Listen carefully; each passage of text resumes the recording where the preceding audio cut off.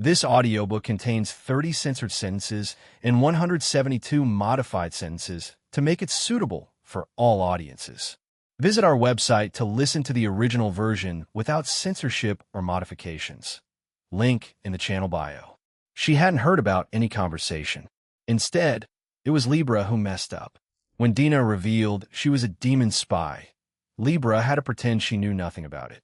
In fact, Libra had overheard the conversation. She could pick up sound from far away. It was impossible she hadn't heard it. However, since both belonged to the goddess faction, Libra couldn't expose her deception. This led her to an unnatural situation where she had to pretend she hadn't heard what she should have heard. Later, when Libra became suspicious of Dina, he wanted to reveal that he had overheard their conversation, but by then it was pointless. After all, Rufus allowed Dina to do whatever she wanted despite knowing everything. If he had revealed it, he would have exposed her lie and risked raising suspicions. However, the act was over. Dina was no longer trustworthy. Fortunately, there were only 2 people there, Centurado. It would eliminate one person. With this, the 12 tyrannical stars could never fully reunite. Did you think everything would go so well? But suddenly, an unexpected voice was heard. Turning around, she saw the fairy queen, surrounded by heroic spirits. Her brother, the strongest fairy, stood beside her. She cast a cold glance at Libra. "You've finally shown your true colors, Libra. I thought it would end up being something like this when you said you wanted to go to Helheim alone. Had I already been exposed?" Libra remained expressionless, despite being somewhat surprised. However, she kept her cannon pointed at Taurus. She watched Pollux, trying to anticipate his next move. "When did you realize?" "Almost from the beginning." "From the beginning?" "Yes. It was precisely when I found out that you left the goddess avatar alone." "Libra, you too. How could you, being with her, allow something so stupid to happen? I'm in such a deep state of apology that I feel way above the mountains." "You're not sorry, are you? And forget about a sincere apology. You're living in a fantasy world. I will soon leave the atmosphere." "You piece of metal trash." He remembered that conversation. Indeed, it was a mistake. It hadn't seemed like one before, but it was certainly a mistake to leave Dina alone after that. Moreover, one could say that this mistake was Dina's doing. By questioning herself, Dina had brought to light Libra's inconsistency, which should have remained hidden. Even if you can deceive Rufus Sama, you can't deceive me. Don't think you can get away with acting so badly. It's not like you to leave such a suspicious person alone. In fact, it should be impossible for you to do so. Yet, you let the self-proclaimed advisor, the avatar of the goddess, do as she pleased. Then there's only one explanation, that you were his collaborator. I wish I wasn't overthinking it. Pollux crossed her arms, and the heroic spirits responded to her fighting spirit and lined up before her. Castor had already drawn his weapon, while Taurus slowly raised his axe. There were heroic spirits in front and the bull behind. Libra had been completely trapped. Both advancing and retreating would be difficult. She could have annihilated them with Brachium, but she had already used it long ago. In other words, she was completely isolated. Her escape routes were blocked. At least, that's what one would normally think. "I see. It seems I underestimated you. In that case, I'll quietly leave. Will you be able to do that?" "Pollux, you are very intelligent, but your low combat power is a weakness. Therefore, you're subject to the same scrutiny as ordinary people." "Hey!" Libra scoffed at her and simply flew as if the ceiling meant nothing to her. No, actually, it was as if a ceiling didn't bother her at all. After all, if Libra could pass through walls, ceilings, and floors at will, as if they were made of jelly. Imagine this. A prisoner was locked in a jail, but the walls and ceiling were made of gelatin. No matter how well sealed it wouldn't be a perfectly airtight room if it were made of gelatin. That's right. Even if it were enclosed by walls and a ceiling, it wouldn't be considered a confinement area due to its fragility. In other words, although it seemed as if the front, back, left, right, top, and bottom were all blocked, in reality only the front and back were. Up, down, left, and right. It was a net full of holes that allowed for easy escape. "Wait!" Pollux shouted to stop Libra, who was digging into the ceiling and causing debris to fall. Although Castor managed to stop them at the last moment, the ceiling continued to collapse. We should leave too now. If Castor and the heroic spirits had been alone, they could have broken through the roof in pursuit without worrying about the debris. Taurus would be buried alive, but he wasn't weak enough to die from it. They could dig him up later. No problem. However, Pollux was different. He would die for it. Therefore, Castor had no choice but to escape to protect Pollux. I'm sorry, big brother. It seems I'm just a burden. Don't worry about that. Castor carried Pollux, while the heroic spirits lifted Taurus, and they left Helheim without being able to capture the treacherous scales. They'll stop here. Please, you two, return to Midgard on your own. After completing our errands on Earth, Dina suddenly stopped between the two universes on her way back to Midgard. In fact, I predicted this would happen, so I refrained from asking questions for now. As soon as I return to Midgard, the goddess will control me and awaken the Ouroboros. So, I'm finished here. I keep causing you problems all the time. Yes, of course. Dina looked at me and laughed as if she were worried. But I didn't see any intention of scolding me for it on her face. However, this is the path I have chosen. This is the path I chose as Dina, not as a representative of the goddess. I was like a doll until I met you. You have made me a person, so I have no regrets. But I can only serve you for so long. As she said that, a smile spread across Dina's face. She knew the fate that awaited her. This was the end of the road. As an avatar of the goddess, she was bound to her in a way incomparable to that of Pollux. The goddess could take control of her consciousness and possess her whenever she wished. Furthermore, no item or ability could prevent it. The equipment that sealed abilities would be useless. Therefore, only two options remained. One was to kill Dina. Rupa-sama. If you kill me here, you'll have time before the next avatar is born. Goodbye. This was the plan Dina had decided on from the beginning. She would ruin the goddess stage and then disappear herself at the end. By doing so, she would ruin the entire stage, and Rufus could act freely until the next avatar was born. This was definitely the best decision. There were no better alternatives. But, at that moment, don't doubt it. That's what you said. Yeah, I know. Don't doubt it. I've decided to defeat the goddess and save you. Instead of choosing the best option here, I specifically chose to choose a better option. The best move? It didn't need to be. I had always been a simple fool who forced his way into power. The wise men's choice would never have suited me from the start. I had long ago decided to fight against the divine. In that case, why wouldn't I save my subordinate, who had always been loyal to me until now? We have a promise. If you provoke the goddess' wrath, I will do everything in my power to protect you. Upon hearing my answer, Dina, relieved, laughed amusedly. A tear glistened in the corner of her eye. You're a real fool. But you already knew that, right? No, I didn't know. I had no idea you were so stupid. I see. Dina closed her eyes and produced a gleaming key. It possessed immeasurable power. The key to heaven. In short, it's the DJ's authority. He'll give it to you. I've already prepared the settings. Please activate it when the time comes. Wasn't this key supposed to be in Castor's hands? That's false, you know, to deceive the one watching me. In fact, since we've reached this point, I suppose there's no reason to be vague anymore. To deceive Libra-sama, I asked ORM to play along so I could give him false information. Therefore, the key ORM now possesses is also, naturally, a fake. Well, wandering around the Argo, which was full of heroic spirits, was like saying, I have it here. Please come and steal it from me. I wouldn't do anything foolish. I wasn't surprised by the name Dina mentioned. In fact, I considered that possibility. Well, it's true.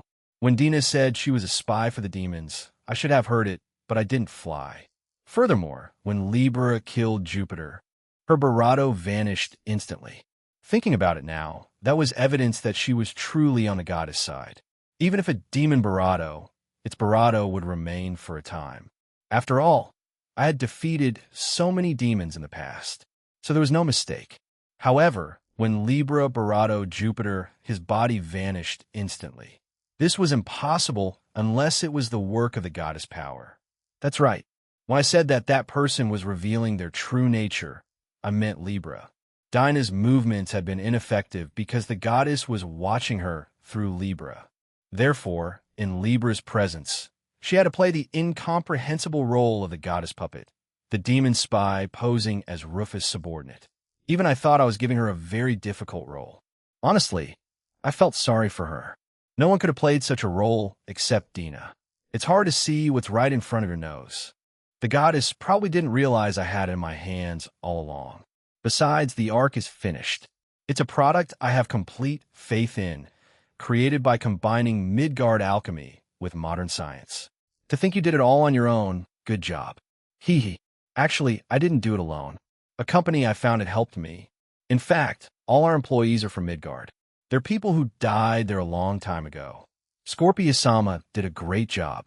Dinah's words made me think of those people. Know that race. There was only one race that had died out and was involved with Scorpius. I see. It certainly was strange now that you mentioned it. Given that Dina had been manipulating the demons from within, it would have been strange for her to simply watch them be destroyed without intervening. It wasn't that Scorpius couldn't be manipulated, but to think that this, too, had been part of her plan.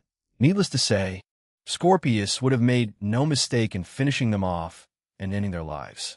He would undoubtedly have even confirmed that they were truly dead. However, Dina could resurrect the dead, provided they hadn't been dead for very long. Furthermore, she could manipulate time itself, so it wasn't impossible. He died there. Scorpio, I see. Everything you've done has been a job well done. Indeed, he had been deceiving everyone for 200 years. There was no reason for him to die after fulfilling his purpose. He had done enough. He had saved me. So now it was my turn. They'll lock myself in here. Even if the goddess finds me, at least she'll buy you some time. You can sleep soundly. From now on, the fight is mine. They'll take up the mantle. Then I will trust you. Yes, trust me.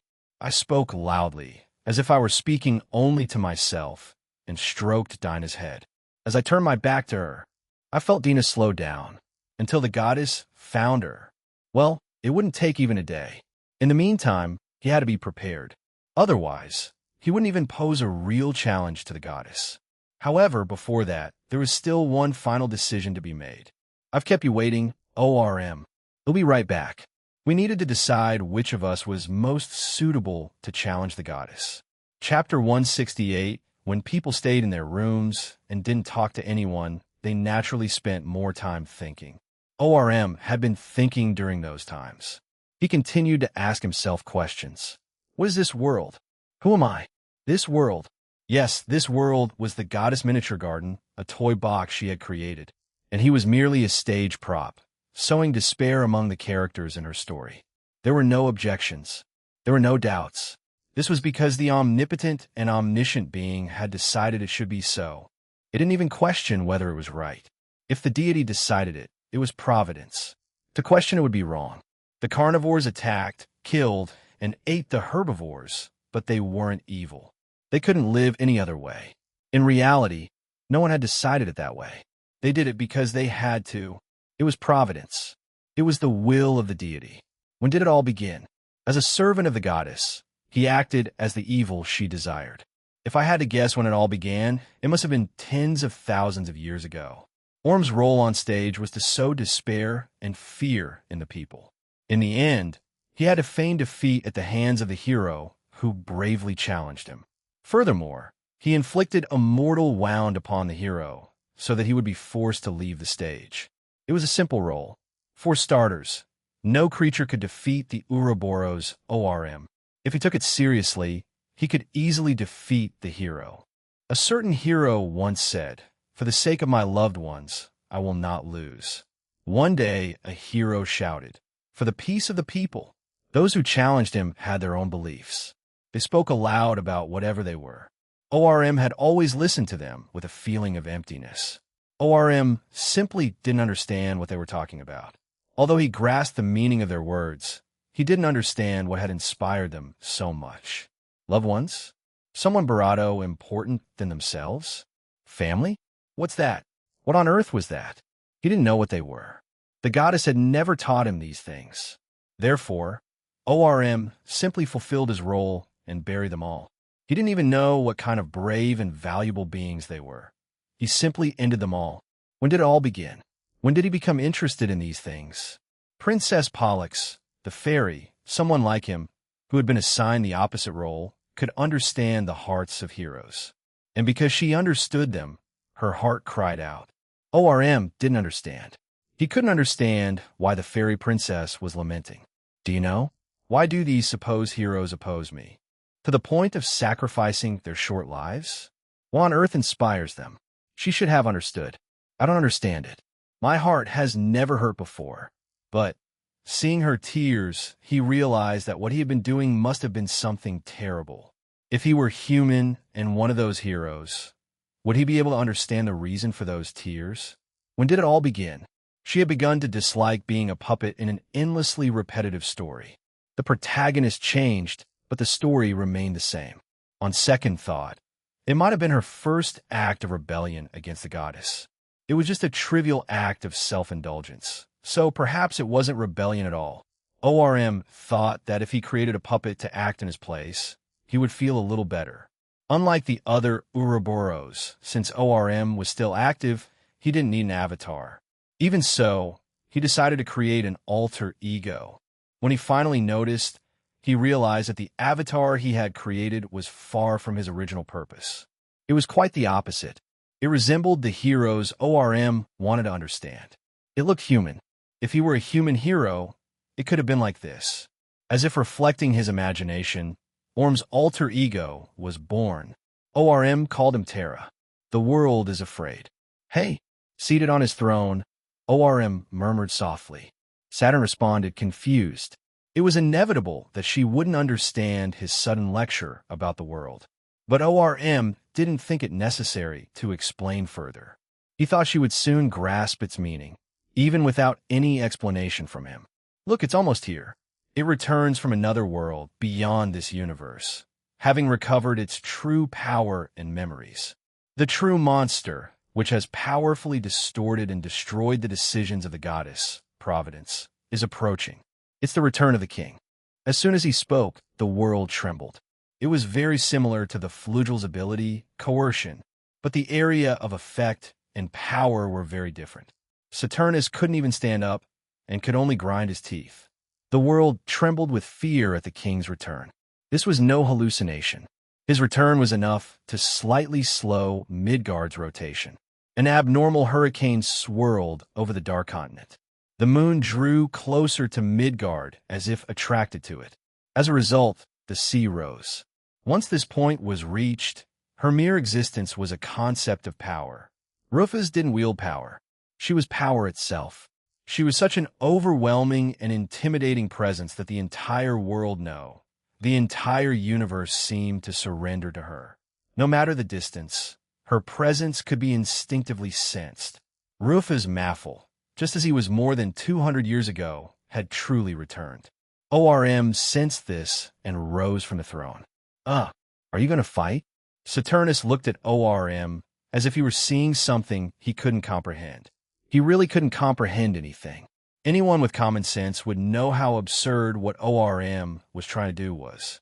Wouldn't it be better to just leave them alone? Rufus and Alovinus. Let those uncontrollable monsters crush each other. I saw no merit in ORM fighting Rufus on purpose. Please, Your Majesty, there's no point in doing this. After passing through the space-time tunnel, Benet and I returned to Midgard. Even considering that Dina had locked herself in subspace, the time I was able to move freely was probably less than a day, probably not even 10 hours. There was no time. If I missed this opportunity now, our meeting would have to be postponed. Perhaps there wouldn't even be another chance to decide who would be the victor. So I would have to resolve now what we couldn't resolve 200 years ago. One might wonder if it was truly the right time to do such things. Since both the Demon King and I intended to defeat the goddess, one could argue that forming an alliance would be the right course of action rather than fighting each other. That was true. In fact, it would be the right thing to do. To be honest, what I was trying to do now was completely pointless and, without a doubt, inefficient. I used Gate X to retrieve my equipment and, while I was at it, transmuted a petition so I could change my clothes. However, the time required was almost instantaneous, so I might not have needed the petition after all. Are you really going to fight the Demon King now? Ah, I've made him wait so long. Even though he's so far away, you can still see it, can't you? His fighting spirit. I understand, but I don't think it makes sense to do it now. That is true. It's not a smart choice, but it's not about reason. ORM himself didn't have a convincing answer for Saturnus. This was because, as she had pointed out, this fight was pointless. No, ORM had a reason to fight, but objectively speaking, his priority wasn't that high. Obviously, it wasn't something he should be doing right now. After Dinah's disappearance from Midgard, Rufus returned. If Rufus had erased Dina, that moment would have been delayed. Even if it had happened, it would have been after the birth of the next avatar of the goddess. But somehow he knew Rufus hadn't killed Dina. If that was the case, the twilight of the gods was near. The end of times was approaching before his eyes. The goddess would find Dina and control her. If that happened, there would be no way to stop it. Everything would reach its final stage. There was no doubt. Today was the day Midgard would end. Thinking about it, it was obvious how pointless it was to fight Rufus now. A wise person would say, consider the situation. Should you really be doing this now? It's okay to leave it for later. Calm down and look at the bigger picture. All right, that was absolutely correct. But still, ORM responded. If we keep putting things off, we won't be able to move forward. That's my kind of person, and ORM is too. He couldn't expect to fight the goddess with a heart full of regret.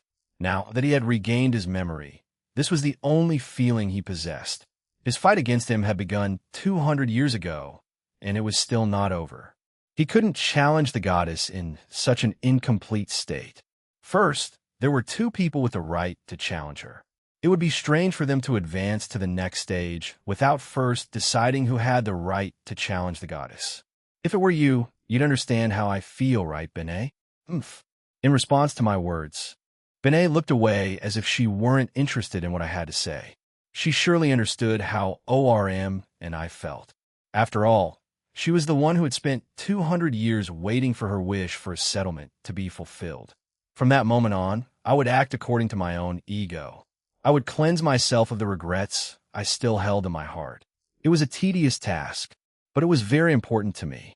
Furthermore, he could not remain alone, as this was a battle for the right to challenge the goddess.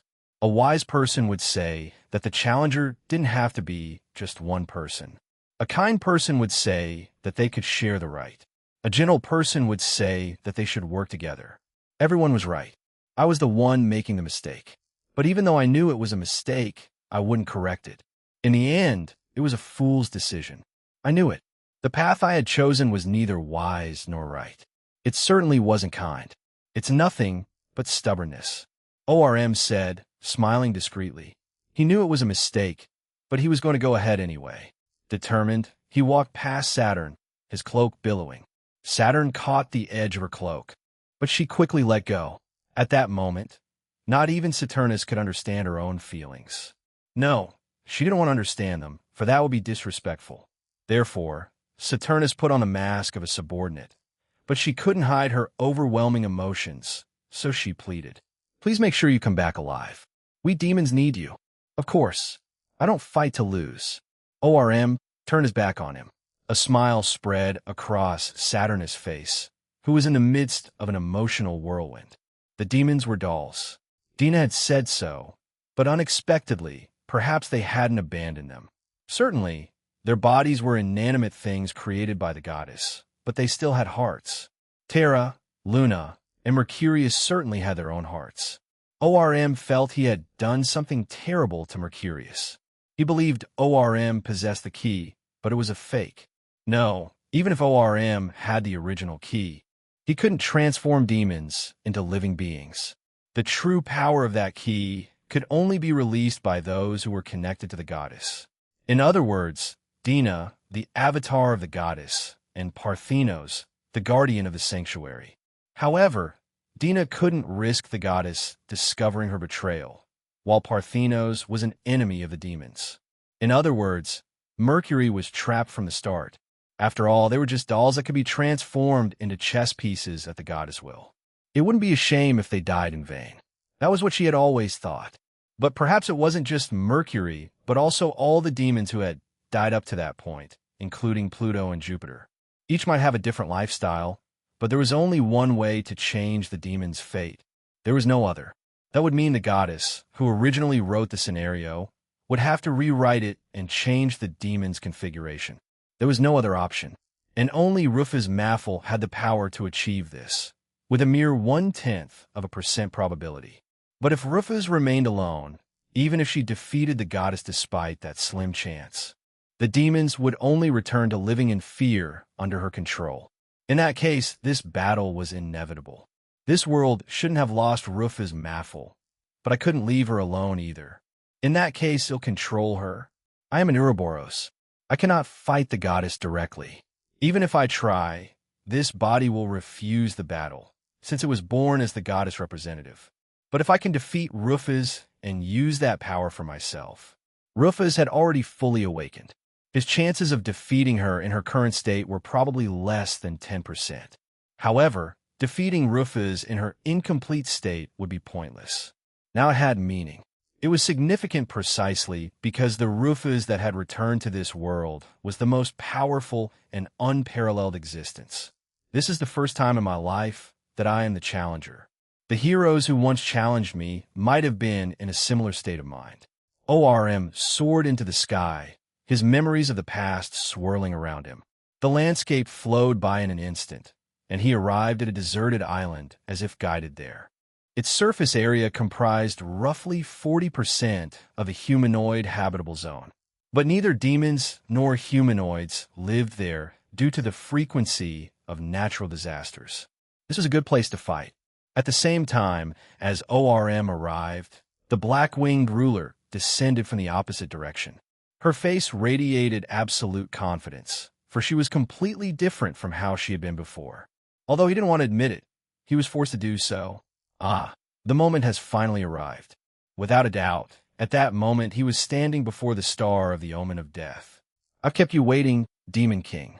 At this point, I think words are unnecessary. I've come to settle matters from 200 years ago. Rufus smiled calmly and lowered her arms. She didn't prepare herself or raise her guard. This relaxed, unguarded stance demonstrated her great confidence and tactical freedom. Let's fix this. Rufus Maffel. As Rufus had said, words were superfluous at that moment. Power was the only basis for interaction. The next encounter would be the signal for battle. This was what they both recognized. The gong announcing the start of the battle was already sounding. ORM vanished and brandished his right fist. Rufus, on the other hand, simply extended his index finger. Immediately afterward, the punch and the finger collided. The deserted island where they stood became a wasteland in an instant. The surrounding sea was swept away like a flood. Chapter 169 O-. Hit. Lowering his waist and planting his feet firmly, ORM let out a sharp cry and swung his fist. Each blow was a deadly strike. True to their name, these deadly strikes possessed a power that would not shame him. They were so destructive that a single blow could completely annihilate a dragon. These weren't ordinary attacks. Each attack was imbued with countless abilities, such as those that boosted his stats, increased damage, penetrated shields, and counter abilities. They certainly weren't half-baked attacks. Orm's strike speed exceeded 600 million kilometers per hour, surpassing Mach 500,000. The number of fingers had increased so much it seemed like a child's delusion, but the truth was he was striking that fast. His attacks were like a downpour. And, once again, they weren't weak. Living beings couldn't survive them. But in that case, what was this woman in front of him? Was she even a living being? It could be, but at least it had certainly surpassed the goddess definition of a living creature. Ugh, they're not hitting her. Rufus had maintained his natural stance without moving. Observed by a third party from the sidelines, it appeared as if ORM were attacking unilaterally, while Rufus simply stood there. It goes without saying that ordinary people wouldn't be able to see ORM's attacks due to their speed. Therefore, this hypothetical third party would barely be able to keep up with his speed. This was based on the premise that they had at least 500 levels in their classes. If they possessed such power, they could vaguely understand that ORM was performing astonishing attacks. Rufus' hair billowed, and the ground behind her smoothed out like jelly without anyone touching it. If one were to observe, one could guess that the cause was the shock waves from Orm's attacks, so one would know that ORM was attacking even without being able to keep up with his speed. However, Rufus, who hadn't moved, remained unharmed, smiling casually. In reality, she wasn't motionless. She had been dodging, defending, and deflecting attacks. But her speed was so great that she appeared motionless. You're rather slow to start, aren't you? Or do you prefer to wait and see what happens? Rufus smiled and stroked Orm's forehead with his right hand. Then, he tapped him on the forehead with his middle finger. It was called the forehead tap. ORM vanished from Midgard's surface in an instant, and some asteroids floating near the planet shattered into pieces. Almost simultaneously, a crater formed on the adjacent planet. The landscape reflected in Orm's eyes was not the Midgard he knew. He had gone beyond, into outer space. Was I impressed? All this with just one punch? What's wrong? It was just a greeting. A telepathic message was received by the astonished ORM. He ascended rapidly in this zero-gravity world, but Rufus had somehow already reached him before he realized it and was waiting there calmly. Needless to say, as was common knowledge, outer space was not an environment where living beings could survive. Since flugels typically lived at higher altitudes than other humanoids, they tended to have greater vital capacity and were less prone to anoxia.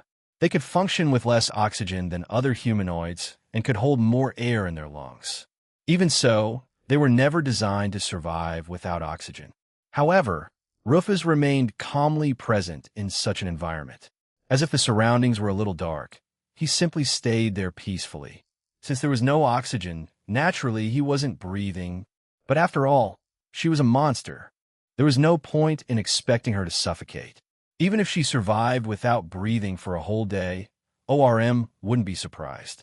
This woman, Rufus, was perfectly capable of noticing something like that. I see. As expected, you're completely different than before.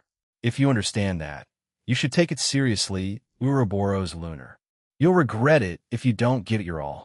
Then let me do just that. Normally, ORM kept his powers sealed. This was similar to what Leon and the other 12 tyrannical stars did. But Orm's case was of a different magnitude. His true form was an Ouroboros, a mechanism of the world itself that acted as an agent of the creator deity. Orm's body lost its original shape and began to change at an incredible speed. His total body length exceeded 123,000 kilometers. The tip of his nose alone was larger than the mountain in Vanaheim. Each of his fangs was larger than Leon and the Dragon King. They were ridiculously large. However, a battle wasn't just about size. This was especially true in this ridiculous world. It wasn't uncommon to see a small creature overwhelm a larger one. But there was a limit to this. If it weren't too big, it would be fine. However, if the sizes were too different, fighting wouldn't even be possible. This wasn't the difference between a human and an ant. It was the difference between a human and a microbe, or between a god and a human. Midgard ORM. This was his fearsome true form as an agent of the mythological deity. Black scales covered his entire body, leaving no gaps between them. Each one was large enough for Ares, in his sheep form, to stand on. Perhaps this would prove how foolish he was. But despite the size difference, ORM didn't lose sight of Rufus. His golden eyes were fixed on him, his small but powerful opponent. How spectacular! Is this your true form? Yes, it is. ORM opened his mouth, and a destructive light erupted, completely enveloping Rufus' field of vision. This was the judgment of the deity, the celestial tribulation that living creatures could not withstand.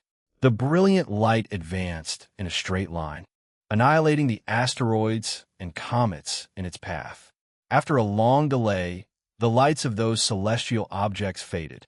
However, the one who had been struck by that destructive light had not disappeared. Although he had retreated several hundred kilometers, he continued to watch ORM with his arms crossed. Oh dash! The damage to Rufus was slight, or perhaps even non-existent. But ORM remained unfazed. He had expected it. He knew from the start what would happen with an attack of this magnitude. If it had ended with something of this magnitude, it wouldn't have been much of a challenge. Therefore, his heart wasn't stirred just because the attack was ineffective. ORM immediately moved on to the next attack. It moved its enormous limbs.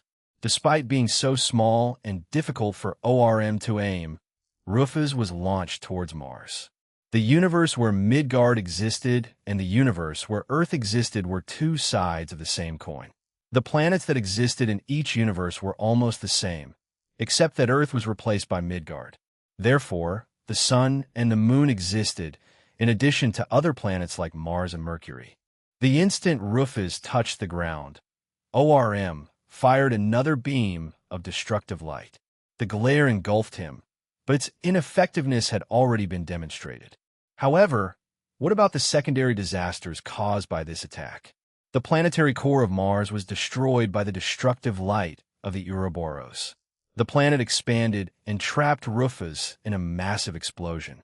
Although the destructive end of a planet was nowhere near that of a supernova explosion, it still generated overwhelming power and heat. ORM used his body to shield Midgard from the shockwave and watched the explosion intently. Losing sight of the enemy in an explosion. It's the typical example of defeat in a battle manga that my avatar likes to read.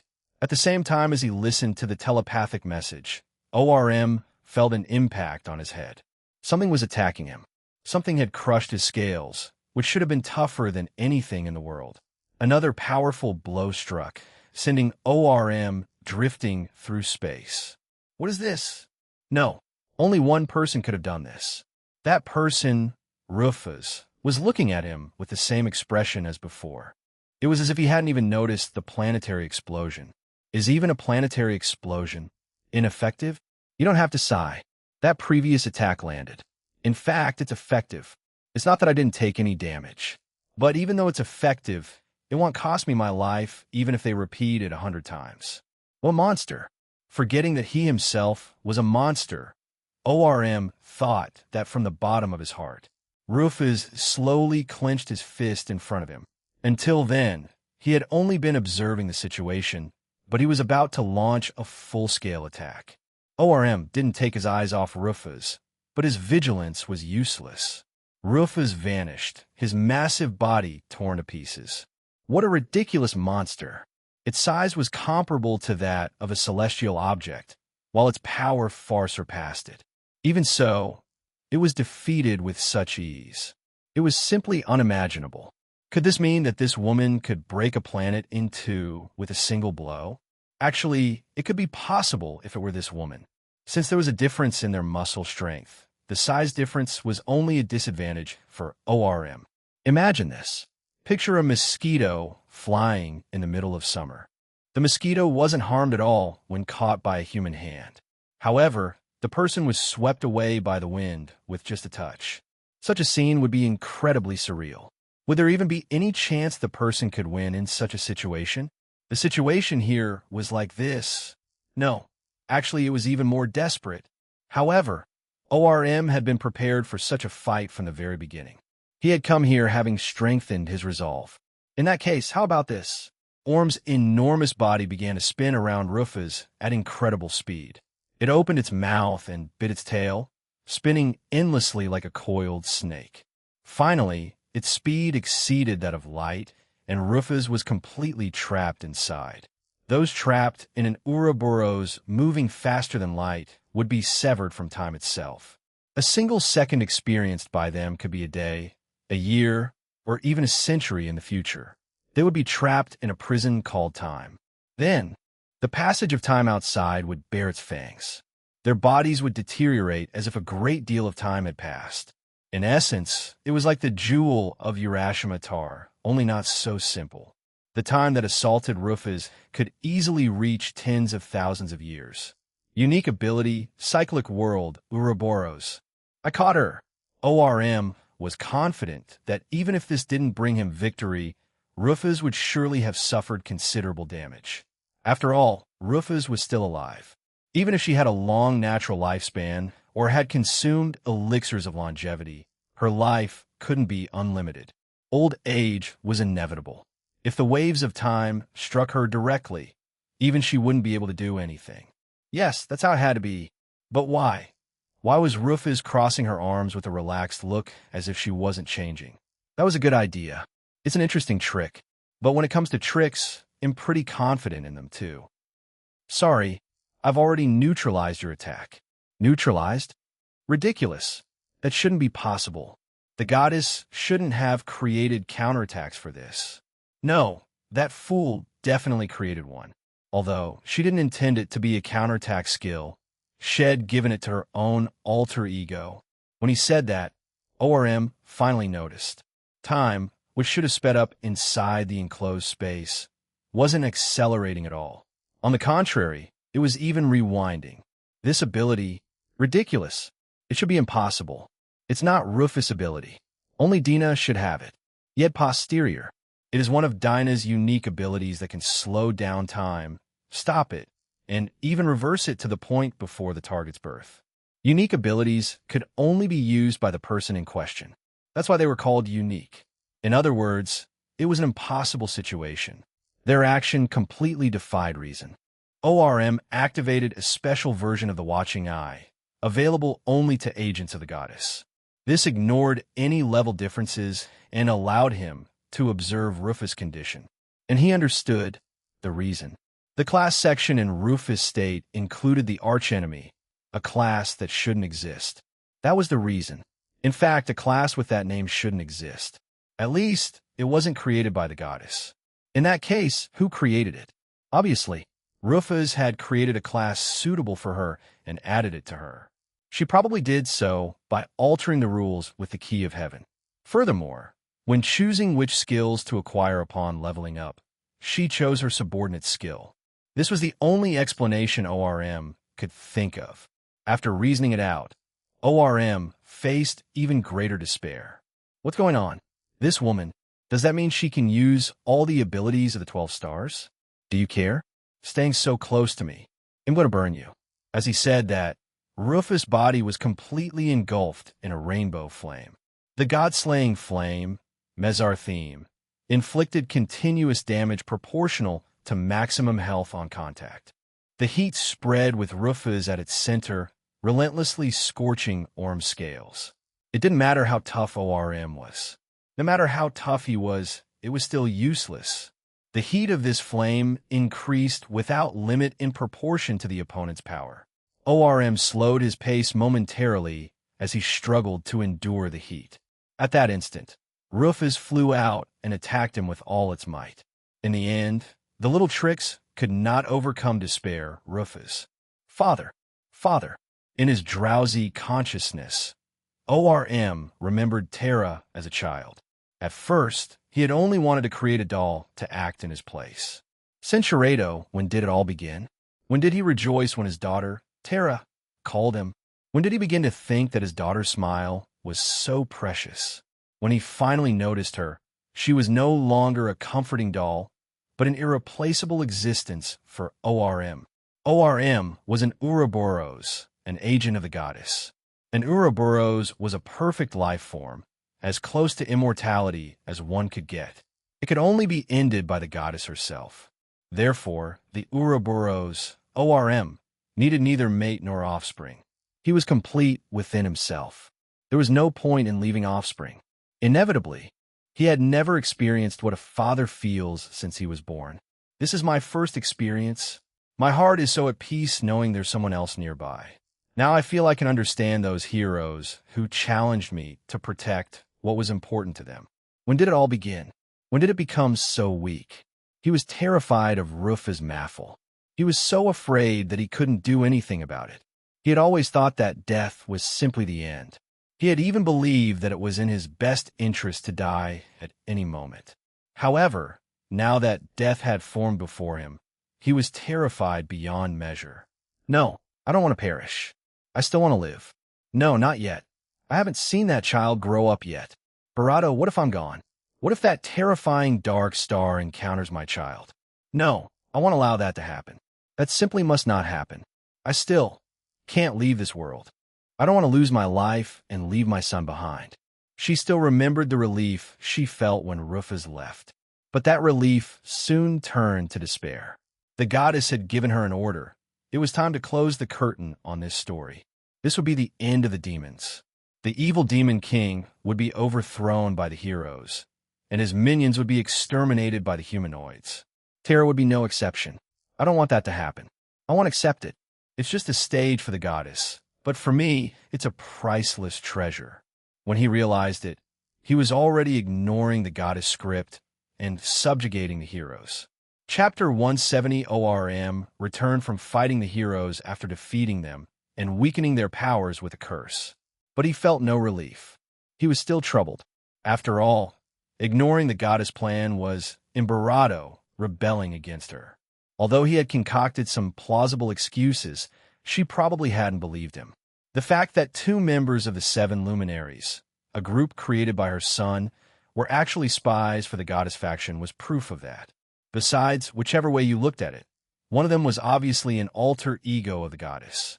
The destruction of the demons seemed to have been averted, but the end had only been slightly postponed. According to the goddess scenario, the demons remained evil and had to be defeated. The future would not change unless this changed drastically. But ORM couldn't do it. It wasn't a matter of power. Even if he defeated the other 4 Ouroboros and defied the goddess, he couldn't go on. An Ouroboros' role was to manage the world and serve as the goddess agent. He hadn't been created to fight the goddess herself. It was an instinct independent of emotions and reason. He simply couldn't resist. Only Rufus could challenge the goddess. Banette Nash wasn't a bad option either, but since she wasn't interested at all, she wouldn't even try to fight her. Ideally, Rufus and Banette Nash would join forces and, together with the 12 tyrannical stars, challenge the goddess without exterminating the demons. But that would be difficult to achieve. It would be hard to imagine Rufus so hostile to demons, letting them escape. Before defeating the goddess, her attacks would surely be directed at them first. To reverse the goddess plan, Rufus was needed in this world. But Rufus herself was the embodiment of terror for demons. She was a harbinger of death. What should I do? What should I? If it could be cursed, the removal of the curse could be used as a bargaining chip. After brainstorming ways to make Rufus obey him, ORM devised a plan that could only be described as naive. But he couldn't think of any other solution. If she managed to defeat Rufus and have her power with a curse similar to the one she had cast upon the heroes, Rufus would be forced to accept his request. If her power was halved even before she fought the goddess, it would be impossible for her to proceed. Therefore, if the curse was successfully cast, he could use her temporary recovery as a condition for Rufus to join him and defeat the goddess. Then, he could defeat her while she was still exhausted from fighting the goddess. It's just an empty theory now. After all, Rufus is gone. She only realized it after she was gone. Rufus Maffel was the only one who could challenge the goddess. She was the only one who could reverse the goddess plan. But it was too late. Rufus had vanished from the world, so there was no one left who could challenge the goddess. Just when ORM was about to give up, another traitor proposed a diabolical scheme. That's not entirely true, you know? It was only when she spoke that ORM first noticed her presence. He hadn't realized it, but the goddess alter ego had hidden herself in the room. When did she enter? He hadn't noticed her at all. It was impressive that she could conceal her presence, even from the Demon King. Her presence was completely eliminated to the point of fading into the background. Despite being surprised, ORM pretended to be calm. I'm sorry, but I've been watching you for the past few years, and now I'm convinced. This person has betrayed the goddess. It seems the report you made earlier was false. ORM silently gathered mana in his hand. Since she already knew this, he had no choice but to stop her. However, removing the goddess alter ego was tantamount to declaring himself a rebel. There was nothing I could do. It was too late to salvage the situation. Besides, there was another spy. Even if I stopped him, the other spy would notice the anomaly. While ORM pondered this dilemma, the goddess alter ego made a suggestion. Would you like to come with me? I too am a person who has rebelled against the goddess, someone who wants to put an end to this boring story. This should have been impossible. As the goddess alter ego, he possessed the goddess memories and personality. Normally, it would be unthinkable for him to become independent of the goddess, as that would be tantamount to betraying herself. Aren't you a Lovinus? I have 3 names. Venus of the 7 demonic luminaries, Ophiuchus of the 13 tyrannical stars, and my true name, Dina, which my parents gave me. No one has ever called me a Lovinus. Is the goddess' alter ego betraying the goddess herself? Do you find that hard to believe? Yes, I can't believe it. But now I have no choice but to bet it's true. Fine, they'll take the bait and play along. The snake that encircled the world took the bait of the snake bearer. Fine, I don't know what she's trying to do, but I can use it. Anyway, there's no going back. So the two formed an alliance. Dina concealed Orm's betrayal from everyone. Furthermore, although she didn't reveal her entire plan, she predicted that Rufus would return after 200 years. In the meantime, she skillfully manipulated the demons to ensure that the humanoids wouldn't be exterminated until then. Now that he had come this far, he didn't know how to thank him. Even if he hadn't acted with good intentions, he had still received 200 years of time. Dina, the goddess alter ego, had reported, ORM is not a traitor. He was simply frightened by the unprecedented invasion of the heroes and fought back fiercely. The goddess judged him as a near-grade target and did not launch a large-scale purge. As a result, ORM and Terra managed to survive. Thanks to her, he had reached this point. He only had to fight Rufus directly, achieve victory, and then curse her. But the wall before him was too high. Even so, he hadn't lost the battle yet.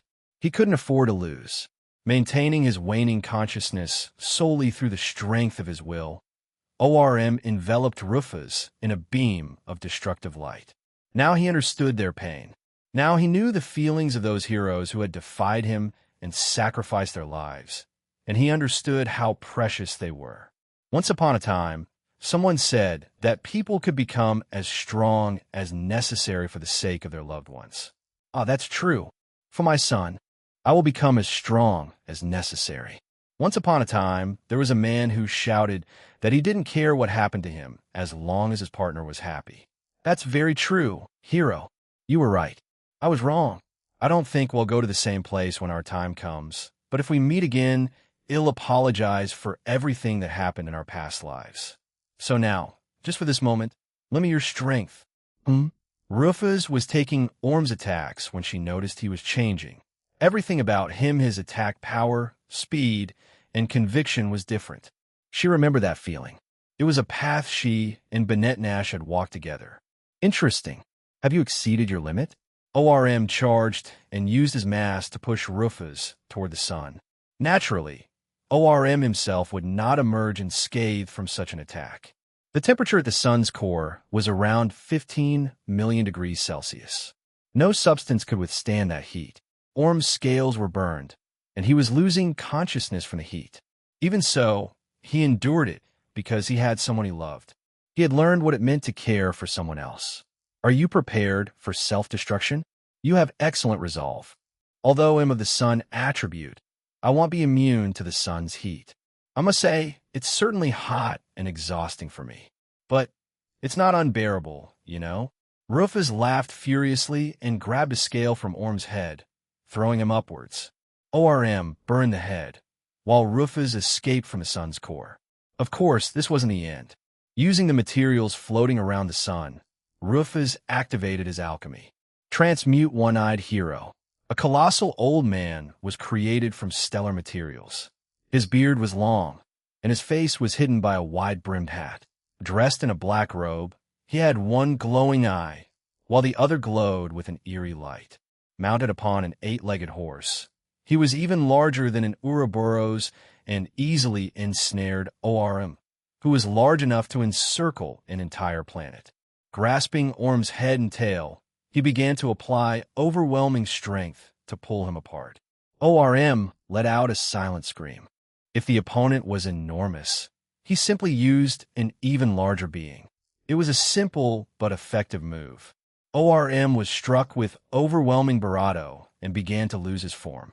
"ST strong. He's too strong. Did I really think I could defeat this monster until now? This is a hopeless battle. Heroes, have you been experiencing this all along?" The power difference between Rufus and ORM was roughly the same as the difference between ORM and the heroes of the past. They had never surrendered. Though they understood the difference in power, they continued to defy him. Even if they lost arms and legs, their hearts would not break. They would continue to challenge ORM with the brilliance of their souls. I can't lose. If I lose, I won't be able to face the people I've lost." ORM roared and summoned every last vestige of power he had left.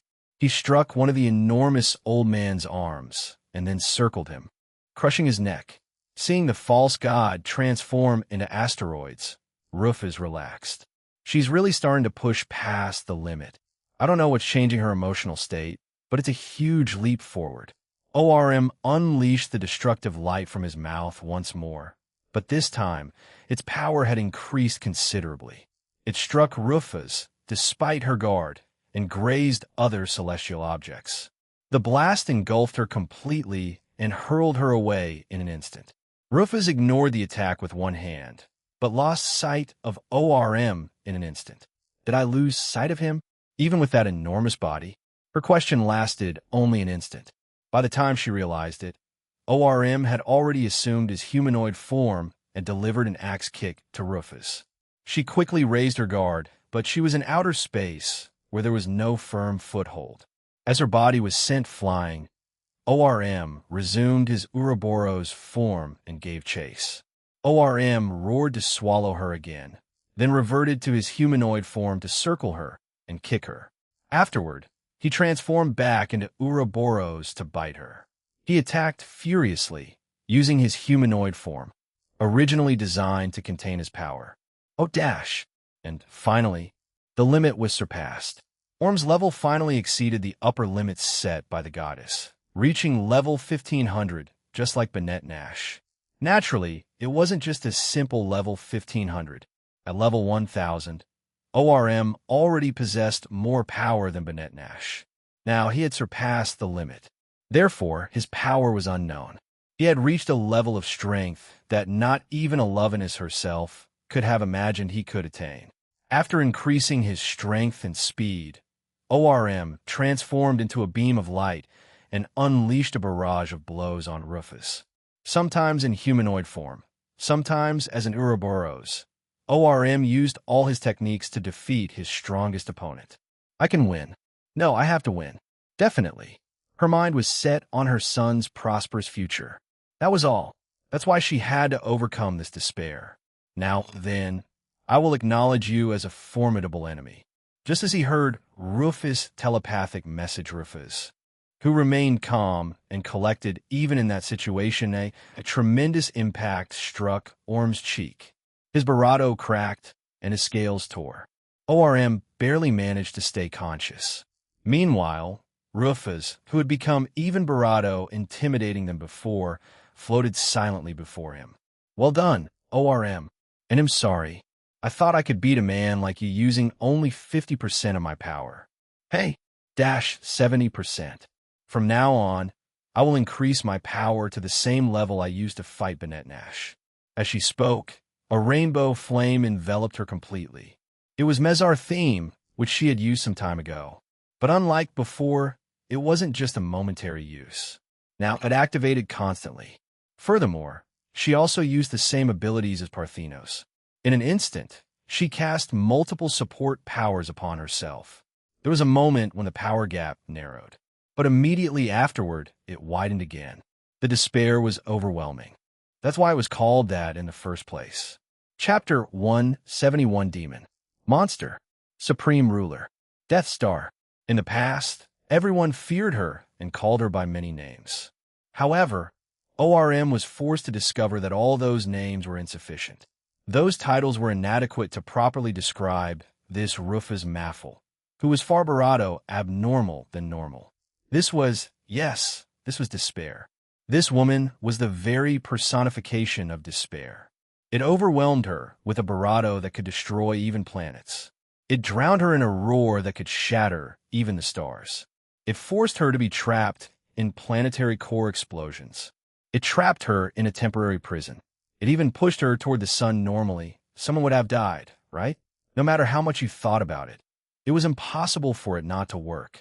However, she seemed calm and unperturbed. It was as if it didn't affect her at all. To make matters worse, he wasn't even taking things seriously. He hadn't even picked up a weapon. What should I do? Against an enemy like despair? Was there anything one could do? Was there any way to defeat it?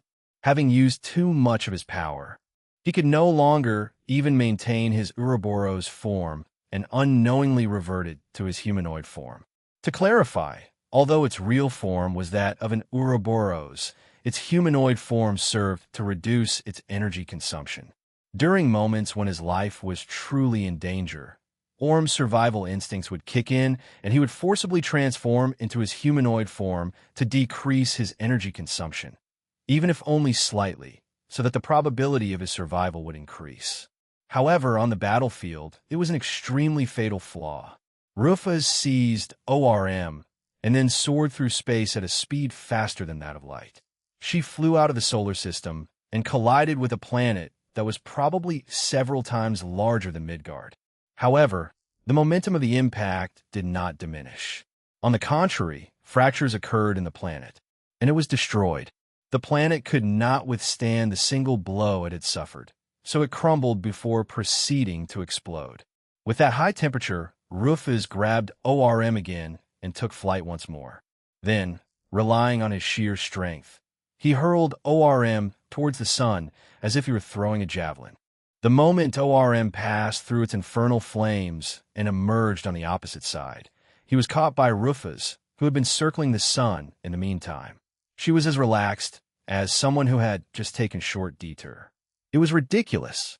After all, the sun wasn't that small. A flurry of punches followed. Although ORM tried desperately to dodge them, they weren't coming at a speed he could avoid. All the punches were thrown so fast that they left the speed of light in the dust, practically landing on it the moment they were thrown. There was virtually no time difference between the start of the attack and the moment it occurred. It was as if the causal link had been reversed. Rufus' punches, which left even the light behind, were thrown after it had already been determined that the attacks had hit. Asking someone to dodge something like that was pointless. One could say that ORM had done well up to that point. Without the slightest flattery, one could say that ORM had fought very well up to that point. But he had done it too well. After all, he had managed to put Rufus Maffel in a good mood. Being recognized as a strong opponent by Rufus directly meant the end of the battle. It amounted to the beginning of a one-sided defeat. Now that things had reached this point, there was nothing to be done. The only thing he was allowed to do was not resist and accept the situation as if it were the most natural thing in the world. They forced his head down and struck him. Then they seized him, and an overwhelming amount of magical power poured directly onto him. He was left bruised and overwhelmed. In that state, where he could no longer even move, ORM was captured and flown back to Midgard. Just before passing through the stratosphere, Rufus slowed down before finally landing back on the same uninhabited island where they had originally started fighting. But the moment he did, the uninhabited island crumbled. Dash! Oh no, I didn't hold back enough. Feeling guilty for having accidentally destroyed the uninhabited island that was free from any sin, he used alchemy to rebuild the island. Unfortunately, since he didn't quite remember the island's shape, it ended up having a slightly different shape. He then placed ORM, who was on the verge of collapse, on the reconstructed island. As I expected, I should have recovered before the fight. With my power suddenly returning to its original state, I couldn't hold back. My self-control is not enough. While thinking such a thing, Rufus looked up. When he did, he saw the ship, Argo, which must have rushed there after detecting that the two were fighting. Vanette Nash could also be seen sitting on the boat with her arms crossed and looking dissatisfied. Well, they arrived quickly. Thinking about that, Rufus wanted to burst out laughing. After all, only about 2 seconds had passed since the battle with ORM began. In fact, if you discounted the time it had taken to maintain that useless conversation, it was doubtful that even 2 seconds had passed. Yes, exactly. That whole battle, from when it started until now, only lasted a second, because both sides operated on a time axis that was several stages above normal and fought while accelerating their perceptions of time. The amount of time that had actually passed was merely a moment. If they were fighting at a speed greater than that of light, it would essentially mean that they would be fighting while time was stopped. In any case, ORM should be praised for having been able to maintain a fight to this point. At least, before the battle began, Rufus had predicted that it would be possible to defeat ORM in half a second. The 12 stars jumped from the ship and headed towards Rufus. At the same time, Terra came running and cut the space between Rufus and ORM. Rufus-sama, are you all right? No problem. Putting that aside, could you help the Demon King and heal him? After saying that, Rufus looked around and realized that Virgo was nowhere to be seen. One way or another, the battle against the Demon King, which had been a mental burden, concluded peacefully. At this, I felt a slight sense of relief. To say that everything went peacefully would stray a bit from the usual definition of the word peaceful. However, technically, I didn't kill him, so I'd appreciate it if you overlooked that. But, yes, the Demon King had been much stronger than he had predicted he would be. He wasn't being sarcastic at all. That was my honest impression. It might sound pretentious to say so, but to be honest, there wasn't a single creature in Midgard capable of defeating me in hand-to-hand combat. The Ouroboros were no exception. Against someone like me, although it wasn't everything, he managed to extract 70 of my power. He should be proud of that result.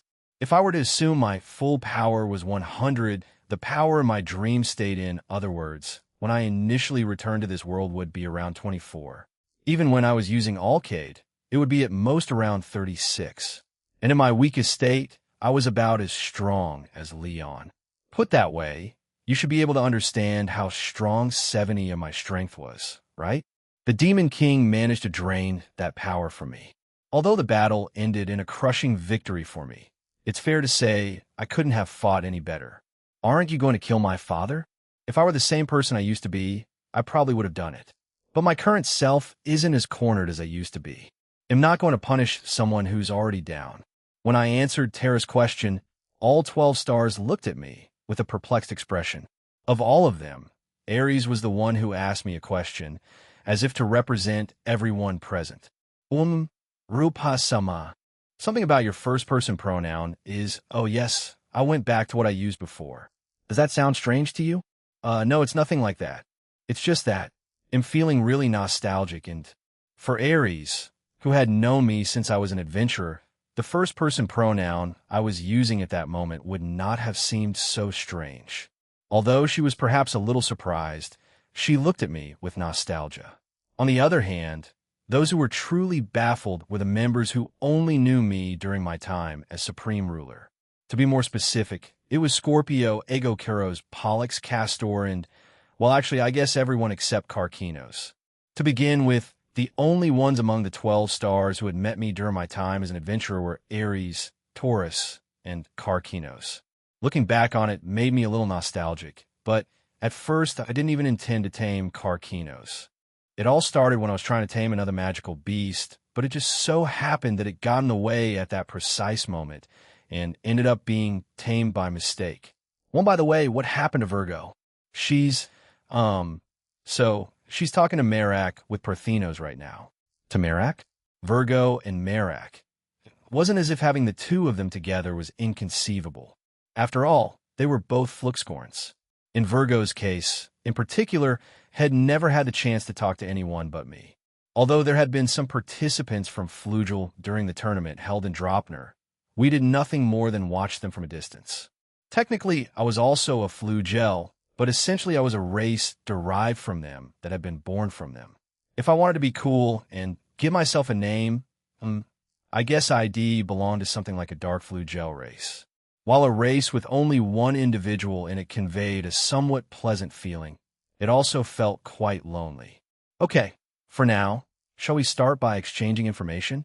I want to know what happened while I was away. After Pollux nodded and agreed with my suggestion, I headed towards ORM, who was on the ground. Since Virgo wasn't there, it was inevitable. After all, among the 12 stars, Dina was the only one, besides Virgo, who specialized in healing. Unfortunately, both of them were absent. While some people here, such as Pisces, Sagittarius, and Castor, were also able to use those skills, it was only at a first aid level. So I had no choice but to handle it myself. At least, that's what I thought. However, Terra got in my way, as if to protect ORM. It's not like I was planning to harm him. Well, I suppose I had that kind of reputation 200 years ago. I couldn't stop him from being wary of me. Thanks to gaining an objective perspective, I was able to understand that my past self was truly cruel. After all, back then, if I had seen a demon out of the corner of my eye, I would have chased it frantically and finished it off. For now, I should try to get Terra out of the way first. Thinking about that, I tried to act. But at that moment, ORM, who was on the verge of death, stood up and placed himself between Terra and me, forcing me to stop. Although this guy shouldn't be conscious anymore. Don't urt Terra. Illustration from the light novel AWLBA. Volume 8. What came out as a murmur was, without a doubt, a display of paternal love towards his son. After hearing that, I calmed down. It was just as I expected. Now I fully understood the reason why ORM had betrayed the goddess. It wasn't anything unusual. After all, he was just another dad. He wanted to protect his son. That alone was reason enough to rebel against the goddess. He was just an ordinary father, like any other. There is a world of difference between him and my foolish father. Honestly, I was very envious of Terra. After hearing the words that came out of Orm's mouth, Terra also had an expression of disbelief. So, Terra, it seems this is the answer. It seems she rebelled against the goddess plan for your own good. Father, get out of the way, before it's too late. I gently pushed Terra aside with my hands and held her towards ORM. Then I poured divine, healing magic over him as I spoke to him. If it were him, this would be enough to make him aware. Listen, ORM, I know why you challenged me. You're an Ouroboros. Even if you challenged the goddess, that body of yours wouldn't allow you to bare your fangs. And not just against the goddess herself, but even against her followers. And that's why you must have wanted me as your sword so you could fight the goddess, right? The reason ORM challenged me, and the reason I had waited until I regained my power. The answer to that was none other than because he wanted me as his weapon of choice. It was impossible for him to fight against the goddess. It wasn't a matter of his strength, but of his basic survival instinct. That's why he needed a sword he could use to fight the goddess. However, when it returned, the sword was rusted. Although it was better than the other dull swords lying around, it was far from being able to challenge the goddess. That's why he had waited until the sword regained its original form before challenging it with everything his body and soul had to offer. But look what had happened. Brave? No, it would be more accurate to say that he was reckless. Knowing how strong I was originally, I should have known perfectly well that a single Ouroboros couldn't defeat me. Even so, it challenged me. She must have fervently wished for a future in which her son could survive. I too accepted this battle with that idea in mind. Become my sword, Demon King ORM. Lend me your strength so that I may fight the goddess. He had no ability that could free him from the goddess binding. However, by applying an additional binding upon the existing ones, I was able to balance and counteract it. If my hold over him exceeded his natural instincts, it shouldn't be impossible for him to fight against the goddess and her subordinates. If I become your sword, could I also fight? I can't make a definitive promise, but the probability isn't zero. At the very least, this suggestion is much more realistic than the odds of you beating me. I see. Then please do it. ORM smiled slightly, and then closed his eyes without any resistance. Looking back after it was all over, it was a simple battle. In the end, it was simply a straightforward battle with the premise that the losing side would become a subordinate of the winning side. Whatever the case, the fact that we would have to fight the goddess would not change. It was just a childish fight to see who was the best. That was the truth behind the battle that destroyed many planets. Although, ORM must have been afraid that if I was the one who emerged victorious, then the entire demon race would be exterminated. That said, I was the winner, and nothing was going to change that. Since it was a privilege granted to the winner, I was going to use the ability without reservation. Capture. I activated a Monster Tamer class skill and then captured ORM. Most likely, there was no other way for ORM to challenge the goddess. I placed my own binding seal over the goddess binding seal and brought her under my authority. With this, in the future, when there was a conflict between their natural instincts that would scream, "Do not fight the goddess," and my order to fight the goddess, if my power of command were superior, it would be possible to counteract their instincts. I shouldn't have to say this, but it was a pretty absurd method. If I had to compare it to something, let's say there was a person who really wanted to sleep, and their boss came in and yelled at them not to fall asleep, then took hold of them and urged them to stand. What I was trying to do was very similar to that.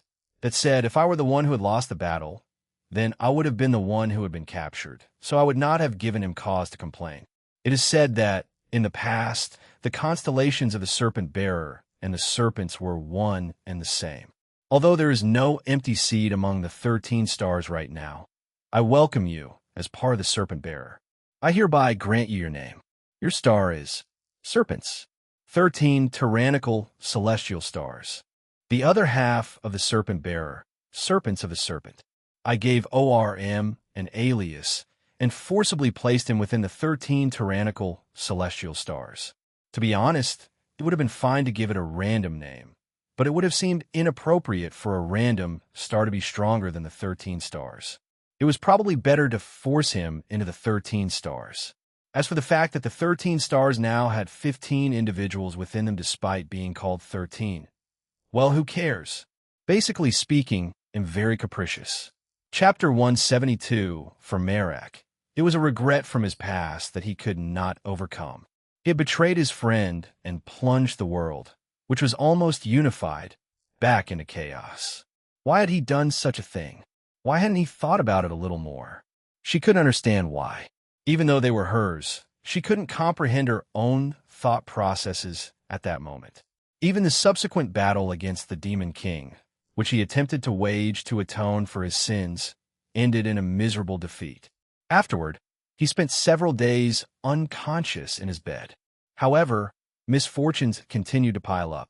Taking advantage of the fact that they had lost, the demonic race seized the opportunity and invaded.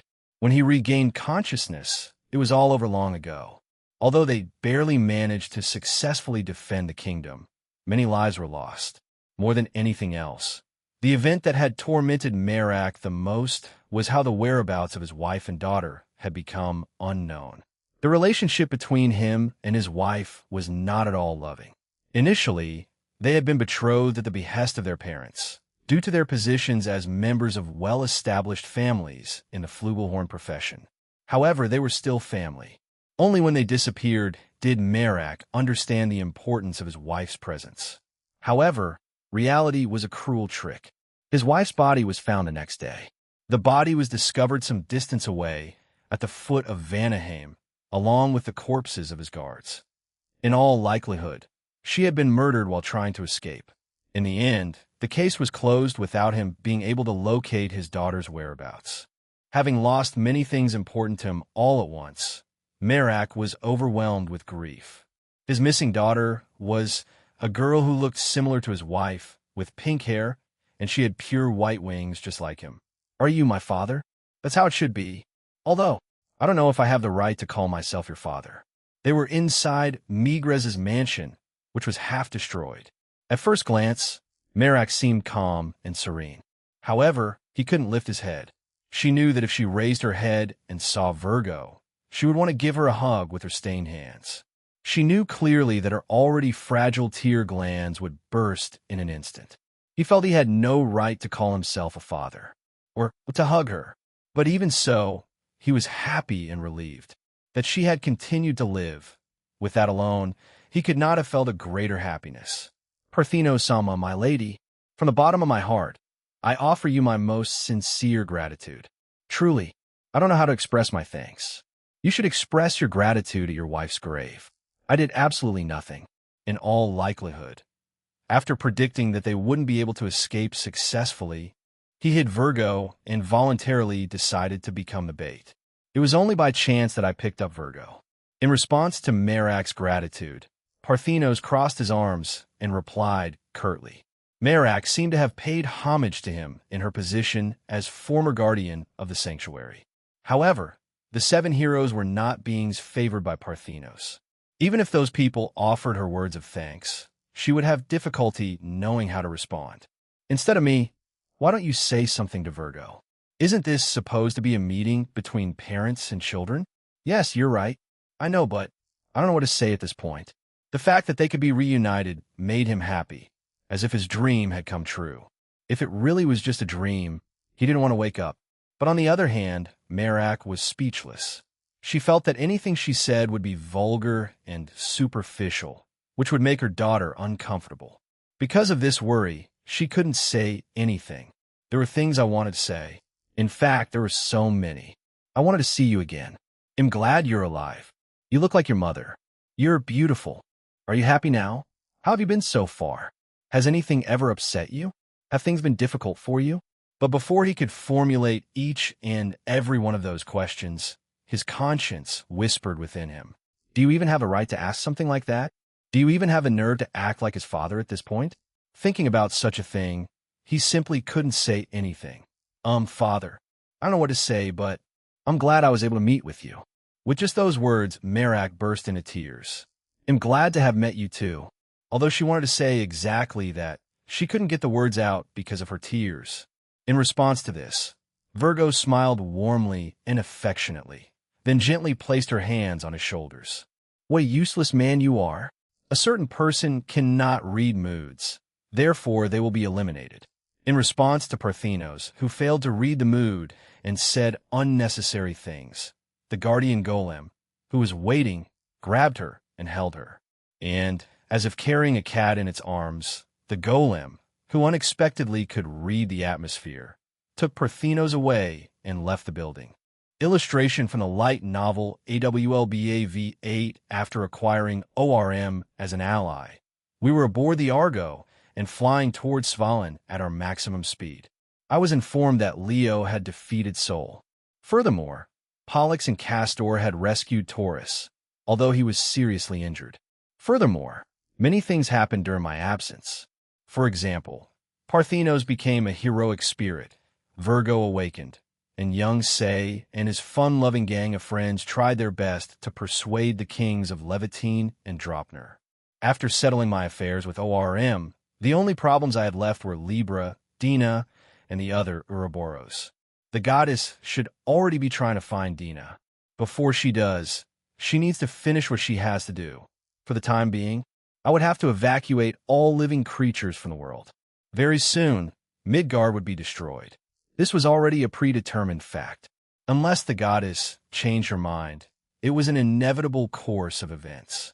Precisely for that reason, I had no choice but to pretend to have lost the battle of 200 years ago. Even if she had won the battle, if the goddess had decided to move the Ouroboros, every living being would have died. Such a victory was pointless. But this time will be different. After all, we had prepared for 200 years. We wouldn't make the same mistake again. Although to be fair, Dina deserves credit for half of the preparations, not me. The Ouroboros had been sealed as a safety measure to prevent them from moving until that moment. However, they were no longer needed. After the Argo reached the airspace above Svalin, we all jumped out of the ship and landed in front of Migres's half-destroyed mansion. The interior of the building had already been tidied up a bit, and I saw Virgo and Merak chatting on the other side of the table. For some reason, Merak was sobbing as if he was overwhelmed with emotion, and I was a little puzzled. Outside the building, the entire group of heroes was present, and for some reason, Parthenos was restrained by the Guardian as if he were a cat. What exactly were these guys playing at? Guardian, how are things going? Everything looks good. Rufus Sama. Then that's fine.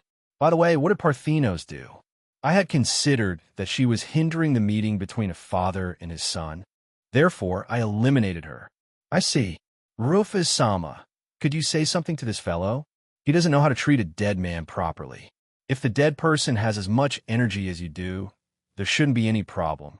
Although Migres and Mizar were not present at that moment, they had probably already begun to take action.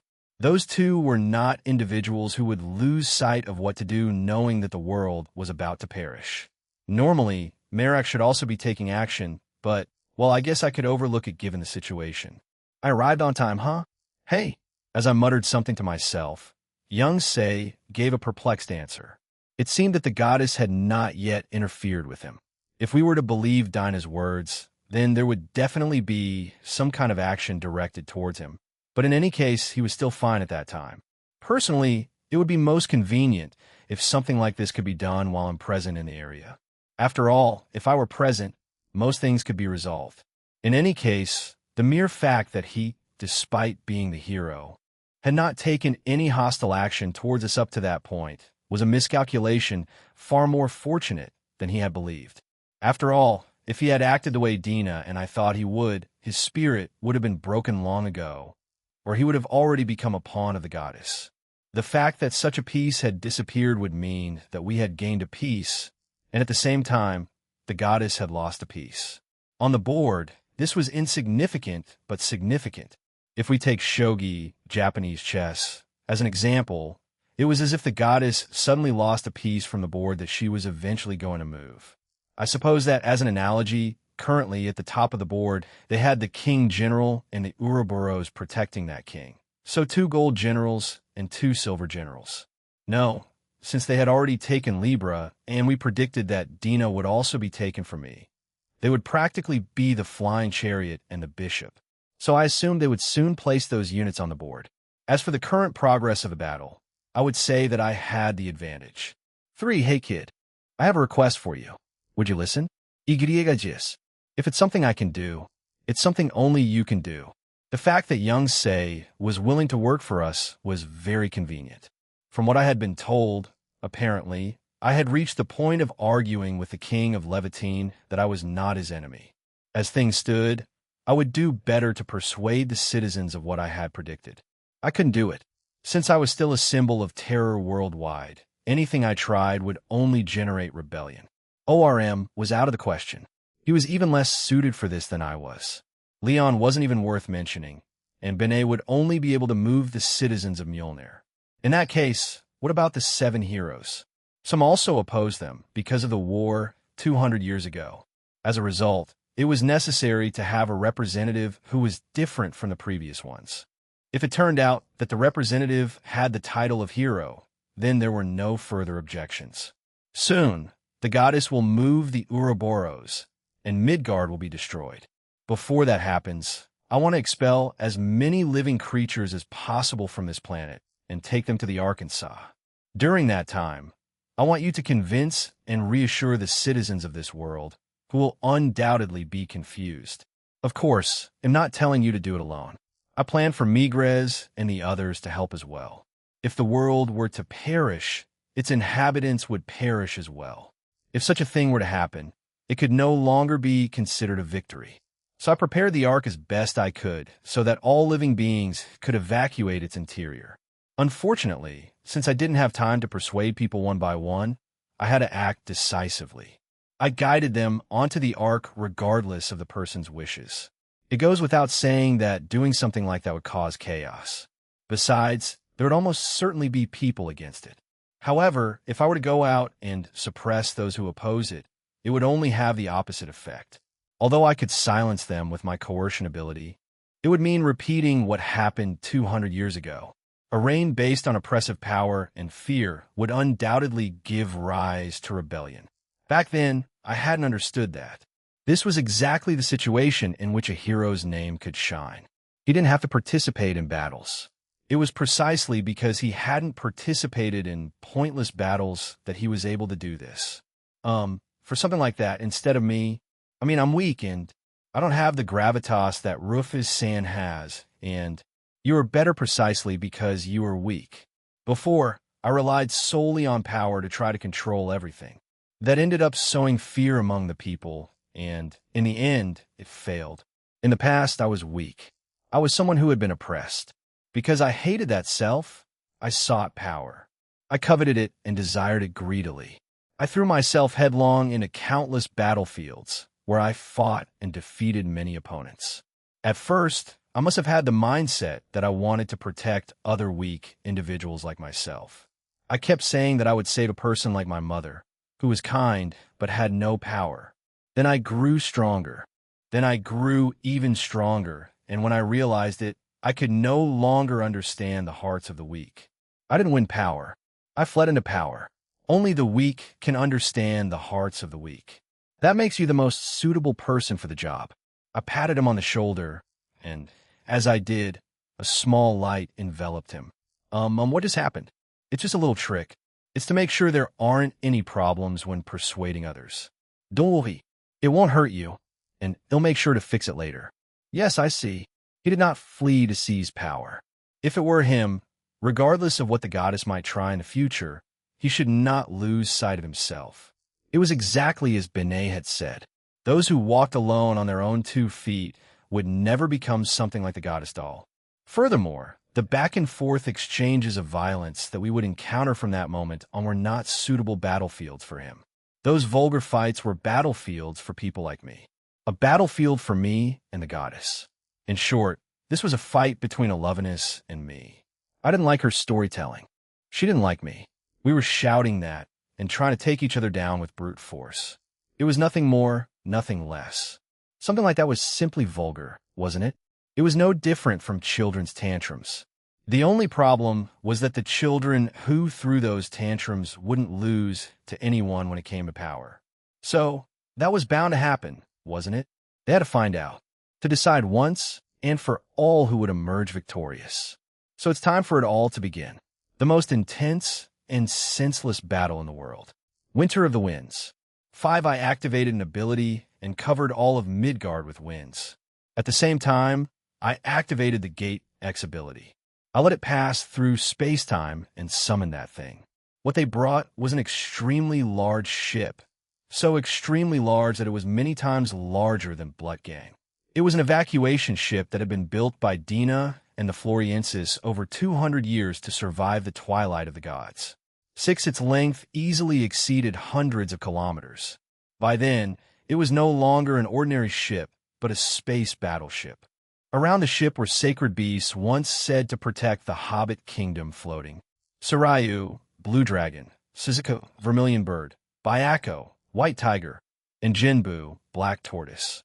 7. How wonderful. Is this the reason they were missing for the last 200 years? Hey, wait a minute. What are these guys doing here? Aren't these the commoners this lady killed then? The sudden appearance of the Ark, and especially the young Say, left even Benet and Scorpius astonished. There were also murmurs among the city's inhabitants that said perhaps the people of Svalin had already been persuaded by Migres, as they remained quite calm. I manipulated the wind and first took the ship to Svalin, which was closer to me. Then I destroyed the entire kingdom. Then I covered the kingdom with a shield and placed the entire kingdom inside the Arkansas. The Ark, which was waiting, was perfectly arranged. There were open passages here and there. After that, I went to the kingdom of Levitine, then to Legjarn and the other nearby territories. Then I went to Gillerhorn and Nectar. Although Nectar was a bit far away, it was more than favorable that all the other humanoid domains were concentrated in a small area of space. Alternatively, even this might have been within Dinah's calculations. I also brought up from the bottom of the seas the deep-sea kingdom of Skidbladner, which was followed by the various countries under the banner of Dropner. Although I made sure not to disturb the ground too much, if 1 or 2 pieces of furniture were to break, I'd prefer it not be noticeable. I'd try to make up for it later. Wait, roof is sand. What exactly is this? Didn't I tell you? Midgard will soon perish. In that case, I can't leave the people on the planet. I'm going to evacuate them as best I can. That's right, this planet would soon become a battlefield for the goddess, the Ouroboros, and us. In that case, it would be better for us if there was nothing else here. If there were people around who could get hurt just from being caught in our fight, I wouldn't be able to fight seriously. After all, this whole planet would soon become a wasteland. Well, Alovenus. With this, there's no need to hold back anymore. If you are ready, then come to me from wherever you want. Author's note. Question: so what exactly did Rufus do? R.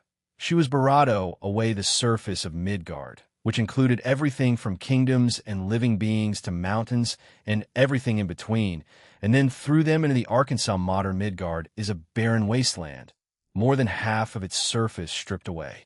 In particular, the areas once inhabited by humanoids have become completely barren. Not a single insect remains. Oh, wait, Migres's mansion is still there. After all, Rufus is there right now. The Ark, it is a ridiculous object with a length of more than a few hundred kilometers. It took 200 years to build. It's designed to house as many of Midgard's inhabitants as possible. There's even an underwater zone for the realm of the deep sea. Although there are different floors for magical beasts, semi-humanoids, and humanoids, I don't intend to go into too much detail. Using combinations of magic and science, things like gravity and the atmosphere were maintained. It's practically on a scale where it's okay to call it a space colony. What exactly is fantasy? Ark, I have accepted life, nature, and everything else. Please be calm. Midgard, huh? Could it be? Am I really going to die this time? Answer: yes.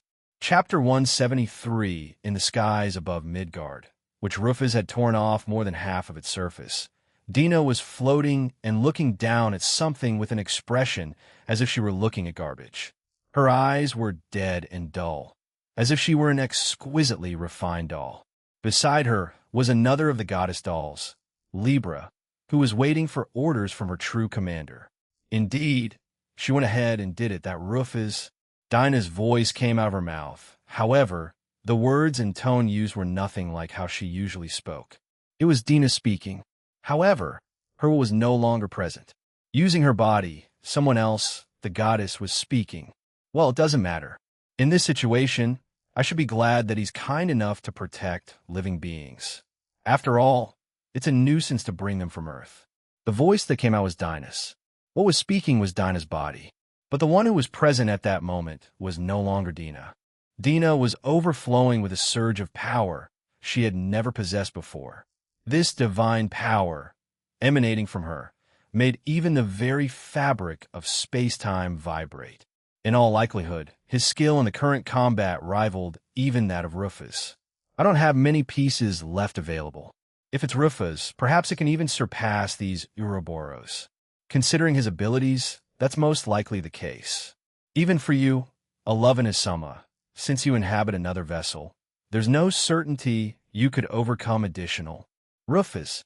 However, once the Ouroboros are vanquished, the decisive final confrontation will commence. The one who wins it all. I suppose it can be none other than the hero. Rufus will most likely defeat the Ouroboros. Although he would have to make some difficult choices, Rufus would ultimately be the winner. Anyone could understand that. It was unknown how many hardships Rufus would have to endure.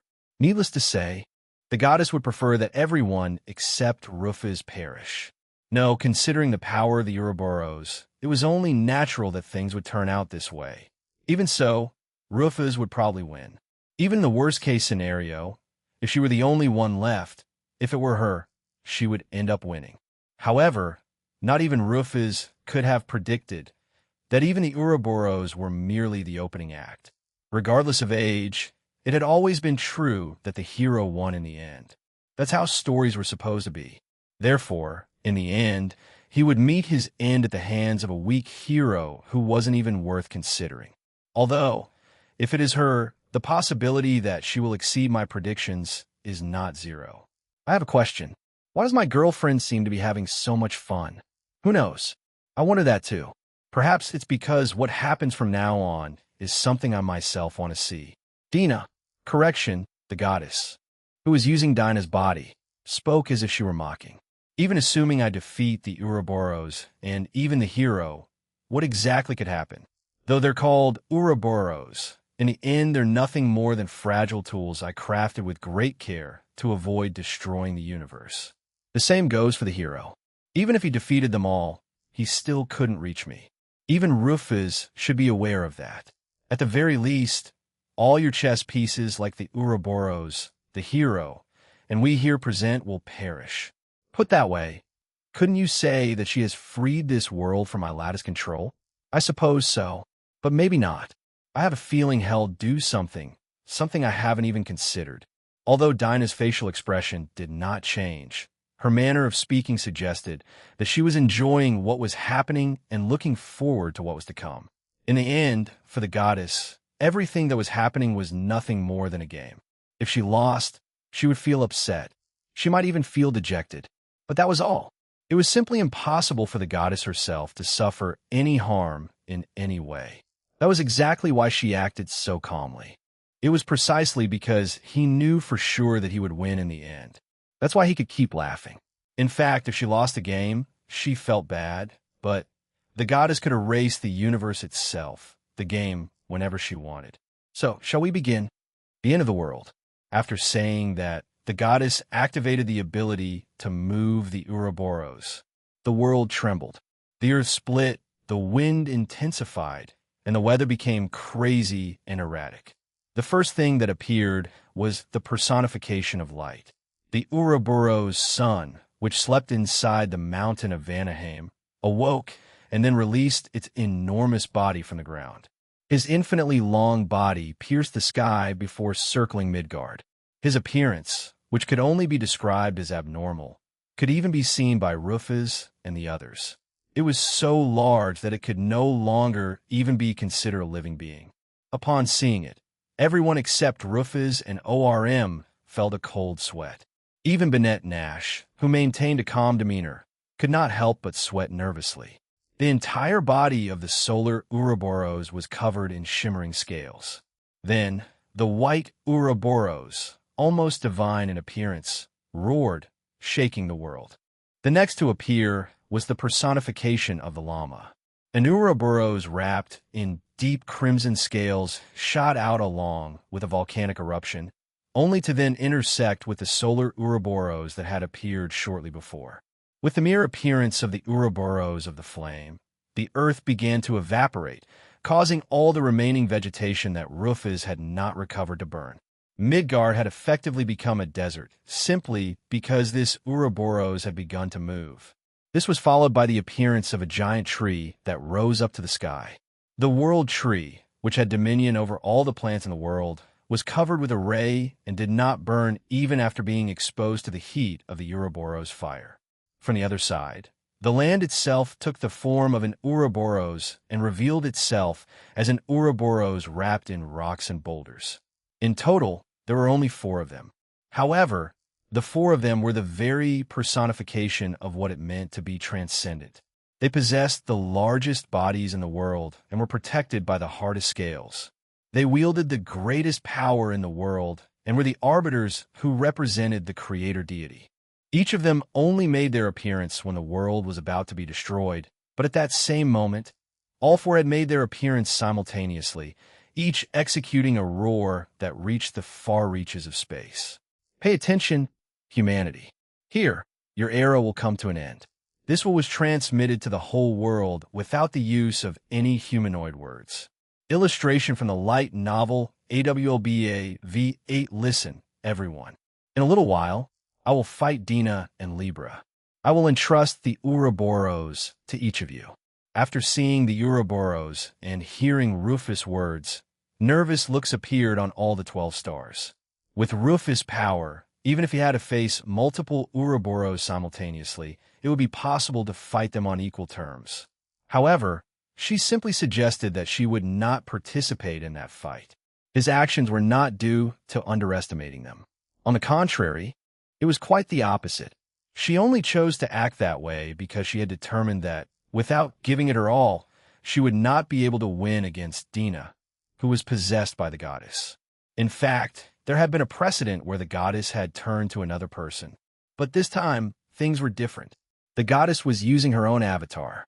As a result, her combat prowess would surpass that of the Ouroboros. Furthermore, Dina had already informed Rufus of the goddess' power. Its HP was 999.9 billion. 2 these were Elevenus HP within the game. And the Elevenus within the game was the avatar of the game administrator. In other words, Dina herself. So yes, that's what it meant. It was her strength when she was possessed by the goddess. That's what it indicated. Very well. Then I will face the celestial Ouroboros. ORM was the first individual to respond to Rufus' possibly unreasonable order. If the other side were an Ouroboros, it would face its own Ouroboros. Both sides would be referees and destroyers of the same kind. ORM jumped, and in an instant, transformed his body into that of an Ouroboros wrapped in black scales. He then turned toward the enemy he was to defeat. Nash was the next to advance. In that case, I will face the fire Ouroboros. I will test how capable these beings called Ouroboros really are. The Ouroboros were truly on top of the world. However, if the other side was an existence at the peak, it would encounter an abnormal existence our own, an existence that transcended the rules established by the goddess. Nash smiled with a confident expression, but was interrupted by someone else's voice. "Wait a minute. What's wrong, fairy princess? It's not that I recognize them, but that's the situation. Since you're here, take them with you." Pollux spoke with disgust and activated his ability. At the same time, a light descended from the sky, and 4 men appeared from within. Nash was very familiar with the faces of the 4 individuals who appeared. The Sword King, Alioth, the Beast King, Dubby, the King of Adventure, Fekta, and the Smith King, Mizar. They were Pollux's sworn enemies from 200 years ago, and those she had summoned once before when she was under the goddess' possession. She brought them back to this world once again. "Pollux, you brother, please don't say anything more. After all, I haven't deemed them worthy." Pollux's ability was the power to bring back an individual whom he recognized as a hero. In other words, if she didn't recognize them as heroes, they could never return. That's why, in the past, Pollux couldn't summon the 7 heroes as he wished. However, the fact that he had summoned them indicated that he had given them his recognition. After learning about their past, after learning that they had their own circumstances, after seeing the interaction between Merak and Virgo, she learned that they had gone through their own difficulties. She must have subconsciously thought that it would be okay to forgive them. Pollux himself must have been aware of this, but he felt conflicted within himself. As such, she was unable to be honest and direct, which caused her to turn her back on them right after summoning them. "Looks like I arrived just in time for the final feast. I've come too." Furthermore, Blutgang arrived flying. A loud sound resonated from the loudspeaker, and the gigantic metropolis transformed into a gigantic humanoid golem before landing on the ground. "Migres, your mana engine is working wonderfully. Blutgang can now fly." "Oh, my Blutgang is flying now." "Oh, why am I down there?" I have returned from Valhalla to atone for my past sins." For it was an unexpected reunion of all the members of the 7 heroes. Although there were now 2 Mizars, it was a trivial matter. Nash crossed his arms and sighed heavily. However, a faint smile formed at the corners of his lips. It seemed that, unlike before, they had returned to their original state. At that moment, Rufus took small flasks out of his pocket and then threw them at Migres and Merak. Use it. It's an elixir. The final battle is about to begin, so if you're left with only half your strength, it will be a mistake." "Thank you." After drinking the elixir that Rufus gave them, Migres got up from his wheelchair. At the same time, Merak's wings were restored when Taurus approached the group. "Taurus, are your wounds okay now?" "Yes, there's no problem anymore. My friend called me back, so I can't keep taking a nap." After saying that, Taurus walked past Rufus. Superficial words weren't necessary. A friend of hers had returned and told her she would fight, so all I needed to do was join the battlefield. If his friend wanted to leave behind the resentment of the past, he would help her to do so. From the past, this had always been the unchanging camaraderie and loyalty that Taurus had towards Rufus. If I just grit my teeth and endure it, AAA, break a leg, Aldebaran. Taurus' firm fist sent Migres and Merak flying. Both bodies flew out and crashed to the ground. With that, the past was settled. At least, Taurus had no intention of saying anything more after that. Migres and Merak woke up with swollen faces. However, they seemed renewed. "I have removed the curse that was upon you. The rest of you, do as you please." 5. "Thank you. We appreciate it." Migres expressed his gratitude and then gestured with his arm towards Taurus, who had his back to them. At the same time, Livia approached Migres and jumped on him. Merak, for her part, spread her wings, which she had just recovered. Cinchureto Mizar placed his palm on top, followed by Merak, who did the same. Finally, Migres also placed his hand on the spot after dismounting Livia. However, for some reason, the moment Alioth tried to get down to join them, Livia raised her collar and wouldn't let him. Just don't be a burden. Of course. It's not like you're unaware of our strength, is it? Leave my back. Let us go back to the madness together again, Benet. Benet Nash spoke as if he were spitting out those words, and Migres, Merak, and Mizar responded with a voice full of confidence. Each of them knew the other's capabilities. Although she found it a little irritating, Benet Nash wasn't someone who didn't understand that they were a useful group. It doesn't matter. If you say you'll come, don't hesitate. Make the most of that supposed power you have. Although Benet did not say it out loud, she allowed them to accompany her, feeling a sense of nostalgia the whole time. Hey, wait a minute. Why am I the only one left out? They'll join you any minute, so please wait for me. Guys, don't let go, okay? I haven't joined you yet. Okay, let's all do this. First, should we reveal ourselves to the people of the Ark and reassure them, along with Sequin? As for Alioth, we can leave him behind. Brilliant. Illustration from the light novel AWLBA V8 The Seven Heroes, accompanied by Blutgang and Livia, headed towards the Arkansas.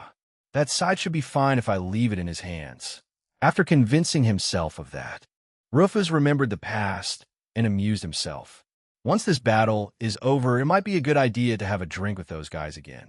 Rufus activated Gate X and retrieved 2 swords from the Maffel Tower, then threw those swords in the direction of the Ark, towards Livia, towards Alioth, who was on top of her. It's a gift. Take it. Thank you. You're a lifesaver.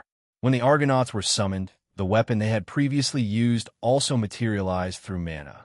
However, that weapon was merely a recreation. It was not the real thing. Even though they were about to enter the final battle, if the so-called Sword King didn't even have a suitable weapon, he would look quite pathetic. Although, pathetic was a word that perfectly defined Aelio's character. After all, it would be his first battle since his return. It would be great if he could do something. Thinking about something like that, Rufus generously lent him 2 from his collection. It was an action carried out only because he believed that if it was Alioth, he could most likely use it well.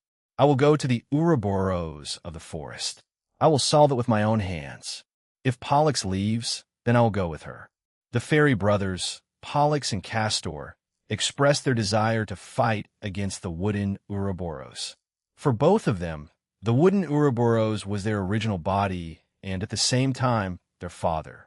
They couldn't relinquish this fight to anyone else. They had an iron will in their eyes. Pollux. Rufus gave him a single ring. The ring was something Rufus had previously acquired without realizing it. The divine artifact, Kronos. 7. It was a divine ring that, by slowing down time around it, allowed its wearer to enter a state where time stood still. However, it was a flawed product since, as a trade-off for its effect, upon removing it, all the accumulated time returned to the user at once. However, Pollux was a fairy princess who had existed for hundreds of thousands of years. For her, no matter how much she suffered, it would have no effect. To begin with, being a fairy, the very concept of life did not exist for her. In other words, she could use this ring without any risk. In addition, Rufus had been fiddling with the ring a bit in the meantime. Previously, the ring's detrimental effect harmed the world at large. However, this effect only harmed the allies of the ring's bearers. As such, Rufus removed that effect from the ring and made the ring function purely to increase the user's speed. Take it with you. From now on, everyone will be constantly fighting in a state where time dilates. If you don't have a toy like this, you won't even be able to keep up with the fight. You're right. I accept it. Thank you. Pollux's actual fighting ability was no different from that of an ordinary warrior. This meant that he would not be able to keep up with the pace of the battle that would unfold from that moment on. It wasn't just at the level of, I wouldn't be useful in a fight. I wouldn't even be able to see the fight in the first place. In their current state, someone could very well die in the time they spent invoking a heroic spirit. In order to participate in the upcoming battle, the ring was an absolutely necessary element for her. Then I will face the Ouroboros of Earth. I will go and beat the living daylights out of this fool who dares to call himself the strongest, even though I am here. So, then I suppose he'll also head to the Ouroboros of Earth. Pollux would challenge the wooden Ouroboros, but it was still necessary for someone else to challenge the Earth Ouroboros. In that sense, Leon and Ares were the first two people to volunteer. In that case, he'll face the wooden Ouroboros. After all, Pollux will need a shield. Virgo will both go to the Earth's Ouroboros.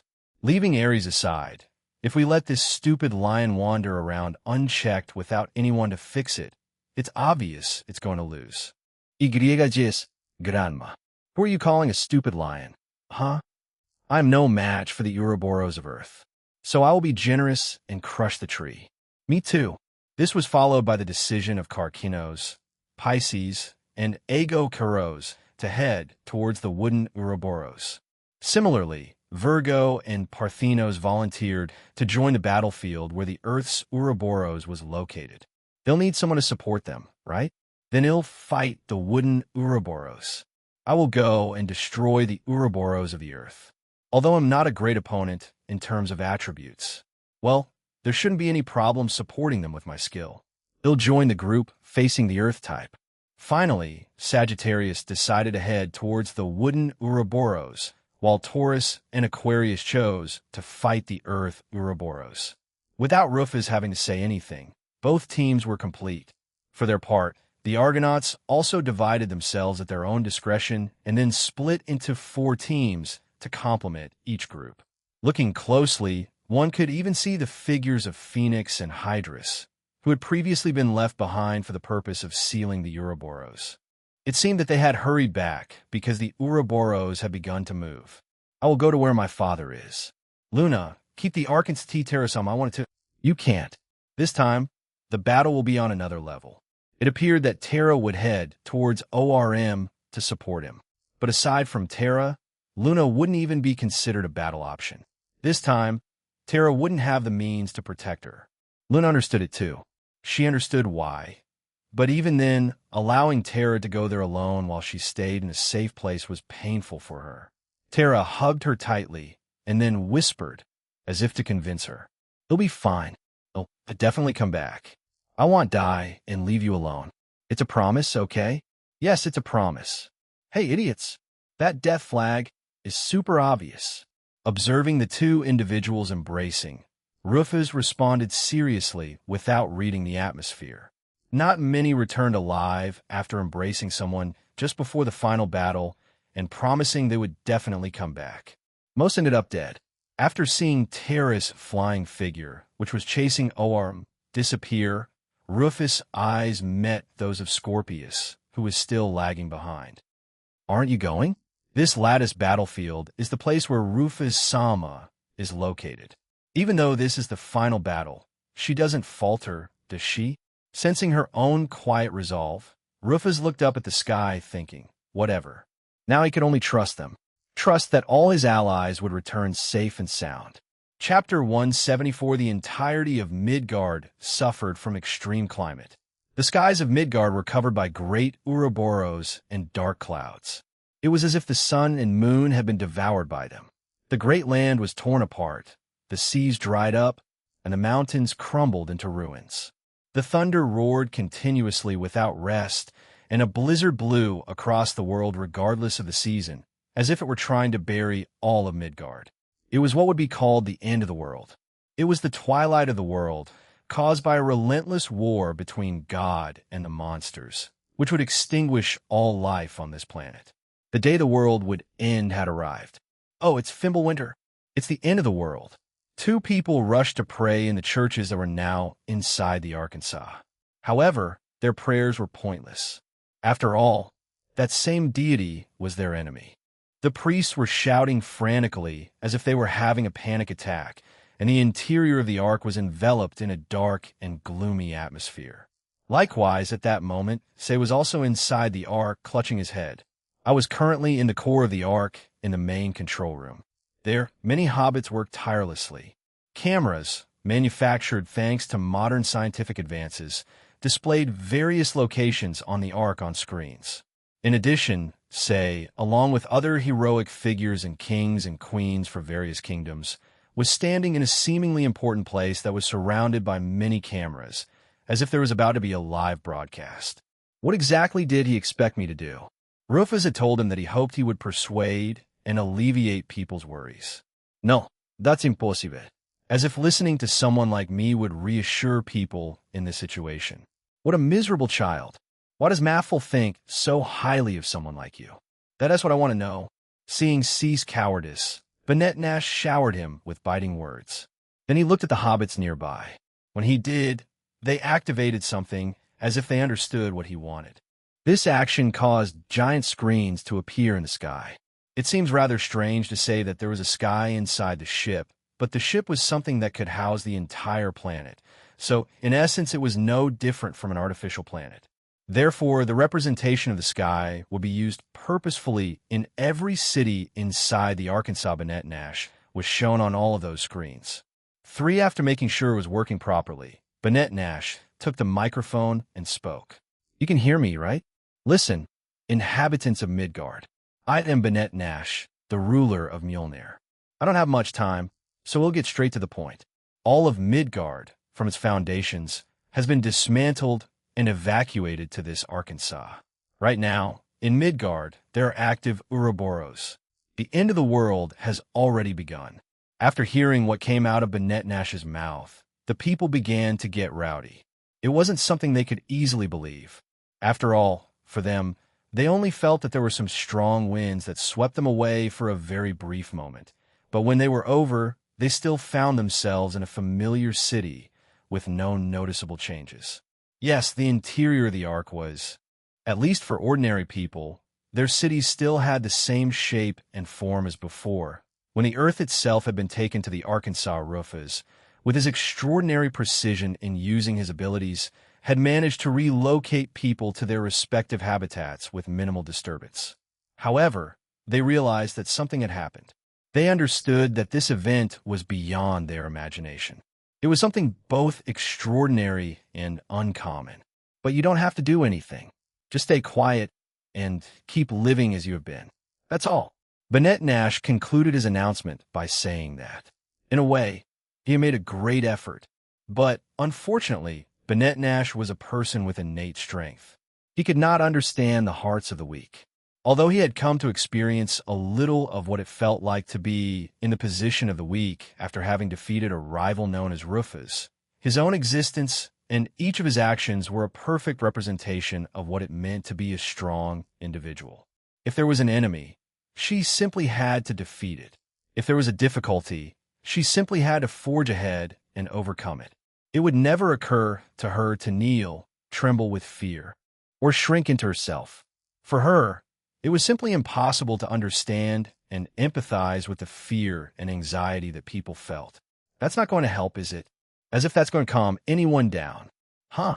What do you mean? That's enough, isn't it? That's not enough. Of course, there are better ways to say it. Then you do it. He'll go first. Banette Nash, annoyed, replied thus before flying out of the Arkansas. As he watched her walk away, Midgard laughed bitterly. It's no surprise Rufus left Say here. In fact, to soothe the hearts of the weak, one must understand and empathize with their feelings. He's undoubtedly perfect for this role. In any case, Banette Nash's words have calmed the people of Mjolnir. So now it's our turn. Midgard adjusted what was shown on the screens in the air so that he and the other 7 heroes would appear. He believed this would be the most effective first step. In particular, the figures of Alioth and Dubhe, who were presumed dead, should inspire courage in their respective kingdoms. Hey, you idiots from Levitine, does anyone know what I look like? I'm more or less the founder of the kingdom, Alioth. I'm the founder of Dropner, Dubhe Bear. Well, I say kingdom, but technically before I knew it, the beastmen had gathered and somehow become a kingdom, and I somehow became their emperor, but yeah, is this the time to say that? I am Fekta. Although, My kingdom perished long ago. Anyway, it seems my people are the ones who created this ark, so I suppose I don't need to reassure anyone. I am Merak. Citizens, please calm down and listen to what we have to say. Once the 7 heroes had relieved the citizens of their respective kingdoms, they all turned to look towards Say. Although it was irrelevant information, Mizar didn't end up saying anything in particular. This was because the citizens of Blutgang were enjoying the situation and were enthusiastic. In fact, they had remained in Blutgang with the intention of participating in the impending final battle. The dwarves were very daring. Right now, Midgard is being assaulted by terrifying monsters by the Ouroboros. To combat this unprecedented situation, we have formed an alliance with Rufus Maffel and the Demon King. Let me introduce you to the one who made this alliance possible. The otherworldly being who answered our call and appeared in this world, the hero, Say. In response to Migrez casually introducing him in such a surprising way, Cease's eyes almost rolled back in his head. Wait a minute. Did I just hear that I'm being described as something awful? For I feel as if I've been made the main mastermind, or rather, the leader of the alliance between the 7 heroes, Rufus, the demi-humans, and the demon race without my participation. Say looked at Migrez as if to admonish him, but Migrez simply smiled back warmly. Furthermore, it seemed that the words Migrez had casually invented were very effective. Upon hearing that symbols of fear, such as Rufus and the Demon King, had become their allies, hope flooded the hearts of the people. As one who had accomplished such a great feat, the hero's name was etched in their minds. The more cornered a person was, the more they would want to cling to hope and worship an idol. The news of the hero's appearance and the announcement of the establishment of an alliance became their hope and coursed through their minds like an electric shock. The hero say, "Oh, he's the hero. Mr. Hero. Mr. Hero." Subsequently, some people in each kingdom and city began to raise their voices. They were the rangers who had previously traveled with Sei and his group, but had been left behind after Sei and the rest met Rufus and were given Tanaka and Suzuki as means of transport. Because they were serious about their work, they spread out across various cities like cherry blossoms with the intention of promoting the hero in each of their respective locations. The call to the hero resonated in several cities and kingdoms, and expectations for that hero throughout the arc were overflowing. On the other hand, after becoming the person in question, Sei could do nothing but laugh. Well, hello everyone. I'm Sei, and right now I'm more or less the hero. Sei took the microphone with a rigid expression and began with an introduction. It was clear that his misfortune would continue for some time. The Ouroboros of the earth roared, and then proceeded to drop the hammer of justice on the fools who had the audacity to defy a deity. However, his movement stopped abruptly when he saw and looked at the little people standing below him. There was Leo, who was in the front, followed by Aries, Taurus, Virgo, Parthenos, Aquarius, and Ganymede.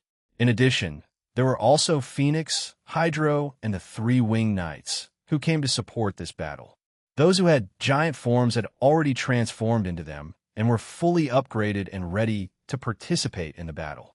Taurus, for example, had transformed the upper part of his body into that of a bull, while the lower part retained that of a human. Overall, his appearance had changed to that of a minotaur, and he was holding an axe. Leon and the others had also transformed into giant forms corresponding to their titles and were rising into the sky. But this time, they were the smaller rivals. Little ones, are you impertinent enough to challenge me? The Earth's Ouroboros mocked them. Although all he did was open his mouth to speak, the atmosphere trembled and a storm broke out. The Ouroboros were personifications of something transcendent. Regardless of how insignificant their individual actions might be, each one of them would lead to a catastrophe. When they spoke, a storm broke out. When they breathed, a cyclone passed. When they moved, it caused an earthquake and a tsunami. If those who were here had not been Leon and the others, they would not even have been able to remain standing. You will have the honor of being crushed in an instant. The eyes of Earth's Ouroboros glowed, and then the space around it distorted.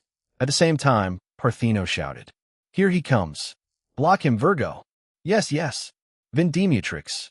Gravity amplification x 1000. The compressed mana acted as a supergravity attack that dispersed with the Earth's Ouroboros as its center. The next instant, the Earth collapsed as if it had suddenly disappeared, changing the very shape of the planet. Fortunately, thanks to Virgo's mana-draining ability at the last second, the ground beneath them remained intact. It was as if the place they stood had become a cliff. The ground disappeared? No, it didn't disappear. It was overpowered. Aquarius calmly gave an explanation to the confused Ares, who didn't understand what had just happened.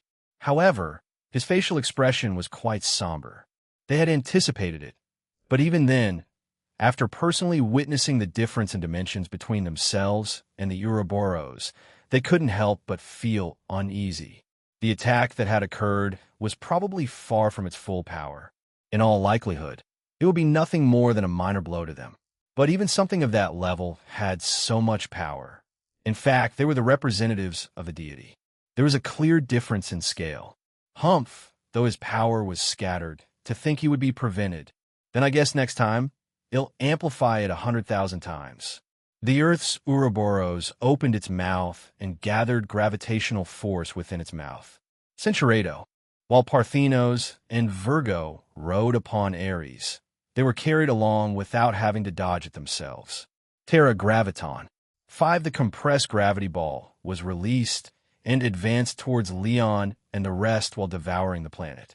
Knowing that they would not escape unharmed if they were hit directly by him, they all dodged him before going on the offensive. The one who led the offensive was Leon. The king of the lions kicked the air and then shot towards the Ouroboros of Earth while bearing his Barado. Repulsive Barado. 6. However, the moment Leon tried to approach him, he was repelled by something as if someone were pushing him away.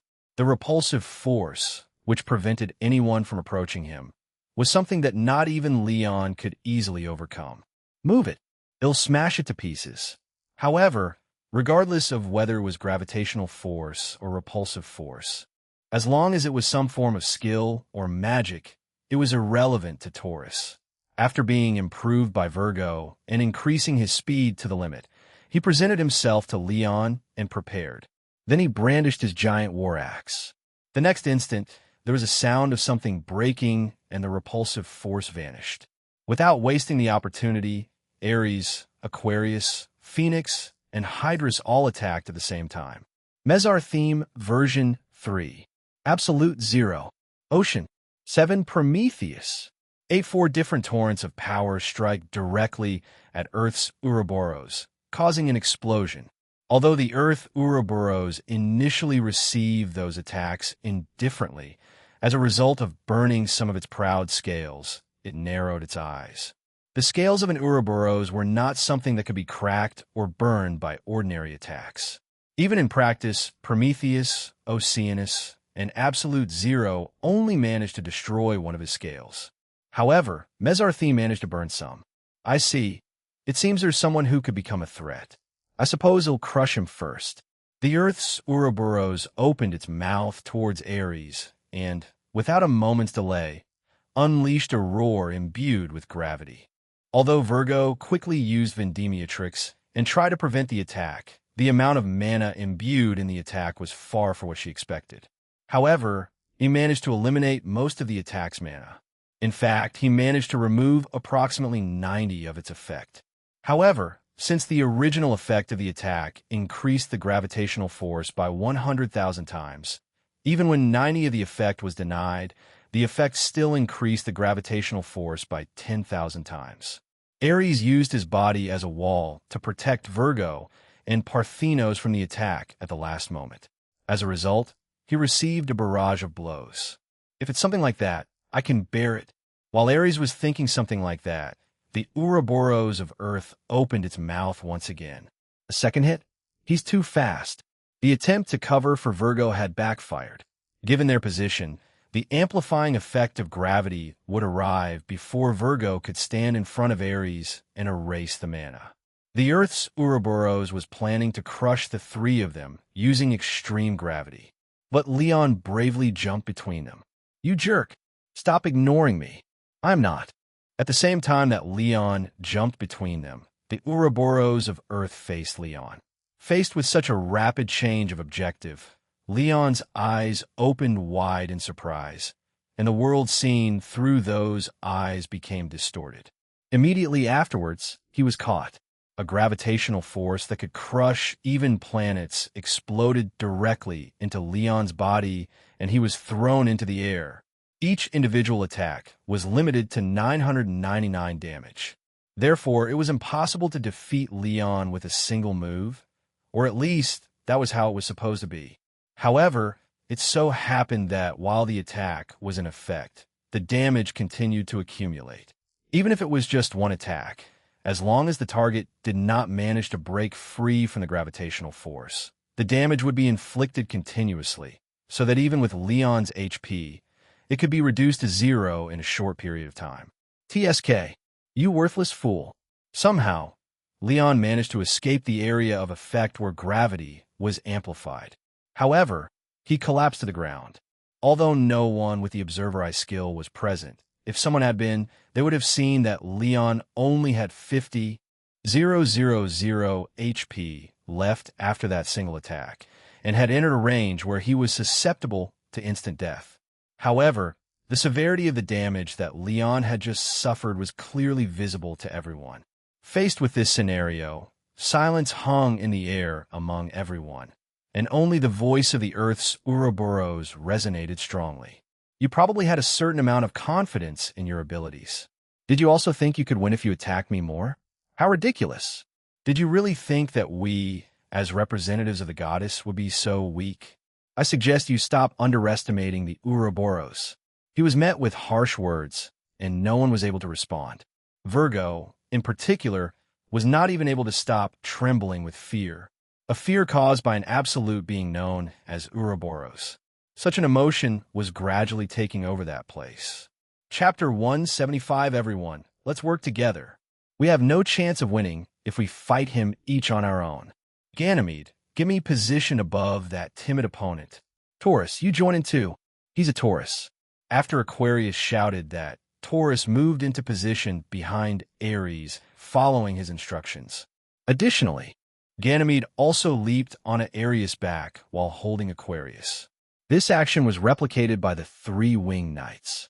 Phoenix and Hydrus, who were unable to climb onto Ares due to their sizes, stood on either side of him and then stared at the Ouroboros. Okay, listen up everyone. It's baffling, but that bastard is miles away from us. If we challenge him without coordinating our moves, we won't stand a chance. Luckily, we have a way to fight him. The girls, Virgo, Vendimiatrix's rapid-fire Gigagraviton. 2 Aquarius tried to convey a strategy to his allies, but the Ouroboros they faced was not a naive enemy that would wait quietly while the enemy had a conversation in the middle of the battle. He began firing bursts of gravity bullets without restraint, causing Ares to run desperately trying to avoid them. Each shot was not as powerful as the Terragraviton that had brought Leon down earlier. However, in exchange for the reduced power, the interval between each shot shortened to the point where it resembled a machine gun. The whole spectacle of gravity bullets piercing the Earth and perforating the planet seemed almost ludicrous. It looked as if the balls of dirt were being removed little by little, using a spoon. In any case, even after the power of the individual shots weakened, those gravity bullets remained a threat to Ares and the rest. Now that Rufus had fully recovered his powers, his levels were at level 1000.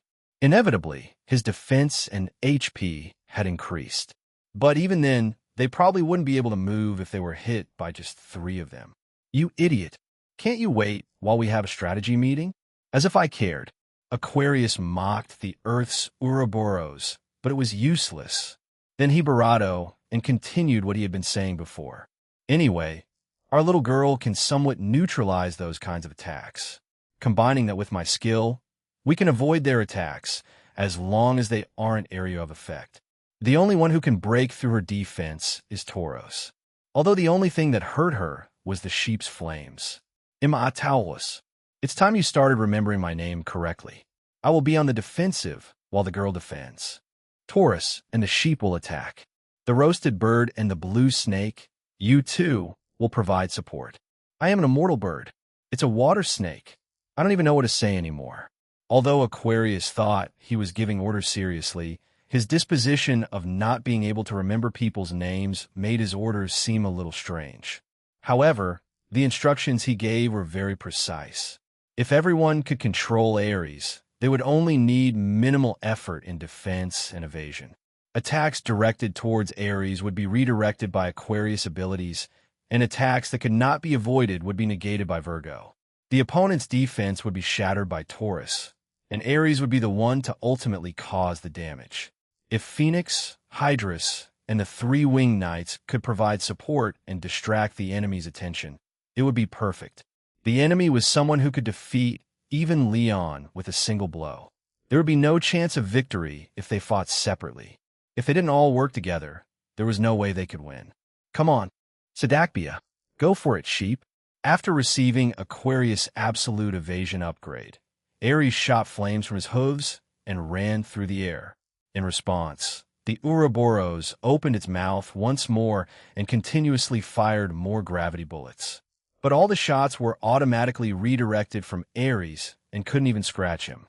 By the time the Ouroboros realized that what was happening was due to the effect of a skill, Ares was already right in front of his face, and Taurus was brandishing his axe over his head. With a single blow from Aldebaran, the repulsion force field shattered, allowing the flames of Ares to connect directly. Subsequently, Ares glided alongside the Ouroboros and created some distance before changing direction and charging once more. More on. The Earth's Ouroboros muttered in annoyance and fired gravity bullets once more. But those that were shot this time were different from the previous ones, as they began to attract everything from their surroundings. The previous shots could be described as a form of intense pressure. It was an ability to crush the enemy through gravity. This time, however, the shots were based on attraction. It was an ability that drew everything around it in, and it was impossible to evade it. In other words, this was a form of skill requiring absolute precision. Did you think you could ignore my skills by simply using skills of absolute precision? Demande d'estimatme. Skill, the one who swallows albali. 3 Ganymede placed the water jug, and inside it disappeared the figure of a girl.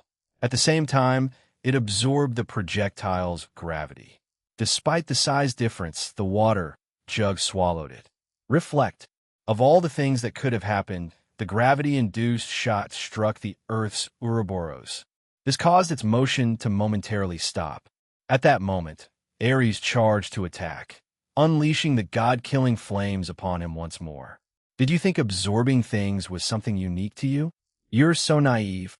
The Earth's Ouroboros did not respond with words, but instead increased the gravitational effect of the entire area. With this, escape was impossible, and he could no longer be pulled in as before. However, this effect was negated by Virgo's ability, giving Ares a small opening to attack again. Taurus broke the repulsion barrier, Ares burned the Ouroboros, and the other members applied more pressure. Now, aim at the spot where the scales burned. Understood. Let's go, Hydrus. All right. After receiving instructions from Aquarius, Phoenix and Hydrus opened their mouths. Then, in a corresponding and rapid manner, they fired shots of fire or water one after another, concentrating on the specific place that Ares had burned. In addition, the 3-winged knights, Pavo, Apis, and Corvus, aimed and fired their attacks at the Ouroboros eyeball, creating a smoke screen to block its vision. Like an Ouroboros, even his eyeballs were strong beyond all common sense, yet still enough to obstruct his vision for a short period of time. During that time, Ares passed by Leo, allowing Virgo to use healing abilities on him. Because Leon had been hit by the area of effect gravity amplification attack, he was in critical condition, but this would be enough to allow him to return to the battle. Despite that, Ouroboros' Earth still did not stir in the slightest. It was only natural. After all, things hadn't gotten serious yet, but he planned from now on. Very well, I too will fight as I should. As soon as he said that, Ares was drawn towards him. Although Ares quickly regained control and tried to stabilize himself, his body was still being slowly pulled away. The same thing was happening to Phoenix and Hydro. During that time, Virgo clung desperately to Parthenos with one hand and to Ares with the other to keep him from falling, so she was completely absorbed. But as if to mock their situation, a meteor shower approached from outer space. The Earth's own Ouroboros acted as a gravity-inducing mass, attracting all stray asteroids from space towards it. "It's not good. Avoid it, sheep." Ares ran frantically and dodged the meteor shower.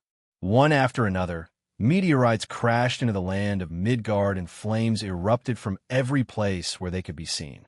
The ground, on the other hand, spread upwards and then fell back down from the sky, as if it were raining.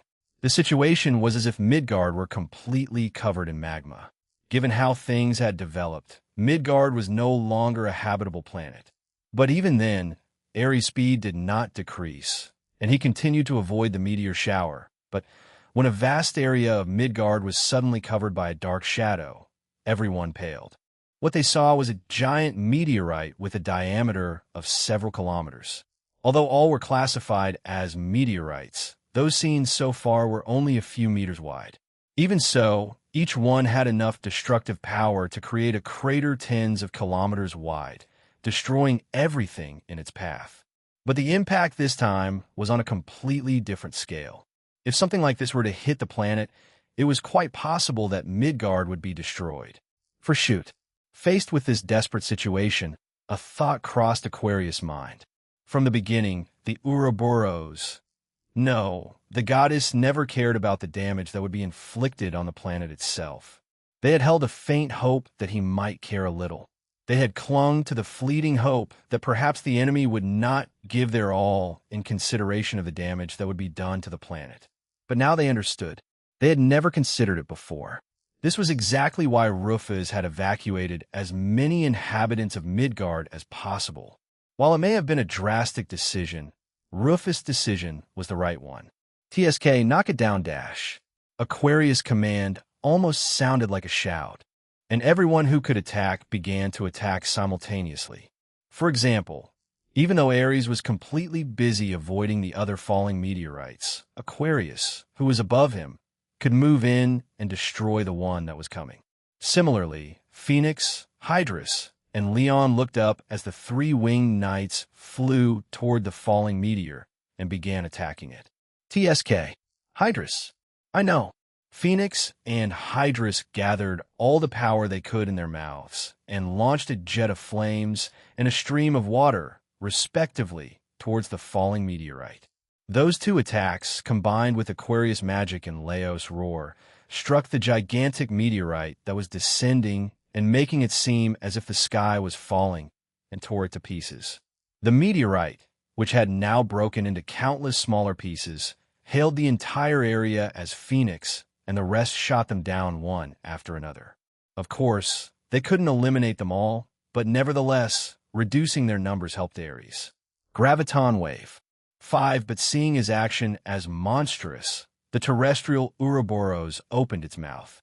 This was followed by an invisible roar, which could only be described as a gravitational wave. That passed in front of Phoenix. Just after the gravitational wave passed in front of him, there was nobody left in front of Phoenix. Just a moment ago, Hydrus had surely been standing right in front of him. But now, there was no trace of him left. Hydrus had disappeared in a very anticlimactic way. He probably wouldn't even have realized that he had disappeared. Hydrus? Ashi, where did you go? Hydrus? Shouting his rival's name, Phoenix stood there stunned. But he was only stunned for a moment. The next instant, he became a raging Barado and was filled with rage. You jerk! Was it you? You were the one who did that to Hydrus. Calm down, roast chicken. You're playing right into his hands. Phoenix, now engulfed in flames, ignored Aquarius' cautionary words. Lost in his rage, he charged straight toward Earth's Ouroboros. Unfortunately, a direct frontal attack was ineffective against the terrestrial Ouroboros. In the end, their attack only managed to break one of its scales. Then he was struck by the gravitational wave that Earth's Ouroboros used as a counterattack, and the right side of his body was destroyed. Even so, He continued to spew resentment and attempted to attack. Unfortunately, Phoenix was destroyed by Earth's Ouroboros' subsequent attack without leaving a trace, just like Hydrus. Although he could have been an immortal bird, he could not avoid dying when his entire body was erased. Phoenix, Hydrus, there's no time to worry about what happened. Sheep, our skills won't be able to keep up, so focus on avoiding it. Ares continued running through the air and desperately avoided the meteor shower. Normally, there would have been no way for me to prevent something of this magnitude. However, at that precise moment, Earth's own Ouroboros distracted him. Ares couldn't maneuver even at 10 of his maximum capacity. It wasn't as if Aquarius was just giving orders. They had only managed to survive up to that point because she had been continuously and relentlessly unleashing absolute evasion skills. Unfortunately, due to the constant barrage of attacks, the absolute evasion abilities they had been granted had already been exhausted. These abilities couldn't keep up with the relentless onslaught. Noticing the delay in their actions, it became a great opportunity for the opponent and an extremely damaging lapse in judgment for Ares and the rest. The three-winged knights were unable to dodge it in time, and were also eliminated after being hit by the meteor shower, further diminishing their numbers. Then, the Earth's Ouroboros opened its mouth wide and pointed towards Ares. Then there was a splash of blood. While Ares and the rest were fighting against the Ouroboros of Earth, Pollux, and the others in his group were also involved in a tough battle in a different location. Their group's opponent was the wooden Ouroboros. On the other side were the fairy brothers, Aegokeros, Pisces, Karkinos, and Sagittarius. They were supported by the ship Argo and the heroic spirits summoned by Pollux. However, the course of the battle was not at all in their favor. No, if one were honest with oneself, one was definitely in a disadvantageous position. Not only was the Ouroboros' defense extremely solid, but any damage that could be inflicted on it was quickly regenerated. The Ouroboros were the beings that maintained the balance of the world. Consequently, they would always have the support of the world in which they existed. That's how Pollux gained access to unlimited SP. As its true, original form, the wooden Ouroboros could naturally utilize its powers. Therefore, any superficial damage was no different than no damage at all. Not only was it extremely difficult to cause damage in the first place, but any damage caused would ultimately be undone. To say it's a trap would be an understatement. How is this possible? The wooden Ouroboros, our original body, is... Pollux gritted his teeth, mortified. They were prepared for a difficult time. They knew it wouldn't be an easy battle. But even then, they could not have predicted that it would turn out this way. Yes, that's right. There was no way they could have predicted something like that. That the wooden Ouroboros, which was his true body, was so hio. What a treat. Hey, Centurado, why don't you try punching this old man in the face at least once? Right here. He's such an annoying old man. Hio. How mortifying. The wooden Ouroboros turned out to be. How to put it? It had a completely different personality than the one Pollux had predicted. As a representative of the deity of creation, she had willingly assumed that she would exude a majestic aura and be stern and rigid in personality. In fact, she was the one who assumed the persona of someone she had never met personally before. She couldn't help but be forced to admit that she was the one who wrongly imposed her own assumptions on others. But still, she would have liked it to be something more reasonable. The appearance of the wooden Ouroboros, which was turning its head from side to side as if to ignite the situation. In fact, it was igniting the situation and sticking its tongue out as if to mock its opponent, was very annoying, to say the least. All right, I'll do it. Come on, heroic spirits. Everyone attack at once. Pollux screamed in anger and then summoned even more heroic spirits. If the opponent was the greatest in quality, then it would be the greatest in quantity. Numerous heroic spirits flew in front of her and all activated their abilities simultaneously. There were so many streaks of lightning in different colors that they filled the sky. They all pointed toward the wooden Ouroboros and landed directly on it, but that wasn't all. Not only did the Argo's cannons launch an attack, but Sagittarius, Aegokuros, Pisces, and Castor also attacked the wooden Ouroboros with their arcane magic. The crab, unable to use arcane magic, decided to at least make its scissors clang. Even though it was the final battle, it was useless, as always. A column of flames rose up. Cinturedo massaged my back, okay? You see, I'm a little numb after waking up. Oh, wait, was that supposed to be an attack? In that case, I might have said something rude, huh? Gee, Pollux screamed wordlessly before, in his fury, making an expression he would not normally show to others. He then summoned more heroic spirits and continuously activated abilities to attack the wooden Ouroboros with the intention of forcing his way through using numbers. However, the moment she did so, she was overcome by a feeling of lethargy she had never felt before and collapsed on the floor of the Argo. Hey! Although he somehow managed to grab on using his hands to cushion the fall, he was unable to put any strength into his arms. His arms were trembling, and he couldn't put any strength in his feet either. His vision blurred, and he began to sweat. What happened? Unable to understand what was happening to him, he was left in a state of confusion while suffering an unknown phenomenon. Noticing something amiss with Pollux, Castor went to check on her, but found no injuries. There were no signs of poisoning either. They really couldn't figure out what the cause might have been.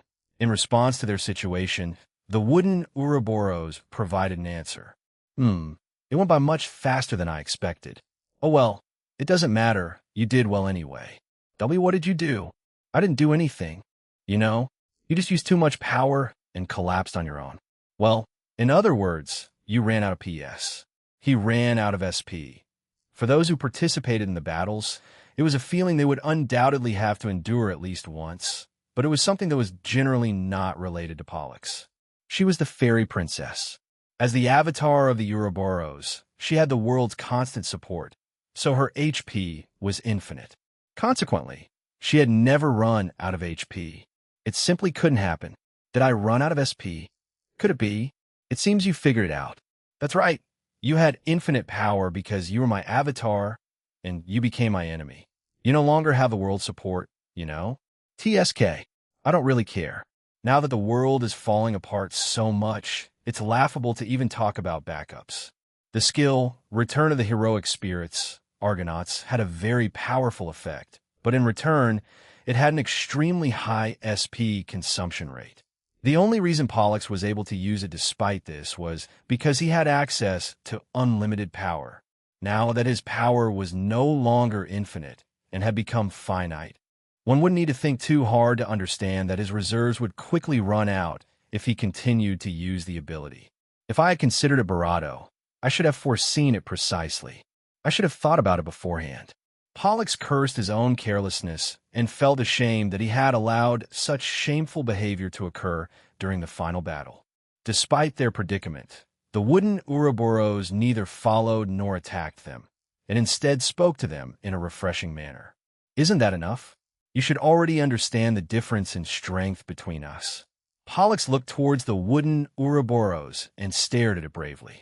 He wasn't an enemy who would be surprised by just her gaze. However, he at least wanted to show that his heart hadn't been broken yet. Yes, she understood the difference in strength. So what? Was she supposed to let him kill her without resistance? But the subsequent words spoken by the wooden Ouroboros were not something Pollux had anticipated. If you stop now, everything should be all right. You should stop fighting and beg the goddess for forgiveness. If you do, she will most likely forgive you. I will come to beg you. So, my child, why not put an end to this and get over this phase of late rebellion? It was as if the wooden Ouroboros was trying to persuade a little girl who wasn't listening. It was as if it were trying to persuade her. With a kind and gentle voice, the Ouroboros of the forest said this to Pollux. Chapter 176, just when I was wondering what you were going to say, of course I refuse. If I had wavered on this point, I would never have fought with you. Pollux decisively rejected the proposal of the wooden Ouroboros and took a small flask out of his pocket. What he pulled out was something called Mana Drink F, which was an item used to recover the user's SP that he never thought he would have to use. There were 3 types of mana drinks, ordered by their effectiveness: Mana Drink, Mana Drink S, and Mana Drink F. The one he was using now fully restored his HP. He only carried one with him, just in case. If one considered the fact that an item used to recover SP only ended up having any use after reaching the final battle, one could understand how out of the ordinary Rufus Company's SP reserves were. But of course, Pollux had been keeping this item not for herself, but in case one of her allies ran out of HP. She never imagined that she would be the one to use it. She drank it all at once and got up again. Although his SP was fully recovered, Argonautai still had a horrendous SP consumption rate. If he summoned about 10 heroic spirits, his SP would run out very quickly. He had no shortage of recovery items. In fact, they were plentiful. Even as the planet was destroyed, the Maffel Tower stood firm, untouched. Inside, there should have been mountains of recovery items. Furthermore, in preparation for the final battle, the Argo was equipped with a large number of HP recovery and debuff removal items. But Pollux never thought he would need an item to recover his SP. It was because he believed he could summon heroic spirits indefinitely as long as he lived. Furthermore, he knew that these heroic spirits would be summoned with all their HP and stats. Therefore, I didn't need to recover any. Exactly. He had never included HP recovery in his battle plans. That was because it wasn't necessary. The only reason he possessed an SP potion was his cautious and prudent nature. It was precisely that personality that had allowed him to save the day, but there would be no second chance. The battle's progress was extremely unfavorable for them, but the option of walking away from the fight was not available to them. I no longer want to deceive the world. I no longer want to betray people. I'm fed up with sending adorable children into such terrible peril. Even though there's little chance of winning, I choose to fight alongside them. I understand your feelings. In fact, the goddess has imposed a severe condition. But even so, the wooden Ouroboros sighed aloud with a hum. With just that, a gust of wind occurred and part of the planet's surface was swept away. Even so, you should stop. In the end, only death awaits you. No one could defeat the goddess. You're on thin ice. There's no point in continuing a fight, knowing you'll end up dead. Upon hearing the words of the Ouroboros of the forest, Pollux closed his eyes. He recalled seeing the backs of heroes who were always full of hope as they walked towards certain death. They were the ones she had personally sent to certain death. After having sent countless heroes to that place of certain death, now, she herself stood there. Karma has taken a complete turn. After thinking that, Pollux couldn't help but laugh bitterly. What a ridiculous thing to say. Up until now, I've sent countless people onto a battlefield where death was the only possible outcome. And you're supposed to run away when it's my turn? Don't joke with me. If I run now, they'll never be able to face those children. Are you saying that even though you know you can't win? In response to Pollux, who had a determined expression, the wooden Ouroboros looked at her as if he felt sorry for her. However, that compassionate look changed immediately due to an interruption from the devilish goat. Ego Karos crossed his arms and proceeded to float in front of the eyes of the wooden Ouroboros. Hey, I've been listening to you patiently for a while, and all you've done is insult my teacher. You say no one could defeat the goddess. How stupid. We're the ones who should be saying that. No one can defeat our teacher, and as someone loyal to her, I want surrender to a follower of the goddess. Ego Karas' eyes gleamed, and dark clouds gathered in the sky. Then he opened his arms and shouted loudly, "Assemble before me, you powers of darkness." Upon hearing Ego Karos' voice, the mana of all Midgard began to swirl towards him as if he were the center of a whirlpool. Ego Karos assimilated the large amount of mana, becoming so enormous that it was even comparable to the Ouroboros. Ego Karos versus the wooden Ouroboros. Illustration from the light novel AWLBA V8. In an instant, he transformed into his true form as the Demon King, surpassing even the size of the humanoid's territory. Then he seized the head of the wooden Ouroboros. Upon seeing Ego Karas' new form, even the wooden Ouroboros couldn't help but be surprised with a stiff smile. Ego Karos was a distinct existence from that of Leon or the Dragon King. Fundamentally, Aegokeros was not an existence born under the parameters of the goddess. It was an important insect that had been born outside the goddess surroundings, just like Rufus. As such, the extent of its power could not be fully comprehended even by the Ouroboros. Interesting. It seems that good things can come from living a long time. The game is over. Plunge into despair, plaything of the deity. Aegokeros, relying purely on his physical strength, smashed the head of the wooden Ouroboros against the ground. In a single blow, the land of Midgard shattered. The fractures left by the impact were so large that the planet could have been split in two. Aegokeros then picked up the Ouroboros and sent the wooden Ouroboros flying with his fist tightly closed. Then he jumped up and chased after it.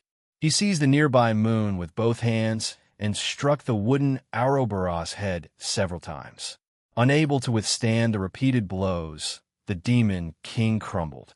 The demon king then Barado, gathering an intense black light within. It was the same dark and destructive ray that had destroyed even the mutant god. In response to Aegokeros' action, the wooden Ouroboros charged a beam from its mouth, firing it at the same time as Aegokeros. The two extremely dense energies collided.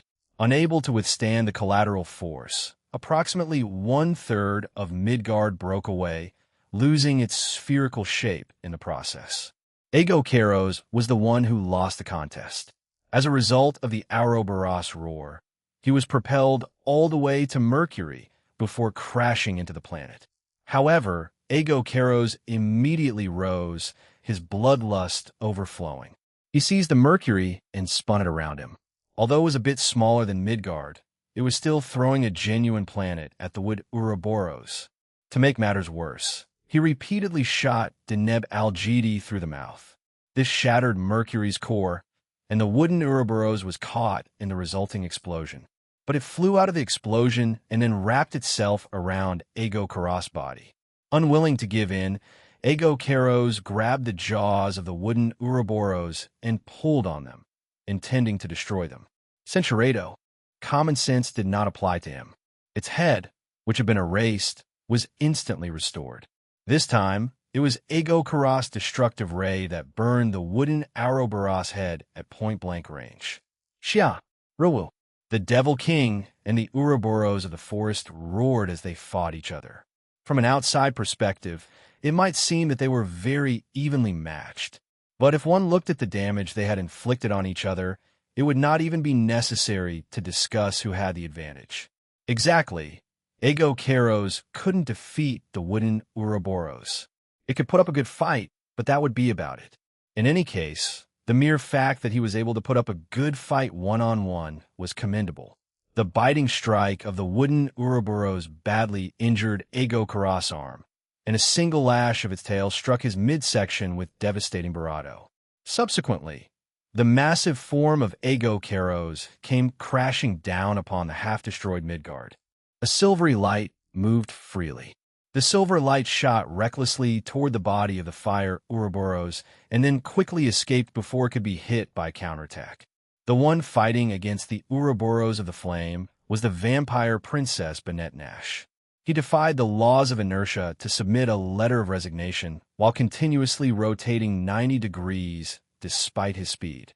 Tracing an impossible path, he relentlessly struck the Ouroboros of fire. The Ouroboros of fire was the personification of flame. Therefore, the surface temperature of its body reached tens of thousands of degrees Celsius. Ordinary living beings wouldn't even be able to get close before they would be burned to death. But Benetnash was no ordinary man.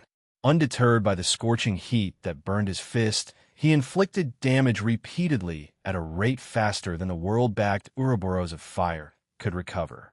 At this point, Midgard had already lost its original shape as a planet and half of its land had sunk into magma. The only places that remained untouched were those under the protection of Rufus' shield. In a few minutes, Midgard would probably explode and cease to exist in this universe. However, Benetnash used that lava as a foothold and fought the fire Ouroboros with the advantage. Ha ha ha! When it let out a war cry, the jaw of the fire Ouroboros lifted. Due to the size difference between the two groups, it looked as if the fire Ouroboros was bending back on its own, making the whole scene look rather stupid. The Ouroboros of fire opened its mouth and shot out flames, but Banette Nash was no longer there. This time, Banette Nash gave him a side kick, plunging him into the magma. Lunatic Rain. Banette Nash launched a silver-colored attack at a great height. That attack then dispersed into the air and turned into countless raindrops of light, which fell back onto the surface. There were thousands of these destructive lights, each capable of single-handedly obliterating the humanoid's domain. They all poured simultaneously upon the magma, unleashing the Ouroboros of Barado. Finally, the attack ended, but the Barado Ouroboros did not emerge. She understood that it wasn't an opponent who would Barado for something of that magnitude. Banette Nash crossed his arms and then snapped his Barado in annoyance. TSK. The power of that arcane magic was drastically reduced. That stupid goat accumulated too much mana. Mana was needed to use arcane magic. But currently, Midgard's mana had been collected by Agokeros. As a result, it was about to run out. As a result, Banette Nash was unable to increase the power of his arcane magic to the point he had hoped for. In other words, even if Banette Nash used her ultimate ability, the maiden who shoots the silver arrow, it most likely wouldn't be that powerful. Never mind. I'll have to finish him off in hand-to-hand combat. Even if Banette Nash didn't use his arcane magic, he still possessed overwhelming power and speed. Even if he couldn't use arcane magic, it didn't mean he had become weaker. Banette Nash decided that if the fire Ouroboros didn't want to return, he just had to chase it.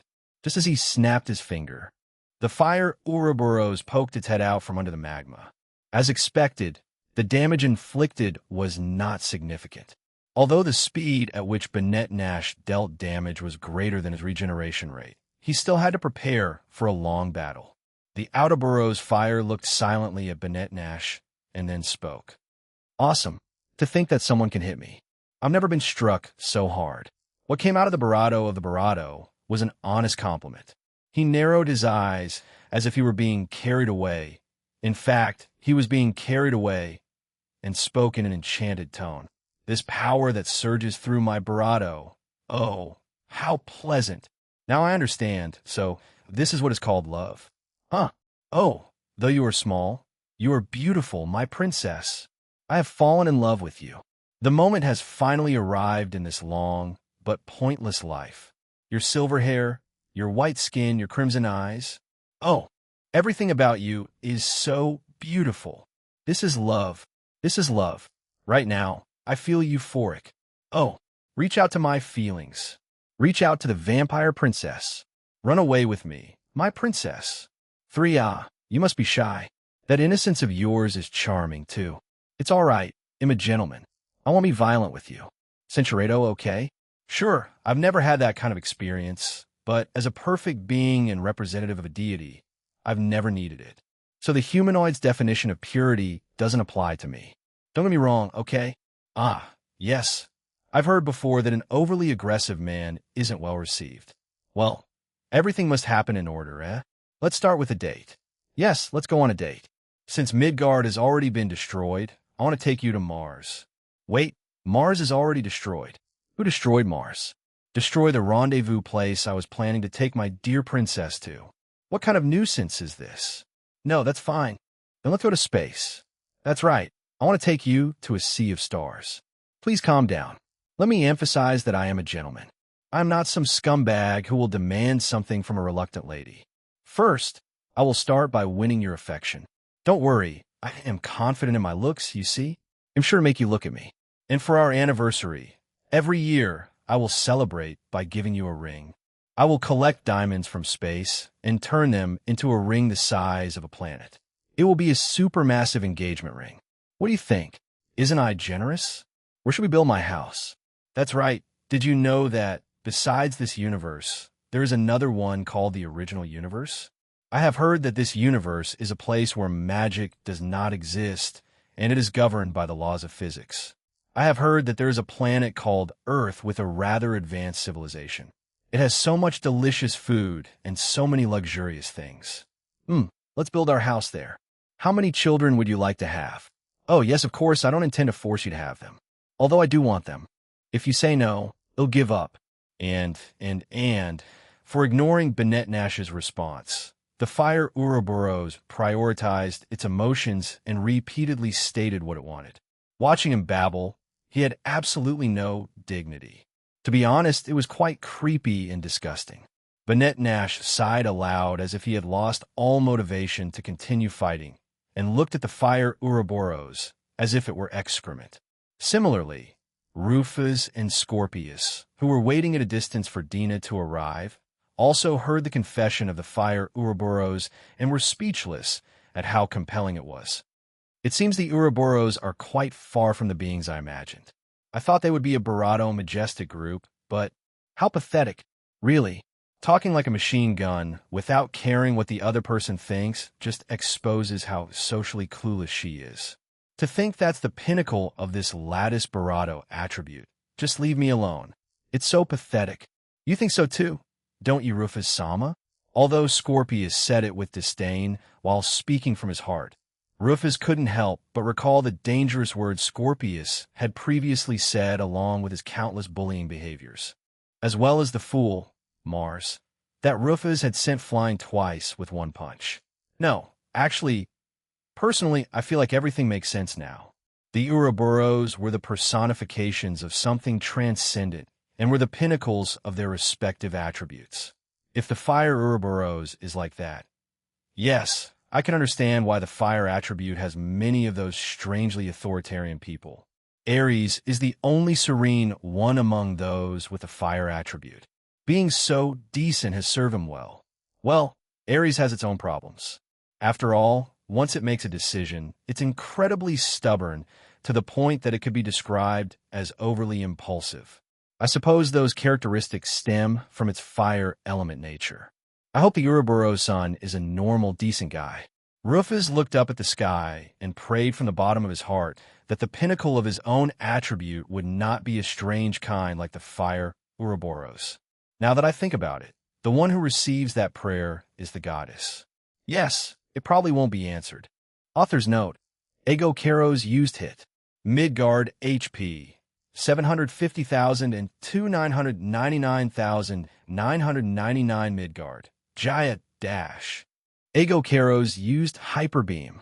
Midgard HP. 700,000 and 999,999 Midgard. TTH, help me.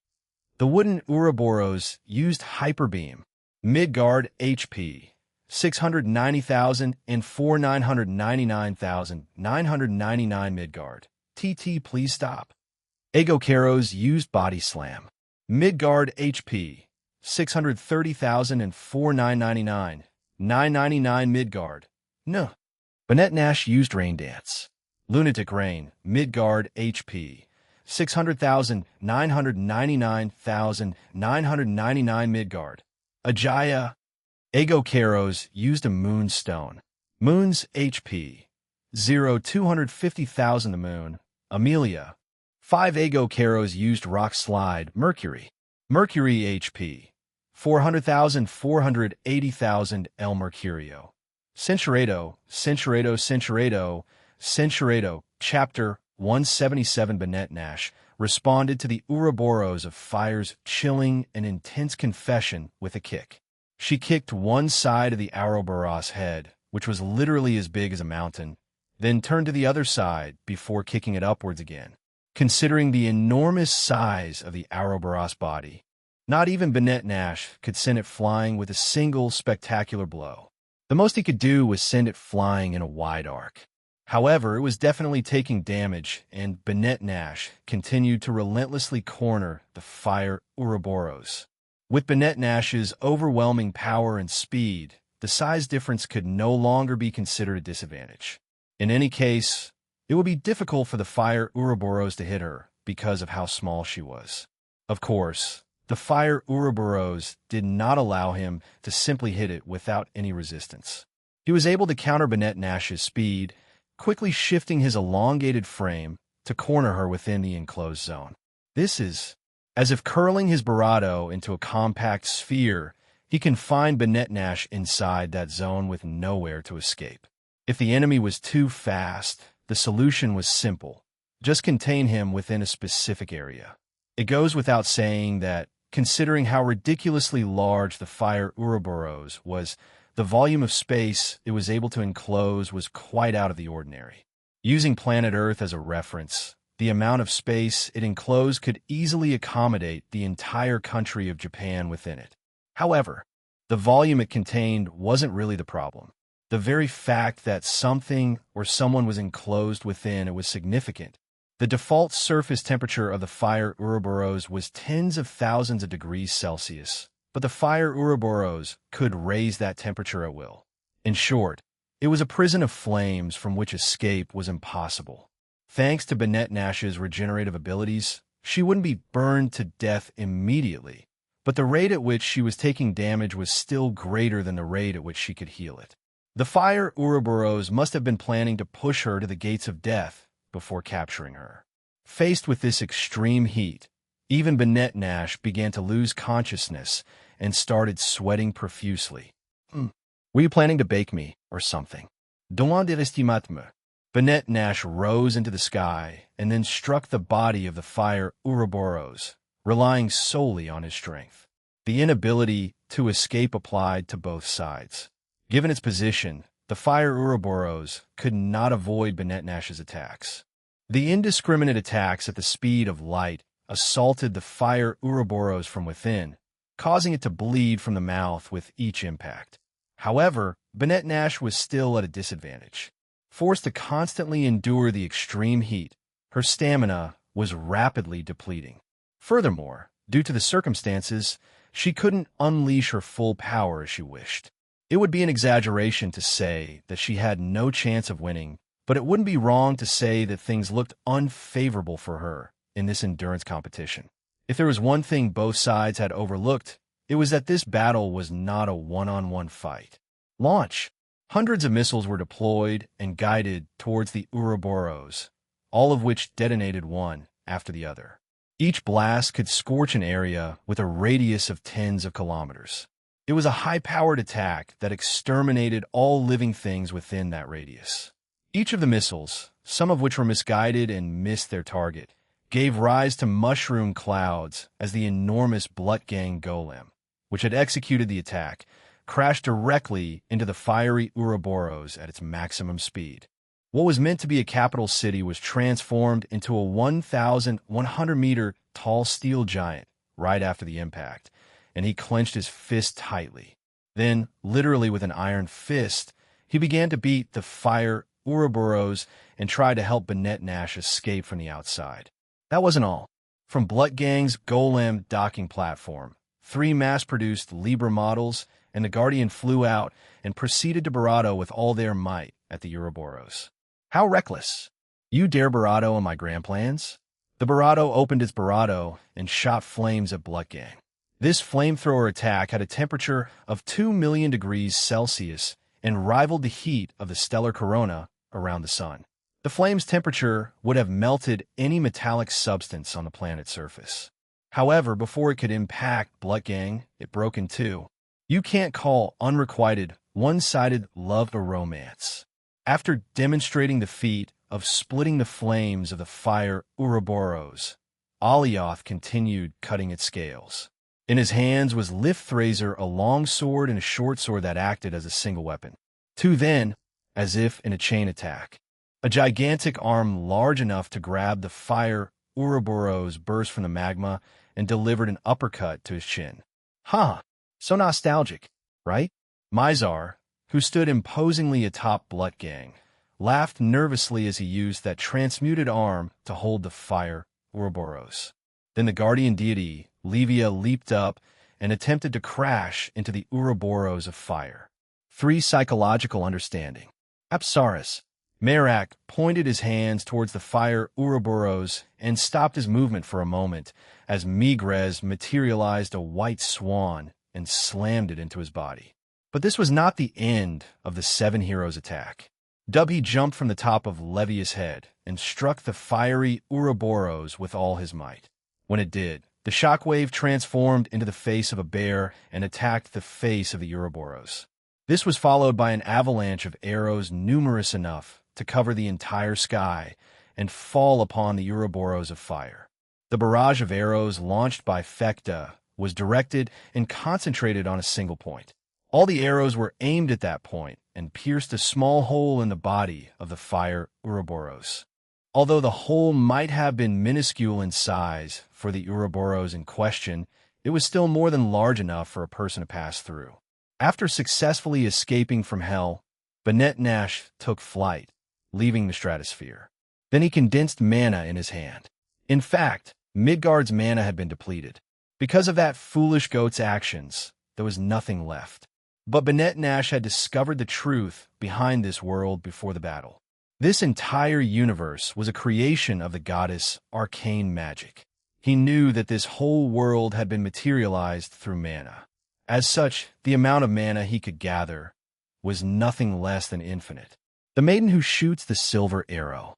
The silver arrow he shot pierced the body of the fire Ouroboros and then exploded. Subsequently, the body of the fire Ouroboros was destroyed from within. Amidst a sea of stars, two monsters swam freely. One of them was black and the other was white. The two Ouroboros, representing light and darkness respectively, became entangled and bit each other. They were perfectly evenly matched in both attack and defense in this battle. The beams that shot from their mouths vanished into the distance before exploding into a supermassive blast. Each flick of their tails swept away countless nearby comets. They became entwined as they swam near the planet Saturn. At the same time, they launched relentless attacks capable of destroying even stars. Ouroboros moon, how foolish you are, to think that you would betray a deity and become our enemy. You may be right, son Ouroboros, but I have no regrets. They call me the Celestial Ouroboros. Feel free to get used to calling me that. A destructive beam shot from the white Ouroboros. Likewise, ORM also fired a dark and destructive beam from his mouth. They collided and canceled each other out. After a moment of equilibrium, the black and white light exploded. The explosion was so bright that it could even be seen from Midgard. The resulting shock waves spread out from the site and wiped out approximately 20% of Saturn's rings. But the two individuals who did that were still perfectly fine and stared at each other as if to see what the opponent's next move would be. Well, it doesn't matter, whether you regret it or not. I really don't care. Honestly, I don't care. There's only one important thing. That's that you betrayed us and you're standing here in front of me. That's the only important consideration. So you find it so difficult to forgive me? ORM murmured softly, as if he were whispering to himself. In response, the Ouroboros sun sneered from the bottom of its heart. Cuckoo, cuckoo, cuckoo. No, you're wrong. In fact, it's the opposite Ouroboros lunar. The opposite, you say? That's right. Thank you for betraying us. Thank you for presenting yourself to me as an enemy. For a long time, I've thought that the world is too small and boring. But I don't mind. I can bear it. But what I couldn't bear was that, even though you Moon Ouroboros, even though someone as strong as you was so close, I wasn't allowed to fight you. After saying that, the celestial Ouroboros began to emit light from its body. For that light then turned into laser-like beams that shot out from all around his body, attacking everything around him indiscriminately. However, ORM cut through the barrage of attacks and crashed into the celestial Ouroboros. That's right, lunar Ouroboros. Make me feel pain. Make me feel alive. All this time, I wanted to fight the other Ouroboros.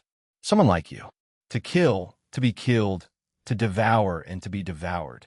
I've dreamed countless times of how wonderful it would be if I could do such things. The celestial Ouroboros screamed its feelings in fierce exhilaration as it proceeded to wrap its tail around Orm's neck.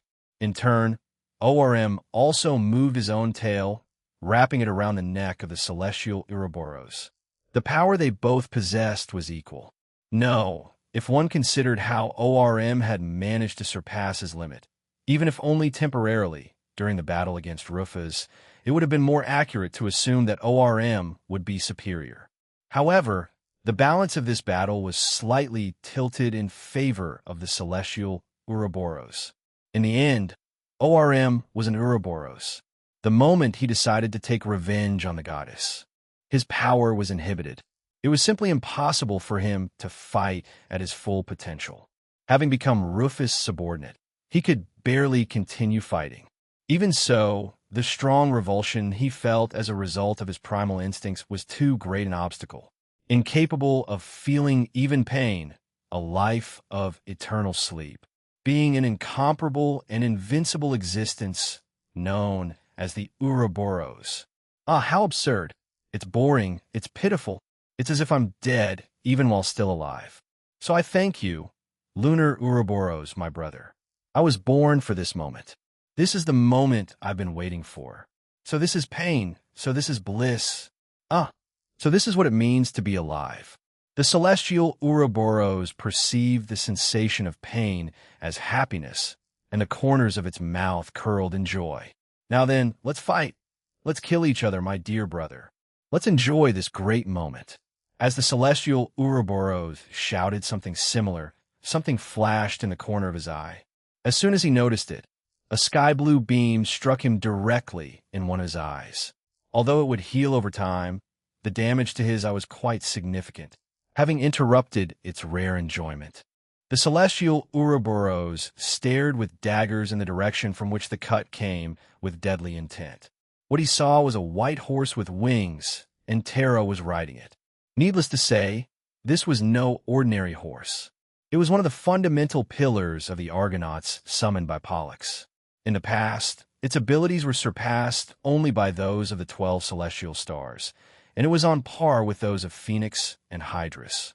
The horse was a magical beast, Pegasus of the winged horse. 5, its level was normally the same as that of the 12 celestial stars, 800, but now, after Rufus had surpassed the limits imposed by the goddess, its level was 1,000. His unique ability granted his rider a blessing that allowed him to take him anywhere, regardless of the environment. Even if that place was space, it was no exception. Father, I will help you.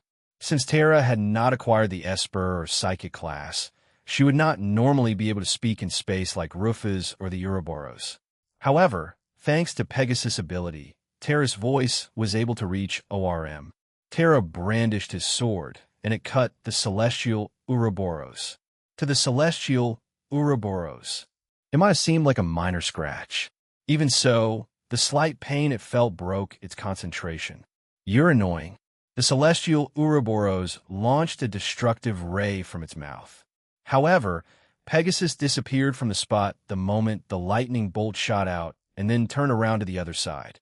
In fact, Pegasus was not part of the 12 heavenly stars, but that did not mean he was inferior to the members of the 12 heavenly stars in every respect. For example, in purely raw speed terms, the only one among the 12 stars who could keep up with him was Sagittarius. Although he could only maintain it for an instant, Pegasus was able to travel at a speed close to that of light. Aiming accurately and bringing it down was difficult even for an Ouroboros.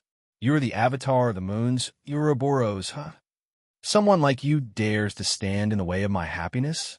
The celestial Ouroboros once again rapidly fired torrents of destructive rays. Pegasus also quickly dodged them, but the celestial Ouroboros moved its head to follow their movements. When he did, the destructive beams that had been fired curved as if to follow the movement of his head and chased Pegasus, destroying and exploding celestial bodies in their path.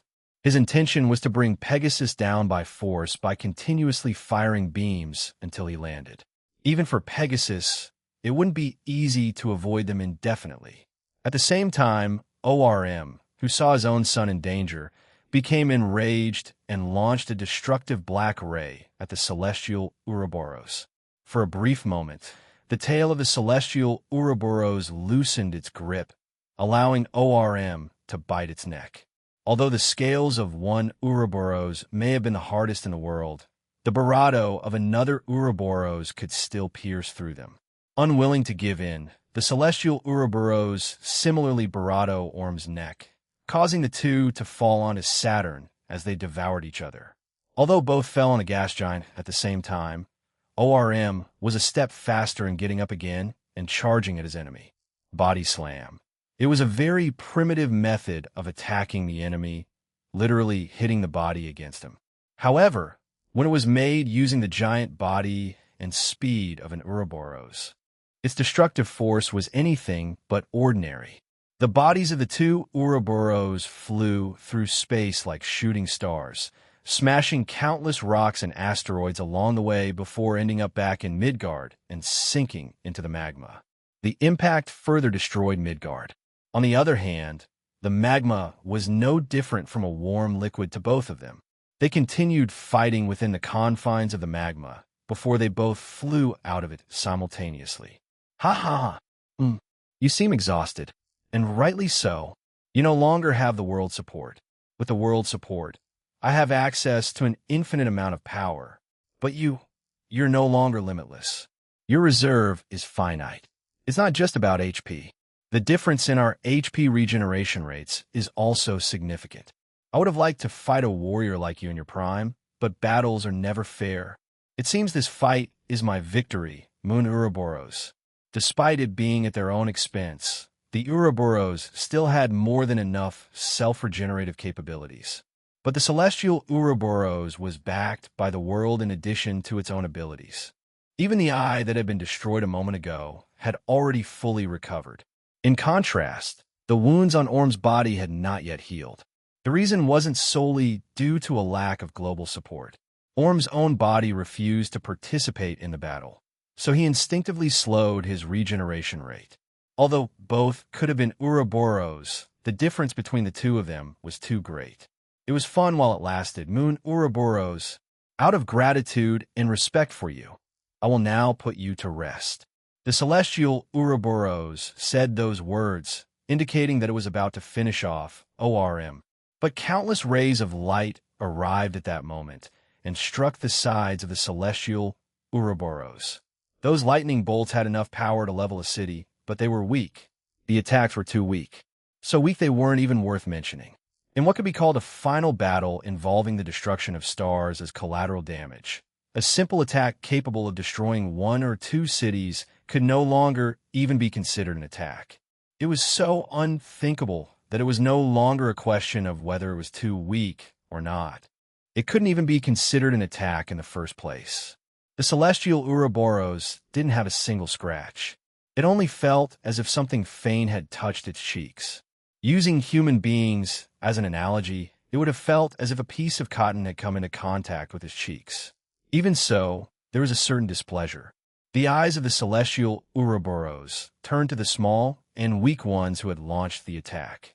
What he saw was a great army of demons, numerous enough to cover the entire sky. Wow, it seems it had no effect. Technically, it was an all-out attack and the best we could do.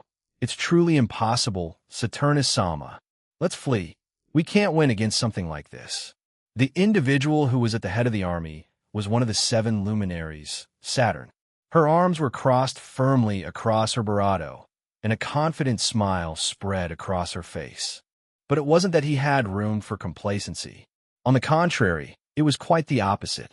Because there was such a difference in skill between the two sides, she could do nothing but smile. Run away, you say? Where to? I don't see any safe place on this planet. Do you? But prepare yourselves. At this point, we cannot survive unless His Majesty wins. The only difference is whether you choose to fight and be eliminated or be eliminated without a fight. Saturn narrowed his eyes and then remembered those who had been erased first. They weren't great people at all. In fact, most of them were criminals or deserved it for their own actions. I didn't feel much compassion for them, nor did I pity them. But even then, yes, even then they had been alive. They had their own will and lived according to their own beliefs. That's why Saturn smiled without fear. Let's show our pride to that goddess who's even more evil than me. If we do nothing here and they take us out, we'll be nothing more than puppets. So, at least let's go out with a bang. Saturn gathered mana in his palm. She didn't think it would hurt him. She never thought she could win from the start. She understood that in all likelihood, within a few seconds, that Ouroboros would counterattack, and she would be erased from this world. But even then, she couldn't just sit around waiting for the world to end. Everyone listen up. Offensive skills and arcane magic are useless, so let's leave them aside. We'll focus on applying buffs and healing to your majesty and debuffs to the enemy. We'll concentrate on harassing the enemy as much as possible. Show them that the weak have their own way of doing things. Following Saturn's instructions, all the demons began to support ORM. Individually, they didn't achieve much. To put it bluntly, they were just small fry. But when there were thousands or tens of thousands of them giving their best, it all added up and provided a significant amount of support. Although a single healing spell was not able to completely heal ORM, when tens of thousands of them were cast on him, it was possible to heal him completely. Let's suppose there was a weakening ability that reduced the enemy's defense regardless of the level difference. Although individually, it could only reduce the Ouroboros defense by 1. By stacking it many times, it was possible to reduce it by at least a few hundred. With a difference of a few hundred, their king could turn the tide. The demons were betting on that. No, they had no choice but to bet on that. Even though you're all trash, you dare stand in my way? But his opponent was the celestial Ouroboros. It was a monster capable of exterminating the entire demon race with just a whim. He didn't even need to use a destructive ray. Just looking at them and breathing would have been enough to end it all. But the desperate struggle of the weak must have struck a chord. The demon's attacks weren't even attacks. Due to the vast difference in power, the concept of a battle couldn't even be established. But for the celestial Ouroboros, the very fact that some small details stood in the way of my happiness was unforgivable. The celestial Ouroboros opened its mouth and mercilessly charged the light within it to its maximum power. Ah, so it was all for nothing in the end. We're dead. We're really dead. Well, with something like this, at least we won't even have time to feel pain. That's the only positive side of all this. Keeping his arms crossed, he began to sweat profusely, but he did not break his daring smile. She refused to have a miserable death after being overcome by fear. If I had to die, I would prefer to do so with my head held high. I would fight to the end and die with pride. From the beginning, she was here with that kind of resolve. And the celestial Ouroboros unleashed its roar, without success. Instead, the celestial Ouroboros was immobilized by Agokeros, who fell from the sky. Subsequently, the mouth of the celestial Ouroboros was forcefully closed, and a beam of light exploded, becoming trapped inside. In the end, the celestial Ouroboros attack failed spectacularly. Chapter 178. You're in the way. Agokeros shouted loudly as he seized and twirled the celestial Ouroboros. The words he muttered were truly unreasonable. After all, Agokeros was the one who stormed onto the battlefield. If anyone there deserved to be considered a nuisance, it should have been him. Therefore, it was a phrase that the celestial Ouroboros should have uttered. However, this was a battle in which logical reasoning and common sense had no validity. Binding common sense from all sides, preventing it from moving, and beating it violently until it could no longer recover. At the end of that process emerged this battlefield known as the Fimbulwinter. In the end, this battle was a rationality versus irrationality to determine who was the strongest and most irrational of them all. In short, it was a clash of egos. We are stronger. We are right. We don't like the other side. That's why they should be destroyed. To put it very simply, what both sides were actually saying was just that. As someone who had a relatively normal way of seeing things, when Saturnus heard what Agokeros had said, she was incredulous and muttered something like, "Why are you the one saying that? You. Every single one of you stands in the way of my fight against the lunar Ouroboros." Needless to say, the angriest one, there was the celestial Ouroboros. Furious, he struck down Agokeros in a fierce attack, overpowering him. But Agokeros was not about to lose.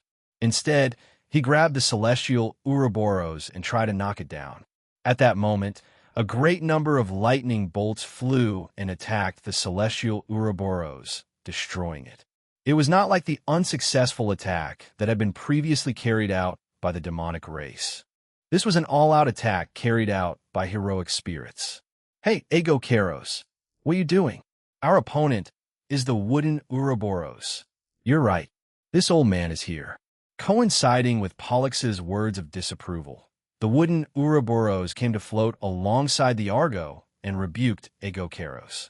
Because the wooden Ouroboros had closed the distance over them so suddenly, Pollux was startled, but the wooden Ouroboros simply repeated delicious, delicious with a smile, and then moved away a little. Whether I face one or two, it's all the same. Both are enemies of my master.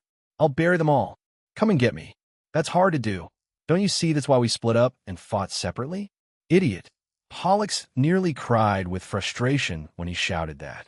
But he quickly recovered and calmly assessed the progress of the battle. She understood painfully well how useless she was in this battle.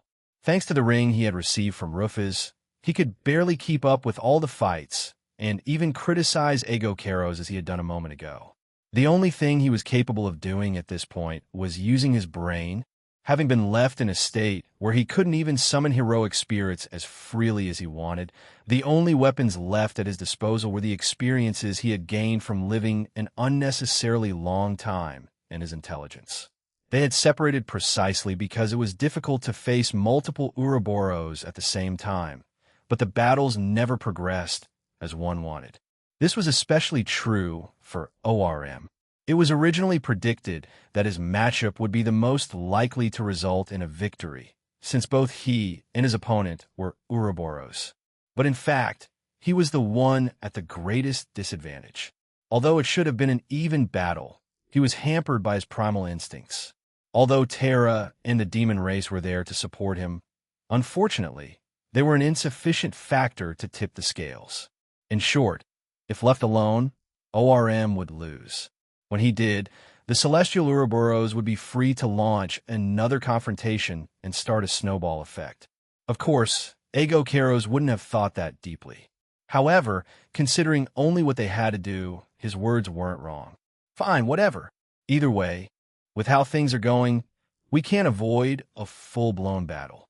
Everyone, well, join ORM and fight the celestial Ouroboros and the wooden Ouroboros at the same time. Pollux raised his hands and then concentrated. The number of heroic spirits he could summon was, at most, 10. Therefore, he could no longer overwhelm the enemy with a numerical advantage as he had done before. He could not afford to summon mediocre spirits. That said, in this battle, even Rufus' former subordinates would be inadequate and could be easily wiped out. In that case, whom should he invoke? Aeneas? Uranus? Or perhaps some other heroic spirit? No, they were useless. They still weren't enough. Unless they were even stronger than them, they wouldn't even be able to fight properly. In that case, there was only one candidate left. Correction, a creature. It wasn't a creature that listened to what people said, but that shouldn't be a problem this time. Considering its personality, if it hadn't encountered Rufus, it would have gone to fight the Ouroboros on its own. The question was whether he could summon him. After all, he had never before considered that creature a hero. Unfortunately, it wasn't the time to insist that he could never summon it. Unable to summon, it wasn't a valid excuse at that point. He had no choice but to do it. If it was impossible, he just had to make it possible right now. If he couldn't, he just had to try hard to do it. Rufus was able to break out of his own shell and remain on this battlefield because he had done that. Pollux had also witnessed Virgo's rise to its current state. Similarly, he could understand that ORM was on the verge of surpassing his own limits. So, at the very least, he had to demonstrate that he could overcome a limitation of that magnitude, or he wouldn't seem respectable in comparison. He whom this fairy princess will not recognize, yet who still holds sway. Return from Valhalla and become my sword. You, the king of dragons, the one with 10 heads. Pollux is that. Get down, you thief. When Pollux shouted the order, lightning began to flash. Using his ability in a way that clearly deviated from how it should be used, placed a burden on him and caused him pain throughout his body. Argonauts, was an ability that summoned a heroic spirit. If the summoned entity was not recognized as such, the spell could not be cast. Pollux had never thought of Ladin as a hero, and this time was no different. Even so, he compelled it into being as a spirit. To say that what he had done was reckless was an understatement. However, she pushed through it with pure irrationality and performed the invocation. Gradually, the lightning bolts began to take shape, and from within them, a 10-headed dragon manifested and roared loudly. Ladin looked around the battlefield, moving his 10 heads, but the celestial Ouroboros saw this and spoke mockingly. I was wondering what you call him, but it turns out he's just the boss of those bad imitations of us. Did you think you could beat me by summoning that garbage?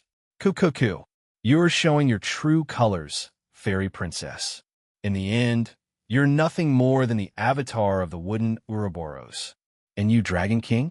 You may have a fancy title, but the king of garbage is nothing but a speck of dust. Know your place. The celestial Ouroboros could have scoffed at what was happening, but Pollux smiled boldly. It was as she expected. Pollux was able to determine the personality of the celestial Ouroboros after hearing what it had said after being turned by Aegokeros. That Ouroboros was of the type that recognized entities that were equal to it, but looked down on all others. Therefore, he had predicted that if he placed Ladin in front of him, he would definitely say something similar. And he was right. The 10 heads of Ladin looked at the celestial Ouroboros and became irritated and angry. Are you the fool who insulted me and my brothers a moment ago? The rightmost head represented his 10 heads as he demanded an answer to his question. Unlike the last time he was summoned, he had not lost his own sense of identity. He had been summoned in his entirety and in the complete state he was in before being defeated by Rufus. While it might have been a nuisance if he had turned hostile, there seemed to be no need to worry about that at the moment. So what if I am, you inferior creature? Did it go to your head after you were told the truth? Don't make me laugh. I'm just calling trash. Why get so worked up, huh? What a joke. He'll destroy you. Ladin was driven by his bloodlust and charged against the celestial Ouroboros. Up until that point, Pollux had expected anything, but not even the Dragon King could defeat an Ouroboros alone. Even so, it was still an entity with the same power as Leon. It wouldn't be easy to defeat it. During this interval, Argo moved close to ORM so he could talk to him. ORM, we have to work together. Give us your strength. Very well. I will follow your instructions. Pollux nodded, and Castor took charge of the whole situation instead. The twins, who shared the same real body, were able to understand what each other was thinking without having to exchange words.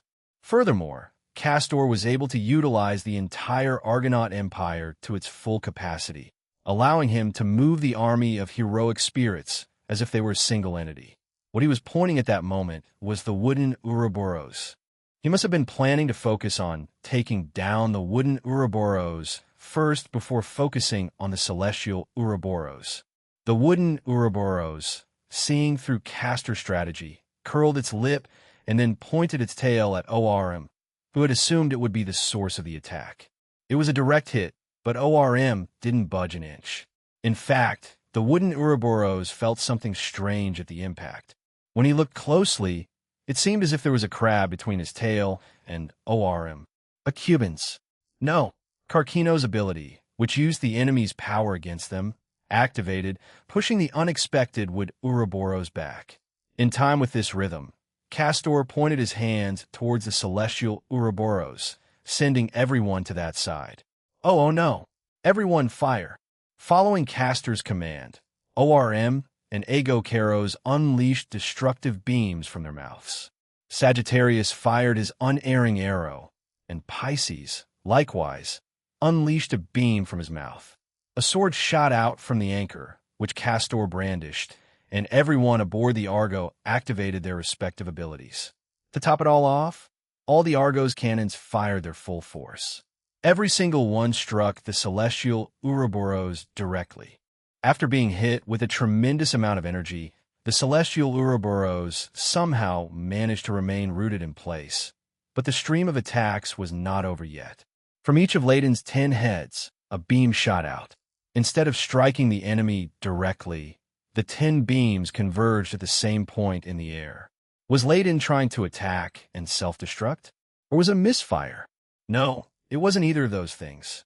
The 10 lightning bolts merged together and then began to expand in place, shooting out sparks before becoming a giant fireball. This expansion did not stop. On the contrary, the world trembled with panic, foreshadowing the destruction that was coming. We're going to die. Then a mass of pure destructive energy was unleashed, which had been pushed to the limit. That energy and the energy of the previous bombardments on the celestial Ouroboros mingled together, inviting a brief moment of silence. This is not good. Everyone take cover. Castor quickly grabbed Pollux, while everyone else got into a defensive position. Immediately afterwards, there was an explosion large enough to burn up the sky and the earth, devouring a chunk of Midgard before leaving behind a huge column of flames in its place. Even as he was being swept away by the explosion, Pollux communicated the next step in his strategy to his brother, who then relayed it to everyone else. Pisces. No, wait, Eros. Use your unique ability. Why did you correct yourself there? After being goaded by Castor, Pisces activated his ability while complaining about what had happened. When he did, Pisces' body turned into mana and, as if being absorbed, slid into the body of the wooden Ouroboros. Those who originally belonged to the goddess side each possessed a unique ability of hers, almost as if they had inherited a fragment of her power. Powers such as Parthenos Vendemiatrix, Pollux's Argonauts, and Dinah's perception manipulation abilities fell into this category. Pisces was no exception to this. Her unique ability was called the Cord of the Deity, Auresca.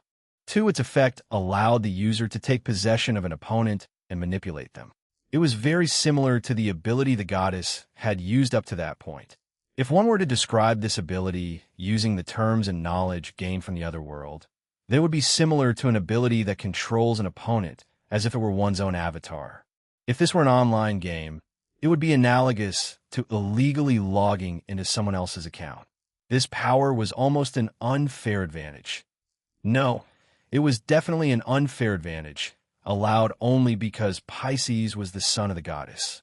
Had he used this ability, he could have taken the life of the mutant god. However, due to the revulsion he felt toward its appearance, he refused to use it. Unfortunately, this time, the opponent he possessed was the wooden Ouroboros. Not even Pisces could manipulate it at will. The most he could do was dull its power and slightly limit its movements. But that was enough. Pisces would obstruct the wooden Ouroboros from within and slightly readjust the direction of its attacks, so they would miss. Achieving that was enough to greatly increase its chances of victory. So you intend to stop this old man's movements? Did you come up with an interesting strategy? Oh wow, this guy, what a guy. Even though I have him, there's no sign that he's lost consciousness. The voices of Wood Ouroboros and Pisces came from the body of Wood Ouroboros. Both consciousnesses remained, but the one that had the initiative over the body continued to be the wooden Ouroboros. If Pisces had managed to master their body, everything would have been easy. However, as expected, it wasn't that simple. Karkinos. Okay, Castor sent his next order to Karkinos, and Karkinos quickly got behind the celestial Ouroboros. When Karkinos, who should have been a barrier for his group, moved to the opposite side, the wooden Ouroboros felt bewildered and suspicious of his actions. At the same time, he was thrilled to discover what his children had invented. I wonder what they're up to.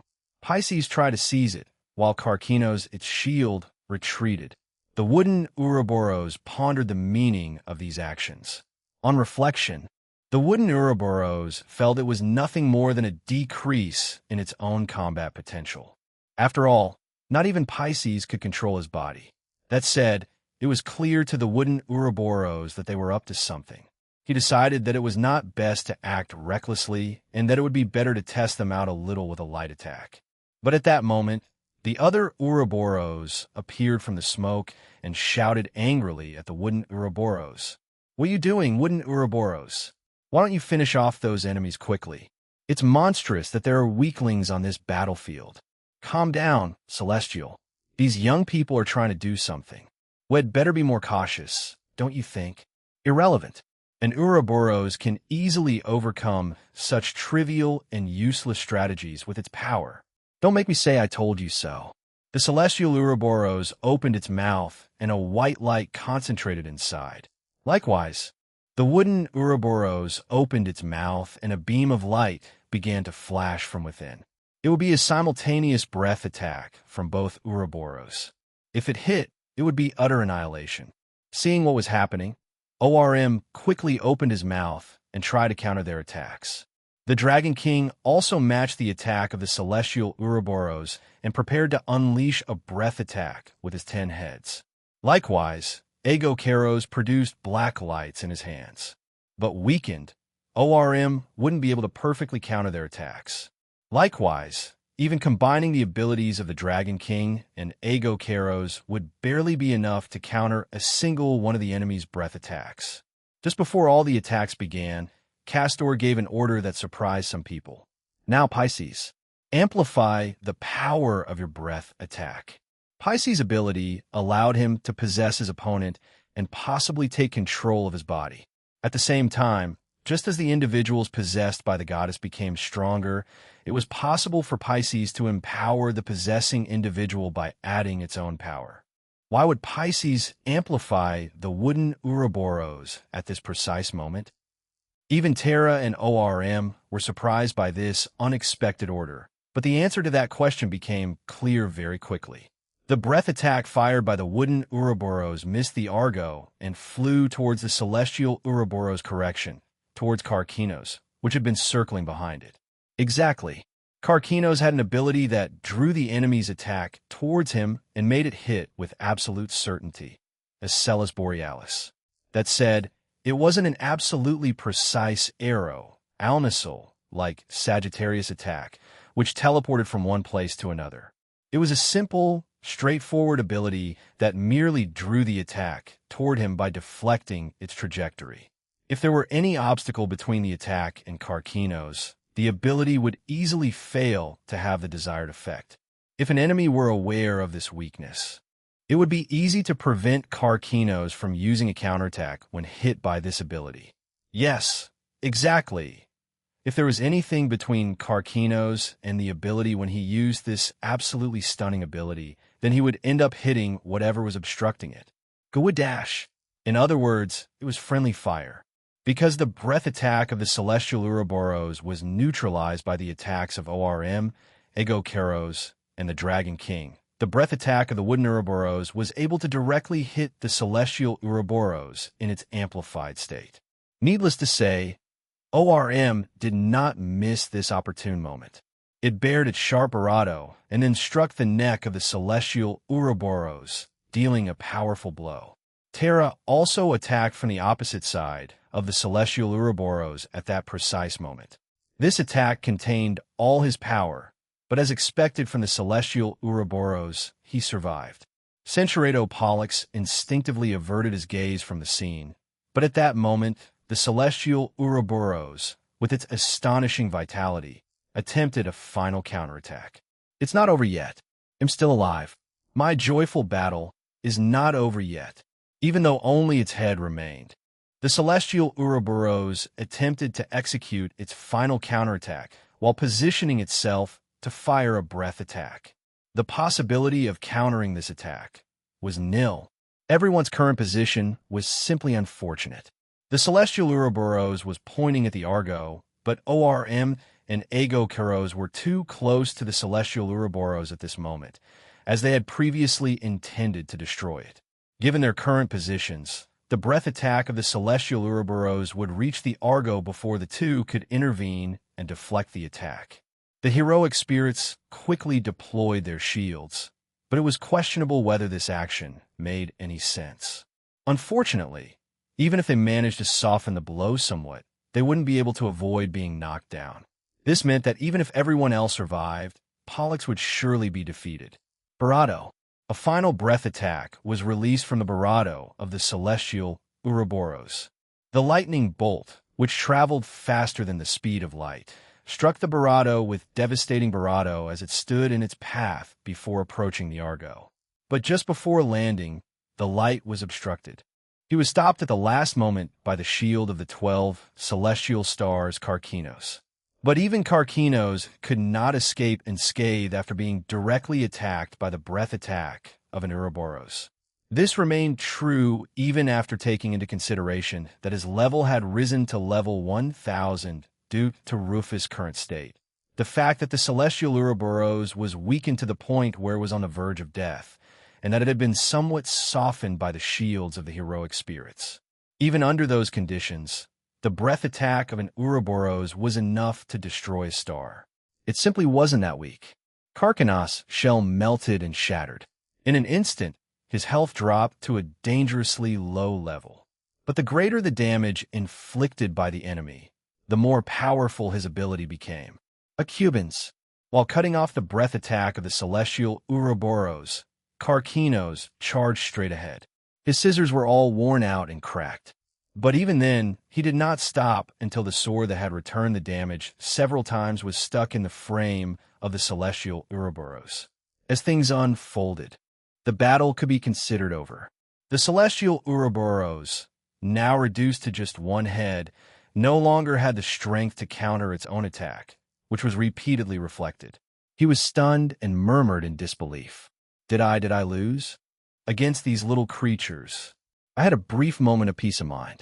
Finally, the celestial Ouroboros accepted everything that had happened and then laughed heartily. Fuyaya. Well done, little creatures. I see. They'll recognize you all. It seems it was I who was wrong. Of course, it was only natural that I would lose by underestimating such strong enemies, as if they were weak. But take my advice. Even after you defeat me, the battle will continue. In the end, the Ouroboros are nothing more than pawns to that person. I will be watching how you manage the next battle, which you can never reverse from beyond the grave. Leaving behind a speech, the celestial Ouroboros accepted its imminent death. The cause of his defeat was because he had underestimated everyone except the lunar Ouroboros as weak, and as a result, he took them for granted. In any case, the celestial Ouroboros should have welcomed him. He should have rejoiced. After all, he had many powerful enemies before him. What a mistake on his part to have underestimated them. If there were any doubt, it would be that the celestial Ouroboros wished it could use magic. Because of Ego Keros, he hadn't been able to use arcane magic. For an Ouroboros, losing access to magic meant losing a weapon in his arsenal. Even so, it was the fruit of the enemy's effort in battle. The celestial Ouroboros could not help but acknowledge their effort. Thank you for letting me enjoy a fun battle. I give you my blessing, little creatures. Thus, the celestial Ouroboros acknowledged the enemies who had defeated it and paid them homage.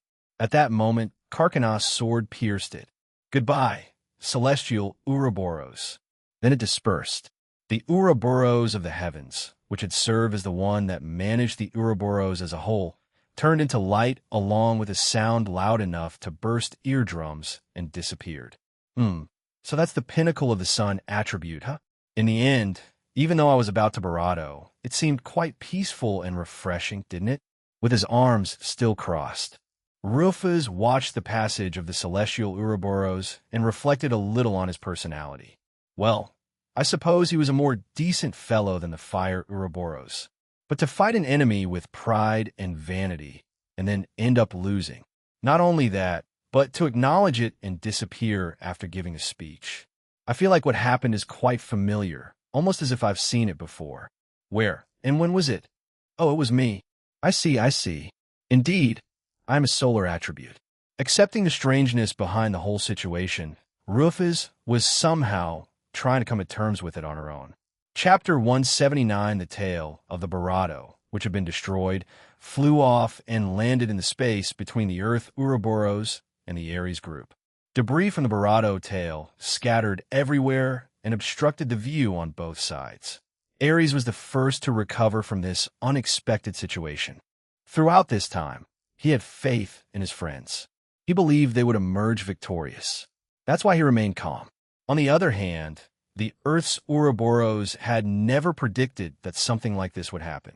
I had never thought for a moment that one of the pillars of the Ouroboros, the fire Ouroboros, would suffer tremendous damage when struck, to the point that it was sent reeling across the battlefield. Due to the undeniable strength of the Ouroboros, the terrestrial Ouroboros was momentarily bewildered. Thinking such a thing was utterly impossible, the Ouroboros was deeply shocked to see what was actually happening before its eyes. Ares shot flames from his barato and struck the Earth's Ouroboros.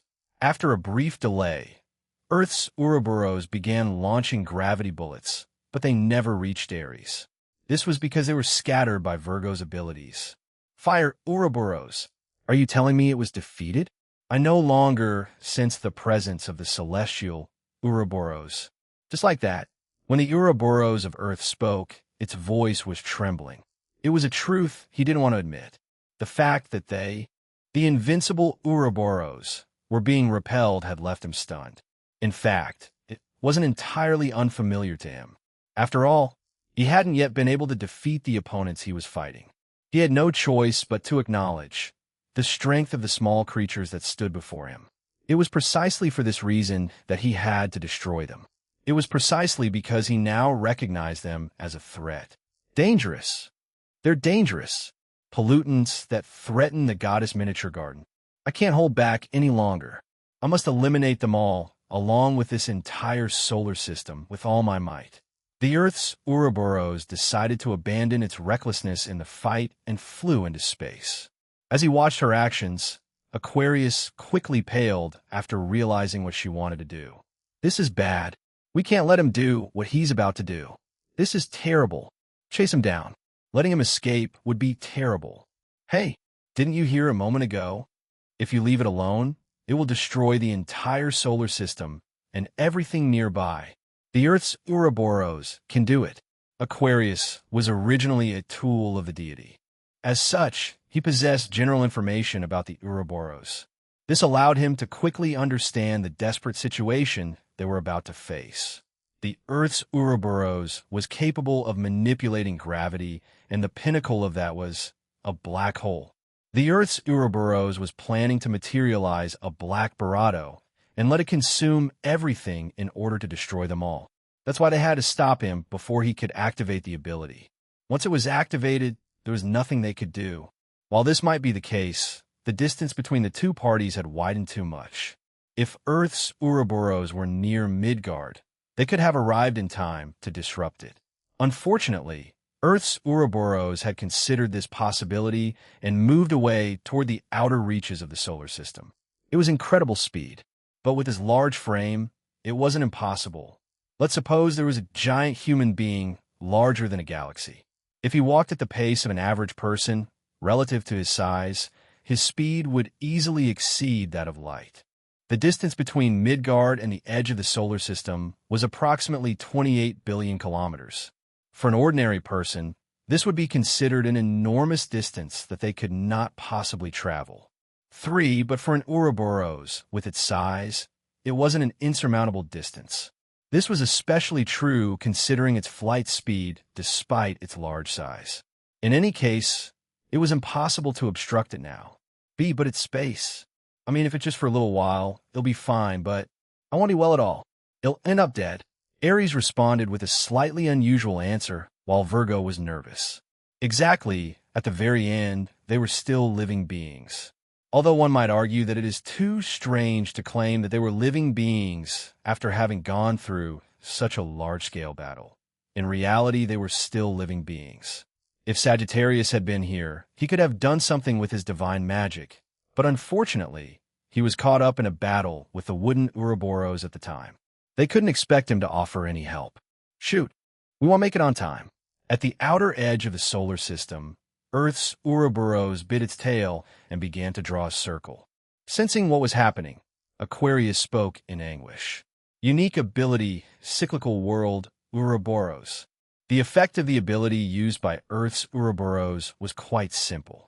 Using its own body as its center of mass, it transformed into a singularity that devoured everything that crossed its event horizon.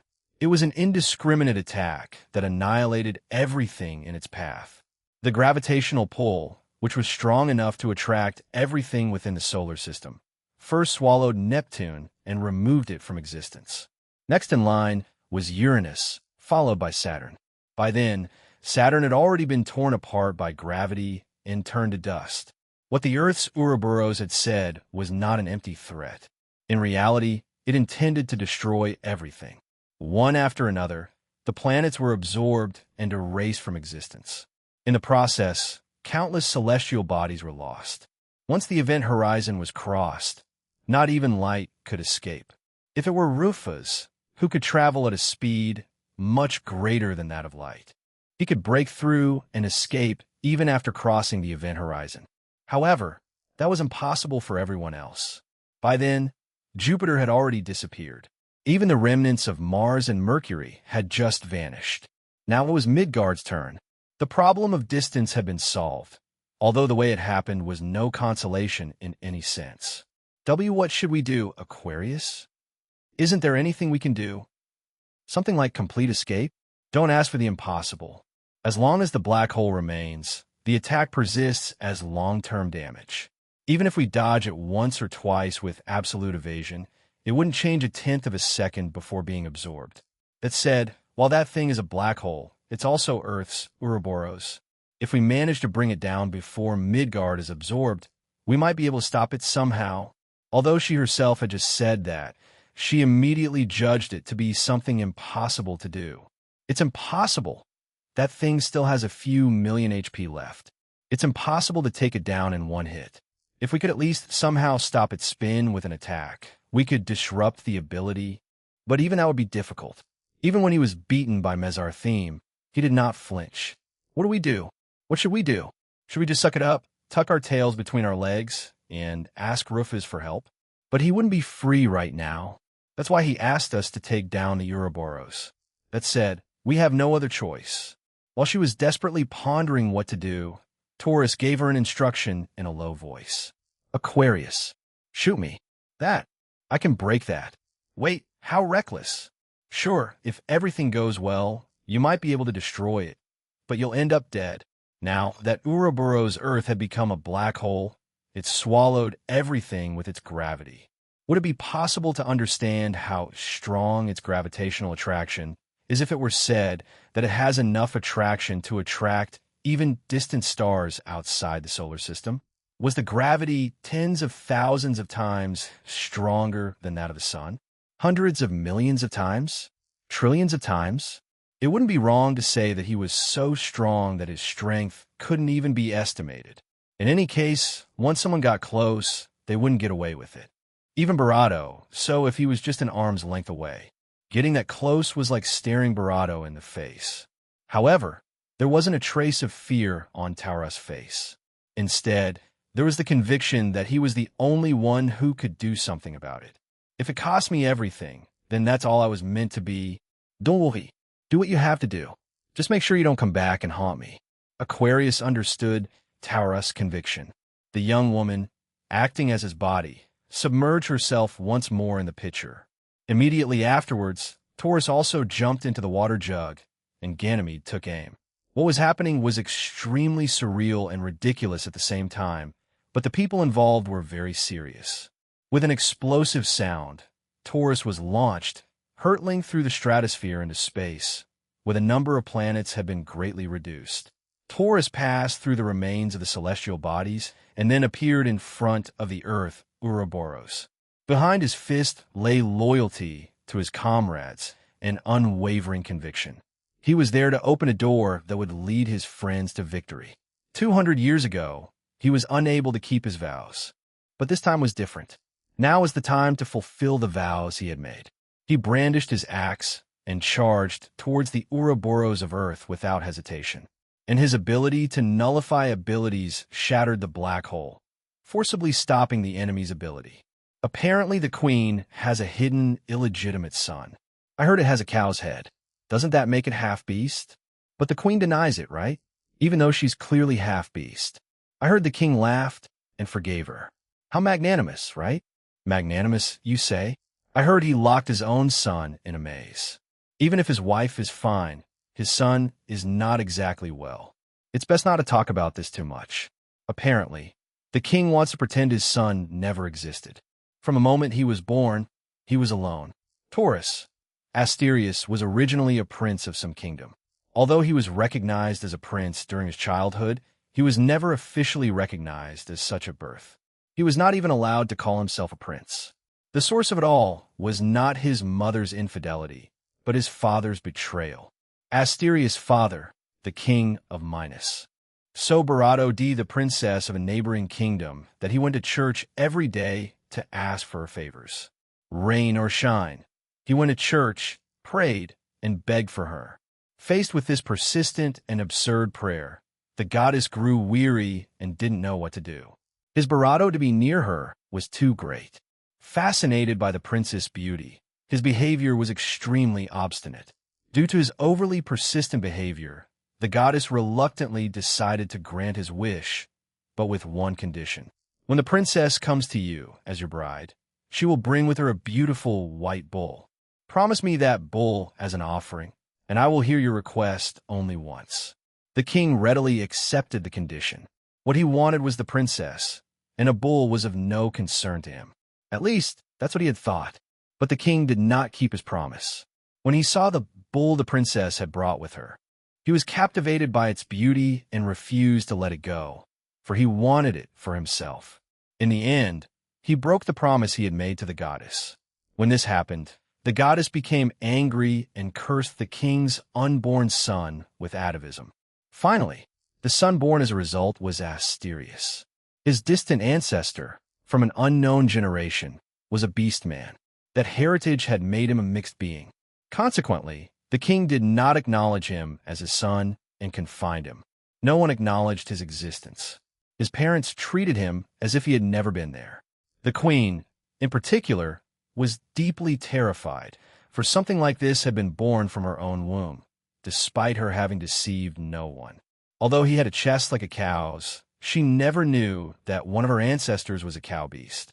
Although the king reflected on how he had broken the promise he had made to the goddess, having easily obtained the princess he desired, he irresponsibly chose to forget what had happened. Instead, he decided to play the role of the magnanimous husband who forgave his queen. Of course, his magnanimity stemmed from knowing that he was the cause of everything that had transpired. Asterius was completely alone. Originally, he, who had been trapped in a labyrinth, should have become food for the magical beasts that lived there and died. At least, that's what the king had hoped would happen. But he ended up living. He ended up surviving. Using the strength he had obtained from the curse imposed on him by the goddess as a weapon, he defeated the magical beasts, ate their flesh, and drank their bravado. The labyrinth was a prison that housed numerous magical beasts. He had no shortage of opponents to fight. He continued to fight daily and, as a result, grew stronger. When he realized it, he was already the reigning king of the labyrinth and feared by everyone. Apparently, there's an extremely dangerous monster in that labyrinth. Because of that wretched cow, nobody can reach the treasure at the end of that labyrinth.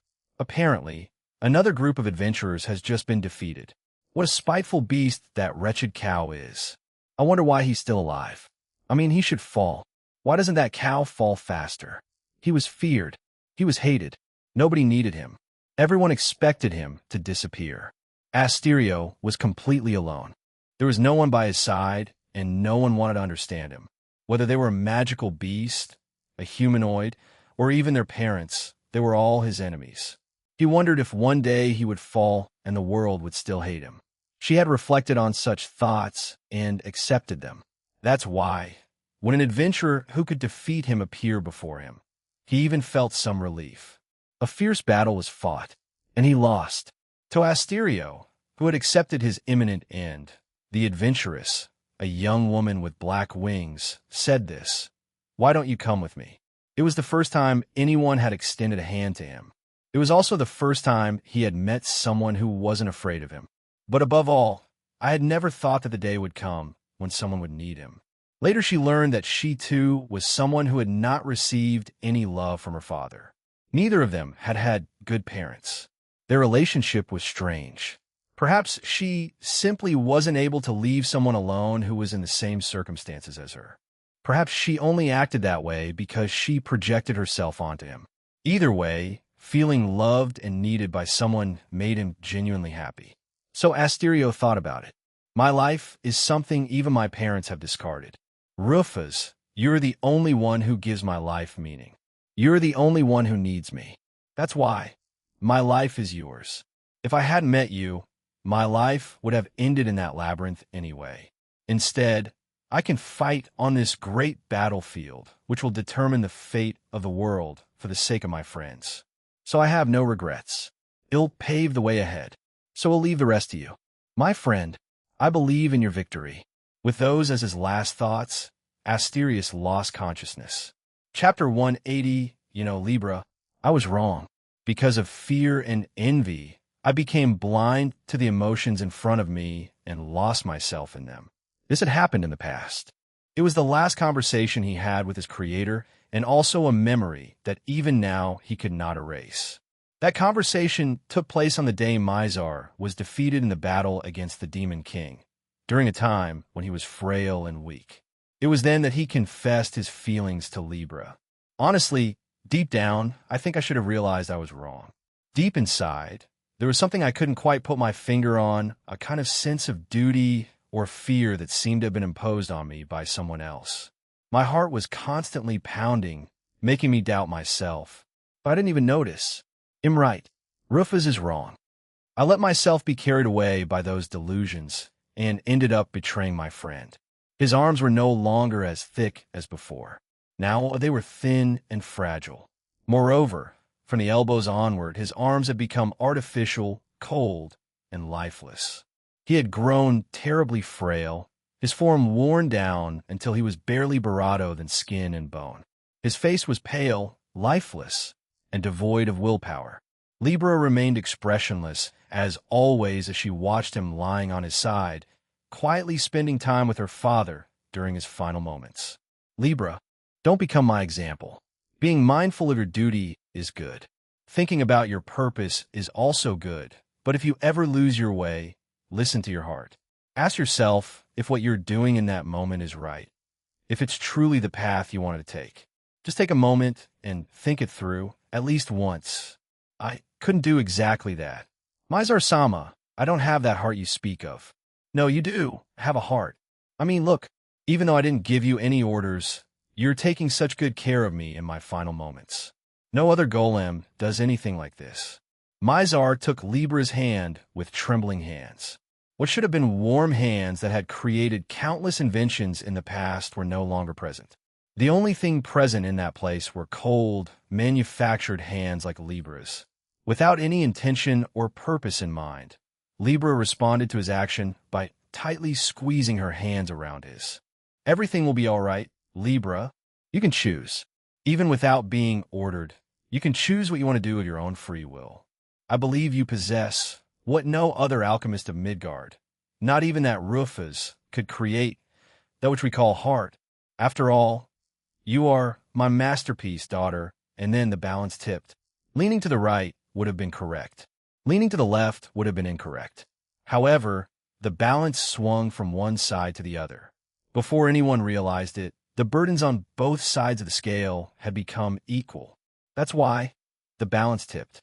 The battle that would determine the fate of the world had reached its climax. At that moment, Rufus, possibly the source of everything, faced the one who controlled all the Ouroboros. Those who stood in Rufus' way were Dina and Libra. Both had been by Rufus' side as her subordinates until recently. But things are different now.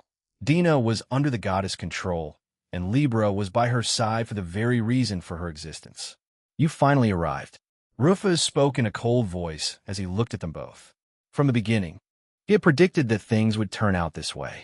He was quite certain that, sooner or later, they would both stand in his way as enemies. That's why she wasn't surprised. She only felt a firm determination. From the beginning, both were under the opponent's control. So, technically speaking, the goddess had the right to them from the start. That said, Rufus didn't care at all. She wasn't going to say something cheesy like, give them back. Instead, she was going to take them for herself. It didn't matter to her that they were the avatar and the doll of the goddess. They were both his comrades. That's why he would take them. He wouldn't allow any objections. You could say it was a very tyrannical decision. But that's how determined Rufus was at that moment. Indeed, it was about time I got tired of letting you play games, you know? So we're asking you to stop now? With Dinah's appearance, with Dinah's voice. The goddess fixed her cold eyes on Rufus and spoke. But Rufus laughed in response, as if he were ridiculing the whole situation. You talk as if you could have fixed everything whenever you wanted. But aren't we here because you couldn't? No, the truth is I could have done it. If I had wanted to, I could have deleted you at any time. It's just that I held back a little. Both had a complacent expression. Neither side doubted their chances of victory. Neither considered for a moment that they might be the ones who ended up losing. Rufus flexed his fingers casually and cracked his joints as the goddess clenched her fist and gathered mana around her. Although Ego Kuros had collected all the mana from the surrounding area that had no relation to her, now that she had a connection to the goddess herself, the mana Dina was gathering came from outside the universe they were in. It was supplied directly by the goddess, and the amount of power she could wield was effectively limitless. Libra stepped in front of that goddess. As if to respond directly, Scorpio stood before Rufus. Why don't you wait a moment? Does a mere traitor like you think she has the right to fight Rufus Sama against someone like you? This lady is more than enough. Scorpio, I've already analyzed all your skills, moves, and weaknesses. You have no chance of winning. This statement is based on your current level of 1,000. Huh, those are some strong statements, aren't they? Why don't you give a try then? One of Libra's arms was currently a sword, and it was fused with a support golem resembling Astrea on its back. It wasn't the original Astrea. The original was designed by Rufus and, anticipating the worst-case scenario, was configured to obey Rufus' commands instead of Libra's. As a result, Libra couldn't use Astrea at that time. As a result, it was most likely a piece of equipment given to Libra by the goddess. This one had black wings, unlike the original, and the cannons on its back were of the type that condensed and fired mana in the form of a concentrated mana laser. There were more mana cannons equipped on its lower back, but these fired mana as projectiles. In short, it lacked any originality and was barely distinguishable from the original Astrea, so it wouldn't be wrong to call it a copy. That said, it would be appropriate to assume that the performance of this new one surpassed that of the original. Scorpius also held a weapon that Rufus had given him. They stared at each other as if they were rivals. Saya, without waiting for a signal to begin, Scorpius proceeded to attack. His retractable weapon, shaped like scorpion pincers, flew towards Libra, who took off into the sky. 2 bullets of compressed mana were fired downwards from the cannons at Libra's waist, embedding themselves in the ground. A cloud of dust rose from the impact and engulfed everyone present. However, the goddess, with indifference, raised a shield and kept it at bay, while Rufus completely ignored it, his arms crossed. It looks like they've already started. Well, shall we observe them first? Why not? By the way, I just wanted to ask you something. How are you feeling? What does it feel like to be betrayed by someone you thought was loyal? We'll give you the answer to that later.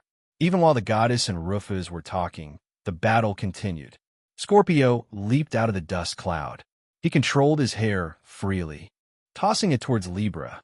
But Libra used the sword on his left arm to repel him, then instantly pointed all the cannons of his right arm, shoulder, and waist towards Scorpio.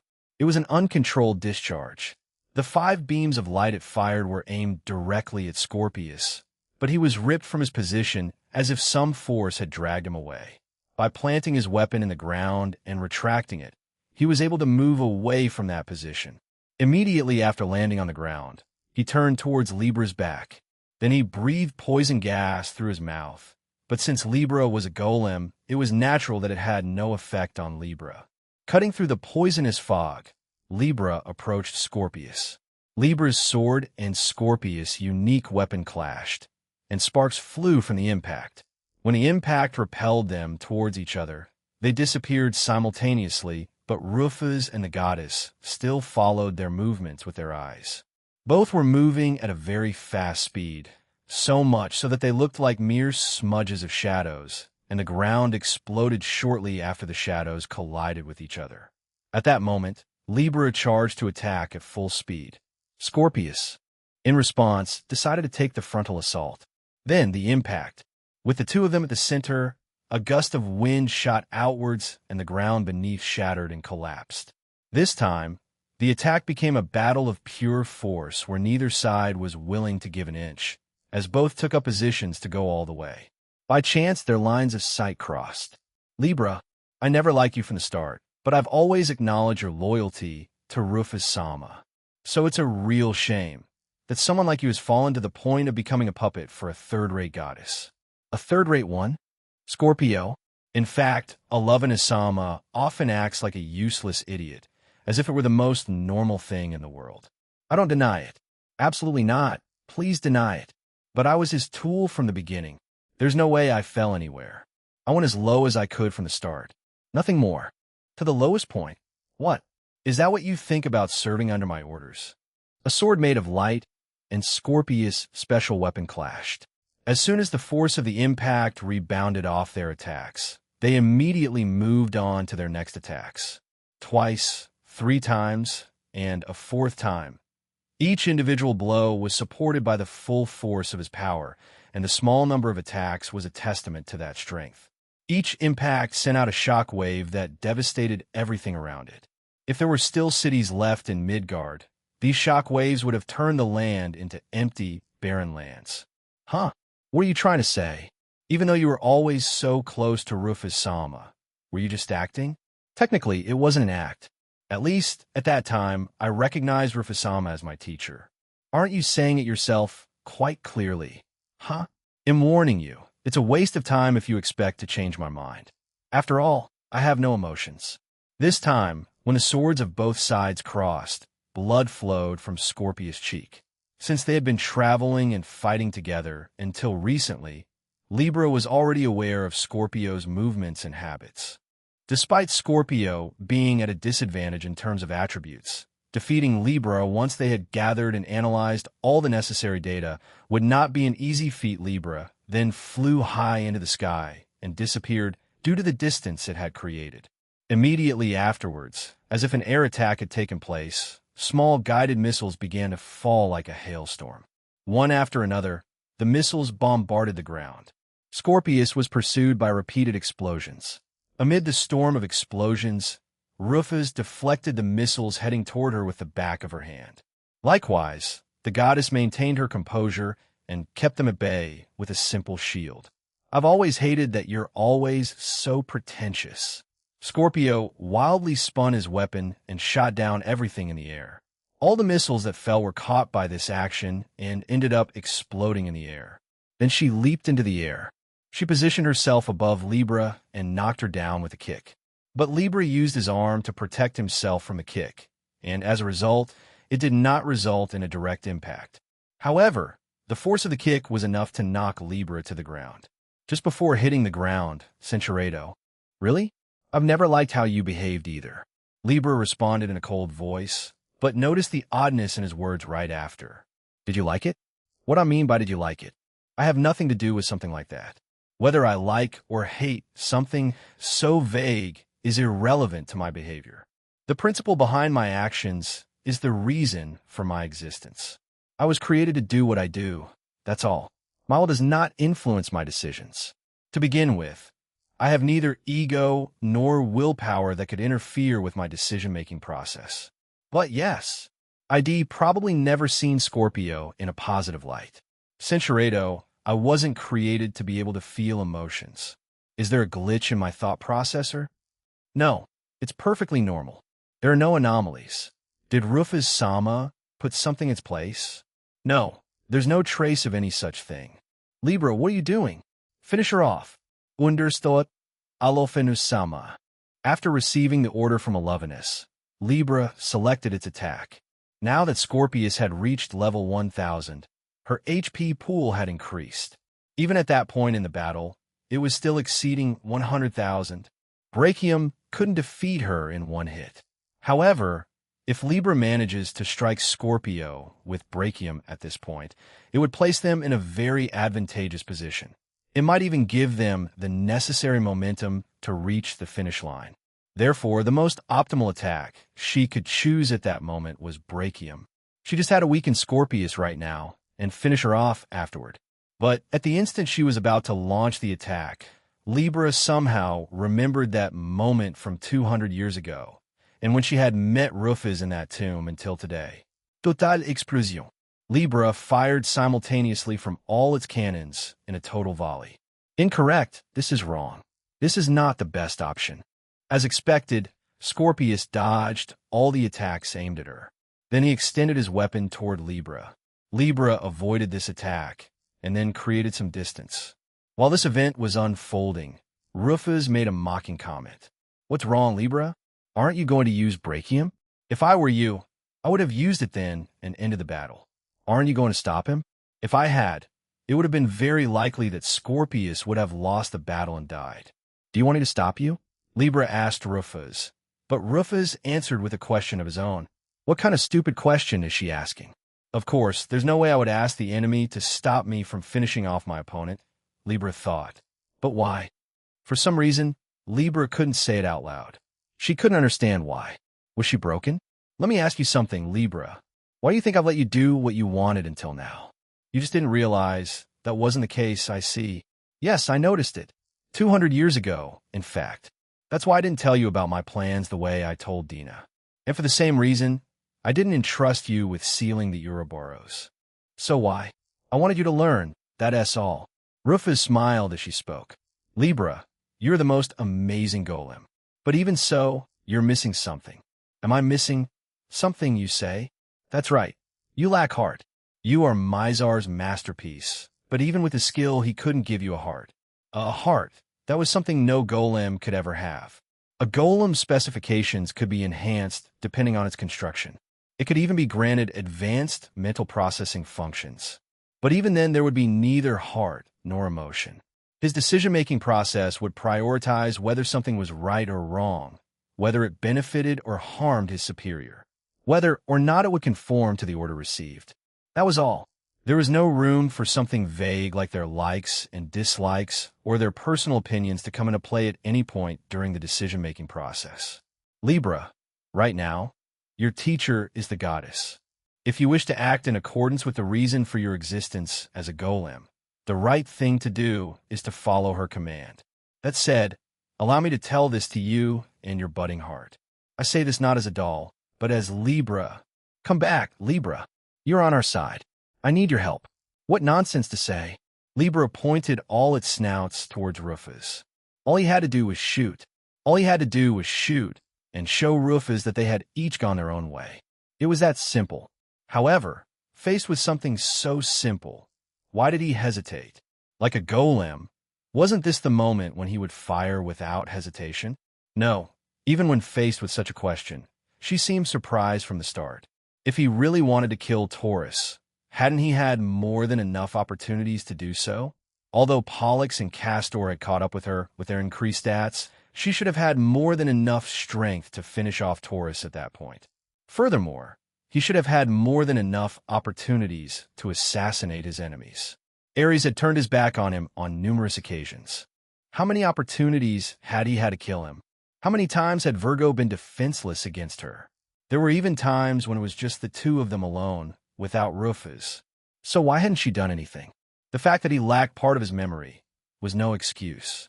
After all, golems always obeyed their master's orders. Therefore, even if they didn't remember receiving the order, their actions would still be in compliance. So why had he been pretending all this time not to realize that he had been ordered to infiltrate and sabotage the enemy from within? At that moment, she remembered Ares' smile, full of the faith he had in her. The countless days they had traveled together after reuniting at that grave. The voices of their comrades. Mizar's pain. Those times had stirred something within Libra. Libra, do you realize the face you're making? Of course, it's a face that's ridiculing them. Can't they see it? When Libra was with Rufus and the others, she was always expressionless. With that in mind, the fact that she displays an expression of contempt could in itself be considered a display of emotion. But Scorpio laughed. Yes, that's true. It must be an expression the goddess taught you. But I wonder why. To this lady, your current expression seems much more like a mask than usual. Almost as if you're wearing a mask with a fixed expression on your face. You look so pathetic. Scorpio approached Libra, ignoring her defense, then seized Libra by the collar and pulled her to her feet. Then Scorpio pressed his forehead against Libra's and looked directly into her eyes. "Come back, you idiot. I really hate you, but I'm so fed up with how pathetic you are right now that I don't even feel like competing with you." The Libra that Scorpio always knew was expressionless. Despite always remaining expressionless and acting as if she had no emotions, she always positioned herself near Rufus and monopolized the space as if it were her own. Libra was more obsessed with that position than anyone else. Scorpio envied her for that reason. It was unknown how many times Scorpio felt jealous of Libra. When this happened, Libra wiped the mocking expression off her face and then looked back into Scorpio's eyes with an icy expression. How unreasonable!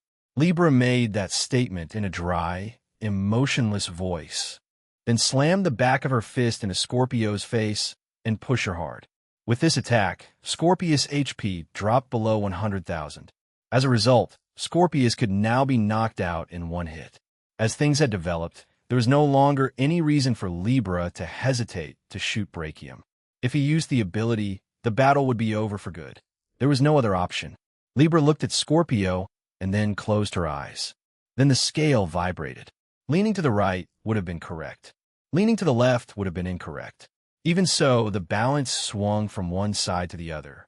Before anyone realized it, the burdens on both sides of the scale had become equal. They rattled and rattled and rattled, and finally, they stopped rattling.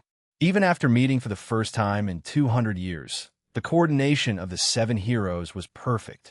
It was as if they'd never had a moment of silence and had been fighting together as a team until yesterday. That's how fluid their movements were. Banette Nash would be the one to charge against the vanguard and rout the enemy. Dubhe and Alioth would then advance with great vigor and press the enemy lines. During this time, Migres and Fekta would use their arcane magic and long-range physical attacks respectively to provide supporting fire, while Merak quickly dealt with enemy attacks.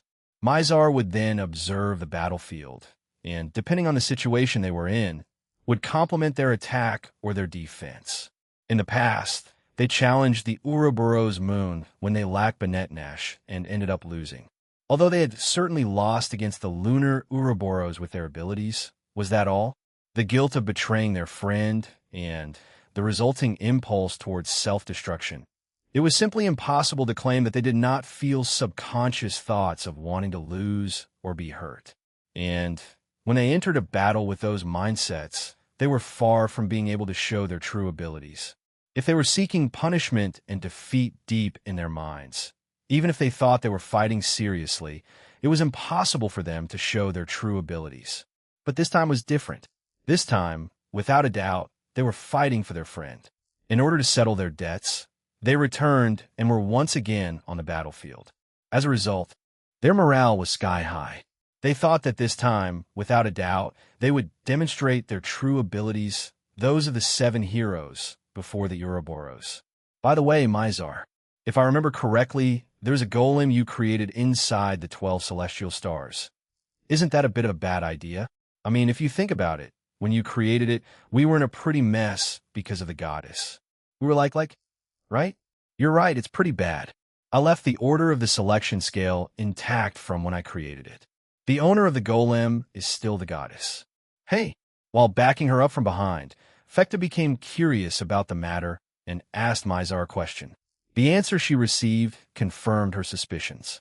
It wasn't just a pretty bad point. The possibility of Libra betraying Rufus was practically unshakable. However, no concern could be seen on Mizar's face. There was no fear that his creation would attack his own friend. Well, never mind, there's nothing to worry about. Just before I died, I saw potential in Libra. Even though I didn't give him any orders, he took care of me and was by my side during my last moments. A normal golem can't do something like that. Mizar firmly believed what he had said and said it with pride. If a golem were able to choose what to do according to its own will, regardless of the orders it received or the reason for its existence. Then it could no longer be considered a tool. They would have become an entity of their own, with the only difference being that their bodies were metallic instead of flesh. If what Mizar believed was true, it would mean that, at that moment, he would prove himself to be the best golem creator in Midgard. Mizar waited. She believed in the moment when Libra would truly be completed. Everything will be all right. She can decide for herself. After all, she's my masterpiece, daughter. Alovenusama I epalizais.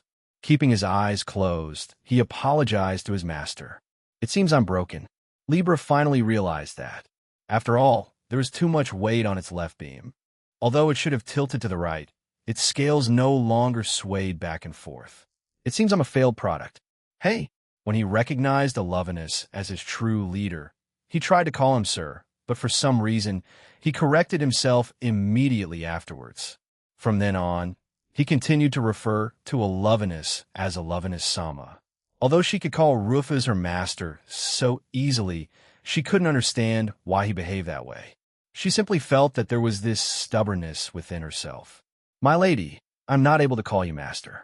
Libra removed the astrea that the goddess had given her and then pointed her cannon at the goddess. Then he fired a farewell shot at his original master to indicate his choice. The goddess was engulfed in flames as she stared in astonishment at what had happened, before Libra closed her eyes once more. She altered the memory that the goddess was her true teacher, this time of her own free will, then erased it to make sure it wouldn't return. The scales had tipped completely to the wrong side. They would never tip to the other side again. The scales, broken, would never work again. They tipped to one side of their own accord and broke themselves, also of their own volition. Correction. It didn't break. In all likelihood, Libra was incomplete up to that point. Regardless of how complete it appeared to a third party, if the creator said it wasn't yet complete, then it was incomplete. And now, yes now, she was finally fully assembled. Up to this point, Libra of the scales and the 12 tyrannical celestial stars was not a finished golem. But just now, it had been completed. As she watched the whole scene unfold, Rufus smiled with satisfaction and then spoke to the goddess, who still seemed stunned. Ah, yes, Centuredo Libra has received a version upgrade to Libra, full, in the final battle before returning home. All modifications made up to this point will be transferred. During the final climax, Libra became an enemy and received a power-up. Rufus and Scorpius selected a command known as Persuasion. Libra returned to his side while he was in the enhanced state. It's a common cliché when it comes to super robots.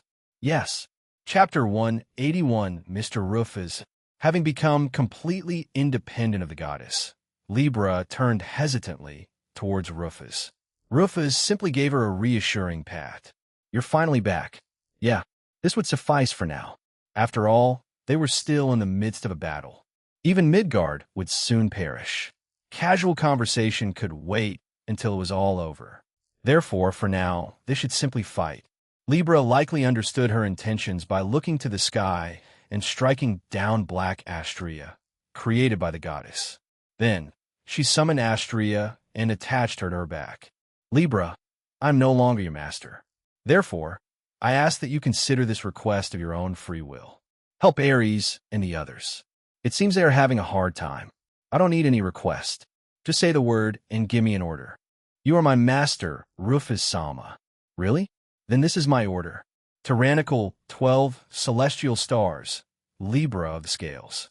Defeat my enemies. Yes, my master. Upon hearing the command, Libra flew into the sky. Rufus no longer had control over Libra. The authority to command lay in the goddess' hands. But that was no longer relevant. The tool had chosen its user, just as the user could choose which tool to use. Its master was Rufus. There could be no one else. This was decided by Libra itself. She was sure it was broken. She understood it was a typical defect in a faulty product. But for some reason, her thoughts were clearer than ever. It was a strange, light feeling. In human terms, it was like finding yourself again after having been lost. Since it was the first time Libra had experienced this, she couldn't find the words to describe her condition. Libra, take them with you. Rufus raised his voice. and 3 golems flew from Blutgang, who was still battling the fire Ouroboros. They were Tanaka, Suzuki, and the Guardian. The 3 transformed in midair, separating their parts and recombining them to change shape. By the time they descended from Libra, they already had a form that defied description. If one were to describe its general shape, it was like a platform with 2 plates, yes, similar to a balance scale. The 2 plates were rotated backward, becoming vernier thrusters. 2 cannons protruded from the front. Blue and white jewels were inlaid on the left and right sides of both cannons. But they didn't gleam at that moment, as if they were silently waiting. It was hard to call the design refined. Because it prioritized functionality, it had a rather crude shape. Simply put, it was a scale-like ammunition magazine. It charged toward Libra's back and docked itself there. Both cannons had openings for its arms, and Libra positioned them without hesitation and connected. Combination? Would that even be the right word? The size difference was so great that it looked as if Libra had been wedged between the cannons rather than combined with the unit. It was a completely inelegant position, as if Libra were carrying a massive ammunition depot on its back. Scorpius glanced at him and muttered, "Wow, that's not cool." His appearance was hardly praiseworthy. However, Rufus nodded, satisfied for some reason. "Whatever. Come on, Libra." Scorpius leapt onto Libra, fully armed, as she flew using her vernier thrusters. Her current speed was unmatched by anything Libra had ever achieved. Accelerating to incredible speed, Libra flew into outer space in an instant. "You keep getting in my way." In space, the Earth Ouroboros was about to unleash its breath upon Taurus. However, Libra spotted it and deployed all its weapons, firing its cannons simultaneously. Numerous flashes and guided missiles exploded on the flank of the Earth Ouroboros, while Scorpio leaped out and rescued Taurus. Then, it extended its weapon toward the ground near Ares and used it to return to Earth by retracting it. Meanwhile, Libra flew around the terrestrial Ouroboros at high speed, using explosives to distract it. Little tricks. The Earth's Ouroboros exhaled, attempting to bring her down. However, Libra evaded the destructive light, which could only move in a straight line. She circled the Ouroboros to close the distance and aimed her cannons at its nose. Full fire, and she shot. The Earth Ouroboros face was engulfed in intense fire, completely obscuring its vision. Furthermore, its left scale activated. As it swung its left arm, the attached left cannon also moved, and a massive sword of light emerged from its mouth. This already doubled the attack power of the standard Libra, but it wasn't over yet. The blue jewels on the left side of the ammunition magazine began to glow. Weapon support activated. Zubin Escamali, power at 500. The Guardian's voice boomed, and the light blade on the left cannon expanded considerably. If Libra wanted to do it right now, it could probably split the moon in two. Libra swung the disproportionately large blade, slicing through many rocks floating in space and explosively impacting the face of Earth's Ouroboros. A violet beam shone everywhere. The scales of the Ouroboros burned away, leaving a shallow scar. Then Libra extended his right arm, and the cannon attached to it extended accordingly. The light focused on the muzzle of the cannon, while the red jewels on the right side of the ammunition magazine began to glow. Weapon support activate. Zubin el-Janubi, power to 500. A whirring sound echoed as the left cannon's energy charge gauge instantly filled. It wasn't just Libra's energy being used for the attack. Even the mana that made up the universe was accumulating, allowing the attack to surpass its normal limit. The light was enough to burn retinas. An ordinary person would have inevitably been blinded. An overwhelming torrent of destruction, comparable to the breath of an Ouroboros, shot from the cannon. At the same time, the vernier thrusters fully activated to prevent Libra from being blown off course by the recoil, allowing it to remain in position. Instantly, the overheated cannon began to smoke as it cooled. However, Libra didn't get to enjoy the glory of the attack, as it quickly descended. The flash of light forced the Ouroboros to descend to Midgard. It burst into flames upon re-entering the atmosphere. Libra passed by it as it descended with its own fiery aura. It moved right next to Ares. "Hound, you should have betrayed us already." Ares was surprised by Libra's sudden intrusion, who should have been on the goddess' side from the start. Meanwhile, Aquarius muttered suspiciously. However, Libra simply closed her eyes and spoke in her normal voice. "I have no excuses. If you no longer believe in me, shoot me in the back. That's all I can say for now." Libra didn't believe they wouldn't attack her. If Leon had been there, he surely would have yelled "die" and attacked. If that had happened, Libra wouldn't have even tried to dodge the attack. She wouldn't ask them to believe in her. It was only natural for them to distrust her. But despite her acting this way, Ares happily told her, "Libra, welcome back. I'm back, but I don't have the right to say it now. When this battle is over, and if everyone forgives me, they'll say it formally again." After saying that, Libra attacked the Earth's Ouroboros. At that moment, Ares and the others saw it. A smile spread across Libra's face. "Huh, did he just smile? Am I seeing things, or did that golem really smile?" "No, Aquarius. I saw it too." They had known each other for over 200 years, but no one had ever seen Libra smile. It was natural. Since she had no emotions, she also had no facial expressions. Therefore, she had never smiled, nor had she ever been angry, nor had she ever lamented. Although both were considered objects, this was the difference between Aquarius and Libra. Aquarius had emotions from the beginning and could express them through physical manifestation. Libra, however, never had any. They only remembered her as expressionless behind Rufus. For the other members of the 12 Stars, it was an incredibly significant event when she smiled, even slightly. "She's really changed. In the end, she went back to her old ways. That's why I can't stand her."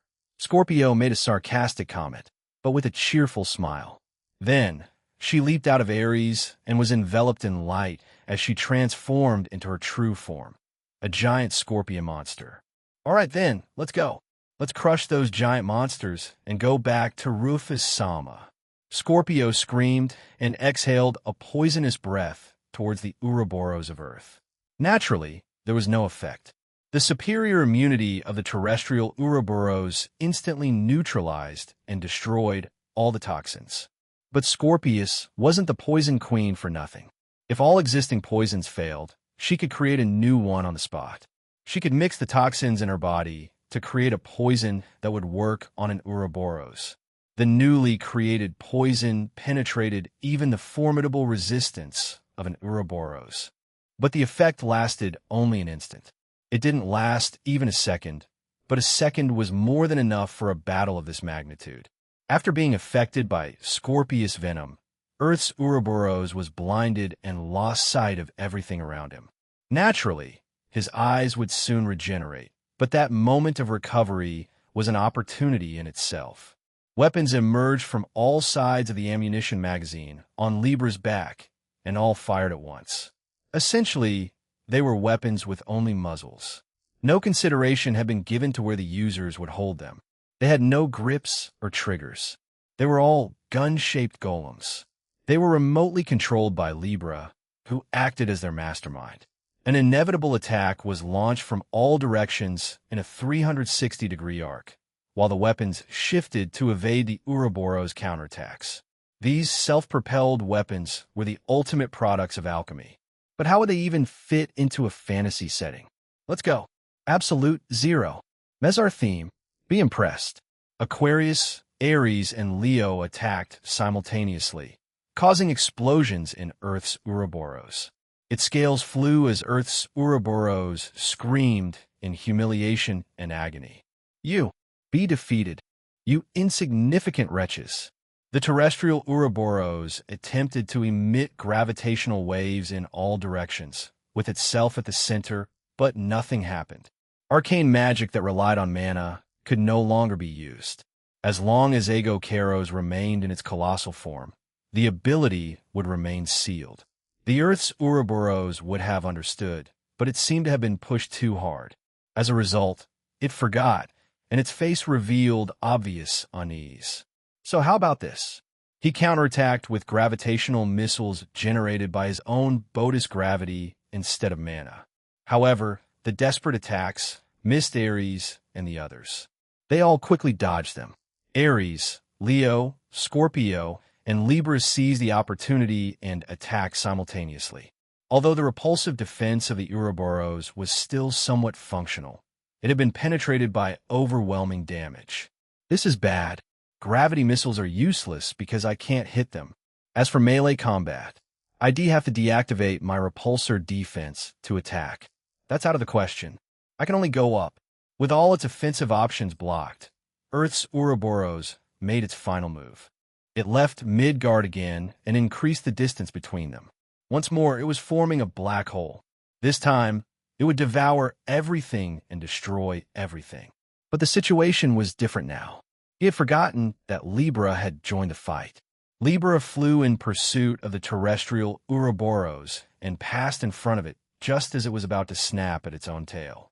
The Ouroboros arrived too late, as its tail had been cut off and it drifted away. It was caught just as it deactivated its repulsive defense to snap at its tail. First of all, why had he gone to the edge of the solar system, far from Midgard, to activate the ability earlier? Wasn't it to prevent the activation from being interrupted?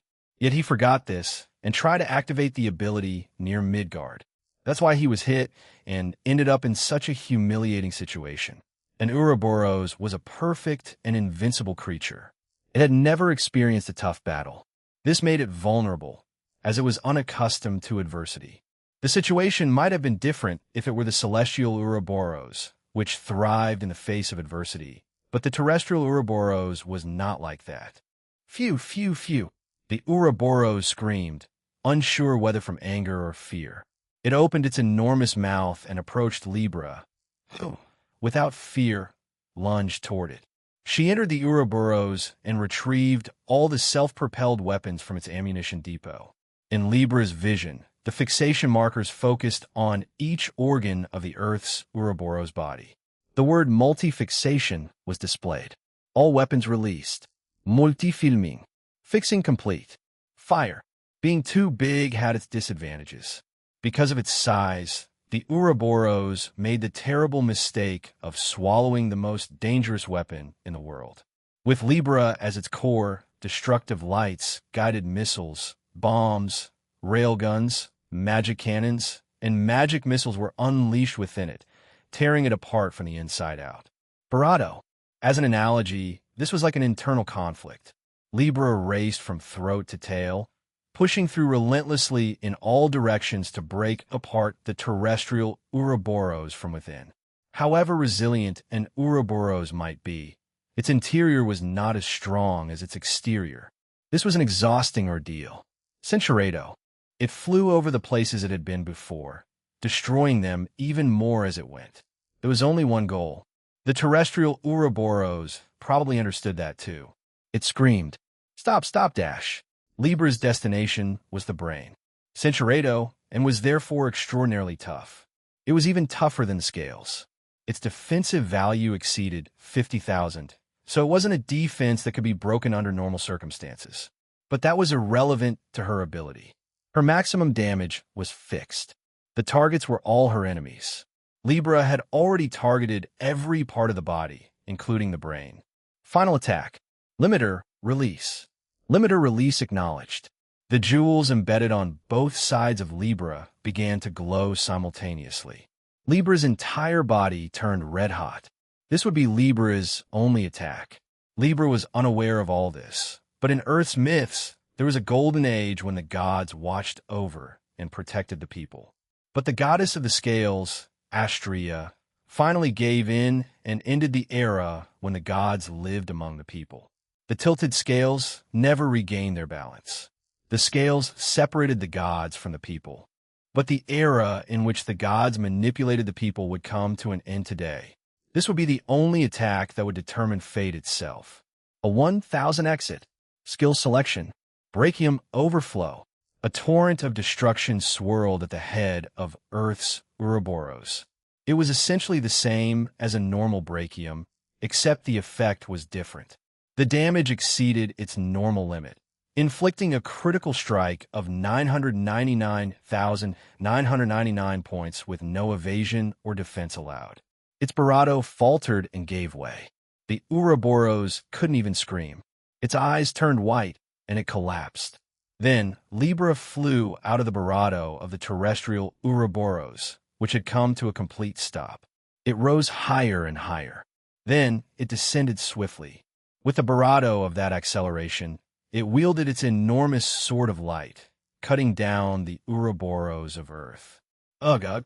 Finally, filled with bitterness and humiliation, Earth's Ouroboros emitted a groan that wasn't even a word in the proper sense, and transformed into particles of light. Then it exploded, scattering the particles. It was a fantastic sight to see the scattered light briefly illuminate the darkness of space. But Libra felt no emotion. This was the end of an Ouroboros, an agent of the goddess. After observing this, Libra murmured softly, "Mission accomplished. I'm leaving." She did not return to the goddess. She returned to her allies of her own free will. Having strayed from her commander's will, she became a defective product of the goddess. She returned to her companions, who still greeted her with a welcome, despite her being such a flawed creation. Chapter 182, The Decisive Moment, is approaching. I watched as the four battles drew to a close and spoke with the goddess, Dina. The earth Ouroboros and the celestial Ouroboros were dead. The fire Ouroboros was already half dead, so Benet and the others couldn't afford to lose. At that point, even Benet alone would have won easily. On the other hand, the wood Ouroboros had to face Pollux and ORM simultaneously. It was only a matter of time before Ares and the others headed there and helped them achieve victory. However, the goddess, Dina, still maintained a carefree expression. It was only natural, since the most important existence remained unharmed. No, even if he had defeated Dina, she would still be just as carefree. After all, this world was only a game. If he lost, he might be disappointed. If he got angry, he might never play again. That was all. No matter how badly injured the game character was, the player wouldn't receive a scar in real life. That's why he needed to destroy this universe, the game, to be on her level. If he didn't, he wouldn't be able to fight her. He wouldn't even be able to face her. Naturally, I couldn't afford to lose to her right here. After all, I haven't even managed to reach the same battlefield as Alovinus. What a bunch of useless fools. However, their steady advance ends here. No matter how strong they are, they won't be able to defeat me. Not entirely. That's Dinah's body. You're not even on this battlefield. I see. That's true. However, for someone like you, this is more than enough. As he spoke, the pressure released by the goddess, Dina, increased. She's coming. He could feel the mana fading beyond this star. It wasn't something inferior like the mana of Midgard. He was collecting the mana that constituted the universe itself. Yes, the universe itself was his arcane magic. Therefore, the amount of mana he had access to was infinite. Now come forth, you, ruler of the heavens, the destructive thunder that shattered the stars. Uranus. The sky opened and lightning struck. At our level, I'd say lightning was a piece of cake, but of course this wasn't just any lightning. There was no way of knowing the voltage of the current, but it certainly reached an astronomically impossible value. As she had said, it could incinerate even stars. It was clear that it had enough power to obliterate them. I raised my hand above my head and deployed a shield to block the lightning bolt. It was an insulator that created a layer of air that didn't conduct electricity. Naturally, it was destroyed instantly. It wasn't something you could defend against with rubber, pure water, or a layer of air. Physical truths, logic, common sense, reasoning, theories, and laws were woefully invalid.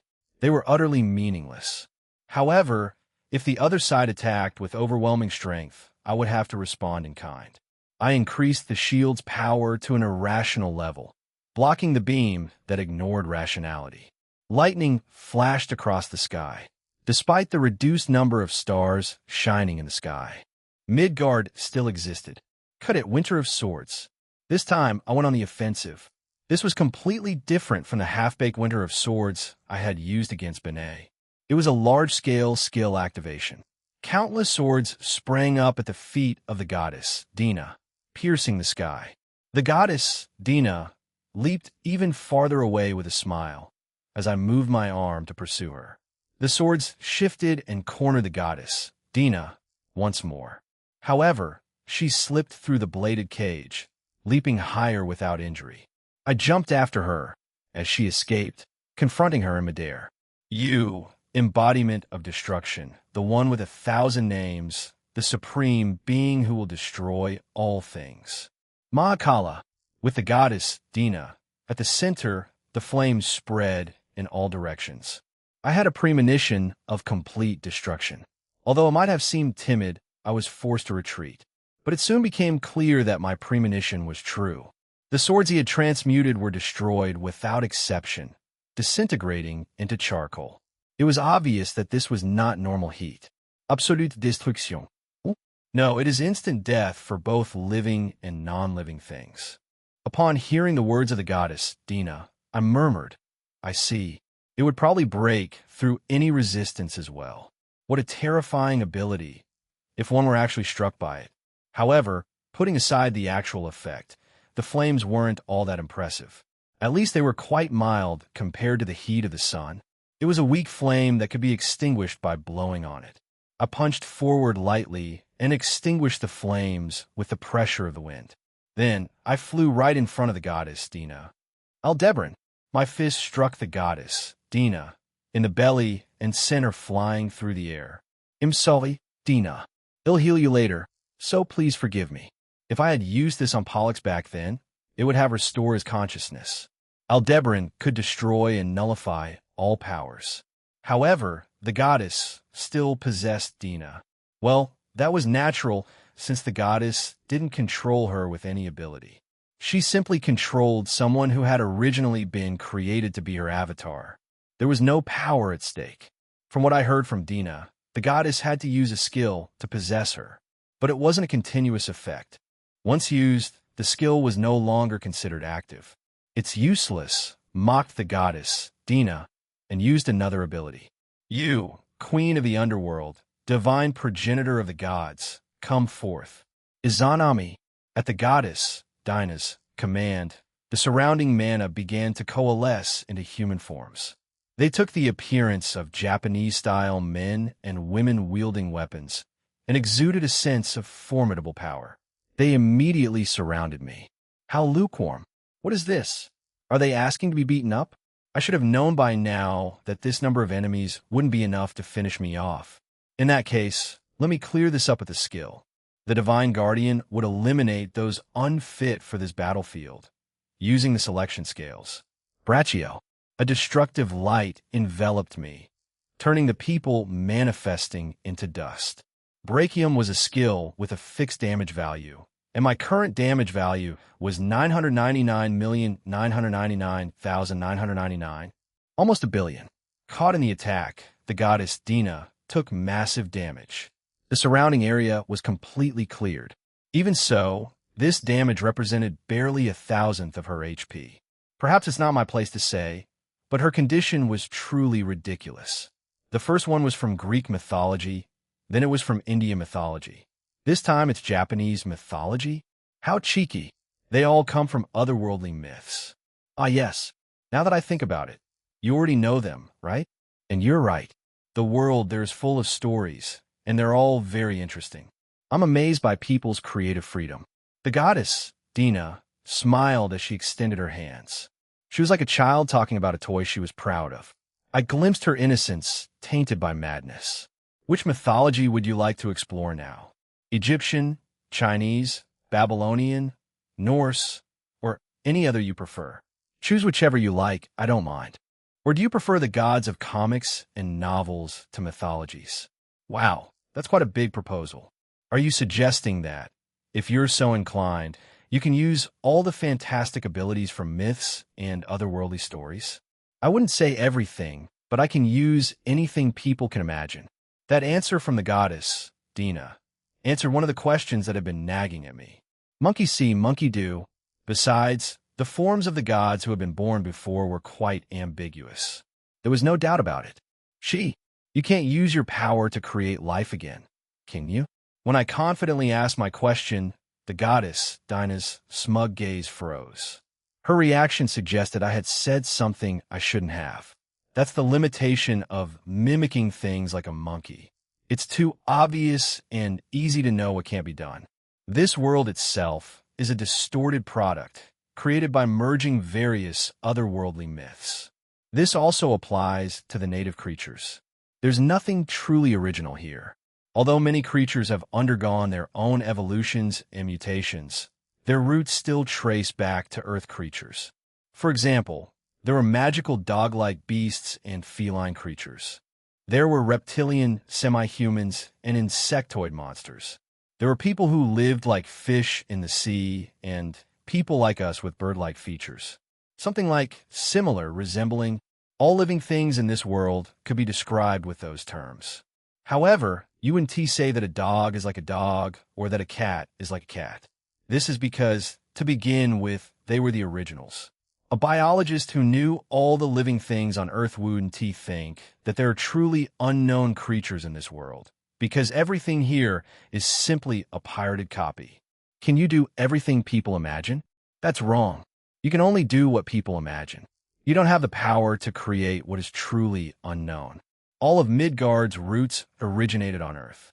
Perhaps she possessed the power to create the unknown, but she simply lacked imagination. Since all her ideas came from Earth, there would always be elements that resembled what was found there. All of this meant one thing. I couldn't be sure, but my intuition told me my inference was correct. First of all, it was strange that she couldn't create life despite claiming to be the goddess of creation or the creator goddess of the world. Alovenus, you are not the deity who created the world. Before you became a goddess, the world already existed. Am I wrong? That's interesting to say. I see. This development isn't bad. The true deity of creation is the mastermind manipulating events behind my back. Hee, is that what you mean? That's not how it works. Are you stupid?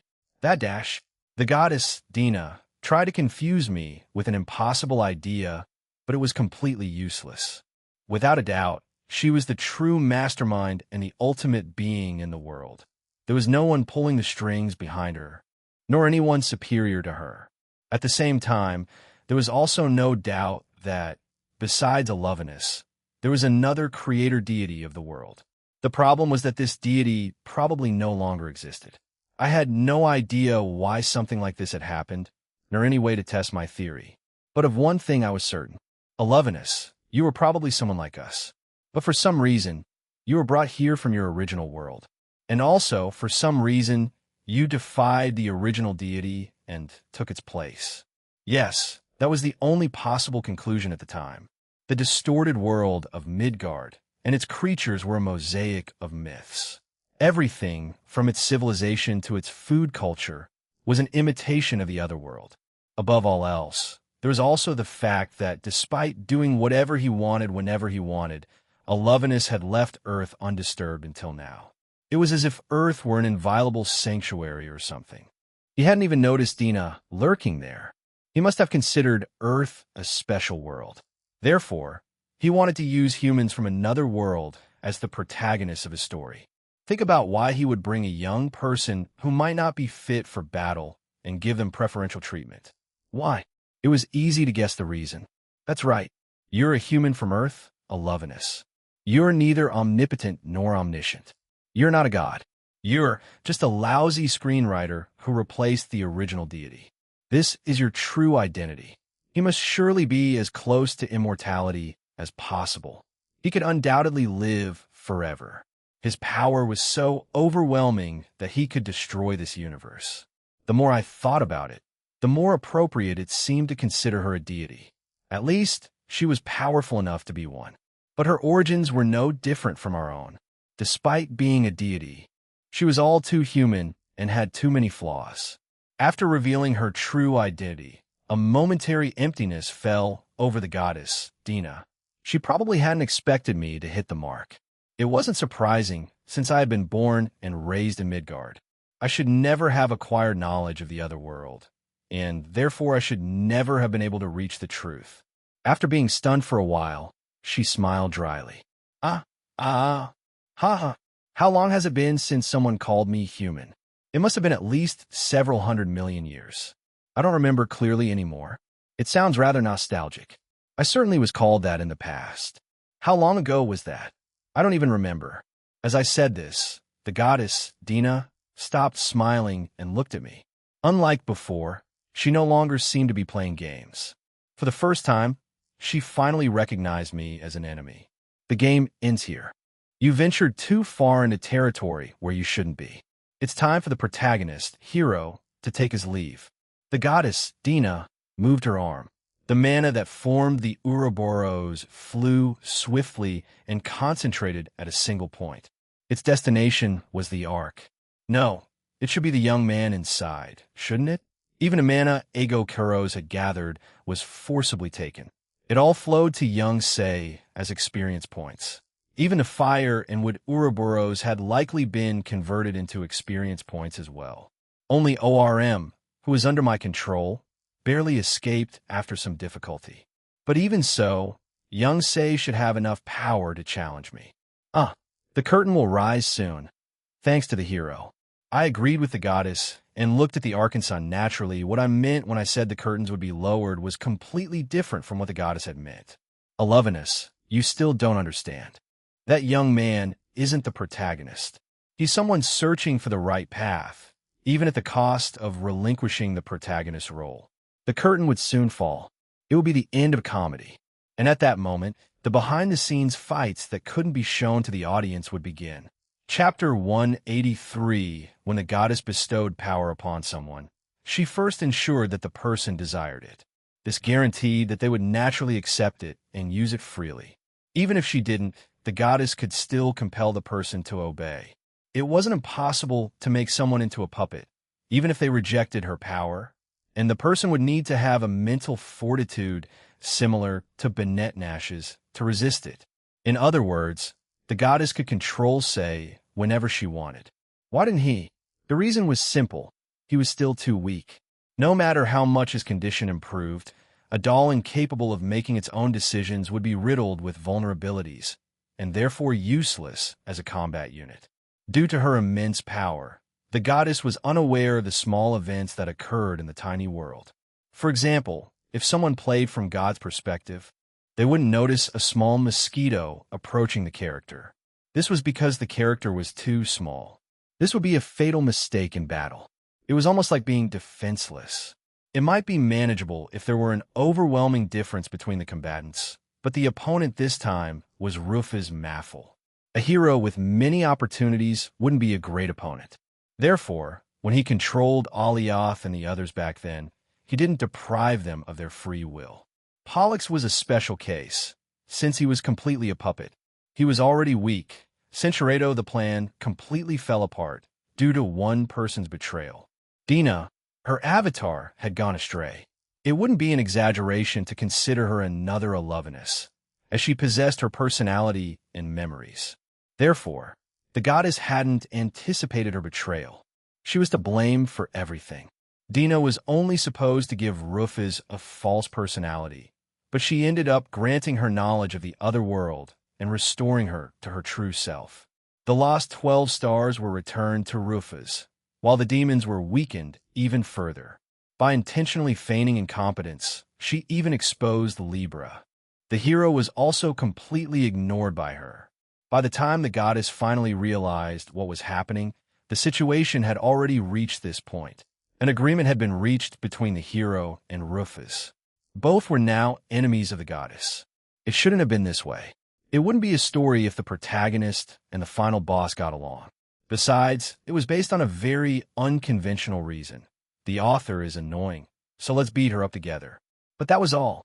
Now that the goddess herself had intervened, the story would not be diverted any further. Convinced of her victory, the goddess, Dina, smiled and used her ability to manipulate thoughts. Rufus, for her part, smiled and watched her without interrupting, for she too was certain of her victory. Both had played their cards, but who would emerge victorious? In any case, they had one thing in common. Whoever was expected to win, the hero would ensure the victory. As I was confused, He remembered being on the Ark, persuading people. Whether that counted as persuasion was debatable, but at that moment he was observing the scene outside. Outside the Ark, she saw Virgo fighting desperately. Her opponent was the wooden Ouroboros. It was an abnormal monster capable of destroying planets. Virgo could not escape unscathed. They could only watch, powerless to intervene. After all, Virgo was strong while he was weak. Instead of offering help, he would simply die from being outside the Arkansas. The planet had lost its original shape, swallowed by magma. Meteorites rained down from the sky incessantly. Mountains were flattened and the ground torn apart. The seas dried up, while thunder roared ceaselessly. An abnormal climate spread everywhere. Without a doubt, it was the end of the world. It was the end of times, as foretold in various myths. He'd be lying if he said he didn't feel miserable. He couldn't help feeling inferior. No, had always felt miserable. Being a hero was a heavy burden. He was ashamed of his own weakness. Helplessness had followed, say, like a persistent neighbor. Ever since He'd seen Rufus in this world, had been like a friend constantly putting his hand on his shoulder. He'd felt disgust toward this friend from the very beginning. Even now, that feeling continued to grow. He felt particularly helpless during the fight against Debris in Legjarn. Seeing the difference between him and Rufus had, in a way, made him surrender. She was a natural disaster in humanoid form, so there was nothing he could do about it if he didn't win. There was no shame in fleeing a meteorite, failing to defeat a fighter jet with nuclear missiles, or surrendering to a fully mobilized army. If a giant, raging monster burst from the screen of a monster movie, who would be able to fight it with a sword? However, this time was different. Debris had been an opponent, say, could have fought, but he still lost. He was even taken hostage and became a burden to Virgo. In the end, everything was resolved thanks to Rufus' intervention. Say had never hated his own powerlessness so much as during that incident. When he finally noticed him, he was crouched down, alone, in the dark. A feeling of helplessness gripped Say, and he spoke to him. Im so weak. I can't protect anything or do anything. What kind of hero am I? Seriously, what a joke. Exactly. Such a pathetic and useless hero would only be an object of ridicule. As if carried away by the current, his feelings of inferiority transformed into Debris, and he placed a hand on his shoulder. I envy those powerful people. I'm jealous of them. I can't help but think. If only I had that much power. Shut up and be quiet. Say muttered and weakly withdrew his hand. However, the feeling of powerlessness persisted. His sense of inferiority did not disappear. Instead, his misery transformed into a strange Mars strutting before Say. Hey, how are you feeling? What's it like to be a hero who couldn't do anything? Who do you think you are? Say stood up and punched the stranger in the face before sitting down again. Suddenly, a beam of light descended before him. Looking up, he saw a divine woman standing before him. She gently extended her hand and spoke to Say. Everything will be all right, hero Say. You're not weak. Your power is simply dormant. Now take my hand. You no longer need to feel helpless, inferior, or miserable. You can fly to the battlefield right now and be the one to save everyone. Instantly, he saw the image of his own powerful self unfolding in his mind like a movie. He used the power that surged within him to play an active role like a raging lion. Even when he was in trouble, the latent power inside him conveniently awakened and allowed him to turn the situation around. Then, as he became increasingly active, beautiful girls fell in love with him for no apparent reason. Realizing the situation, they began fighting over him. That was the course of a typical story. It was a common development. It would be a lie to say he didn't yearn for it. At least it was much better than his current uselessness. He had always wondered why he had been summoned to this world. He wouldn't deny that he had never fancied a powerful and active future. But still, I see. You're the goddess, Alovinus, aren't you? This weakness is also part of me, Minami Juji Say. As bitter as it was, he had no choice but to swallow it. No matter how hard he tried to look away, reality remained. People can never truly escape reality. If I take your hand, I can certainly become stronger. But the price would make me lose sight of something very important. Am I right? Sincerado, they were complete opposites. Banette Nash had never felt inferior until she met Rufus. She had never felt helpless. I am strong. Since she can defeat me, Maffel must be stronger. In that case, I will become even stronger with my own power. That was Banette Nash's line of thinking. It was simple and stubborn. For starters, she never had the fragility of a weak person like Say. She had abandoned her while she was still in her mother's womb. However, Say was different. He wasn't strong. Instead, he was terribly delicate. If Banette Nash's heart were a ridiculously thick, several meter thick superalloy steel plate, C's heart would be like aluminum foil. It could be folded many times, leaving creases. He was unlike Banette Nash, who didn't even know what it meant to bend. But even so, with his frail, wrinkled heart, he rejected the goddess hand. No, I don't need it. I'm weak. Honestly, it's a miserable feeling. But still, there's something a weakling like me can do. No, I won't make the mistake of pointing the cannon at the wrong person. I don't want to make that mistake. She wanted power. She truly did. She wanted it so badly, she wanted to cry. In fact, she was still hesitating. She felt the urge to say she wanted to take back everything she had just said, but she couldn't do it. If she did, she would cease to be Minami Juji Sei. If she betrayed her own conscience to gain power, she would only become a weapon that fired without aiming. However powerful she was, a weapon that shot the wrong people in the back was worthless. Hee. Seeing Ce's attitude, the goddess abandoned her compassionate smile, and her bravado curved into a crescent moon. Then, she applauded him and placed her hand on his chin. I see, just as one would expect of a hero. What a wonderful state of mind. I applaud the strength of your heart. Yes, it doesn't bother me at all. I like the attitude of wanting to stand on your own 2 feet. That's why I pity you. Oh, what a poor child. Although you have such strong faith, you don't have the power. It's a real shame. The goddess didn't seem to have heard Ce's words and continued her solitary monologue. It wasn't that she disliked him. She wasn't angry about his rejection. In fact, it was quite the opposite. She truly considered him a very brave and wonderful boy. That's right. People should be like that. They shouldn't just wish for things to happen or rely on their deity. Instead, they should forge ahead on their own 2 feet.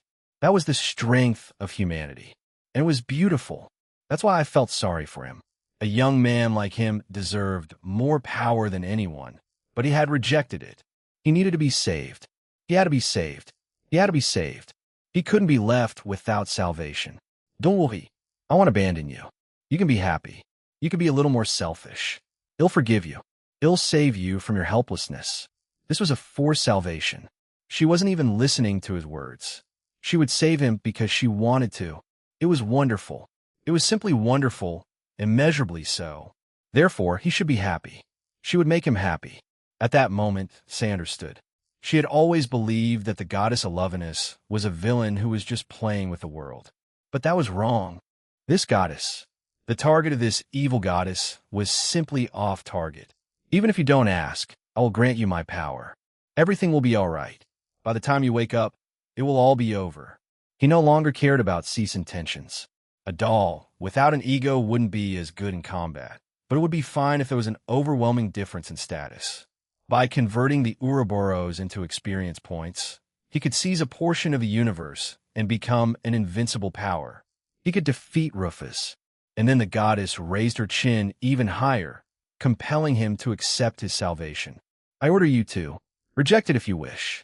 Then, a different form of authority that already existed within Say intervened, allowing him to remove the goddess' hand.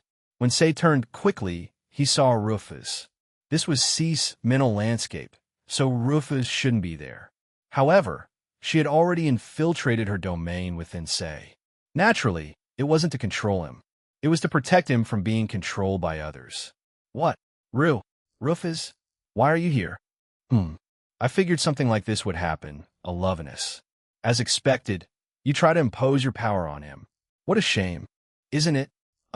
Wait a minute. Don't tell me. You used that without their permission? Rufus had used it before Say entered the Arkansas. When she patted him on the shoulder, it activated an ability. The name of that ability was Capture. It was a basic monster tamer skill. It captured the target and brought them under their control. As was evident from the fact that he had used it to capture Parthenos, it wasn't an ability exclusive to magical beasts. If desired, it could be used to capture a human. I've already captured this young man named Say. You cannot touch him unless you defeat me first. What is this unorthodox method? In Cease mental landscape, the figure of the goddess cried out in anguish like a tree spirit. At the same time, all the experience points, mana, that were heading toward Say changed course and rushed toward Rufus. The hero had rejected the script, therefore the story would no longer be valid. The curtains had been lowered. Chapter 184 looks like it's done. In the midst of the battle, the wooden Ouroboros murmured as if it had surrendered.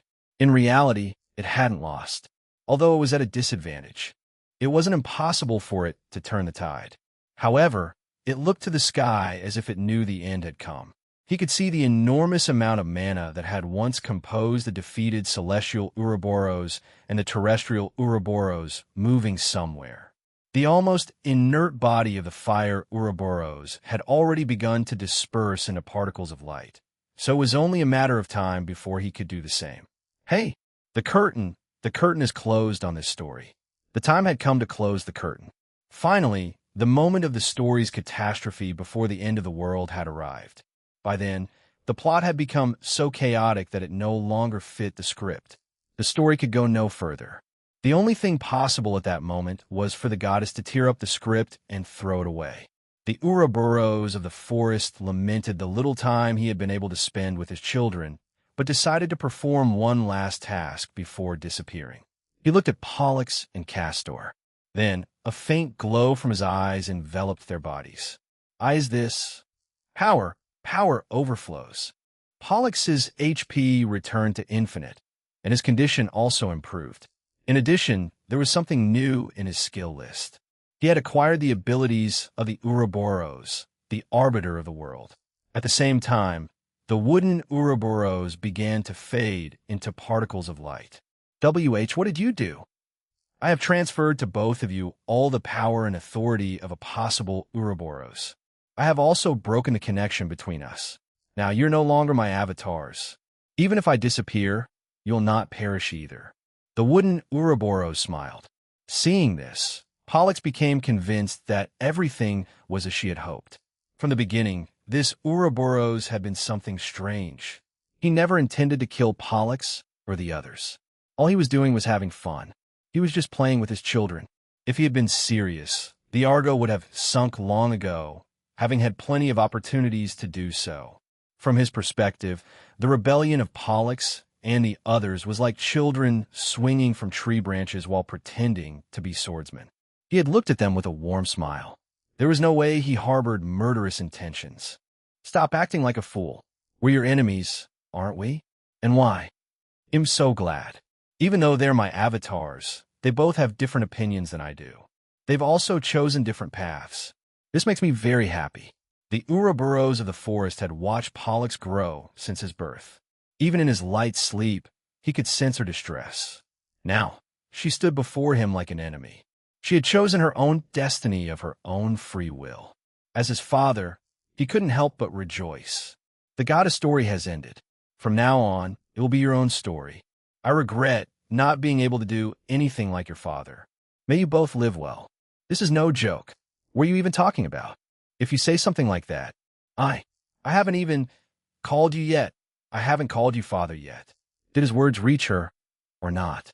The wooden Ouroboros turned into particles of light and disappeared from the world, right before the eyes of the astonished Pollux and the others. In the end, she was left with the words, "Delicious, delicious." Pollux watched and then fell to his knees. What is this? Isn't it too selfish? Why didn't you say so from the beginning? Why are you acting like a nice guy right at the end? How am I supposed to feel now? You probably didn't want to weaken our resolve. In a way, I can understand the thoughts of the wooden Ouroboros of our father. Brother, men are very selfish creatures, aren't they? Castor placed his hand on his sister's head and gently stroked it. This was the end of the Ouroboros. The last one remaining, the Ouroboros of fire, cried out in anguish as it transformed into light. No, I don't want to disappear. But Bennett Nash ended his life with a stab wound. The end of Midgard had come. The Ouroboros had vanished. History, too, had ended. Therefore, only the struggle that was not part of history remained. Final judgment rested in the hands of the goddess and the black-winged overlord. Castor gently comforted his crying sister as she silently gazed in the direction where her master might be. Killing by stealing. These annoying behaviors were a problem in many MMOs. Basically, a third party would suddenly appear and kill already weakened enemies, stealing their experience points, items, or gold. It was generally considered rude to do so. Polite people wouldn't. But this was precisely what I was doing right now. The enormous amount of experience points, mana, that was meant for, say, drastically changed direction. Since the original recipient, the young Sei, had rejected it, the Ouroboros mana was now unclaimed. Using Ego Karas ability, I drew the experience points toward myself. Level 4,300, 4,600, 4,800, 5,000, and still going up. Aren't you getting too big for your britches? As agents of the goddess, the Ouroboros provided experience points of a completely different magnitude than the magical beasts. Furthermore, there were 4 of them. The wooden Ouroboros had a strangely low mana cost, but it still raised my level. No, wait. There was nothing from the fire Ouroboros, so there were only 3. Oh well, never mind. My current level was 5,100. I D-leveled up a lot and was still going up. And what would you do now, goddess? Dina could no longer defeat me. You should have understood that by now. I couldn't stop unless you stopped me yourself. Exalta. As a final act, I activated Gate X worldwide. This world was nearly finished. When it was over, nothing would remain. Therefore, before that happened, all living beings had to be temporarily evacuated to the other universe. In any case, no one want to stay here right now. As expected, the transfer was successful. Except for a few people, everyone was evacuated. The remaining individuals appeared to be Bennett Nash, ORM, the 12 stars, and Terra. Bene and ORM leaped into the sky and approached me. The 12 stars arrived afterward to confront the goddess. For some reason, Bennett Nash was at level 2,700. So it was you. You took the experience points from the fire Ouroboros. It was as expected. She, too, had the right to challenge the goddess. ORM was at level 1,500. It seemed he had also exceeded his limits. Apparently, I'm not the only one, a Lovinus. To think you could ignore the boundary I set so easily. I placed my hand on my chest and touched the key to heaven. It was time to use it. I'm going to use it, Dina. The last move you had prepared. This move would be a checkup. Well, never mind. I understand, okay?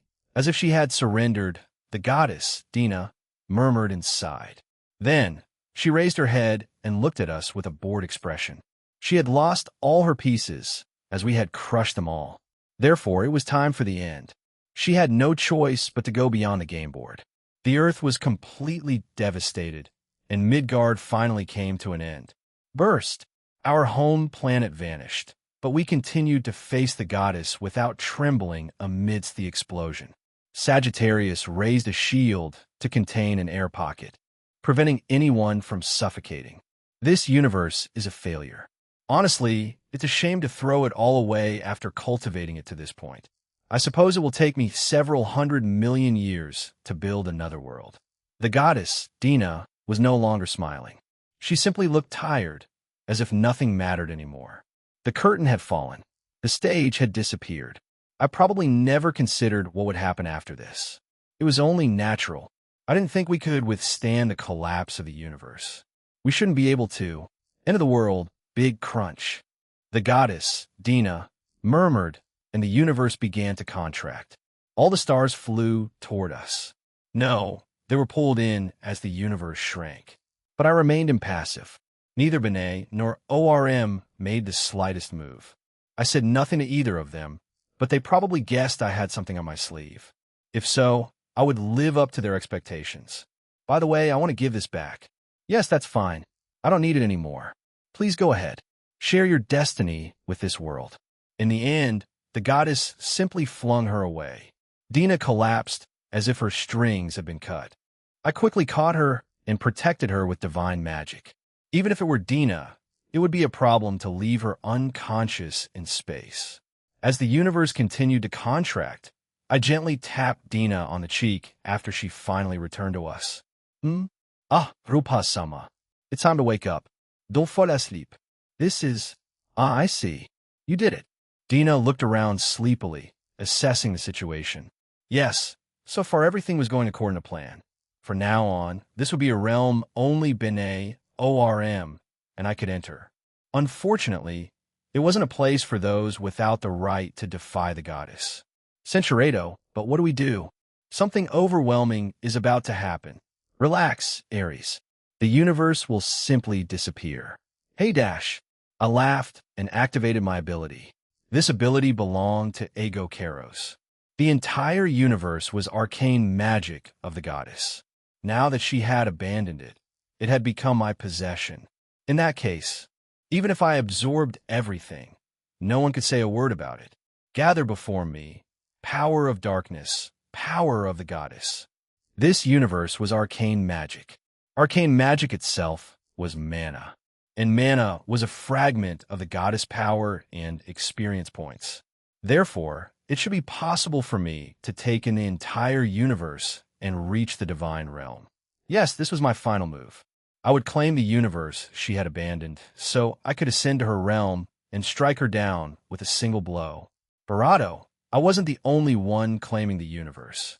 Thanks to Sagittarius, Acela's ability, experience points were also distributed between Bene and ORM. That's precisely the privilege, the right to challenge it. Those locked by the limit couldn't advance beyond level 1000, no matter how many experience points they gained. Therefore, it was necessary to overcome the limit. 12 stars. You've worked hard so far. From now on, we'll be the ones to move forward. Believe in our victory and await our return. I used Gate X and created an escape route for them. The Ark was on the other side of the gate. Only the three of us, Bene, ORM, and I were able to advance further. However, both Ego Kairos and Pisces counterattacked aggressively. No, my lord. I wish to serve you in the final battle. Please use me. Me too. If this keeps up, you'll end up like that Eros without a presence. You are truly enthusiastic. Of course, Ego Kairos and Pisces were the rare exceptions among the 12 stars. They hadn't exceeded their limits, but they had the ability to advance to the final battle with me. Ego Kairos transformed into mana, which I then assimilated. Meanwhile, Pisces activated his ability and possessed me. Perhaps due to Ego Kairos' influence, wings like Ego Kairos sprouted from my back. I became strangely sinister. Mr. Rufus, No, don't come. Ares wanted to come, but I refused. Unfortunately, it was impossible for him. At level 1000, he couldn't face the goddess, who could destroy an entire universe. He would be wiped out in an instant. Unfortunately, from now on, the world would be limited only to those who had the right to challenge her. However, I wondered if my rejection would be too harsh. I patted Ares on the head and laughed to reassure him. Everything will be all right. He'll come back this time.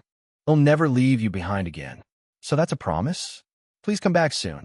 Scorpio quickly understood my words, but Libra took hold of her arm and pulled her towards the door. Wait, what are you doing, Libra? We'd better leave quickly, as we're in the way. Good luck, teacher. Libra and Scorpio disappeared through the door first, followed by Argo, Pollux, and the others. Terra exchanged a few words with ORM before going through the door. Then, the other 12 stars were evacuated one by one. The last to remain was Dina. Rupa-sama, I believe in you. I believe you will undoubtedly return. Of course, you'll be back very soon. Wait for me. I made a promise to Dina, and she too left the universe. Only Bene, ORM, and I remained. The universe had shrunk to its limits, for most of it had already been assimilated by us. My level. No, the number didn't matter anymore. At this point, the level was no longer a guide. Let's go. Let's start with a salute. A loud and eye-catching bang. Phoenix. It'll match yours, Maffle. First, I activated arcane magic to declare war. Prophet of the Golden Bow was the most powerful support arcane magic of the Sun attribute. In an attempt to match it, Banette Nash activated Maiden, who shoots the silver arrow. But it wasn't just one arrow, as ORM was also using the same arcane magic. All right, Goddess, have you made your decision? You can no longer be a player who simply moves pieces from a safe position. From now on, it will be a fight behind the scenes. Fire. 2 silver arrows flew at my command, literally piercing the universe. The wall between dimensions shattered, opening a hole in space. We flew after the arrows, and the 3 of us emerged from the universe through the hole, and in a pure white world that stretched eternally. Finally, we met the astonished goddess, who seemed unable to believe what she was seeing. Chapter 185, when did it all begin? I couldn't remember anymore, although she could barely remember that she had once been human. However, upon becoming a deity, her human identity vanished completely from history, as if it had never existed. Therefore, only she knew that she had once been human, but there was no way to prove it. It had happened so long ago that he couldn't remember the twists and turns that followed. However, there was no doubt that, in the end, he confronted the creator deity, destroyed it, and became the next deity. After becoming a deity, the first thing he did was create a universe. Then, he created a planet with an ideal environment for living beings and created life through trial and error. But it was at this point that he stumbled. Although he possessed more than enough power to destroy the previous creator deity, he lacked the ability to create life. This was because life was far too fragile for his standards. It was so fleeting that it eluded his comprehension. It was a puzzle whose creation required a complex process. Even a single piece was difficult to solve. Even if he attempted to create life, he would gain nothing. Inevitably, she had to create the world piece by piece, using all the living beings from her original world. She moved them to Midgard and allowed them to thrive there. Over time, creatures appeared with appearances and intelligences similar to those of Earth humans. This made her leap for joy. She loved people with all her heart. She always answered their prayers and granted their every wish. This did not change even after they ate the forbidden fruit, which contained the essence of evil, and which they had been taught not to eat. I love you all. I want you to be happy. I'll make sure to make you happy.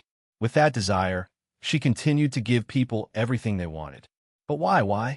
The more he gave, the more wishes he fulfilled.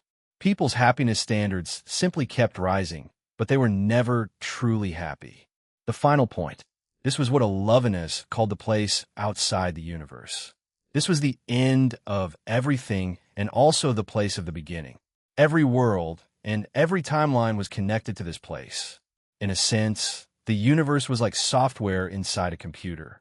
It contained various pieces of data, each forming a parallel world. Beyond the universe, there were many more universes, software programs. These were organized in a folder. But if you looked outside that folder, there would be more folders. If you went beyond the computer itself, there would be more computers lined up outside. This served as an analogy for the universe. Everything converged in this divine space. It was a world only Alovinus could access. At least, that's how it was supposed to be. It was a world of whiteness that stretched infinitely to the horizon. It would be absurd to ask how far it extended, for the answer would be that it stretched forever. This world was infinite. In contrast to the whiteness, there was something black scattered everywhere.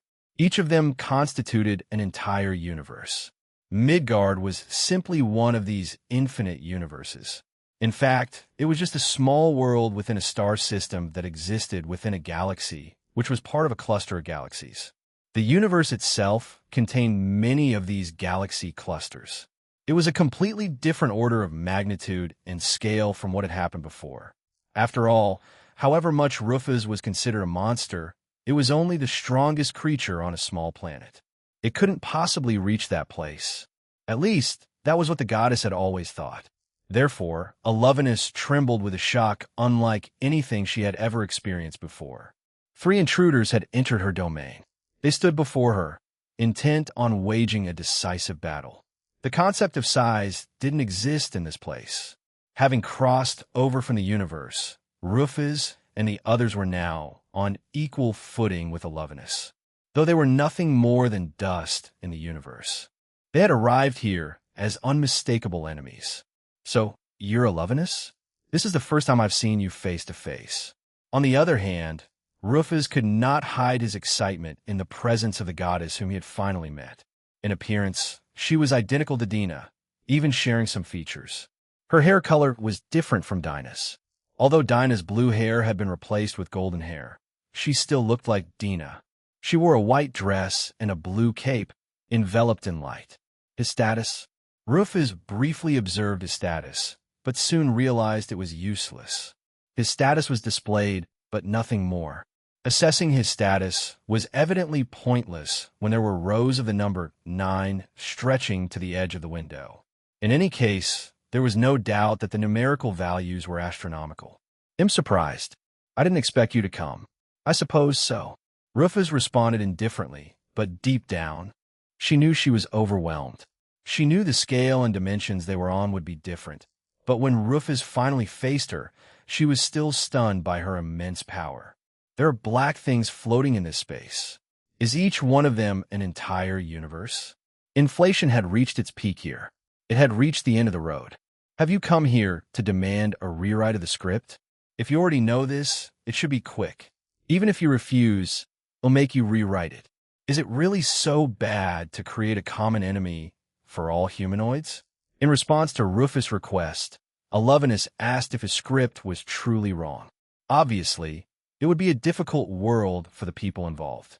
Alovenus naturally knew this, but it was okay for it to be difficult and bitter, since that was what people really needed. I didn't create this world out of thin air. At first, I thought that saving people would bring them happiness. Alovenus lowered his gaze sadly and spoke as if recalling the past. Yes, he had continued saving people and giving them what they wanted. He once believed that doing so would bring them happiness. But that was wrong. If people only experienced happiness, they would become desensitized to it. In a world where only peace was experienced, people wouldn't realize they were at peace. For example, suppose 2 children share the same birthday. One was poor and struggled daily to find food and had never celebrated a birthday. The other was rich and could eat as much cake as he wanted and always had enormous cakes for his birthday. If they were both given the same cake, only one of them would be truly happy. What a delicious cake. It's the first time I've ever received something like this for my birthday. On the other hand, the other child might throw a tantrum upon seeing the cake. Are you kidding me? It's my birthday, so what's with this cupcake? Wasn't it strange? The poor boy was immensely happy, while the rich boy was sad, even though they were given the same cake of the same flavor and size. Why did this happen? Because their definitions of happiness were different. The poor boy had low expectations, so he could find great happiness in just one cupcake. However, the rich boy had high expectations, so it was impossible for him to be happy with just one cupcake. Happiness had become so commonplace for the rich boy that he could no longer recognize it for what it was. In other words, the happiness one could feel was not absolute. Depending on the environment, it could increase or decrease significantly. People can only have happiness. Peace alone would rot them. There was a time when Alovenus created a utopia where everyone could be saved. There was no hunger, no pain, no hope of life, for all had been eliminated by the goddess. Sickness and death had nothing to do with people. After all, they could always get whatever they wanted. It was a world immersed in the goddess love. There were no wars or disparity between rich and poor. It was a paradise that idealists could only dream of. It was a golden age. Alovenus had reached the heaven that people dreamed of. However, people's desires knew no bounds when everything was given to them. Their level of happiness continued to increase with every gift they received. It is natural to receive. It is natural to be saved. For those who had reached such thoughts, Their current level of happiness was natural, and they couldn't recognize their current feeling as happiness. They continued to enjoy it without feeling happy, and if things didn't go as they expected, even slightly, they became unhappy. It was a world where the goddess gave them everything without them having to do anything. They didn't have to walk alone. With a simple wish, they could be taken anywhere. They didn't need to stand on their own, as they didn't need to. They didn't even need to lift things or eat on their own. These people could live eternally in a pain-free utopia. Since everything had been given to them, they did nothing. They only had to lie on the soft grass or on a bed that the goddess had given them. Alovinus had sighed as he looked at those people. No, this is wrong. This isn't the world I wanted to create. I didn't intend for people to be like this. What I wanted was to help and save those who were desperately fighting to live and give their best in a cruel world, but couldn't find any respite. I just wanted to make them happy. These are just dolls, aren't they? Alovinus didn't understand. I didn't make any mistakes. I was undoubtedly doing the right thing. But why did people become so corrupt? Why did their hearts turn so cold? So, he glanced back at his original world for distraction and saw something incredible. A poor child became immensely happy after eating a piece of stale bread that would not be considered delicious under any circumstances. His people didn't even eat something like that. Instead of eating such a hard piece of bread, they would naturally eat better quality bread. Sometimes, they would even take a bite before throwing it away. But they didn't consider it a form of happiness, as they already took it for granted. Those who lived in warring nations cherished the brief moments when their lives were not in danger. But such things were completely foreign to the people of the goddess. This vision deeply affected Alovinus. It seems you're misunderstanding something. I don't want to make people unhappy. On the contrary, I want to guide them toward happiness. I want them to be happy. I made a mistake. Alovinus realized his mistake and understood that peace and happiness were not what his people needed. In fact, it was natural when you thought about it. Although sugar was sweet, if you kept eating sugary cakes every day, you would naturally hate it. It was only good because people only tasted it occasionally. Sweets tasted even sweeter after eating something unpleasant. However, for those who only ate sweets, sweetness wouldn't be recognized for what it was. The same was true of happiness. To feel happy, people also needed to feel depressed. If they were at the depths of their misery, they would find joy in the most trivial things. I can make them happy. At the very least, it would be far better than this corrupt utopia. They don't think or act. They simply wait, motionless. Where's happiness? In what sense are they human? Even in difficult times, humans would rise and walk on their own. That's what makes them human. That's what makes them beautiful. That's right. I want to make people happy. I don't want to make dolls happy. Ridiculous. So, goddess, are you going to say that everything you've been imposing on the world is for the good of the people? Your good deeds aren't malicious, but they've caused so much misery just to make people happy. How I've been making a fool of myself for that reason. ORM, who had the longest relationship with the goddess, raised his voice angrily. What a joke, what is this? He wasn't trying to play the victim. He was the one who had been following the goddess script and had brought misfortune to many people. He had no intention of denying it. But the reason, it was so ridiculous. Pollux had cried, and those heroes had died for something like that. This means that all those people I killed were never saved. For something like this, those honorable people, and their future. Don Griev, Uroborumun. They were happy. Perhaps it was a feigned happiness, but their bravado brought peace. They certainly gave them a sense of accomplishment and satisfaction. Stop doing stupid things. ORM, furious, attacked the goddess.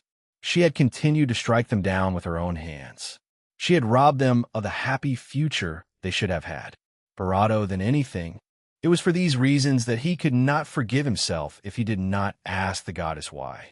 Having surpassed the level cap, the punch ORM threw at the goddess could even destroy a galactic supercluster. His speed was infinite. His destructive power, immeasurable. It was a punch that could be defined as pure destruction. The punch approached the goddess, but was easily stopped by an invisible wall that unfolded in front of her.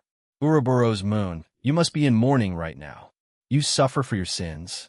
But don't worry. If you feel miserable now, you can't sink any lower. You can be happy from now on. Rejoice and be glad. You dash. I will never abandon them. I sincerely hope they're all happy. That's why. Elevenus smiled and took Orm's hand. Rufus and Banette Nash responded in unison, releasing arcane magic from their palms. However, all three were simultaneously teleported into outer space. Around them was a group of giant stars thousands of times larger than the sun. For a happy future, let the world be stained with despair. Hypernova explosion. A massive chain reaction explosion that could burn up the entire universe centered on the three individuals. Chapter 186. After passing through Gate X, the Ark reached the dark side of the moon. The moon had been destroyed by Ego Karos, but this was not the same moon as the one in their world. It was Earth's moon in the other universe. Looking at the blue planet from inside the Ark, Virgo emitted a sound of admiration and joy. All we can do is believe in her and wait. To think that they would exclude us because of our fighting power in the end.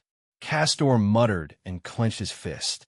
The regret he felt was common among all those left behind, including the 12 stars and Terra. They had been prepared to cross any battlefield together. They were willing to give their lives. However, the battle had reached such intensity that they couldn't even remain on the battlefield. So now, there was nothing they could do but wait. Leon, in particular, was more upset than anyone, for he had complete confidence in his own power. Dina, can you predict how the battle will end? After all, you're the only one who knows the goddess' true power. When Libra asked Dina for her opinion, everyone looked at her. The only person who truly knew the goddess was Dina, for she was a manifestation of herself. Despite feeling uncomfortable, Dina revealed what she knew. If you were to write the goddess level and status down here, you would be writing a series of 9s that would reach the end of the universe and then return. Her power is simply that immeasurable. In other words, if it were done by a normal method, it would be impossible for anyone to win. That's why that person is a deity. As Dina was making her statement, Scorpio seized her by the collar. He was so strong he was practically overpowering her. However, Libra quickly pulled Scorpio away. Stop joking around. Rufus-sama can't lose. That's why I said, if it's by a normal method. The method Rufus-sama uses is anything but normal. Dina coughed slightly and adjusted her collar. Meanwhile, Libra handed the excited Scorpio over to Leo, who restrained him with a look of disgust.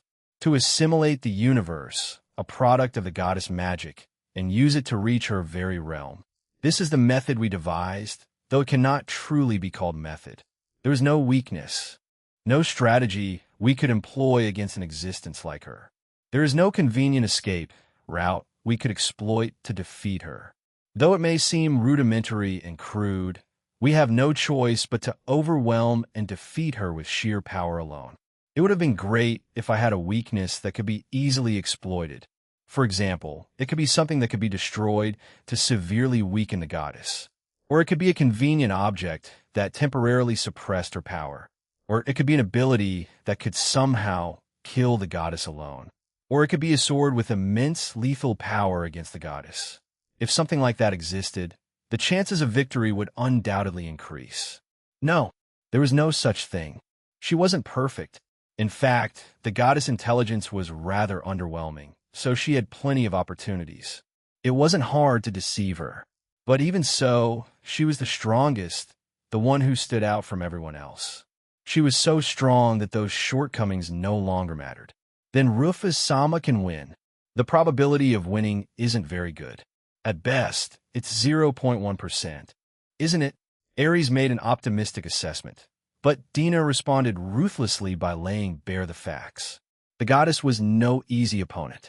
That's why Rufus had to exploit the system's flaws. By becoming a flaw in the world, he managed to infiltrate it and gain the right to challenge the goddess. However, having the right to challenge her was not the same as achieving victory. Only when one faced her on the battlefield did one truly know the fear of confronting the deity. Even so, I still believe. It has always exceeded my expectations. So I can only say welcome back when I return. And if Rufus was defeated, she would share his fate. With that determination, Dina had dedicated herself to fighting alone for 200 years. She had done everything she could. The baton had already been passed to him. There was nothing more he could do. He could only bet everything on his victory and wait. If she lost the bet, she would die too, but that wasn't a problem for her. After all, it was what she wanted, something she had chosen of her own free will. Even if she couldn't accompany her to the battlefield, her life and destiny remained intertwined with Rufus. Break it, selection scales, brachium. The torrent of destruction unleashed by Rufus countered the hypernova explosion from within. Time itself no longer existed, and was therefore no longer limited to its everyday use. The swirling light of destruction targeted the entire galactic supercluster. If the opponent used exploding stars as an attack, they only needed to eliminate the surrounding stars first. An eye for an eye, power for power. Having come this far, he wasn't interested in the idea of defeating someone so strong through trickery.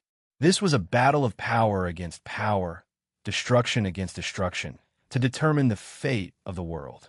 This was a battle to see who was superior and who would submit to their opponent. Therefore, there was only one strategy. No, it wasn't really a strategy. Use brute force from the beginning. It was the only way to break through. While a Lovinus attack was being countered, Bennett Nash and ORM flew forward and launched a series of attacks against the Lovinus. Their speed was boundless. They couldn't avoid them, as they attacked simultaneously with the attacks. However, they were blocked by an invisible wall in front of the goddess. Who cared about strategies? It was a nuisance to think of one, since they had no weaknesses. There was no point in thinking about anything. It would be enough to force their way through. The method they had decided to use was simply to destroy them from the outset. Was there any other way to break through in the final battle?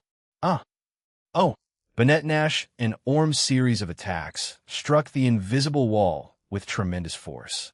These faster-than-light attacks had reached infinite mass, creating black holes upon impact and shaking the entire universe. Those things didn't matter anymore. Who cared about collateral damage? ORM transformed into an Ouroboros and unleashed a destructive light. It was a direct hit. A torrent of light hurtled to the edge of the universe in an instant, destroying every planet, star, and galaxy in its path. But the goddess emerged unscathed. She didn't even receive a scratch. The maiden who shoots the silver arrow. Bennett Nash used her most powerful arcane magic, that of the moon attribute, and fired a silver arrow at the goddess. Its size was abnormal. The arrow was larger than a star and hurtled toward the goddess. Many galaxies vanished as a result, but it still missed her. She smiled and caught the arrow with her fingers. Then, she extinguished it with a sigh, as if blowing out a candle flame. Kulme, he who gnaws at the roots, transmutes, the mocking butcher. Rufus raised his hand and used a significant portion of the universe as base material to activate alchemy's ultimate technique. What emerged from the void was an enormous black dragon. No, the word enormous no longer adequately described it. Compared to it, even an Ouroboros would be merely a microorganism. Its swirling body was so vast it could swallow the entire universe. He could turn stars to dust with a single glance. A single breath could destroy galaxies. He was a monster among monsters, said to have devoured the world tree, rooted in the very foundation of the universe. His roar echoed throughout the universe before the goddess. Snarl. Its mere roar caused cracks throughout the universe. The few remaining stars disintegrated into their molecules and vanished. Too much mass would create supergravity, distorting and destroying space itself simply by existing. It was a disaster. This destructive beast would bring about the destruction of the universe just by existing. However, when confronted with it, Alovinus simply laughed.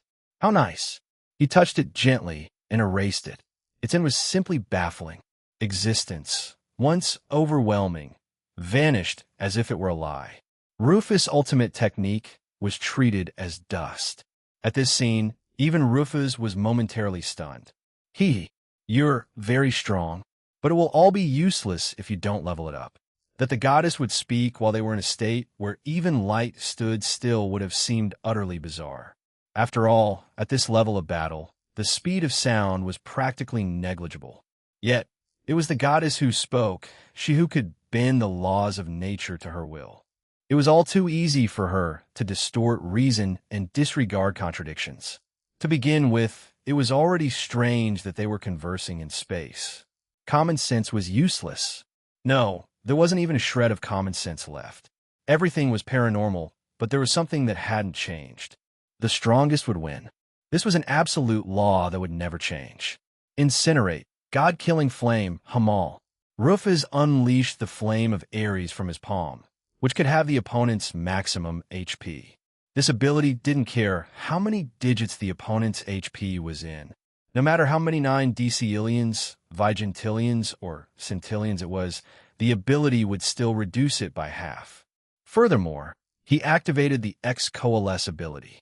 Combining the former with Ego Karas de Nebelgidi would have caused irreparable damage. A black flame capable of incinerating even gods engulfed Alovinus, but the latter didn't even flinch. The instant I was hit, my HP increased tenfold, so the damage the flame caused is negligible. Quick raid. Bennett Nash leaped to the side, increasing his speed and unleashing a flurry of attacks. Faster and faster. His speed was already limitless, so he couldn't increase it any further. But he didn't care. If it didn't work right now, he'd just have to push past the limit. He would go beyond infinity and reach another infinity. He would keep breaking through the walls and transcend his former self. It was the only way to get out of this alive. There is no limit to the amount of power one can imagine. For example, we could discuss who, between the character in Story A and the one in Story B, is truly stronger. The character in Story A might be capable of destroying a universe, but Story B might reveal that a single universe is like a cell in a larger multiverse. Alovinus spoke, and the entire universe began to shrink. It grew smaller and smaller, until it passed the boundary, allowing Rufus and the others to see the full picture. Beyond the universe, a vast outer space expanded. While the goddess spoke calmly, Rufus continued her attacks. She used one of Scorpius' poisonous abilities. ORM also activated his breath weapon. However, the goddess continued speaking. And then, this is where Story C comes in and states that the multiverse is just one cell of an even larger cosmos. The multiverse also shrank, revealing the overwhelming scale that the multiverse was just a cell of a cosmos.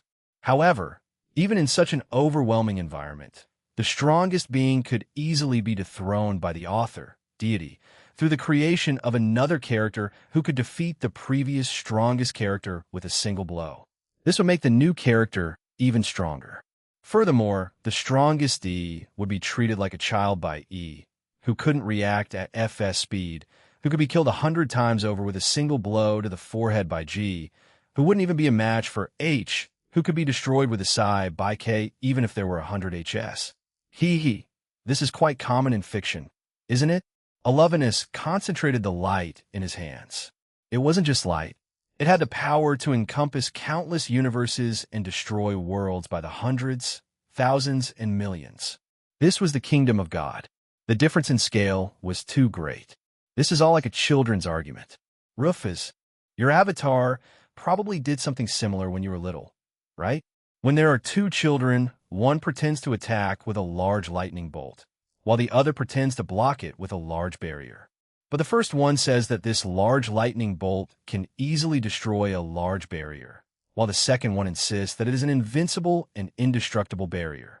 The attacker argues, selfishly and unreasonably, that his lightning bolt can destroy even an invincible barrier, while the defender replies that his barrier will never be broken. And so, there is no end in sight. Alovinus chuckled. It was a laugh that embodied absolute faith in her victory and her own power. She couldn't lose. She had no reason to lose. Even if she truly lost, she could simply manipulate the environment. She could devise countless ways to become the strongest by changing the environment, reason, and providence. Let me begin with the conclusion. My power is infinite. I can superimpose configurations upon pre-existing configurations. For example, suppose you somehow acquired unusual abilities and powers to defeat me. Then, I can resolve it like this. Your unusual power won't work on me, and I can still defeat you with a flick of my finger. Do you think that's ridiculous? Yes, it's true. I won't deny it. However, such an inexplicable statement can sometimes be more powerful than an endless exchange. Alevina's power increased even further, triggering a universal explosion. Rufus and the others did their best to defend themselves, neutralize, or absorb the power. However, Alevina's flew above them and attacked all three at once. Rufus and the others immediately went on the offensive, but their attacks were easily evaded. Attacks with infinite speed should have completely bypassed the entire process of impact. Infinite speed? I see.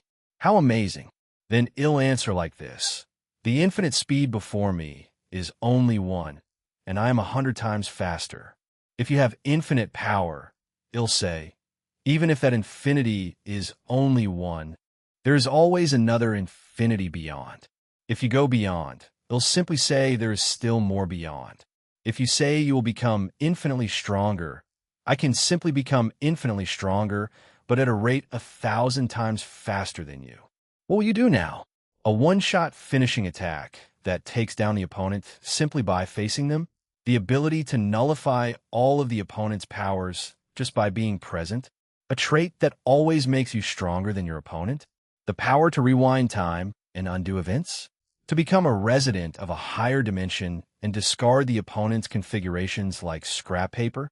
The power to nullify all types of abilities? An invincible barrier that can reflect any attack with several times its original power? A constitution that manipulates the concept of victory and ignores the process to achieve absolute triumph? A strategy that instills the concept of defeat in the opponent to secure total victory? Or a pure, unparalleled power that can overcome any obstacle without exception? Whatever you use is fine. Use them until you're satisfied. They wouldn't work anyway. Alevinus ridiculed them, saying all resistance was futile. Then, the light from the beginning of the universe, the Big Bang, exploded around him. It wasn't just once. Time and again, the universe was born as if it had been erased without exception, while a larger universe was born outside of it. There was still more beyond. Did he repeat the same thing 100 times on a whim? In any case, Alevinus immediately abandoned the newborn universe when Rufus and the others became so small that they looked like specks of dust. End of the world, big crunch, 100%. Countless worlds were destroyed simultaneously. The scale had become too vast to comprehend. Alevinus herself probably didn't grasp it much. This tremendous power made previous battles seem like child's play. That's why she was said to be omnipotent. Of course, she was neither omniscient nor omnipotent. That was the previous creator deity. However, Alevinus possessed a simple yet unparalleled power that could kill even an omnipotent being. It was too childish and too immature, but that was also the reason why she was the strongest. In the midst of such an unimaginable struggle, Rufus and the others realized this threat. Chapter 187. After Alevinus' attack, Rufus and the others were forced onto the defensive. However, their defense was ineffective, and their recovery couldn't compensate for the damage they had taken. Their attacks were useless. Even if they used their abilities to the fullest, they would be immediately incapacitated. Compared to the start of the battle, Rufus and the others had received a significant power boost. However, they still couldn't catch up. Alevinus' attacks were too unpredictable. Alevinus created a universe that was transcended by another universe, and yet another universe that surpassed it. The current universe was like a cell. Likewise, the universe beyond was the same. The astonishing repetition of this 100-fold resulted in the multiverse. He seemed to be using them like disposable bombs. He created one with a big bang and then destroyed it with a big crunch. He was just playing around. It was ridiculous. He was so full of himself, he was becoming obsolete. It was like a selfish child playing at being stronger than you. It was essentially the same thing, but on a grander scale. Whatever they did, it would be dismissed because of such a childish and unreasonable justification. It would be erased and destroyed. All their power, speed, and abilities would become insignificant. However, Rufus laughed at the situation. In fact, she was undoubtedly the strongest. She was beyond all rules. However, Alovinus had made a mistake. There was only one, and it was something trivial. Yet, it was an extremely important truth in this situation. I'm also the childish type of person who hates to lose. Alovinus, what's wrong? Are you giving up? No. You've been talking at length about the reasoning behind your power. Therefore, I'll answer you like this. Rufus curled her lips and laughed furiously. She was much taller than her on the ladder, but they were already on equal footing. They were both fighting in the realm of God, beyond their world. In that case, what remained was simply a battle of wills. There's no point in dwelling on useless things like the limits of power and my own strength. There's only one thing that will drive me. There's no need for reasoning or theories. You are really very strong, but I'm even stronger. At that moment, Rufus' power surpassed the adjustment that Alovinus had established. Multiverse? I don't care about that stuff. Infinity? Oh well, whatever. Environmental subversion? So what? I'm stronger than all of them. Everything depends on this. Interestingly, as Alovinus herself had said, the concept of force no longer existed in a battle of this scale. Concepts, providences, laws, and even limits were things created by God. Therefore, such things did not exist in the kingdom of God. They would simply have to create their own according to their whims. It was like trying to paint their own colors on a blank canvas and impose their own truths. Alovinus could do it, so there was no reason why they couldn't do it themselves. After all, they were residents of the world created by Alovinus. For the same reason, the laws of nature didn't apply to them. In retrospect, that's probably why the laws of physics didn't apply to them at all. Although certain things were impossible for the ancient deity destroyed by Alovinus, they would not be impossible for us, who inherited Alovinus' power. Alovinus was undeniably the strongest. Therefore, only her own power could defeat her. From now on, the question would be who had more ego and strength. Since the opponent insisted on being stronger, Rufus would simply insist that she was even stronger. It was just a recurring squabble between children. This was now the kingdom of God, so they could do whatever they wanted. Rufus' status instantly changed too. Furthermore, the character repeated on the screen indefinitely. Infinity. Once this point was reached, it was only a matter of arm strength to achieve everything. The multiverse would be reduced to dust by its mere existence. A punch was thrown, a form of omnipresent. Pure violence struck Alovinus, shattering and destroying the invisible walls that protected her. This stunning blow that could destroy any barrier shattered the barrier that could block any attack. The shockwave of the punch reached everywhere in an instant, destroying everything in front of her. It even blew off one of her arms. Oh, so you have indeed arrived in this realm. Yes, somehow I knew something like this was going to happen. Alovinus instantly removed the damage and laughed almost to the point of crying. She had thought that no one could ever reach this place. She had thought that no one could stand up to her. She had thought that she could only play with dolls, moving them around. She had thought that she would be alone in this place forever. But what was going on here? The people who were supposed to be her dolls had arrived at this place. Seriously, you're someone who never does what I expect. I want to make a doll that didn't think for itself, but it turned out to be the complete opposite. Things really don't go the way I want. It's exactly as you said. I'm a deity who can't make things work right, no matter what I do. Is that really the case? You really couldn't make things work? Rufus asked the question confidently, and Alovinus' expression froze. Rufus had always wondered about it. Was Alovinus really the thoughtless goddess they believed her to be? Alovinus had been too inconsiderate, too stupid, and too childish. As a result, they had gone this far. They had been able to continue deceiving her. But perhaps they had only gone this far because Alovinus herself truly desired it, somewhere deep in her heart. That's wrong. It wasn't what you wanted. If it was, why did you go to such lengths to turn someone like me into a puppet? From any perspective, you chose the wrong person. What you wanted was the exact opposite of what you said, a lovingness.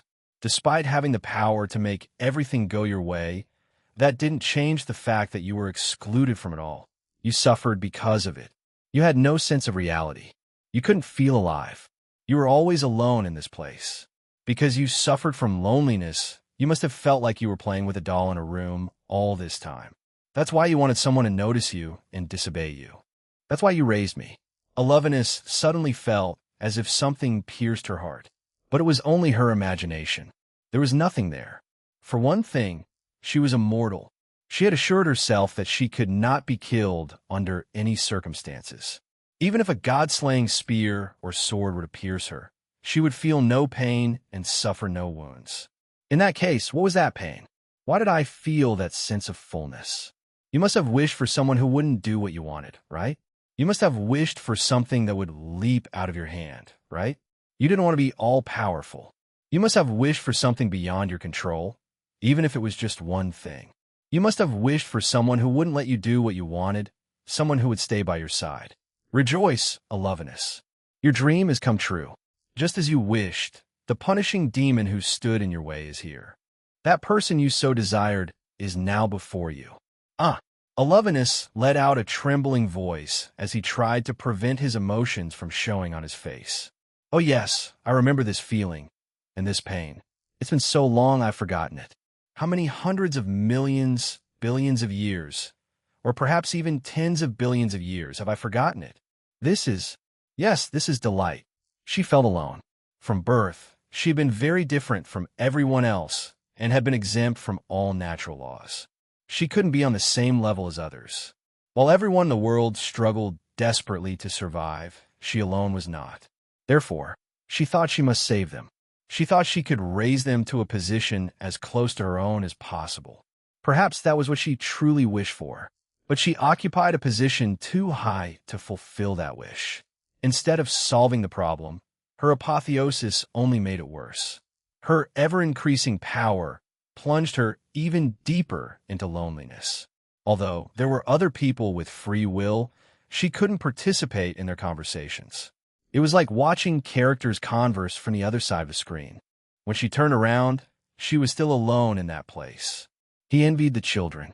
He wanted to at least feel part of their story. So he wrote a screenplay and moved the world. Because he wanted the satisfaction of making them happy, he repeatedly lost his sense of redemption. But even though it was comforting, it wasn't enough to satisfy her. The truth was, she had always wished someone would stand in her way and oppose her. Why else would he have placed the forbidden fruit, which he had ordered them not to eat, within their reach? Now at last, he understood why he did what he did. She didn't want a faithful doll. She wanted people who could walk for themselves, think for themselves, and even betray her to prove they were different. She wanted them to reach her, no matter what they had to do to get where she was, since she herself couldn't turn back after becoming too strong and climbing too high. She wanted them to tell her that she wasn't alone. Come, poor girl trapped in the prison of omnipotence.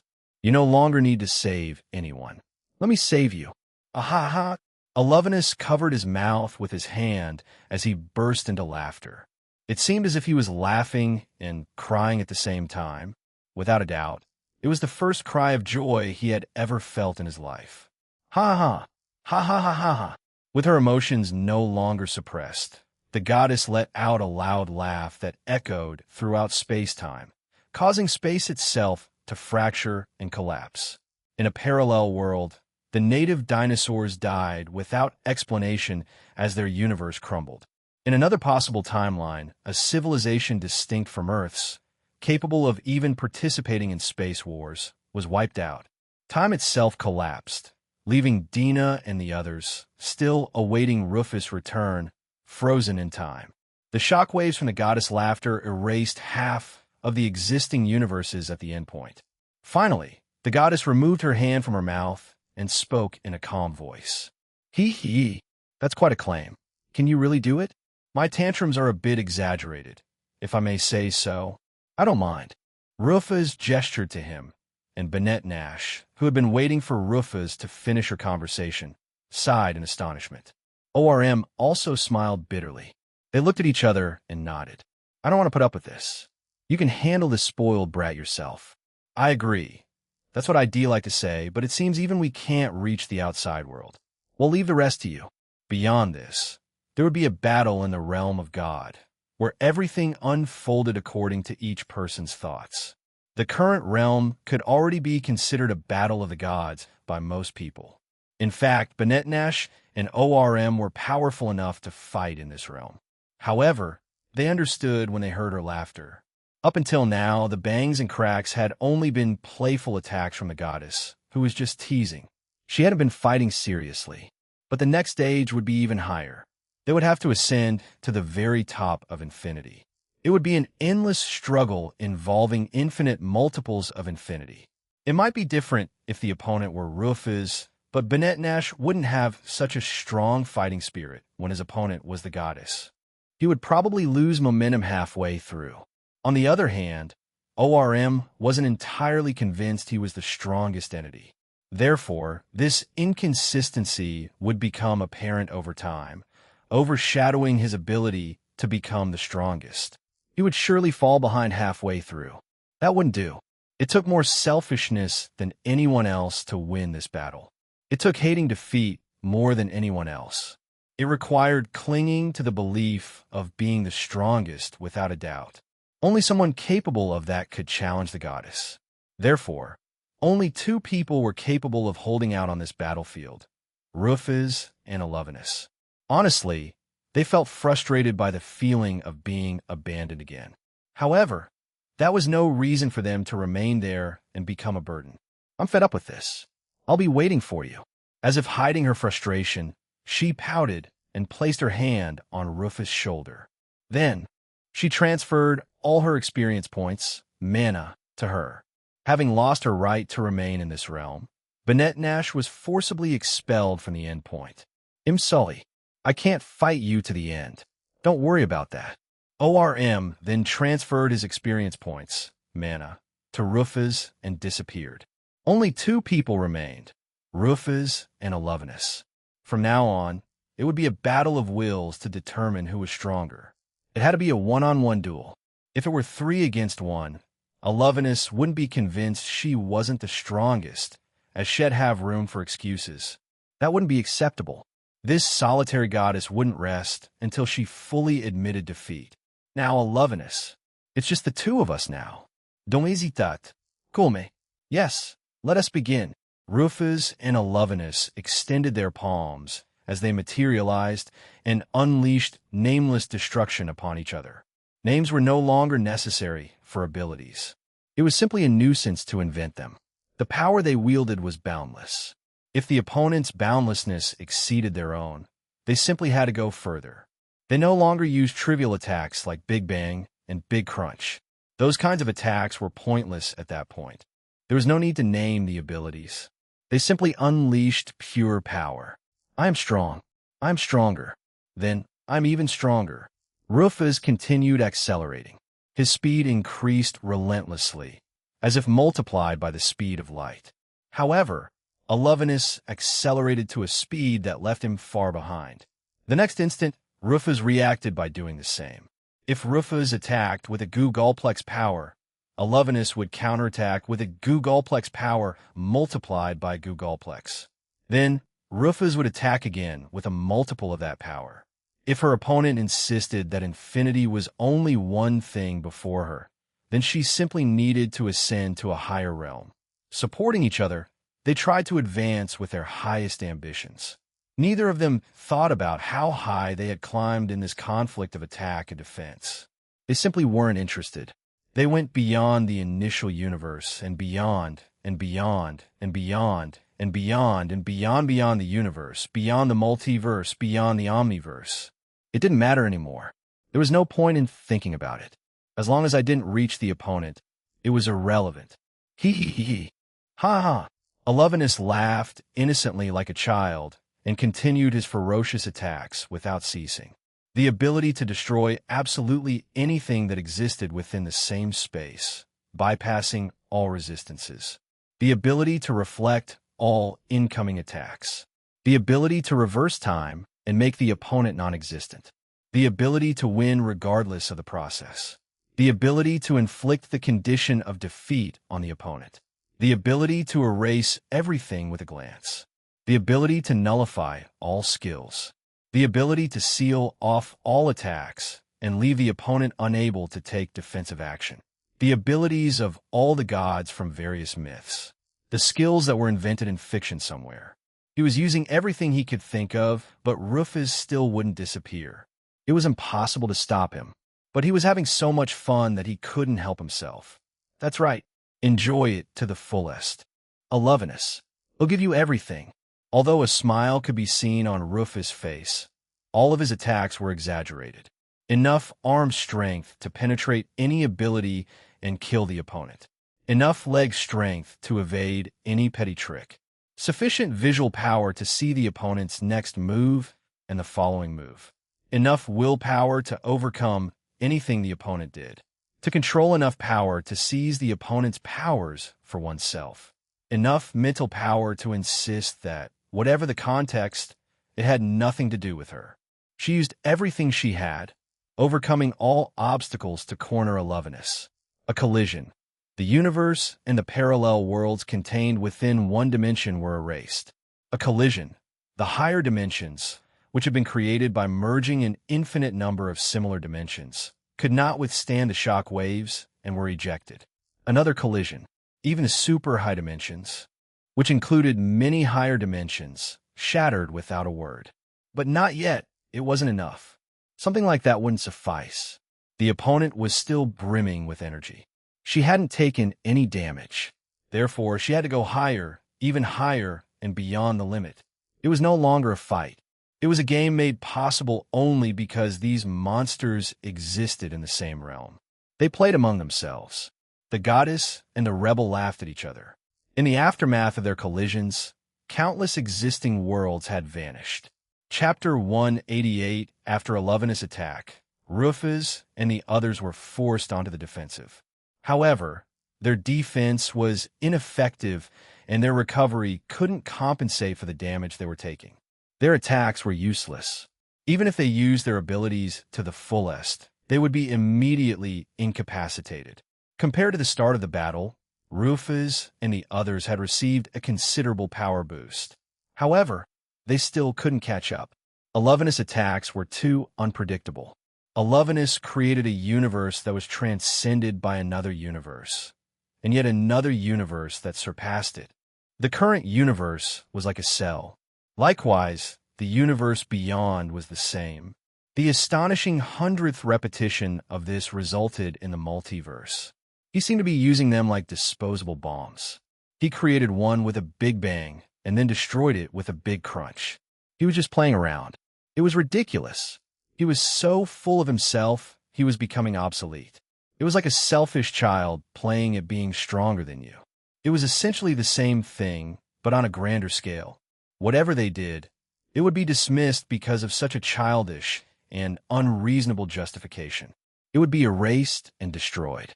All their power, speed, and abilities would become insignificant. However, Rufus laughed at the situation.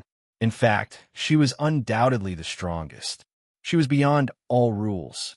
However, Alovenus had made a mistake.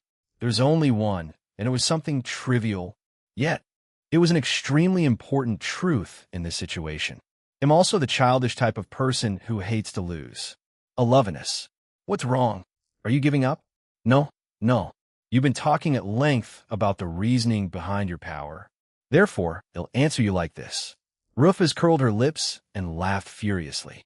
She was much taller than her on the ladder, but they were already on equal footing. They were both fighting in the realm of God, beyond their world. In that case, what remained was simply a battle of wills. It's pointless to dwell on useless things like the limits of power and my own strength. There's only one thing that will drive me. There's no need for reasoning or theories. You are really very strong, but I am even stronger. At that moment, Rufus' power surpassed the adjustment that Alovenus had established. Multiverse? I don't care about that stuff. Infinity? Oh well, whatever. Environmental subversion? So what? I'm stronger than all of them. Everything depends on this. Interestingly, as Alovenus herself had said, the concept of force no longer existed in a battle of this scale. Concepts, providences, laws, and even limits were things created by God. Therefore, such things did not exist in the kingdom of God.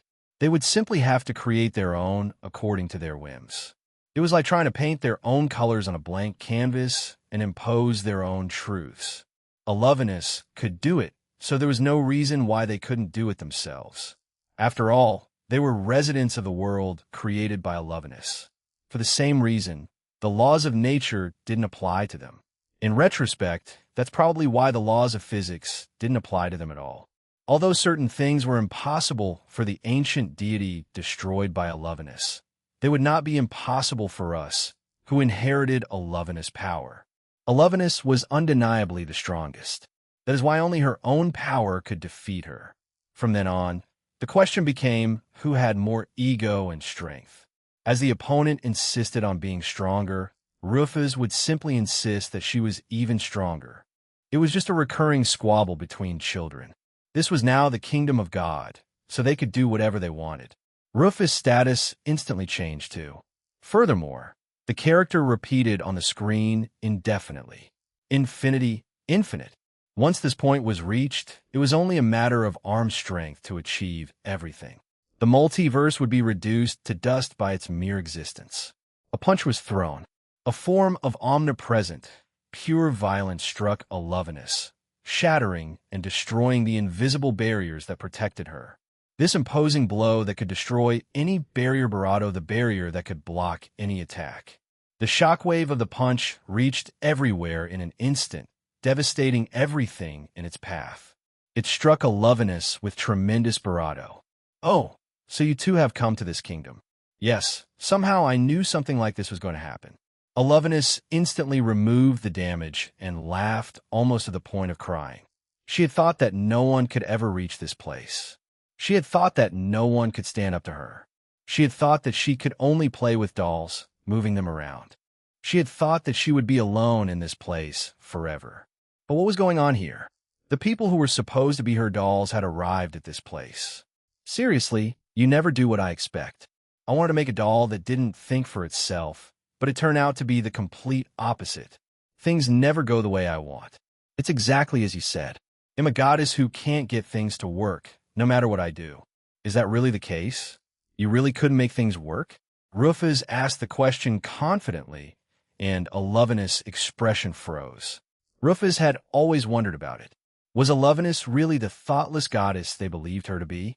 Alovenus had been too inconsiderate, too stupid, and too childish. As a result, they had gone this far. They had been able to continue deceiving her. But perhaps they had only gone this far because Alovenus herself truly desired it, deep in her heart. That's wrong. It wasn't what you wanted. If it was, why did you go to such lengths to turn someone like me into a puppet? From any perspective, you chose the wrong person. What you wanted was the exact opposite of what you said, Alovenus. Despite having the power to make everything go your way, that didn't change the fact that you were excluded from it all. You suffered because of it. You had no sense of reality. You couldn't feel alive. You were always alone in this place. Because you suffered from loneliness, you must have felt like you were playing with a doll in a room all this time. That's why you wanted someone to notice you and disobey you. That's why you raised me. Alovenus suddenly felt as if something pierced her heart. But it was only her imagination. There was nothing there. For one thing, she was immortal. She had given herself the condition that she could not be killed under any circumstances. Even if a god-slaying spear or sword were to stab her, she would feel no pain and suffer no wound. In that case, what was that pain? Why did I feel that sense of fullness? You must have wished for someone who wouldn't do what you wanted, right? You must have wished for something that would leap out of your hand, right? You didn't want to be all-powerful. You must have wished for something beyond your control, even if it was just one thing. You must have wished for someone who wouldn't let you do what you wanted, someone who would stay by your side.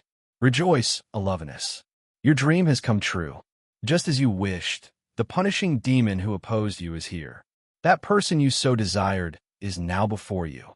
Ah, Alovinus let out a trembling voice as he tried to prevent his emotions from showing on his face. Yes, I remember this feeling and this pain. It's been so long that I've forgotten it. How many hundreds of millions, billions of years, or perhaps even tens of billions of years have I forgotten it? Yes, this is delight. She felt alone. From birth, she had been very different from everyone else and had been exempt from all natural laws. She couldn't be on the same level as others. While everyone else in the world struggled desperately to live, she alone wasn't.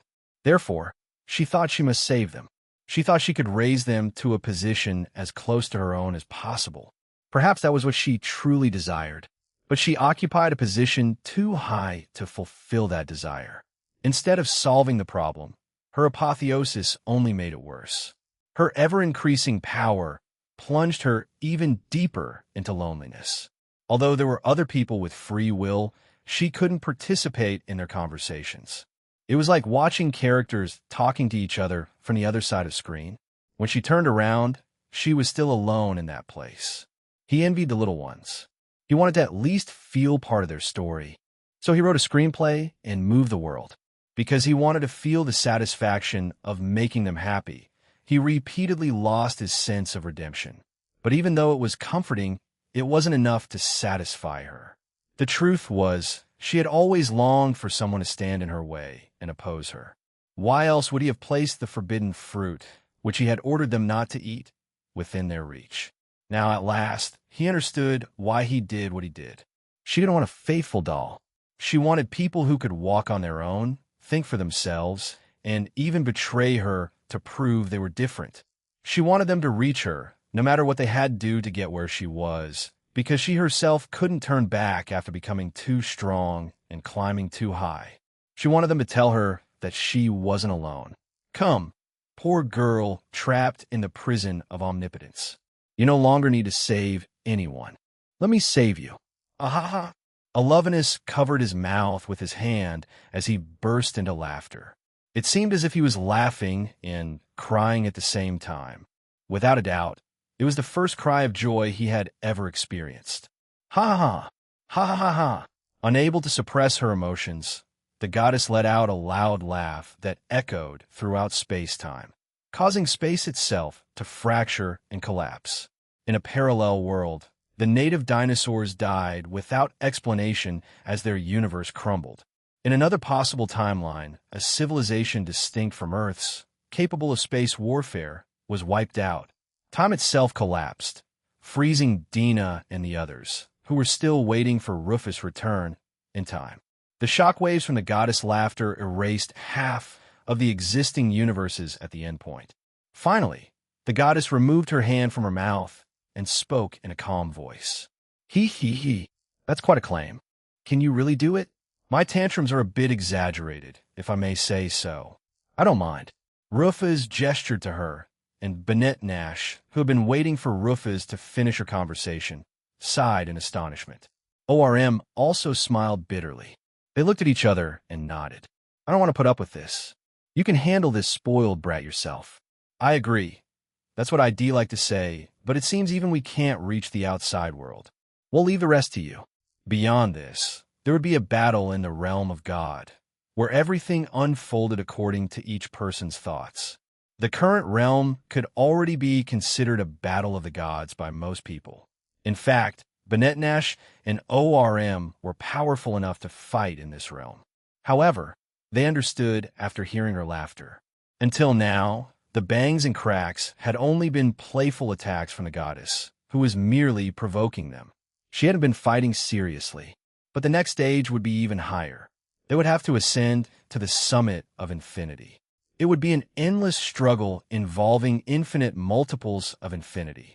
It might be different if the opponent were Rufus, but Bennett Nash wouldn't have such a strong fighting spirit when his opponent was the goddess. He would probably lose momentum halfway through. On the other hand, ORM wasn't entirely convinced he was the strongest entity. Therefore, this inconsistency would become apparent over time, overshadowing his ability to become the strongest. He would surely fall behind halfway through. That wouldn't do. It took more selfishness than anyone else to win this battle. It took hating defeat more than anyone else. It required clinging to the belief of being the strongest without a doubt. Only someone capable of that could challenge the goddess. Therefore, only two people were capable of holding out on this battlefield, Rufus and Alovinus. Honestly, they felt frustrated by the feeling of being abandoned again. However, that was no reason for them to remain there and become a burden. I'm fed up with this. They'll be waiting for you. As if hiding her frustration, she pouted and placed her hand on Rufus' shoulder.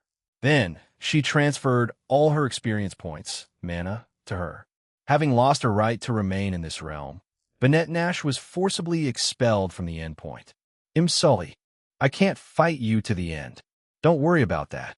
ORM then transferred his experience points, mana, to Rufus and disappeared. Only two people remained, Rufus and Alovinus. From now on, it would be a battle of wills to determine who was stronger. It had to be a one-on-one duel.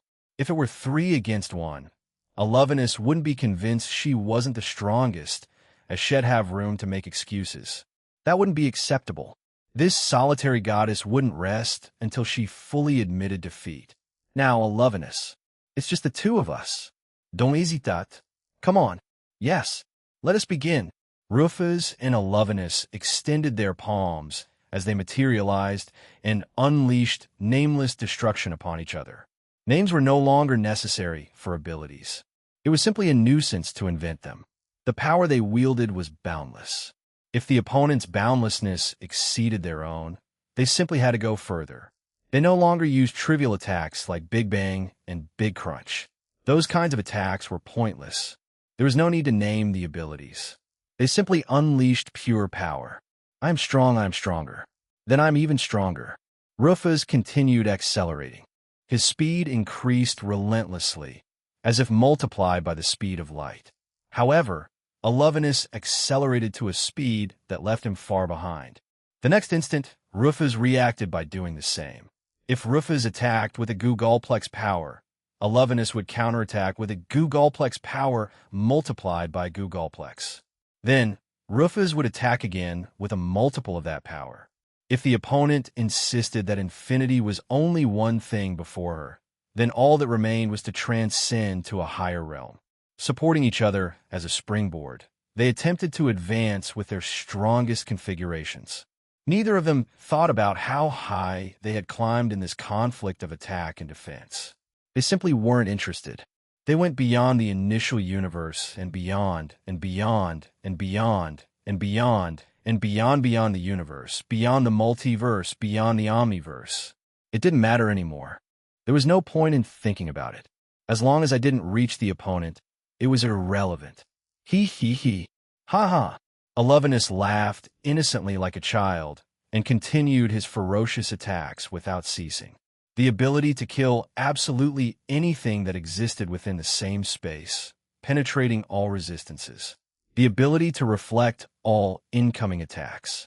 The ability to reverse time and make the opponent non-existent.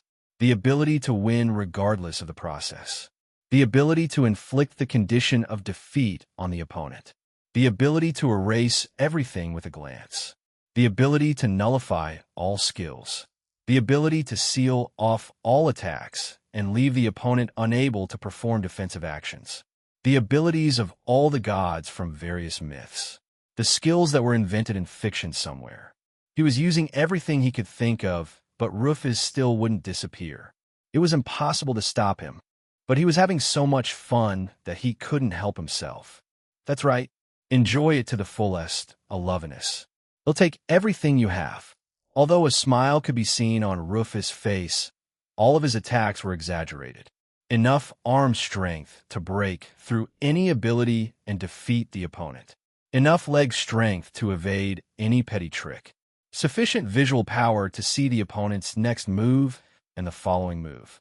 Enough willpower to overcome anything the opponent did. To control enough power to seize the opponent's powers for oneself.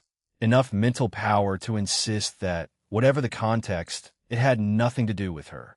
She used everything she had, overcoming all obstacles to corner Alovinus. A collision. The universe and the parallel worlds contained within one dimension were erased. A collision, the higher dimensions, which had been created by merging an infinite number of similar dimensions, could not withstand the shock waves and were ejected. Another collision, even the super high dimensions, which included many higher dimensions, shattered without a word. But not yet. It wasn't enough. Something like that wouldn't suffice. The opponent was still full of vigor. She hadn't taken any damage. Therefore, she had to go higher, even higher, and beyond the limit. It was no longer a fight. It was a game made possible only because these monsters existed in the same realm. They played among themselves. The goddess and the rebel laughed at each other. After their collisions, countless existing worlds had vanished. Grades in this chapter, the author demonstrated that he didn't understand the concept of infinity. The moral of the story is, write about what you know, not what you don't know. Oh, and reciting a shopping list isn't a good way to tell a story either. Anyway, the whole business of an impressive blow that can destroy any barrier and a barrier that can block any attack in this chapter is similar to the paradox of omnipotence. Can God create a rock so heavy that he himself cannot lift it? This is more of a sophism than a paradox. The question contains two mutually exclusive concepts: an omnipotent being capable of lifting anything and an immovable rock. These two cannot logically coexist in the same framework. If an omnipotent being exists, an immovable rock cannot. If an immovable rock exists, then an omnipotent being cannot.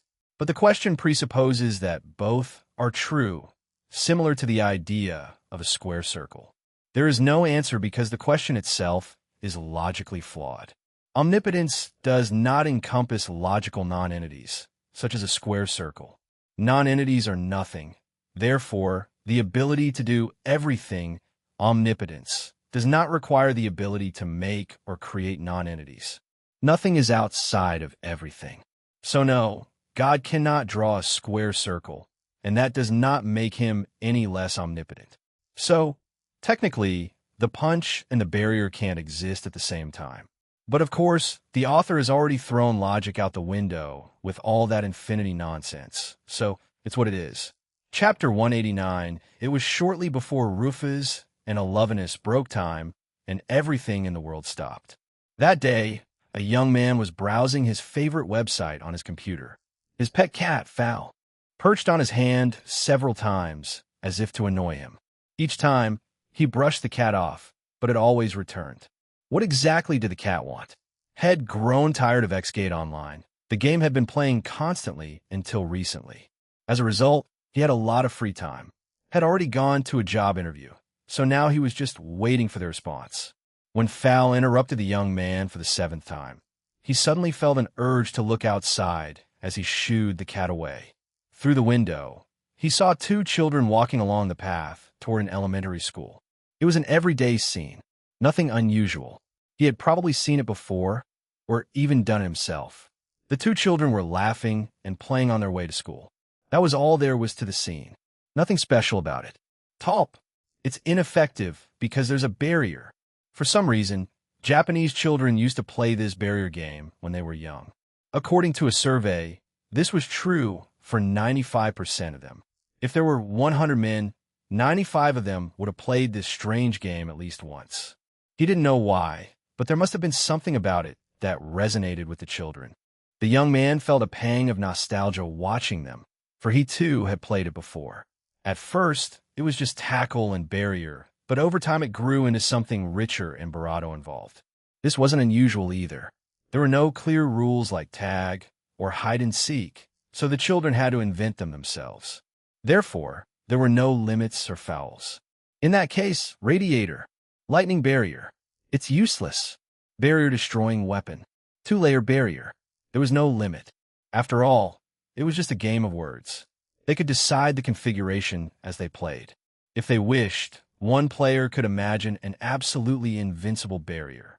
Likewise, the other player could conceive of a ray capable of destroying that barrier. The children were invincible in their imaginary world. They could do anything. In that case, when would this game end? Would it last forever? No, of course not. The end would come, no matter how it actually ended. The young man looked out the window and scratched his beloved cat's head while Fowl bothered him for the 8th time. Everything must eventually come to an end, except for the disturbance caused by a certain cat. How long had the fight lasted? She had lost all track of time, but surely not even a second, not even an instant had passed. To Rufus, it seemed as if she had been fighting for hours, but the battle between the goddess and the rebel had been perfectly, evenly matched up to that point. The battle had temporarily stalled, as they simply stared at each other from a distance. Upon meeting in that white space, Rufus moved forward. With a wave of his arms, Lifthraiser appeared in his hands, even though Alioth had lent them to him. Although the universe where Midgard existed had already vanished, this pair of swords had not. This pair of swords, which was said to remain even if the world were destroyed, would continue to exist for all eternity. Rufus brought the two swords together. Then, Lifthraiser's forms strangely changed and merged into a long sword, as if that were its true form. Likewise, Alovinus waved his hands and retrieved two bright white swords, which then combined in the same way as Rufus' swords. They both laughed as they held their swords in similar fashion. Then, silence filled the place. Rufus' red cloak billowed despite the lack of wind. Alovinus' blue cloak did the same. They jumped and collided with each other. The aftershocks, which could no longer be described simply as shock waves, spread across the infinite endpoint. They spanned hundreds of millions or even trillions of light years in an instant and continued indefinitely. In the center, Rufus and Alovinus flew in circles, their swords crossing. The battle, which until then had been extremely spectacular, had devolved into a simple sword fight. However, although they didn't appear flashy, all their attacks were absolutely lethal. Their blades clashed, and numerous dimensions collapsed. Their blades clashed, and many timelines shattered. Ultra-fast blows crossed paths, and rifts ripped through the endpoint. Their swords clashed. Just when they thought the other's attack would tear them apart, they instantly launched a full-body assault, scattering sparks in the process. They didn't even know what was breaking because of the aftermath. Anyway, they didn't care. Their eyes met. Rufus glared at her fiercely, while Alovinus laughed merrily. Rufus swung her sword, but Alovinus leaped and dodged it. Then, Alovinus twisted her dress and brandished her blade, scattering slashes before Rufus' eyes. Every single cut was absolutely precise and would cause utter destruction. But they both parried their slashes, closed the distance, and crossed their swords again, sending up even more shockwaves. They seemed to be evenly matched. No, they were actually evenly matched.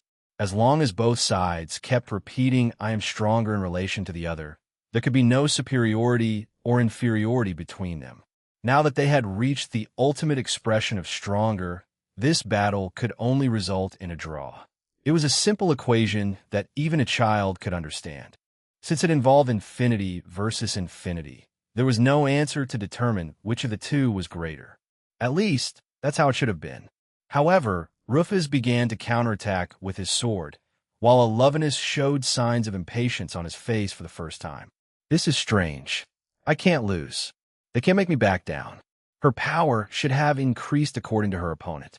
Naturally, Rufus did the same, but while she did, Alovinus also repeated it. Therefore, they shouldn't be considered either superior or inferior. So why were they rejecting her? Why was she losing? A fight game between children. That's what you called it, right, Alovinus? Rufus pushed Alovinus even harder. They did the same thing, repeatedly adjusting their settings to surpass each other's. However, Rufus did it slightly faster. Alovinus increased the speed at which he grew stronger. The scale increased, but Rufus remained one step ahead. Somehow, there was a difference between them. What was the reason? By the way, you were using as an example a fight between children who insist on being stronger. Do you know who would win in the end? There is no solution. There is no end as long as they keep doing the same thing. Incorrect. My avatar played this as a child. Eventually, one would realize it has no end. The slightly smarter child would give up, and the game would be over. In fact, this seemingly endless children's game would have an end. This sin was called compromise. Realizing there was no limit to its repetition, the slightly more mature child would come to an agreement and resolve the matter. These implications must have been communicated to Alovinus, whose expression grew even more impatient. Am I giving in? Are you saying I'm giving up? No, you're not giving in. You're not surrendering, but you're not obsessed enough with winning. The power difference was even greater. Rufus' power had completely surpassed Alovinus. As a result, Alovinus' sword began to splinter. Despite having the unbreakable setting, the possibility of breakage repeatedly overcame the previous one. Even if the sword achieved the self-repair setting, it would be erased immediately. You're satisfied now. You were satisfied as soon as someone of your own caliber appeared. But I'm greedy. I won't be satisfied until I win. In fact, this battle had to end in victory. A draw was unacceptable. She wouldn't settle for anything less than the best. She only wanted the best. Only victory would be acceptable. Rufus and Alovinus had different goals. The goddess sought only someone who was her equal, while the rebel aspired to something more. It was the same situation as the battle between Leon and Sol. One could say it was what was expected of a master and his servant. Alovinus hated Leon, probably because he thought he was superficial. He must have thought he was stupid. But Rufus cared for him deeply and considered him someone he shouldn't abandon. His obsession with victory surpassed that of any other member of the 13 Stars. It's over, Alovinus. No. Rufus leaped forward and brandished her sword. In that instant, Alovinus saw numerous illusions behind her. Though they should have left earlier, Benetnash and ORM were there. His own manifestation, Dina, and the doll, Libra, were also present. The 7 heroes, the 12 celestial stars, heroes of the past, demons, humans, demi-humans, magical beasts, and even animals could all be seen. Every kind of life form that had existed in Midgard was present. Everything Alovinus had been toying with until now was there. We are stronger than you. Rufus' sword broke through the goddess' defenses and struck her down. The slash devastated everything in its path and continued flying indefinitely. The cut, which seemed to cut even through the end point, grew larger as it flew toward a distant location and finally vanished.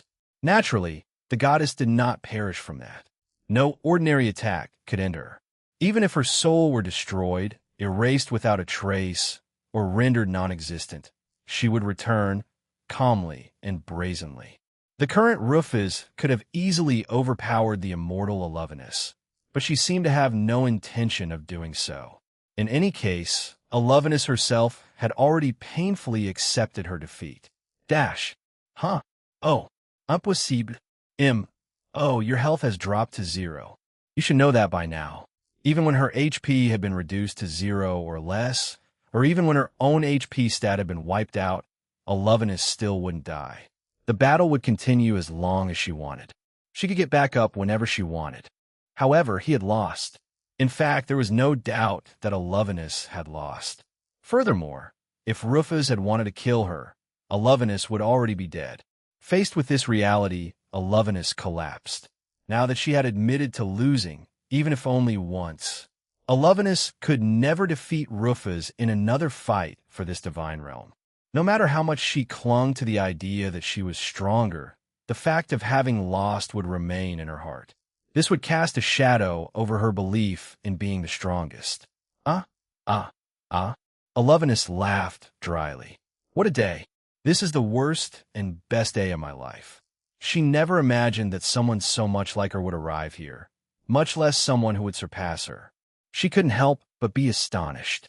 This woman, Rufus Maffel, was a ridiculous idiot who outshone even a deity. Rufus raised his fist to end the fight. Then he brought it down on Alovinus' head. The roar of an explosion resounded, and a shock wave, nearly extinguished by overexertion, spread out. If this were a normal planet, Alovinus would have been buried and emerged on the other side, piercing through the edge of the universe to cross into another. Naturally, Alovinus' existence was too powerful for it to exist in a normal universe. So it was based on the premise that this was an extremely powerful universe. In any case, it was a fist that was thrown down with such bravado. Huh, does it hurt? This is the consequence of underestimating your opponent. Seriously, I had to work really hard just to get this hit. Hey, is that all? Did you really go all this way just for that?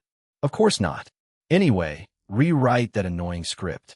A script that all the characters disapprove of isn't even a script anymore. He could have completely defeated the goddess. Not that he never considered it. In fact, if Alovenus were truly a villain, Rufus would have done so and annihilated him completely with that final blow. However, Alovenus wasn't truly an evil deity. Instead, she was merely a solitary, benevolent deity, albeit a bit wayward. She had been more jealous than most people. Naturally, this didn't mean the atrocities she had committed could simply be forgiven. Nevertheless, Rufus thought it would be all right to be lenient with her. After all, no one had ever supported her, so she had always been alone.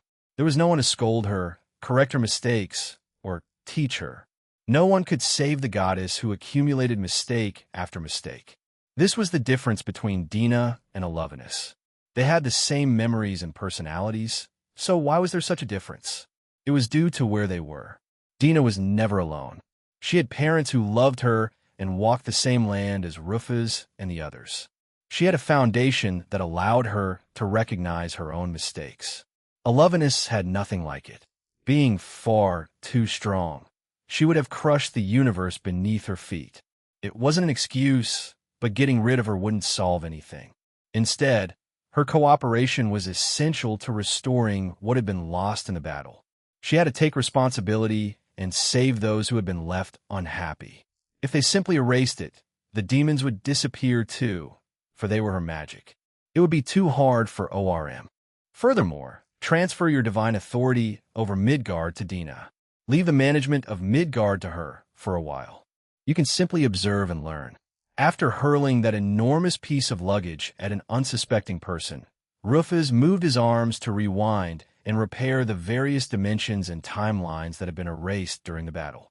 Although he was a little worried about whether the timelines could be rewound correctly, he managed to do so, stating that anything was possible. You should help too. Huh? Wait. Rufus grabbed the stunned Alovenus by the neck and dragged her away. This was the end of the game between the goddess and the rebel, a game that had lasted more than 200 years. All of his pieces had been eliminated or stolen. Finally, it was checkmate. The board had been overturned, and even the stage. The punishment had also been meted out. The world had been freed from the goddess script. From now on, the script would be written by the people themselves. Rufus thought about the future and laughed as if a weight had been lifted from her shoulders.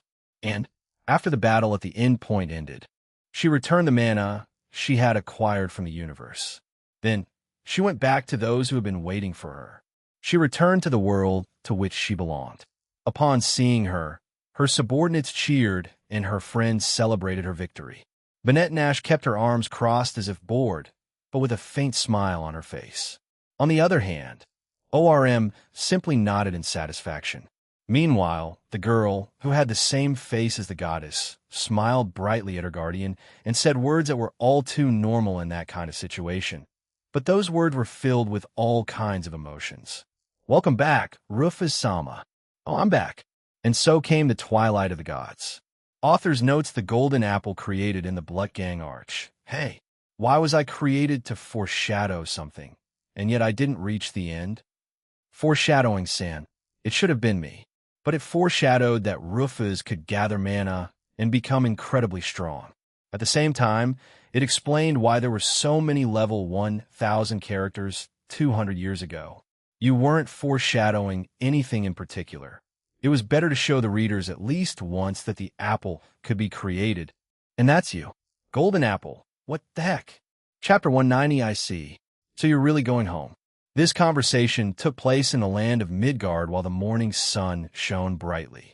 In front of the ship Argo, which had just landed, stood the hero and his retinue. Beside him was Virgo, with a gentle and docile expression. The one who was in charge of the group was Sei.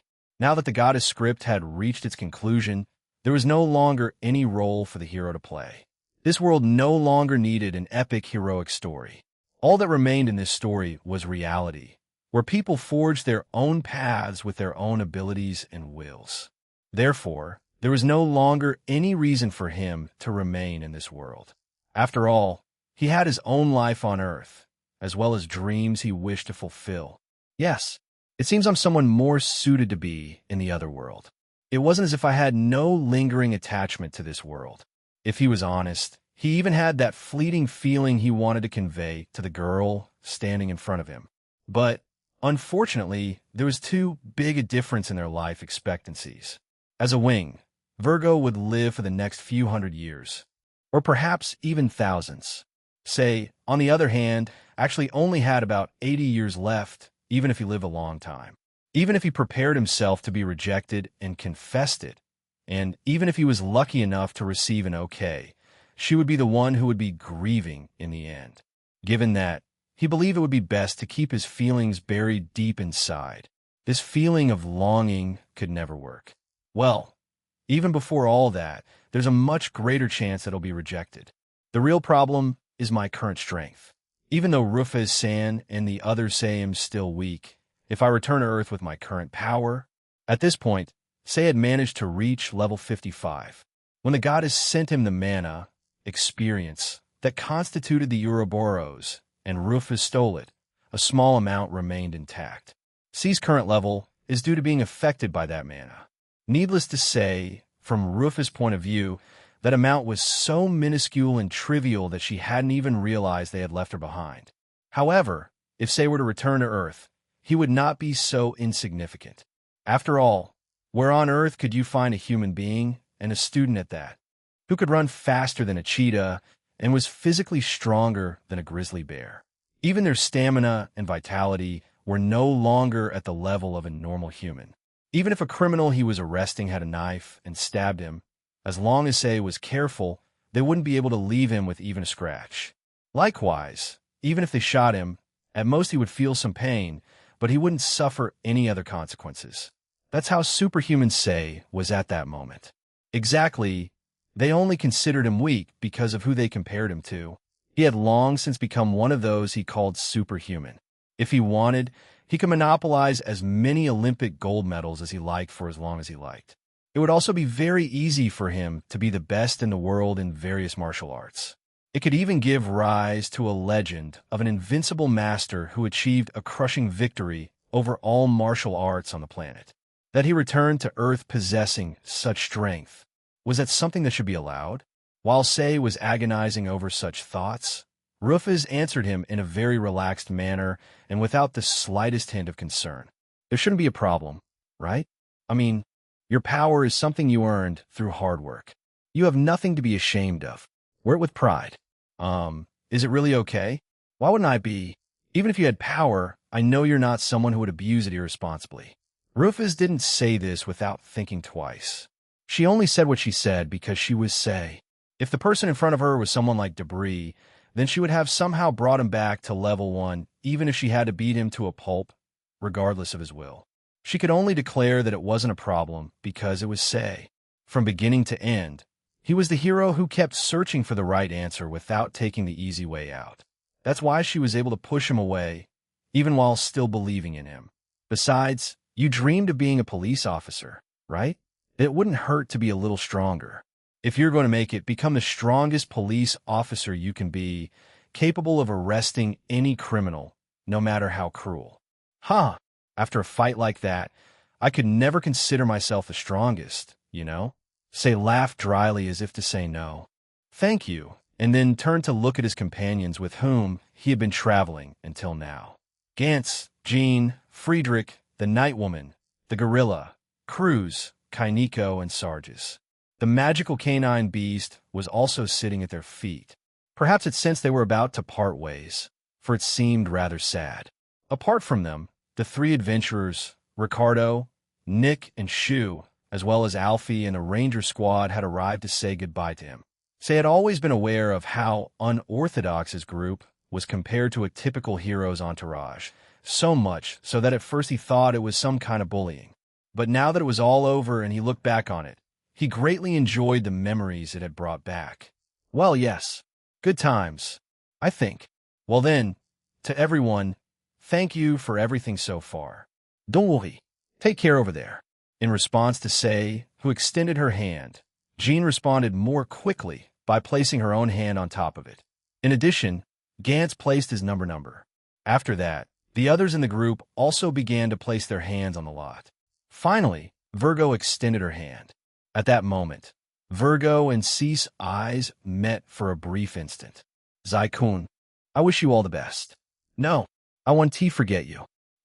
Me too. I definitely want forget you. They both reluctantly withdrew their hands from the crowd. Seeing that their farewell was over, Rufus snapped his fingers. When he did, a rift in the space-time continuum appeared right in front of Say, creating a path that led to Earth. It wasn't just any door.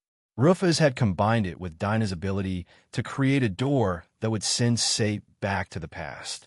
The other side of the door led him to a Japan of the past during the year 2015. In other words, he would be sent to the time immediately following his summoning to this world. Although Say had only lived for a little less than a year in this world, her age was delayed by going back in time by the same amount. After all, at her age, a few months of life resulted in a significant difference in her appearance. Once you cross this threshold, you will find yourself in a life just as it was before you came to this world.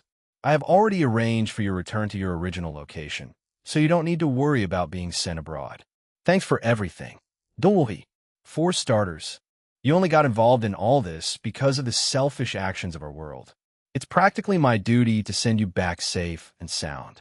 Upon hearing what Rufus said, Say chuckled a little and then headed towards the door. He glanced back reluctantly just one last time. At Virgo, then charged purposefully towards the door as if he were overcoming his hesitation. In all likelihood, this was her first love, as well as the first time she experienced heartbreak. Although Say had subtly managed to realize this, each went their separate ways before Virgo realized that it might very well have been her first awakening to love.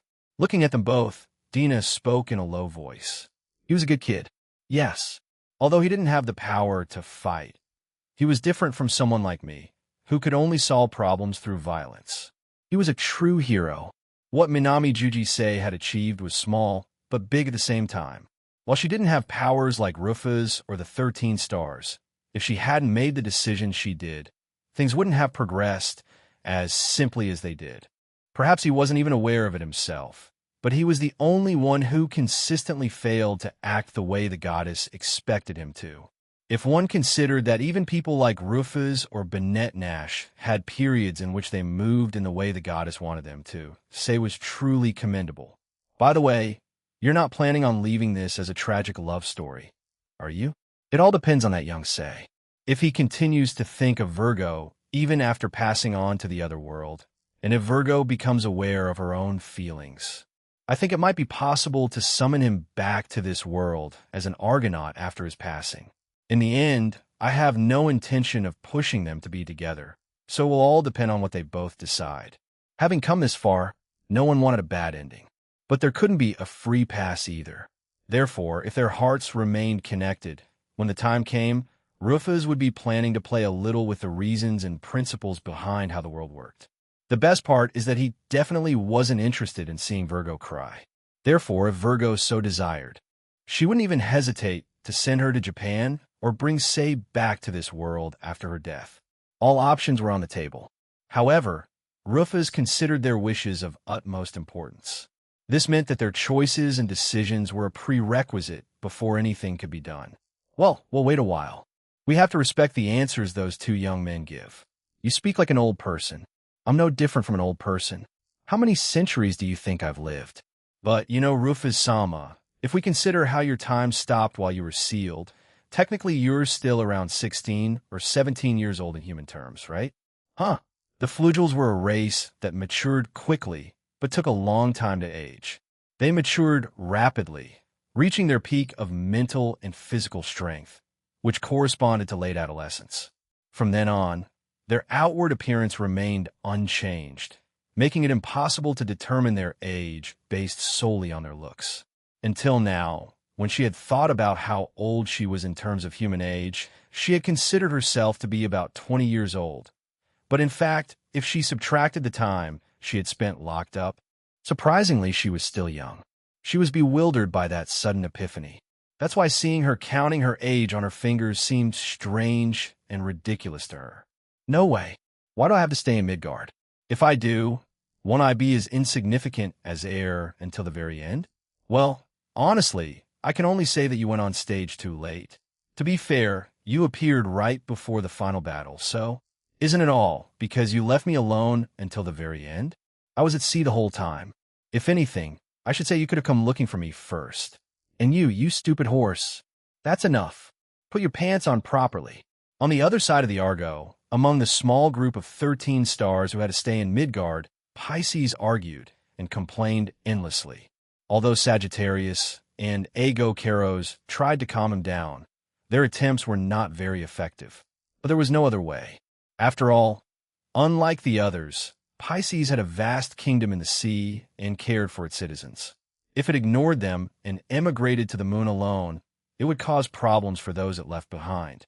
That said, as expected, even if he wanted all of Skidbladner to migrate with him, the moon was too small.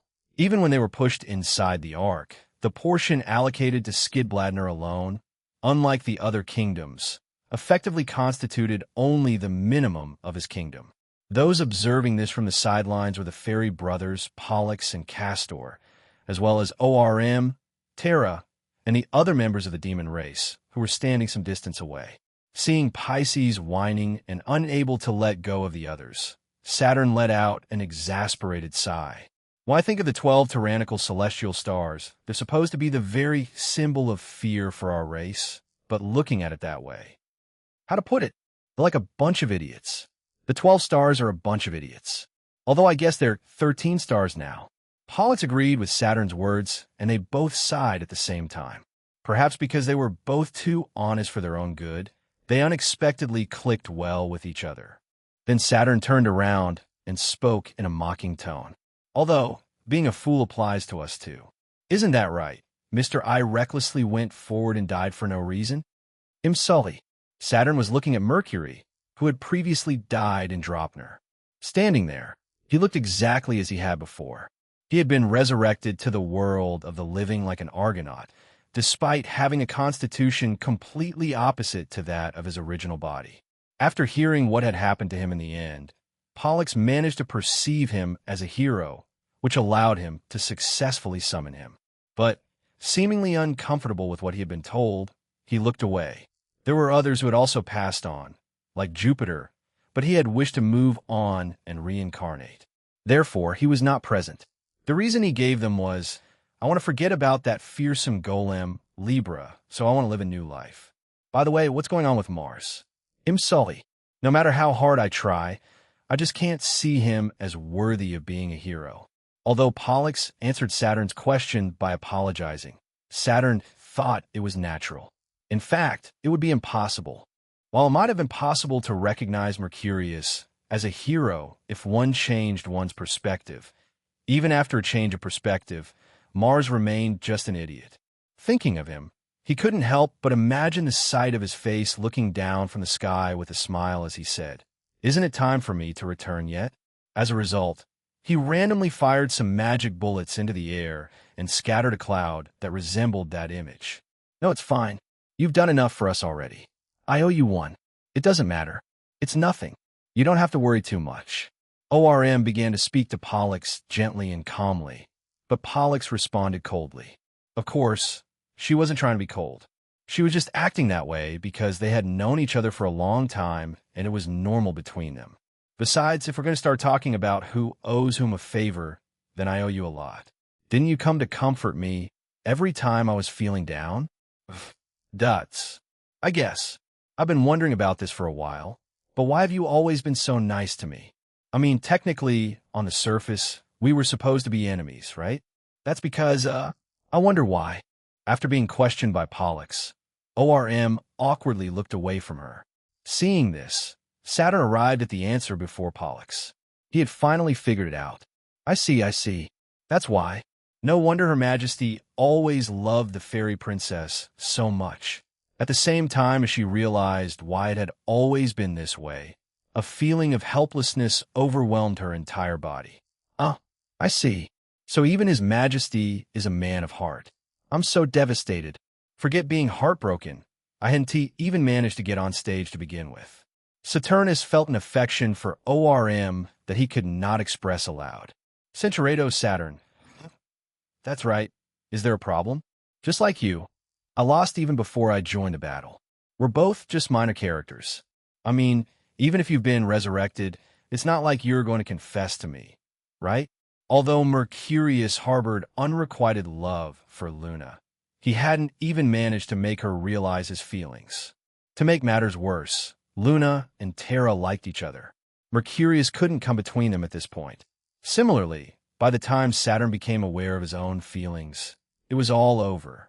Although in her case, since Pollux hadn't yet realized Orm's feelings for her, Saturnus still had a chance.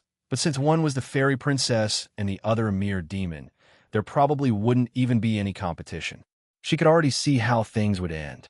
"I'm going to drown myself in drinks tonight. Hey you, since you're free, come keep me company." "Yes, that sounds good. I feel like having a drink too." The pair of demons, who were victims of unrequited love, turned their backs on everyone else and walked away from that place. To digress a bit, the two would go on to marry 10 years later and become husband and wife, but at this point, neither of them had any way of knowing that this was what was going to happen in the future. Author's note, Japan Sei. Thulu, the mutant god, Sei thought the following, "Ugh, there's something dangerous here." Thulu thought to himself, "Ugh, there's someone with an otherworldly smell here." Sai. Thul. They both mutually decided that they hadn't seen anything. Sei had no desire to have a conflict with that, and Thulu had already had enough after being sent away from the other world. No intervention. Each side thought it was the best option for both parties. Sei and Thulu did not exchange words, but both nodded in recognition and went their separate ways. Although they didn't say anything aloud, their thoughts strangely coincided. They were both fed up with exaggerated battles. Next chapter, the final chapter. Chapter 191. 5 years had passed since the battle with the goddess. For Rufus and the others, whose lifespan was a few hundred or even thousands of years, it seemed as if time had stood still. But the same could not be said for the rest of the world. Only 5 years had passed, but it was still 5 years. In that short time, the world had changed. People continued to move forward. Protecting those who now walked alone from the moon and guiding them on the right path was now Dinah's task. She was now known as the goddess of the moon. Today, she was literally the goddess representative, both in name and in reality. Apparently, she was the person with the most authority on the moon. That being the case, Dina hadn't forgotten that she was Rufus' subordinate. This meant that, technically, Rufus was above her. Unfortunately, since Rufus was even more useless than a cat when it came to internal administration, Dina was essentially the one at the top. As the person himself had admitted, while Rufus was competent in using force to increase the size of his territory and the number of his subordinates, he was not fit to rule a world that was at peace. To be honest, the mere existence of the absolute power known as Rufus served as a deterrent. Therefore, even if he was merely loitering, his presence was still significant enough. Perhaps, thinking in those terms, one could say that the one who occupies the highest position of power, Rufus, would not change for a while. Furthermore, the 12 tyrannical celestial stars officially admitted Dina and ORM together as the Serpent-Bearer constellation and changed their name from 12 tyrannical celestial stars to 13 imperial celestial stars. Yes, not tyrannical, but imperial. The term tyrannical, which had used its power to subdue and oppress others, was no longer necessary. Dina-sama, I have organized the reports. Thank you very much, Libra. You can leave it there. The top floor of the Maffel Tower, which was now located on the moon, the office room on the floor immediately below was now Dinah's personal workplace. There, Dina was in charge of everything that was part of her duties. These duties included, among others, handling various problems that had occurred in Midgard, maintaining the ecological balance, controlling the weather, detecting natural disasters such as earthquakes before they happened, and preventing them from occurring. Alternatively, if it appeared that a kingdom was attempting to sow chaos in the world, it could trigger an earthquake to punish it. Fortunately, no nation had yet acted in this way. However, humanoids were creatures who tended to take peace for granted. Although they could still feel grateful for the peace they enjoyed, given that only 5 years had passed, individuals with outlandish ambitions inevitably appeared after a few years. Even now, there were many nobles who had a rotten disposition similar to Debris, which meant that Dinah's worries never ended. "Ha, what's the problem? Haven't I been telling you?" "Dina, that's why for things like this you can use God's power to go boom, boom, boom. Brainwash them or something and turn them into new dolls, and everything will be solved." "Elevenus Sama, you are being a nuisance, so please do not come to my office." "You're so mean." The person Dina treated as a nuisance was a lady who looked exactly like Dina. Among other similarities, her facial features were almost identical to Dinah's. The only difference between the two was that this woman's hair, from the neck down, was blonde. The lattice attire was also different from Dinah's, as she wore a white dress and a blue cape. This lady was none other than the goddess Elevenus, against whom Rufus had fought. It goes without saying that it wasn't his real body. If Elevenus' real body had actually descended there, the universe would have collapsed long ago. As such, it was merely one of her avatars. However, this avatar was slightly different from Dina, for it was constructed with divine power. Furthermore, it possessed not a trace of ego of its own. It was a type of avatar that existed solely for the goddess to possess. In other words, the one who was present here was the one and only true goddess. To digress a bit, Rufus created this avatar. If the goddess had created it herself, Cinchureto, I am the most important person in the multiverse, You should worship me, Barato. You should pay Barato attention to me. Libra, please get rid of this useless person. Understood. Hey, wait. Libra obeyed Dinah's orders and seized Elevenus by the arm. Barato escorting her out of the office. Then, Libra put her in a cardboard box labeled, "Please do not collect," and threw it from the Maffel Tower. Even though she had been thrown from the tower from a height of thousands of meters, it wouldn't be a problem. After all, that thing was technically still the goddess. Besides, it was just an avatar. In the end, he wouldn't even suffer any harm. Even if he died, his real body would remain unharmed. After dismissing the goddess, who was her true teacher, without any expression, Libra returned to the office as if nothing had happened. "Oh, by the way, Libra, have you seen Rufus Sama around here?" "I haven't seen her since this morning." "No, I don't know where he went either." "I see. I wanted to know your opinion on a few matters." Dina said it with a worried expression and looked out of the tower. Today, Midgard was just as blue and just as round. In all likelihood, it would still be just as blue and round tomorrow, the day after tomorrow, in a year's time, in 10 years' time, in 100 years' time, and so on. The war period had ended.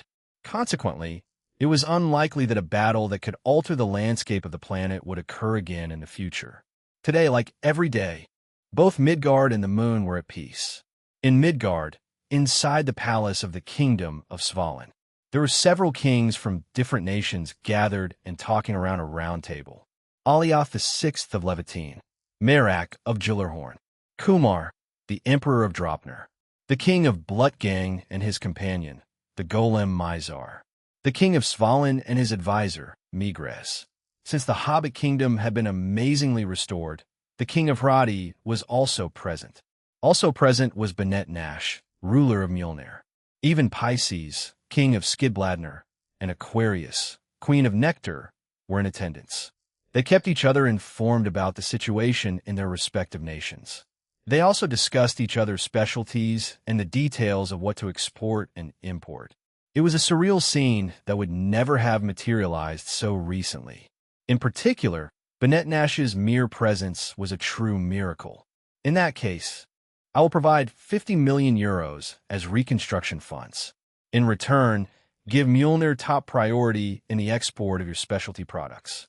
That would be a great help, Vampire Princess Sama. Wait. My friend Benet, monopolizing exports isn't a good idea. Blutgang will supply us with artisans. So export to us too. Although Benet Nash appeared to have a muscular brain, she was surprisingly good at running her country. Otherwise, she wouldn't have been able to remain queen for over 200 years. She was different from that brainless supreme ruler somewhere. Basically speaking, as long as Rufus wasn't involved, Banette Nash was actually a very calm and intellectual individual. Even after this exchange, the conversations continued. Only when day was about to turn into night did they decide to call a day. As soon as the meeting concluded, Banette Nash got up from his seat and left the palace. Although she was queen, as always, there wasn't a single guard around her. However, no one was foolish enough to fight her. She didn't need guards. Even alone, Banette Nash possessed the greatest military power in Midgard. In fact, the lack of guards wasn't unique to her. Megrez, Medak, and Pisces also had no one to protect them. Although Aquarius had brought Ganymede with her, he was being used as a means of transport rather than as a guard. As always, that Maffle didn't show up. Well, I suppose it's because he's on the moon. I doubt he's getting involved in Midgard's affairs at this point. After Banette Nash complained sadly, Megrez responded bitterly. Merak and the Golem Mizar stood nearby and looked towards the moon. Furthermore, this whole situation is what she wanted to achieve. To conquer the world and create a peaceful world without demons. It's a little different from what she initially planned, but she's managed it. In a way, she ended up winning everything. That's why I don't like it. Merak added to his contribution, but that only further enraged Banette Nash. It's always like that. She always takes off after winning. By the time I realize it, she's already ahead of me. I hate that feeling. That's why it makes sense to chase her. But it's so complicated. From now on, it's our responsibility. In the past, we chose to follow the goddess plan and ended up sowing chaos in the world. We haven't finished atoning for that yet. Don't count me among you, fool. Megrez said it in a serious tone, but Banette Nash refuted it. Those who had wreaked havoc and allowed themselves to be manipulated by the goddess were the other heroes, not including her. She was different. She was simply stating it. That said, while she had not been manipulated by the goddess, Banette Nash had still been involved in Rufus' downfall, so it was also a fact that she could not assert herself as strongly. In the past, we made a mistake. Even so, Rufus returned for us and corrected the world in this way. So from now on, it is our job. This time, without a doubt, we must choose the right path and guide the world toward peace. And for the sake of those who passed away first. Upon hearing Megrez's words, Marek and the Golem Mizar nodded. Although Banette Nash did not agree, he did not deny his words either. Alioth Dub, Fekta, and Mizar. Those four left first, while those of us here are left behind. So this time, for sure, like those who have been left behind, or in the case of Mizar, like Mizar's clone, they had the responsibility to fulfill and realize their dreams. In all likelihood, that was the ideal goal they had all pursued in the past. A short distance from where Banette Nash and the others were leaving, the ghosts of Alioth and the rest, who seemed to be watching over the remaining members, showed an expression of satisfaction, then disappeared along with the wind. At a certain distance from the Maffle Tower was the castle of the demonic race. After receiving half the moon as their domain, the demon race founded their country. Today, they lived there happily and peacefully. They were no longer subject to the violent impulses that constantly lurked around them.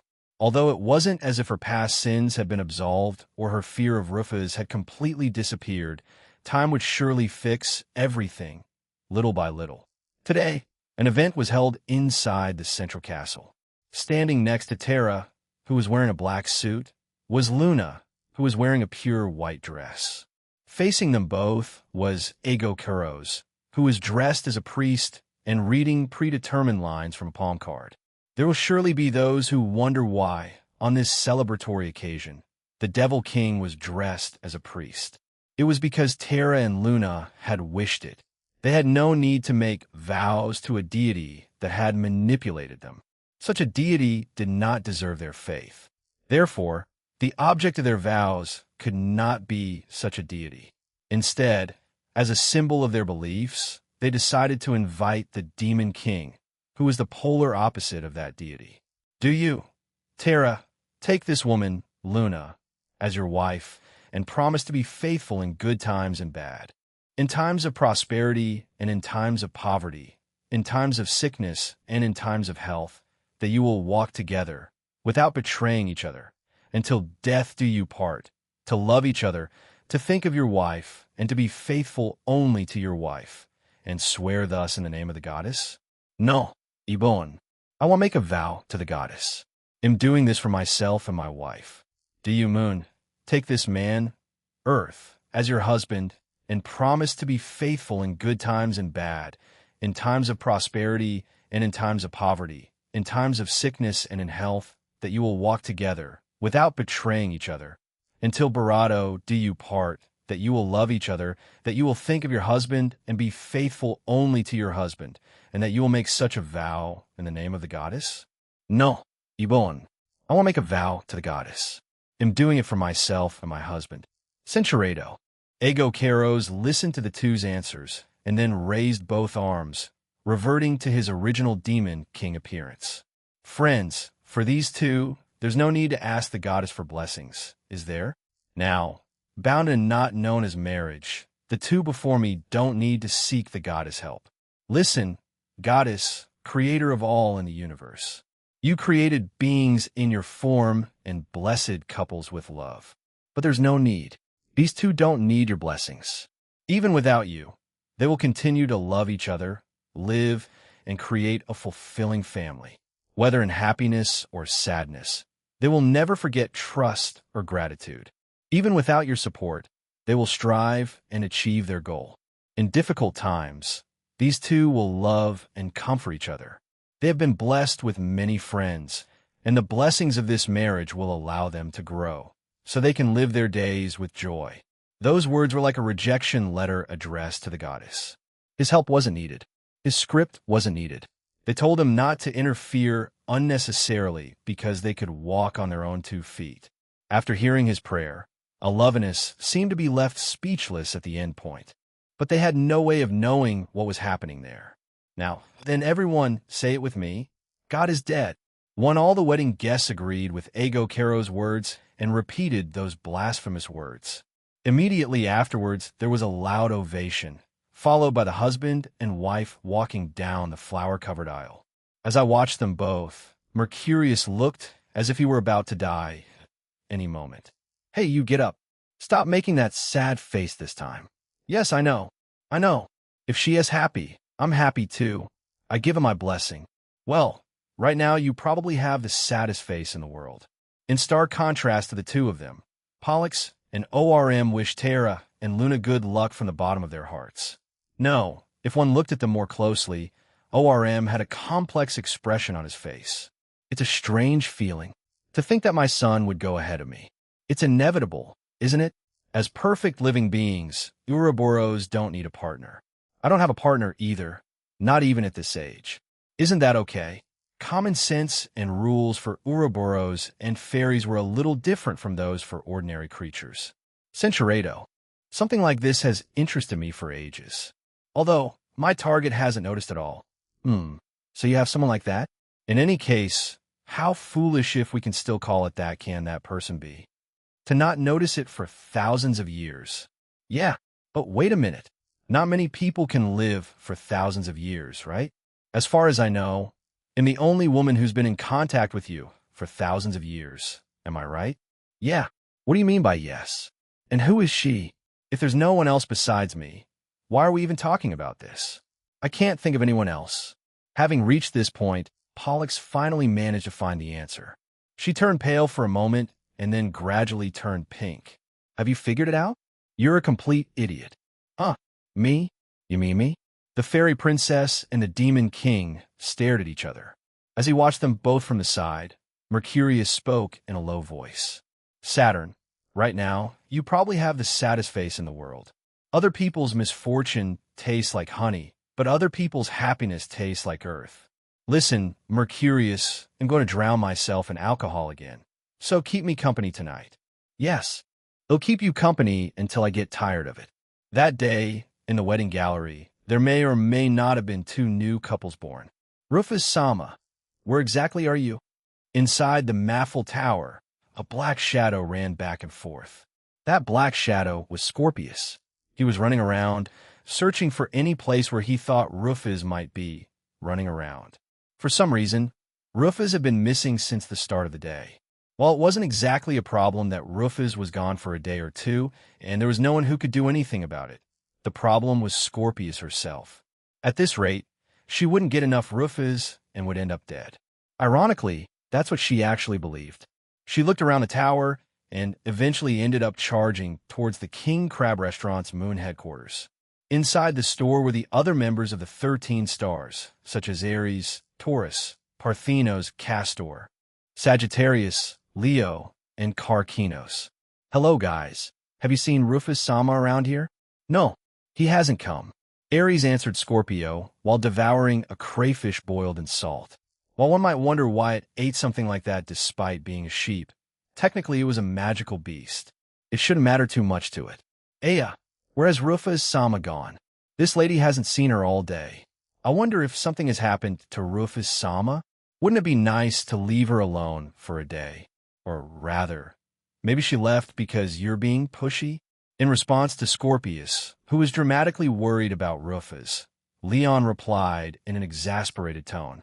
Basically, there was no need to worry that anything might have happened to Rufus. No one could do anything to her. Even if the sun shone directly on her, she would return home as if nothing had happened. Even if a deadly pathogen were to enter your body, the pathogens would be eradicated almost instantly. In short, it would be safe to assume that he could not die of anything other than reaching the end of his life. Even his own life expectancy could be surpassed if he so desired, simply by rewinding his time. In other words, worrying was unnecessary. There was nothing to worry about. What did you just say? Even though you're the strongest, huh? And you said, huh? Oh, excuse me? Excuse me for telling the truth? It'll kill you. Seeing the two of them talking loudly, Ares warmly thought that they were at peace. As he continued chewing the salted crayfish, he glanced out the restaurant windows. Outside the shop stood Sarges, who had traveled with the hero Say. Beside him were the Lamia, the druid, and a creature resembling a merman. Karkinos Dano, I have brought you the ingredients you asked for. Thank you. Now I can expand my menu. What Sarges gave to Karkinos was a semi-transparent balloon that Sarges had to carry with both hands. The balloon was filled with amber-colored honey that looked very sweet. Karkinos, what is that? It's honey produced by syrup ants, magical creatures that mutated from ants. They're a species of magical beast that primarily inhabits deserts, and their honey is exquisite. I was thinking I could create a dessert with it for the ladies and was researching the recipe. Karkinos happily answered Parthenos' question. Thanks to world peace, a greater variety of new dishes were being produced. Lately, Karkinos was so passionate about developing new recipes that he constantly consulted the cookbooks and ingredients that Rufus had brought from the other world. In the last 5 years, he had copied, pursued several dishes, and was crowned the king of the kitchen. Without a doubt, his restaurant, King Crab, would continue to sit on the throne of the culinary world for a long time. Should we order something before we leave? Well, then I'd like something sweet. Aren't the desserts here famous? Then I want a plate of eggs. I want a plate of prawns. The 4 demi-humans sat down at a table and looked at the menu. While they were doing this, Ego Karos, who for some reason was wearing a priest's robe, came in and sat down as well. Oh, welcome back, Ego Karos. How was the ceremony? I'm not cut out for doing things I'm not used to. Even though I helped them because Rufus-sama ordered me to, I never want to do it again. Ego Karos took off his outer clothes and gulped down the drink that Karkinos placed on his table. The thought of the Demon King acting as a priest was so ridiculous that one couldn't even laugh at it. However, Castor laughed bitterly at the sight. Then, Ego Karos dropped a bombshell. Oh, now that I think about it, the Demon King and Pollux were acting somewhat unusual. It was almost like they were a close pair. I really can't understand this feeling. What's happened to them? Argo, mobilize. Argonauts, follow me. It is time for a great battle. Beaver? Castor jumped out of his chair, startling Ares. He grabbed his favorite weapon with one hand and ran out of the restaurant. The entire army of heroic spirits followed him as they jumped into the Argo. Seeing that even powerful beings like Phoenix, Hydrus, and the 3 winged knights were among the heroic spirits who followed him, one could see how serious Castor was, although it was still obvious that they were going to lose. I bet 1,000 euros that they're going to turn the tables on Castor. In addition, it's not even worth betting on. Scorpio and Taurus bet on Orm's victory, but since nobody bet on Castor, there was no point in continuing with the bets. A short distance from the moon, rapid exchanges began. The exchange took place between Orm, who had already reverted to his lunar Ouroboros form, and the Argo, which was firing bursts of arcane magic at him. By the time people noticed the battle, the Argo had already been sunk. A battle between major powers was usually resolved in a matter of seconds. Men are idiots. I agree. Scorpio and Partheno sighed as they both took a sip of their drinks. 5 years had passed since that dreamlike, but definitely real, incident. After turning 23, Minami Juji-sei took a civil service exam and passed successfully. He currently works as a police officer. Despite his youth, he had already achieved some noteworthy feats. As a result, he was currently the most promising person among the younger generations of the organization. At the same time, he was also the object of envy from many. Sei himself also thought he was deceiving everyone. His situation was completely different from everyone else's. He had no reason to fear the weapons the criminals were brandishing. After all, they seemed static to him. To him, even firearms seemed like nothing more than toys. Sure, it would still hurt if he got hit, but you could also say that a little pain was all he was worried about. For starters, he found it so easy to dodge bullets that they wouldn't even hit him. As humans, we all had survival instincts. However, only Sei was able to move without regard for them. When he jumped into a burning house to save a child, everyone said, "What a brave policeman." But that was wrong. Compared to the flames that could engulf an entire planet, which he had seen far too many times in the other world, he didn't feel threatened in the slightest by a burning house. When he negotiated alone with a criminal who was barricaded in a building and pointing a firearm at him, everyone said, "What a strong sense of justice despite being so young." But that was wrong. For starters, he couldn't even see the gun as anything more than a toy. There was no way he was negotiating with his life at stake. Something is wrong. Walking down the street in normal clothes, Sei muttered as she carried her shopping bag. Today was her day off, and she was on her way home after finishing her shopping. She lived with her mother, and on her days off, she would go shopping at her house. He was worried about the powers he had acquired. He never regretted it. The fact that he had managed to help others made him feel that it was a good thing. But something was wrong. Was his goal to be a police officer so that things would turn out this way? As things stood, he was always safe, no matter the situation. The feats he had accomplished up to that point were only possible thanks to the power he had acquired in the other world. But what if he didn't have those powers? Could he have achieved the same thing if he didn't have the powers he currently possessed? Would he have been able to throw himself into a raging fire to save a child? Would he have been able to stand up to a criminal armed with a firearm and successfully negotiate with him? He felt as if he had been cheating by using a power he had obtained unexpectedly. Could it be that all he did was be a shameful man? I wonder what they would say to me. With great power comes great responsibility. Power without responsibility is no different from a dangerous weapon. When he unknowingly used his power in the other world, he didn't think much about it. This was because the power he had was no different from having none. From the point of view of Rufus Maffel and Alovinus, there would be no difference between any villager and Sei, if they so desired. Both the villager and Sei could be crushed without any effort. That's why it hadn't felt so real back then. He hadn't realized that he would bring such an absurd power back to his world. But after returning home, he finally understood. He understood and realized what an absurd and unfair person he had become. If it's her, the person he remembered was a young woman with pink hair. Back then, I was still young. No, even now, at 23, I'm still young. At this point, he wondered if it would have been better for him to have said something at that moment. Although it seemed that she had overcome her lingering attachments when she crossed the threshold, perhaps there were things she could and should have said. And he always wondered, what would she say if she saw him as he was now, worrying about things as usual? That's what she would say. At first he thought he was having an auditory hallucination. After all, There was no way I could hear his voice on Earth. That's why he thought he was the one hearing things. Things he conveniently wanted to hear. Even as he was thinking that, he naturally turned his head. When he did, just as he had expected, there was the young woman, whom he had most wanted to meet at that moment, there in front of him, looking exactly the same as she had 5 years before. In front of Say, who stood there dumbfounded, she became shy and then spoke as if she were a little girl who had been arrested after committing some mischief. "I wanted to see you, so I came." This happened in a small village on the outskirts of the kingdom of Levitine. It was usually a peaceful place. But in any era, there were scoundrels who couldn't get used to peace and wanted to take advantage of the weak. The 3 dirty, despicable adventurers who had just set foot in that quiet town were that kind of people. The 3 of them were not strong adventurers at all, but they liked to show off their strength by bullying people weaker than themselves. Unfortunately, this small town had no means to oppose the 3. Hurry up and get all the food you have. And valuables, too. Bring out the young and able.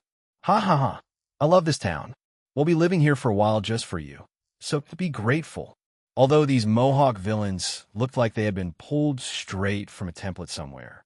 These kinds of people were surprisingly abundant in the world. Regardless of age, there were idiots who liked to go against the order, act pretentiously, and believe it was the best thing to do. These 3 men were of the type who had fallen so far into that line of thinking that they had degenerated to the lowest possible point. Therefore, the current scene was not at all unusual. If anything could be said to be strange, it was that, today, the luck of these 3 was so terribly bad that they could end up dead. "Hi, everyone. You all look like you're having a great time. Do you mind if I join in?" "Hey." A woman's voice spoke to these men. When the 3 of them turned around, they instantly collapsed. They were under so much pressure that they felt as if the sky had fallen on them. They couldn't do anything at all. As they crawled on the ground, those men saw a crimson red coat billowing in the wind. "Honestly, and to think you'd show me unpleasant things when I came back from visiting my mother's grave. So, you guys."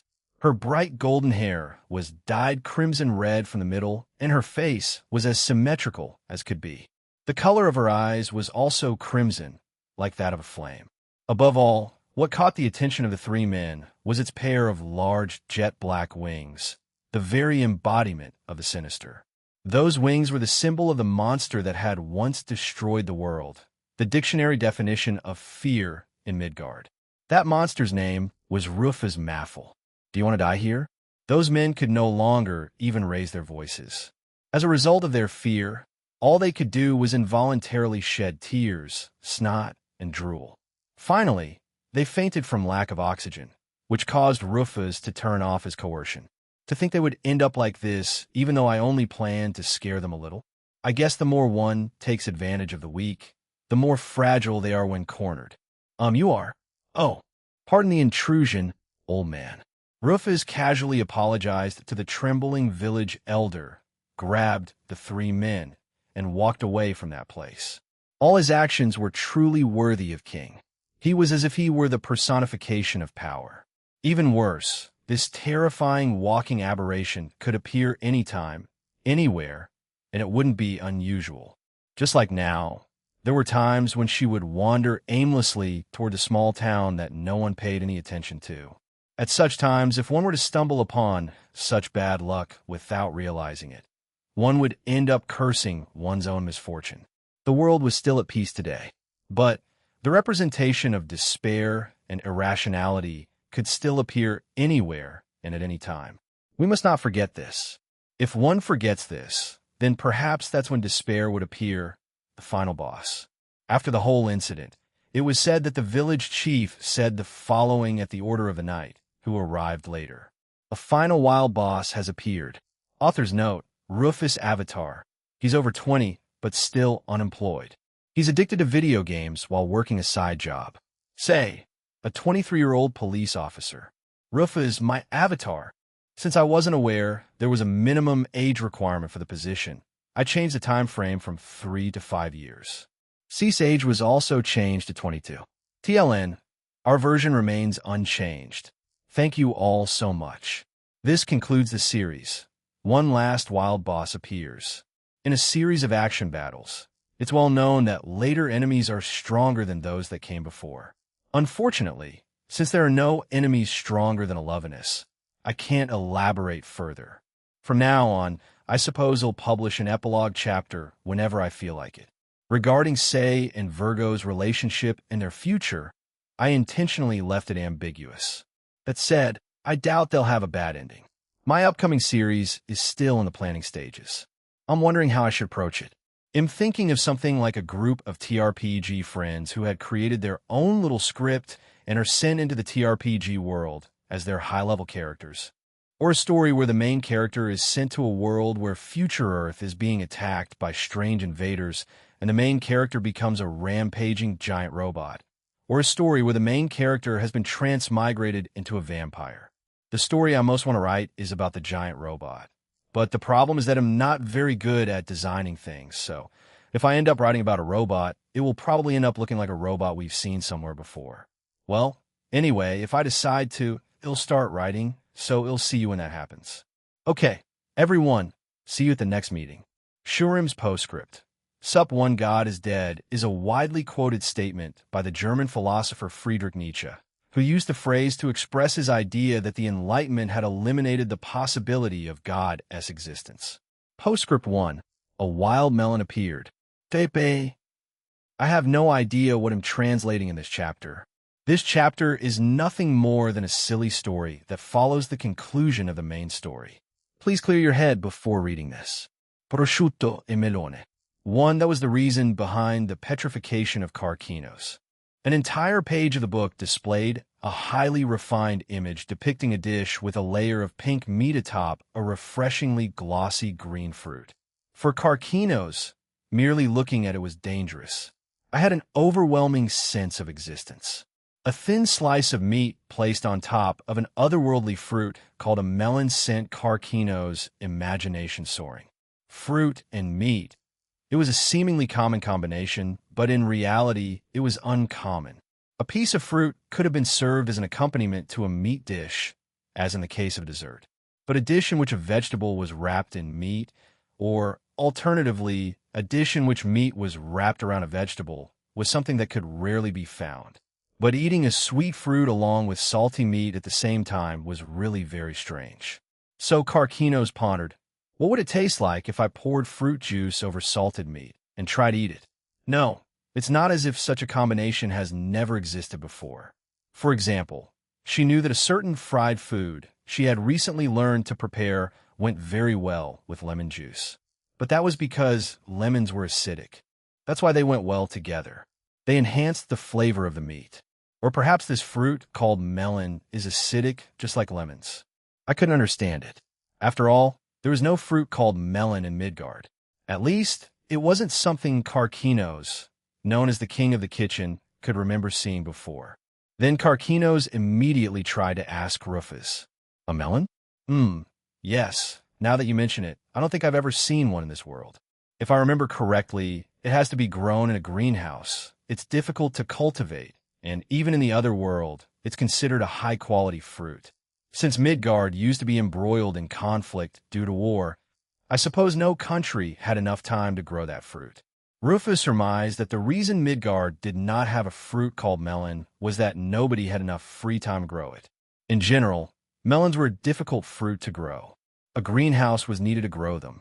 In short, because labor and overhead costs were extremely high, even in the other world, melons were expensive. Absurdly expensive. Even a box containing about 5 ordinary, non-premium melons costs approximately 4,000 to 5,000 yen. 2 if it were something like a melon, a single one could cost more than 5,000 yen. In fact, the cost of a melon with a lot of netting could even exceed 20,000 yen. Worse still, the only difference between the two was literally the number of networks, and there was no difference in their tastes. In reality, such a distinction only existed because people had the luxury of saving. The difference in their costs could even be described as a refined taste. It would feel more elegant if it had more mesh. Therefore, people would pay 4 times the price even if there was no difference in taste.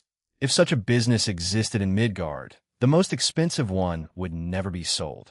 Perhaps an expensive melon was the result of leisure. It wouldn't have been wrong to call it a symbol of peace and prosperity. It was amazing. What a noble fruit. But honestly, who cared about the amount of mesh? If people were going to buy it, let them buy the one with the least mesh. Oh, and for reference, berries and citrus fruits were the most consumed fruits in Midgard. That said, the most common type of fruit in the market was undoubtedly the air fruit. It was a type of fruit unique to Midgard and didn't exist in the other world. Frankly, it was a ridiculously convenient and deceptive fruit that grew abundantly even in a barren wasteland, and it was high in both nutrients and liquid. It wasn't even demanding in its growth as it grew year-round. Therefore, it was said that as long as a village had a single air tree, it could survive. As things stood, wasn't it just a magical beast and not a tree? So, I guess you want a melon? Yes. Also, I'm curious to know what it tastes like. I see. I suppose it's not so difficult to buy one if I go to the other world. But since it's an occasion like this, it might be interesting to try growing the Midgard melon. After saying that, Rufus casually stuck his right arm into a crack in the space-time continuum. She examined the interior for a while before taking a Lovinus out of Gate X.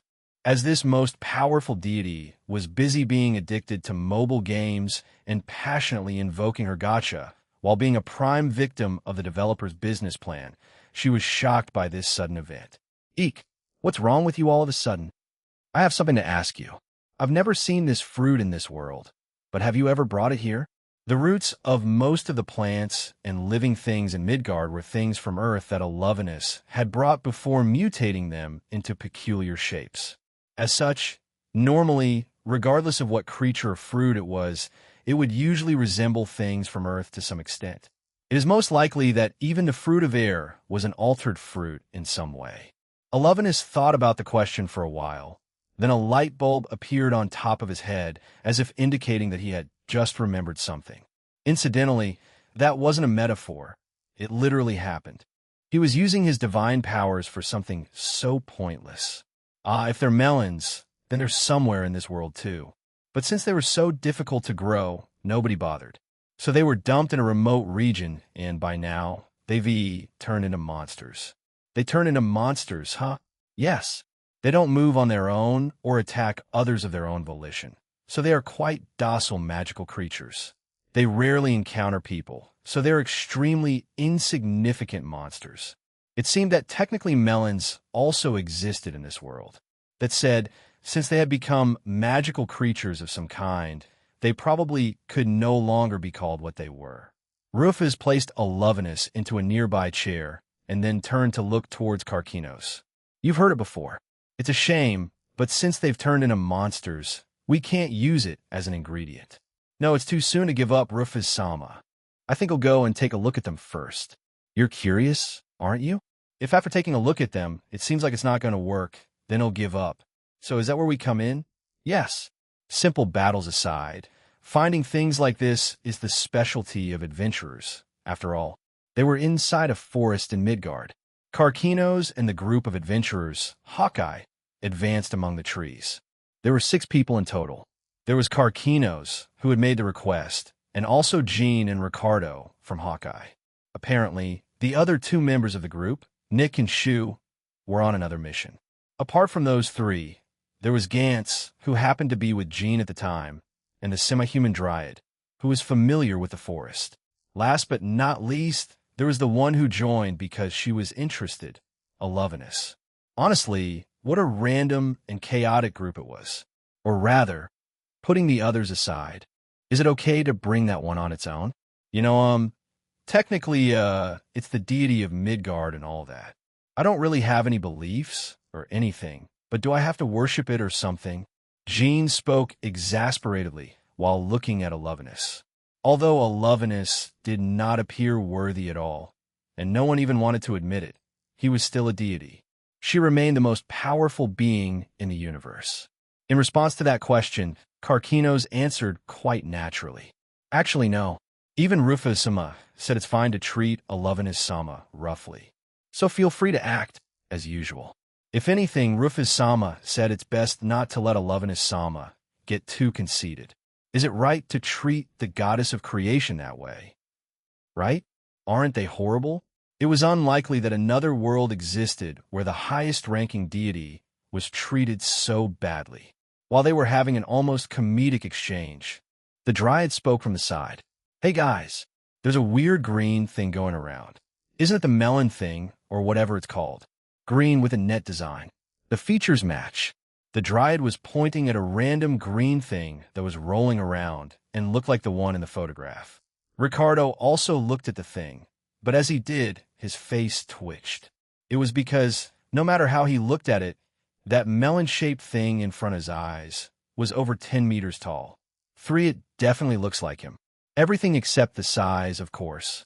But that has to be wrong, right? Cinchuredo, as if I could accept such a big fruit. It grew too much. I've even seen unusually large apples. This isn't something unusually large. It just needs to be something different that resembles what we're looking for. The Dryad and the Gants argued amongst themselves, but it seemed that their argument was overheard by the melon. The melon turned its head towards the two of them. "I'm a giant melon. Have you come to harvest me, humans? Speak." Despite having no mouth or vocal cords, he spoke as if it were the most natural thing in the world. Furthermore, he called himself Melon. Hey, look, he even called himself Melon. So he definitely has to be. How can this be? It resembled the fruit in question and even called itself Melon. As things stood, it was fair to say that things were set in stone. Gantz sighed aloud, but braced himself by telling himself it was just part of his quest. Passing by, the first to jump was, as expected, Jean, but as if deliberately calculating its counterattack, the giant melon began shooting fruit juice and sent Jean flying backward. Goa, is Melon strong? Jean was undoubtedly a first-class adventurer. In present-day Midgard, there weren't that many magical beasts that could cast it so easily. Gantz was surprised, as he hadn't imagined it was so strong despite how ridiculous it seemed. At the same time, Alovinus was checking the melon's condition. Big melon, level 99. HP 18,000. That's unexpectedly strong, isn't it? Why is a melon so strong? Well, I suppose it's because it's a high-quality fruit. As if that were a good enough reason. In response to Alovinus, who was calmly analyzing the situation, Gantz replied seriously. It was really difficult to be a normal, sensible person. But Alovinus simply smiled back warmly and then spoke confidently. Don't worry. Who do you think I am? A simple fruit like that could never be considered my enemy. Then Alovinus raised his hand. As soon as he did, the entire scene around him changed, and the melon was banished to a vast outer space. Now they were surrounded by countless bright stars. Stars, enough to form a galaxy, moved in time with Alovinus' arm. First, they rose, and the next instant, they crashed down roaring upon the enemy like an endless torrent of shooting stars. Morningstar. Morningstar was the most powerful metal attribute arcane magic that Dina had also used previously. But since the user this time was the only Alovinus, the scale of the attack was different. True, it wasn't Alovinus' real body, but the goddess was still the goddess. Therefore, her power was absolute and unmatched. Each individual strike from each shooting star inflicted hundreds of billions of damage on the melon, and this was multiplied by the number of stars there were. In other words, the damage inflicted by that arcane magic was 999,999,999x, approximately 200 million. 000. The melon sustained an amount of damage that could be described as terribly excessive. However, on reflection, it wasn't the amount of damage one should have inflicted on a melon. After the attack ended, Alovinus returned the space around him to normal. Anyway, how do we solve that problem? Alovinus exuded the complacency of an absolutely strong being as he swept his hair back. His pose, with one foot on a platform that had appeared who knows when and how, and his proud gaze made it seem as if he were about to start saying, "There is nothing to fear now." Although she was usually foolish, and her current form was nothing Barado than an avatar, a god was still a god. It was an indisputable fact that there was no stronger existence than her in the entire multiverse. No, wait. It's Barado of a problem if you defeat it. For starters, the others and I came here to get that thing, But a fool was still a fool, too. Leaving the useless goddess there, Karkinos and the rest continued their search. Honestly, because of that idiot, we have to work twice as hard. What's the point of damaging the fruit we were trying to obtain? In the end, that's how competent Alovinus was.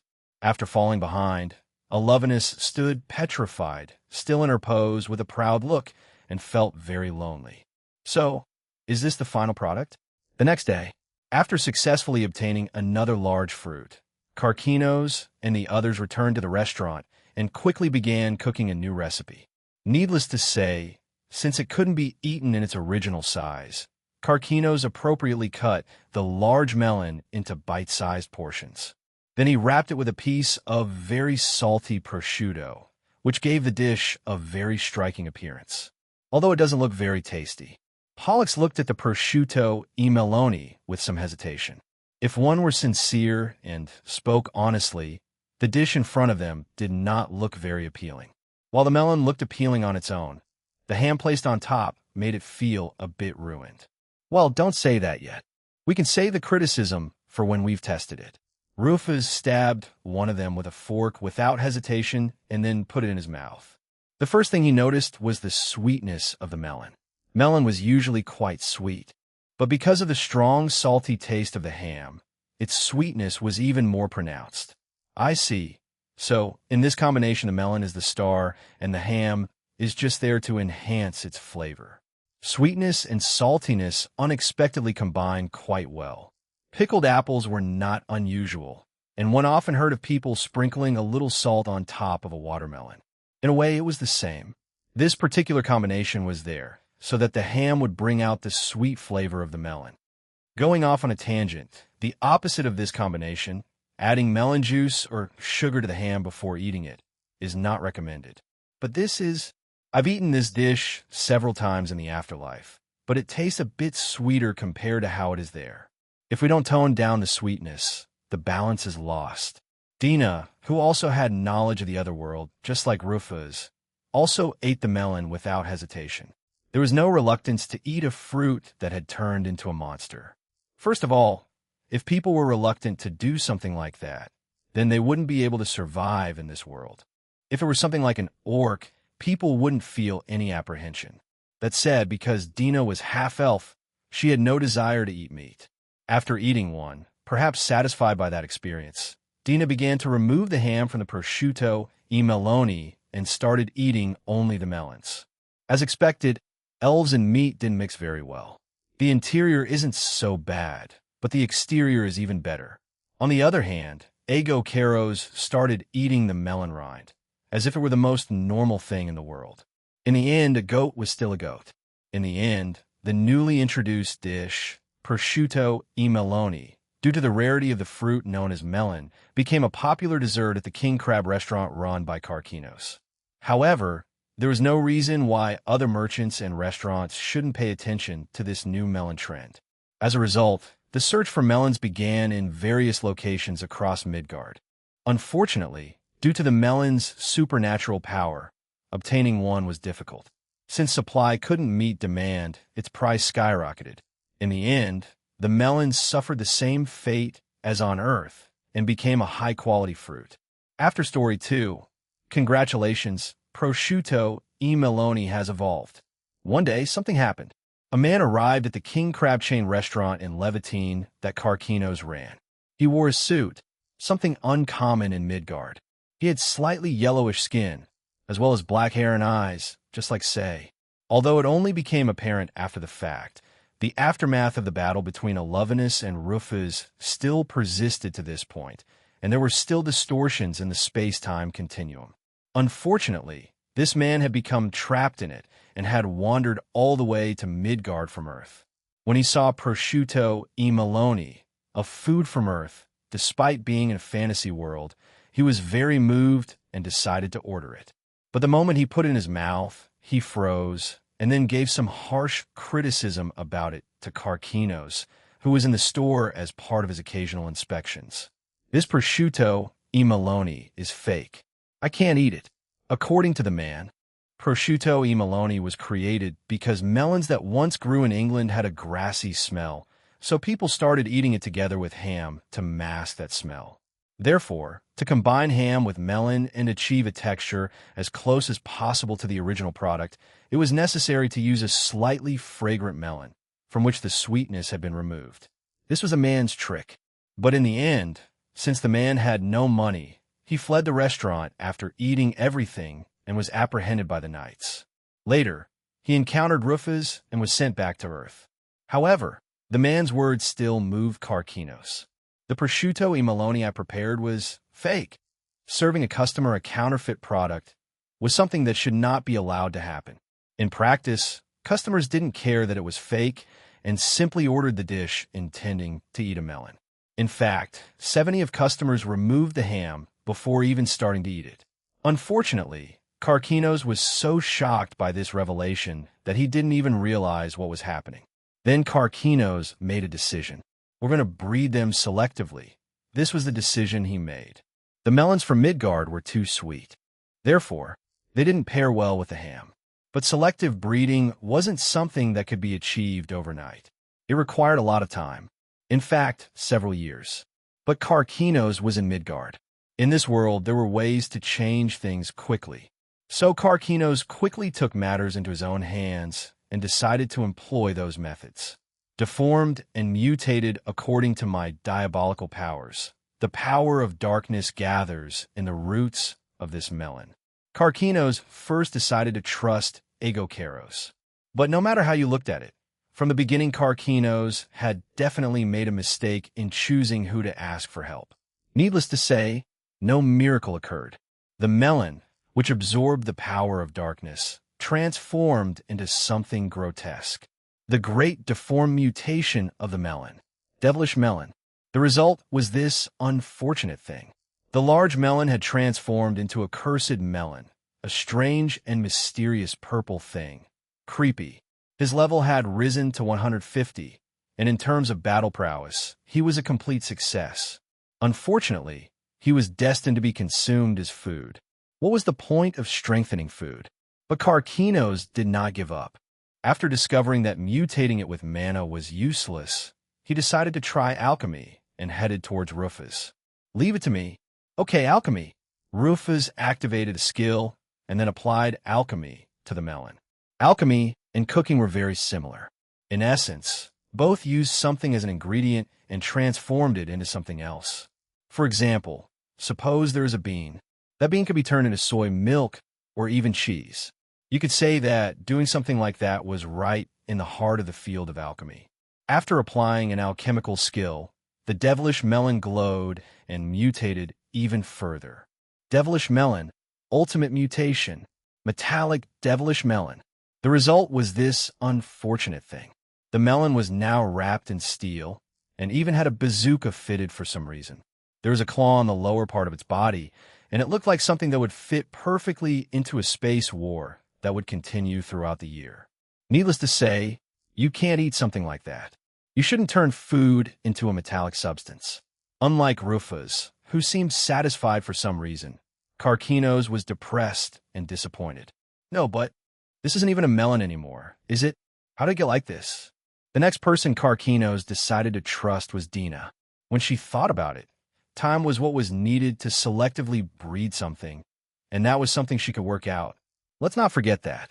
This cunning strategist knew how to manipulate time at will. Dina, despite saying it will definitely get weirder, reluctantly activated her time manipulation ability. She sped up the time of the metal devil melon. Dina, you're wrong. That's not how selective breeding is done. This is Supermelon 3. Sorry for the delay. I'm still getting used to the new changes. The result was this unfortunate thing. The melon had grown longer. Its body, which had once been round, had become much longer. By then, it no longer even resembled a melon. In addition, it shone with an intense golden color and gave off sparks on its own. Not only that, his level, now at 300, rivaled that of the 7 luminaries.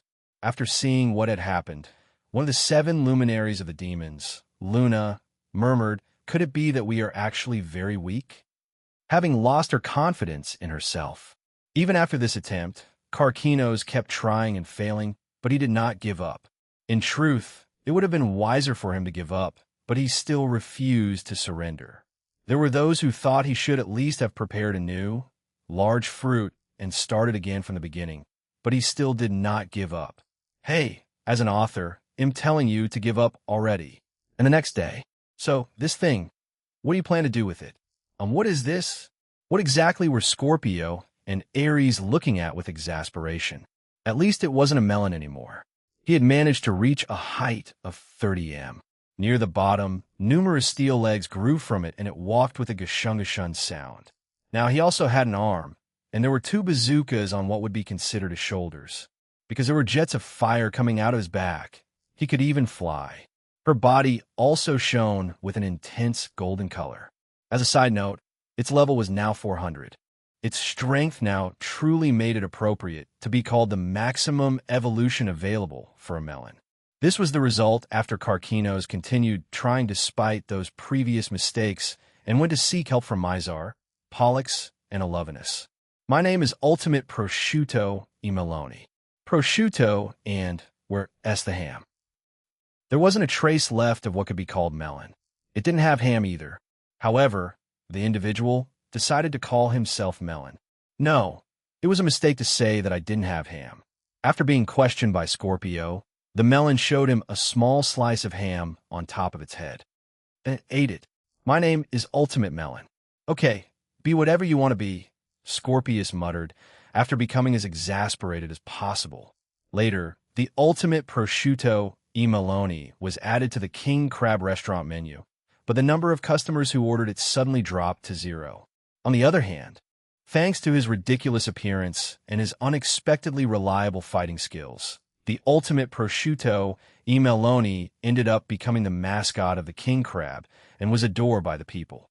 Near the Maffel Tower, that day, for some reason, a well-maintained road had been prepared, although at the same time, it was pointless and overly winding. If someone were to describe it in otherworldly terms, they would say the road was very similar to a racetrack. In fact, there were even 13 golems that looked like race cars near what could be considered a starting line.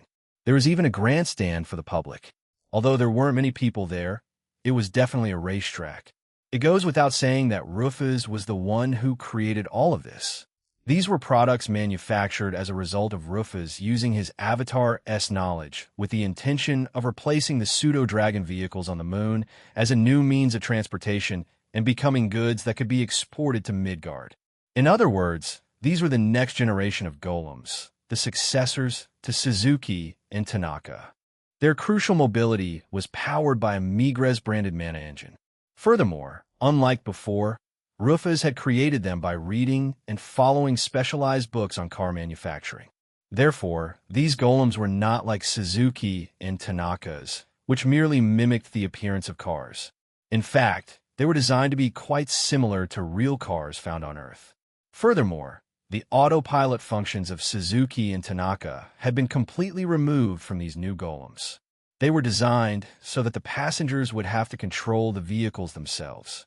In the end, the 13 vehicles lined up on the starting line were the result of Rufus placing them there with the intention of testing the cars in a light race. If all went well, he thought he might even turn it into a source of entertainment or recreational activity. The members of the 13 Imperial Celestial Stars were already aboard those cars, waiting for the signal to depart. Although that was the case, as it was not practical for two people to race in one car, for the seats of the twins and the serpent bearer, Pollux and Dina respectively decided to sit and watch the race from the audience stands. Similarly, since Aquarius could not get into the car while he was in his water jug, it was decided that Ganymede would drive on his behalf. So, should we start now? Rufus gave a sign. When he did, the panels above the starting line lit up. The panels displayed the countdown to the start of the race. Some cars began to accelerate when they saw the light come on. It was a precursor to an early career. Begin. As soon as the countdown ended, the 13 vehicles moved forward simultaneously. The cars all had the same specifications. Their top speed was 1,200 kilometers h. The time required to reach the maximum possible speed was 5 seconds at maximum acceleration. It could be said that it was a very violent and deadly car, since any ordinary person who tried to drive it and reach its top speed as quickly as possible would die. However, for the 13 stars, that speed was still too slow. Needless to say, when the time came to sell the actual product in Midgard, its specifications would be reduced to less than half of what they were now, but since it was being tested at the time, Rufus didn't care about the finer details. TSK. Even if I get there first with this thing that's slower than me, I can't even brag, but I don't feel like losing either. The vehicle that took the lead was a car covered in red paint. The one driving that car was Leon. Since even his humanoid form was large and bulky, he seemed to be quite cramped inside the vehicle. After successfully completing the starting run, he launched himself straight to the front of the group without regard for the damage his car might sustain if he collided with other cars during the race. But right behind him, a green car made a daring turn and pushed Leon's car. In addition to that, it seemed that the driver of the green car had even calculated what the car behind them would do, as he got in front of them and used the momentum from the resulting collision to accelerate into first place. Hey, you're in the way, Libra. I appreciate you pushing me forward, Scorpio. The green car, Libra's, managed to block Leo and Scorpio's vehicles at the same time and was now at the front of the group. As a golem, Libra never made a mistake when maneuvering his car. It was very obvious to any spectator that she would maintain first place and come in first in the race as long as someone else didn't do something to her. Oh, has the winner been decided yet? It calculates and turns every corner with the greatest possible precision and speed. Furthermore, it perfectly blocks those following it. Although we already knew Libra would eventually arrive first, Dina and Rufus analyzed the situation with indifference, without any surprise. Libra taking first place was just as expected. In terms of accuracy, there was no one who surpassed her as a golem. However, a separate voice interrupted them both. Don't worry about that. I won't let things get out of hand. I've installed some object panels along the way. What? When did you do something so unnecessary? The one who set up an unnecessary mechanic was, as always, the useless goddess who never did anything except unnecessary things, Alovinus. What do you mean by object panels? It's not like this is Ma Ocard. Thinking about that, Dina turned to look at Rufus, but her reaction betrayed her. I see, how interesting. Good work. Oh, she's a lost cause too. Come to think of it, she could be in the same category as Alovinus Sama. Even as Dina held her head in her hands, the race continued. In second place was the Sagittarius car, which, for some strange reason, suddenly launched a blue projectile. Faced with this unexpected event, the Libra car was unable to react and lost control. Ha ha! I'm going to take this opportunity to get ahead of you. Sorry. Seeing what was happening, Karkinos, who was in third place, tried to take the lead by hitting the other vehicles hard. Unfortunately, Libra's car was still circling at the front of the group. As a result, Karkinos foolishly got caught up with her, and they started spinning together. In fact, even Sagittarius got involved, and the three of them happily twirled around like best friends. Oh my God, what did you come here to do? All I can say is that it was a miscalculation. It will most likely be some time before the three of them can recover and get back on their feet. During this time, they were overtaken one after another. Finally, Pisces took the lead. Ego Karos also managed to catch up. My moment has arrived. Now is the time to shine. If I don't start standing out soon, they might even call me the real supporting character. Hey, the real background character. What happened to ruling the seas? I got rid of them. And don't call me the real supporting character. Pisces shouted those lines with fervor. He had so desperately wanted a role that he had abandoned his dominion over the seas to participate in this race. Although he was the king of the seas, seeing his current appearance, Ego Karos couldn't help but feel exasperated. Dina had a complicated expression as she listened to him shouting loudly from the audience stands. I can't wait. Anyway, like his predecessor, you should give him some advice, former supporting character. I was only a supporting character because that was my role. I wasn't really a supporting character at all. In response to Rufus' mocking words, Dinah's cheeks puffed out as she replied with a sulky look. At that moment, The time when she had been labeled as a minor character was nothing more than a nostalgic part of the past. Furthermore, she had only been a secondary character because her role required her to be so, not because she wanted to be, so her circumstances were different from Pisces. Pisces, who so desperately wanted to stand out, but had no presence whatsoever, was the one who most deserved to be called the true background character. Keep it up, Eros. I'm sure you'll have another chance to enjoy the action in the future. Although, the main story is over, but it doesn't matter. Well, if we're talking about the small role we had to play, we're practically all in the same boat. I suppose so. Although, to be honest, I don't care. Parthenos and Aquarius, who were also in the audience seats, spoke as if they were not bothered. Parthenos had already passed the torch to her successor. Furthermore, since she had already passed away, there was no need to worry about the role she would play. Aquarius, on the other hand, was someone who didn't want to stand out from the beginning, so it didn't bother him in the slightest. But Pisces was different. They had always been waiting for their moment to shine. Pisces showed impressive driving skill, building a notable gap between himself and Aegokeros. Additionally, he hit an acceleration panel on the ground for an unknown reason and briefly sped up to 2,000 km/h. Would he be the one to stand out from the rest and compete alone this time? Although some might have had that thought, Pisces somehow collided with a car heading in his direction. That car was going in the wrong direction. What? Wow. It was a blue car, Castor's car, that crashed into Pisces' car. As if he had finally remembered at this point in the story that his character was destined to be terrible at deciphering directions. Castor had been driving his car the wrong way since the start of the race. This is how he ended up crashing into Pisces. Pollux collapsed unconscious upon seeing his pathetic state. Older brother. The two cars burst into flames and Pisces and Castor were thrown from the vehicles as if they were best friends and were forced to retreat. As if this mishap were being prepared, the one who took the lead at this point was the rainbow-colored car from Ares.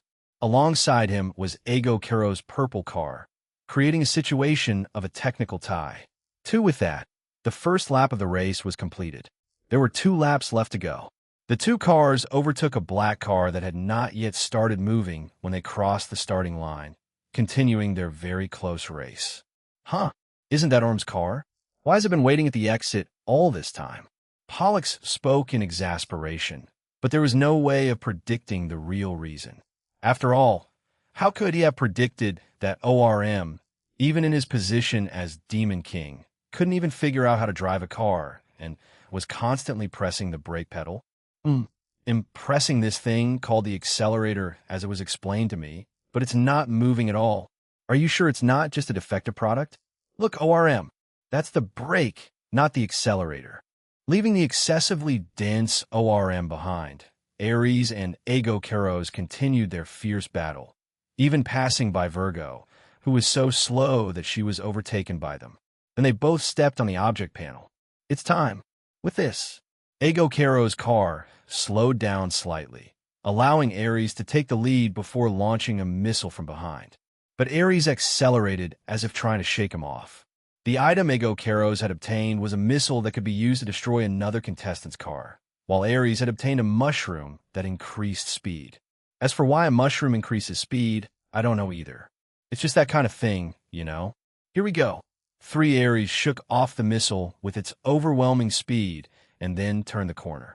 The missile failed to reach him in time and was destroyed upon impact with the corner post.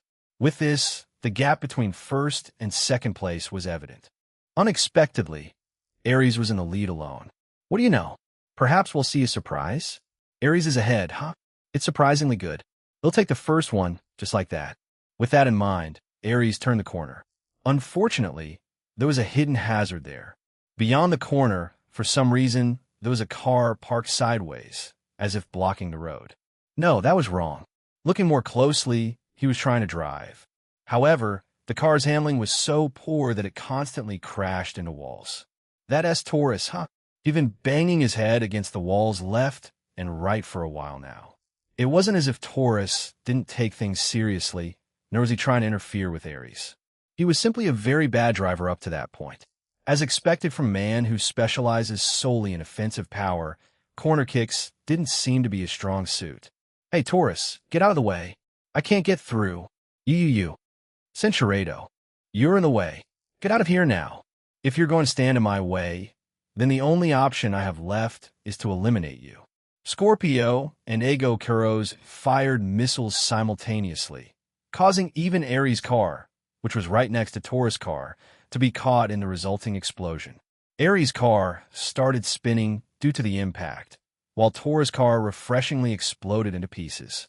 Taurus, who was thrown out of the car, was launched off the track and landed back on the ground. Although the car exploded into pieces, the individual was unharmed. It was precisely because the 13 Imperial Celestial Stars possessed such extraordinary combat prowess that they were capable of such madness. With that, the second lap of the race concluded.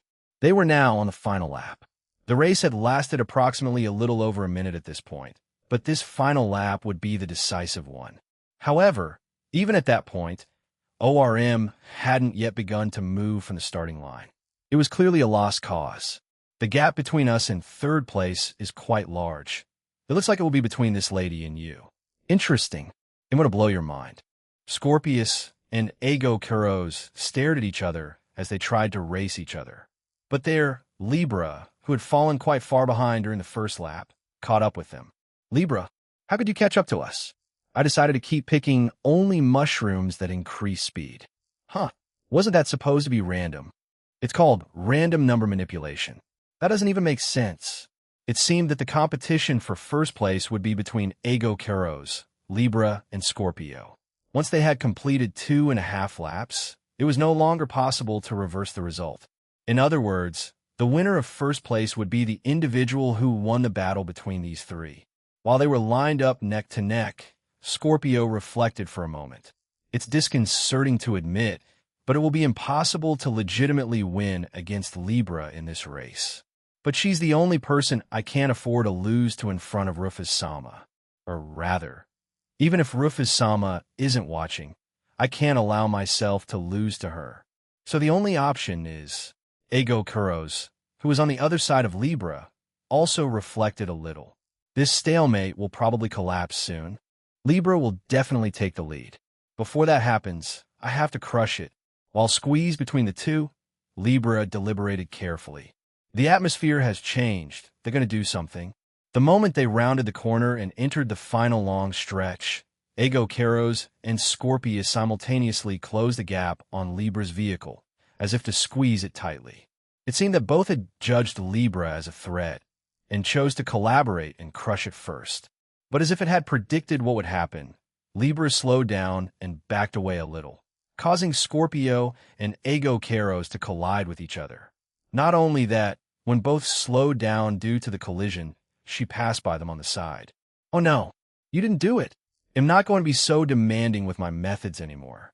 Scorpius' temper flared quickly when he smashed the car floor with his foot. Then he used his own feet and closed the distance between them with a speed completely incomparable to the previous one. Although the whole scene seemed quite surreal, as if the car had suddenly grown legs, the speed was unquestionable. In the end, for her, it was much faster to run on her own 2 feet than a go-by car. "Scorpius, that's not cheating, is it? There's nothing we can do." In response to Scorpius' actions, Ego Kuros also reverted to his goat form, picked up the car, and began to fly. "Your actions are also within my predictions." Once she verified what they were both doing, Libra also jumped out of the car, picked it up, and started running. "Hey guys, you're supposed to be racing while driving a car." As if motivated by their actions, the other members of the 13 Stars and Ganymede also took their feet out from under their cars, or alternatively, lifted them up and began to run. The only ones still driving their cars correctly were ORM, who had not yet taken off from the starting line, and Virgo, who was driving calmly. Ares had smashed the rear window of his car and was breathing fire to accelerate. Karkanos' car, unfortunately caught in the flames, exploded. When one realized it, everyone except ORM and Virgo had started running towards the finish line using their abilities. ORM was the only one still reading the instruction manual while sitting in his car. Goal! The 13 stars surged across the finish line like an avalanche and finally brought the race to an end. The distance that separated them until the halfway point of the race was irrelevant. Once they started running on their own, they could all cover that distance in an instant. Therefore, in order to determine who crossed the finish line first, an individual needed to have a rather amazing sense of kinesthetic vision. Fortunately, Rufus' kinetic vision was more than enough to make that determination. And the judgment she made was, "So, you're all disqualified for cheating." It then became a one-on-one race between Virgo, who continued driving slowly, and ORM, who simply didn't move. After 30 minutes, Virgo was declared the winner. After Story 4, an off-season swimsuit event that day, the fish Pisces felt extremely excited. To be clear, he wasn't jumping around or shouting with excitement like a monkey. He was just very excited. It was the height of summer. Using the daily heat as an excuse, he took the opportunity to invite Rufus and the others to go for a swim in the sea. Although there were no 4 seasons on the moon, because he had received a positive response from them, he believed they would probably come.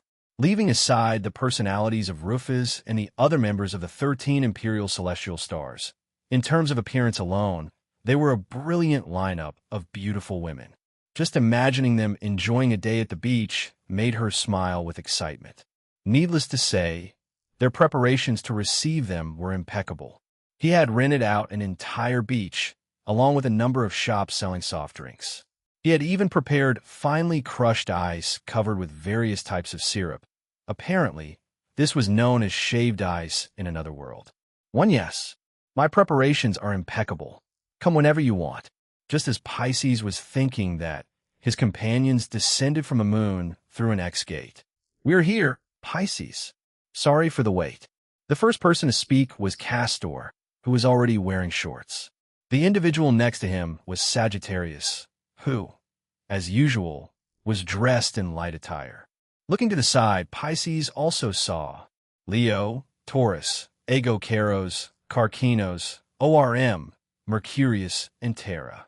In fact, he even saw Phoenix, Hydrus, and the 3 winged knights there. "Hey, are we in the right place?" Grr. Following them came the group of the former hero, whom Pisces had not intended to invite in the first place. Apparently, after being invited by Pisces, Rufus thought he could invite them too. Those who had arrived as part of that group were Jean, Ricardo, Nick, and Shu. Also present were Gantz, Friedrich, Kainiko, Sarges, and the Tritons. 2 behind them posed the squad of rangers who had supported the heroes group from the shadows. So this is the place. I suppose it's not so bad to forget about work once in a while and have a bath. Good. Migres and Merak were coming from the opposite direction, almost as if he wanted to mock Pisces. Bennett Nash had not come with them. In fact, although Aquarius had not come, Ganymede had come here on his own. A crack. Thus, something inside Pisces broke, creating a crack that ran right through him. What shattered were perhaps their expectations, or perhaps their ambitions or desires. Whatever it was, Pisces had a strong feeling that something was about to break and shatter into pieces. "Hey, what about Rufus Sama? What about the girls?"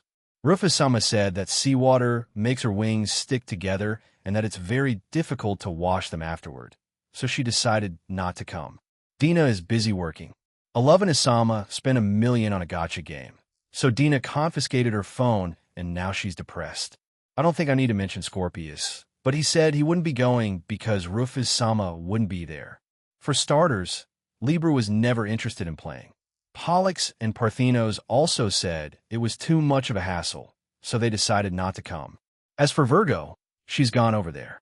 Oh, and Aries was sleeping.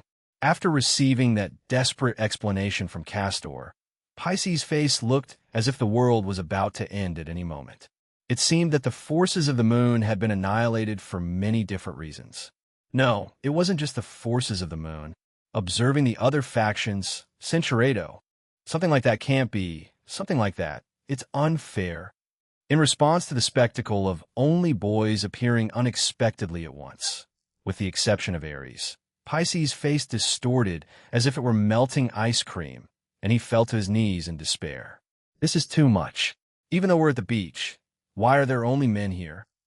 as if such a terrible situation could be allowed in this world. Nobody benefits from this. This situation is like spitting in the wind because you can't understand the wonders you were promised. It would be an understatement to say that Pisces' face looked ugly at that moment. There was a limit to what was considered overwhelming.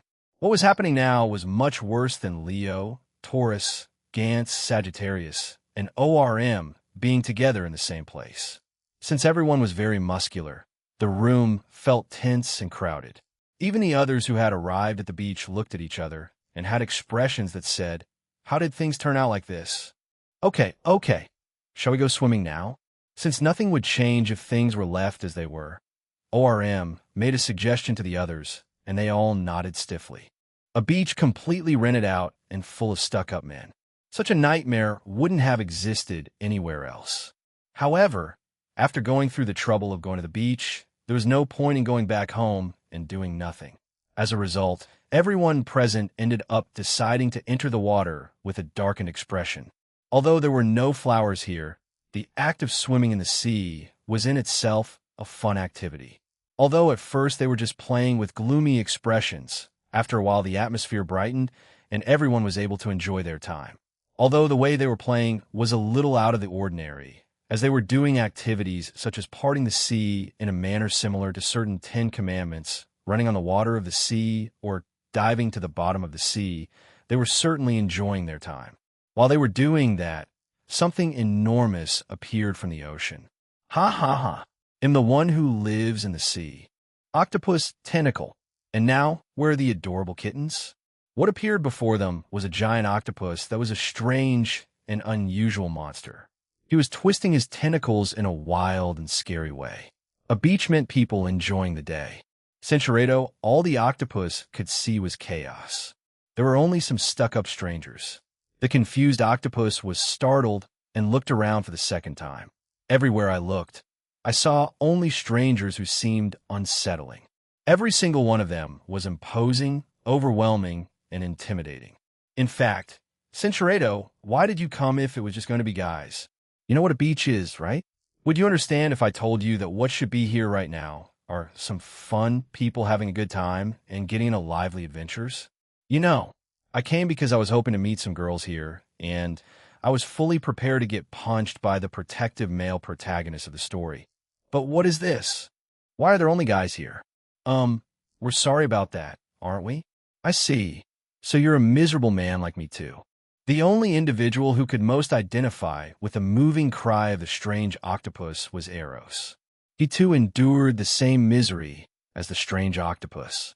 Even though I'm here on the beach, why am I swimming with this stellar group of arrogant, stuck-up fools? Right now, I just want to go back to heaven. Eros and the mischievous octopus crossed their arms and tentacles together and hugged without saying anything else. Because they both endured the same pain and misery, they could understand each other and, therefore, felt a sense of camaraderie. At approximately the same time, on Earth. That day, Minami Jujisei and Virgo were walking along the beach, swimming together in the sea. Unfortunately, it was difficult. Although Virgo wore the stealth bandage that Rufus had once used to conceal her wings, if she entered the water, it would fall apart.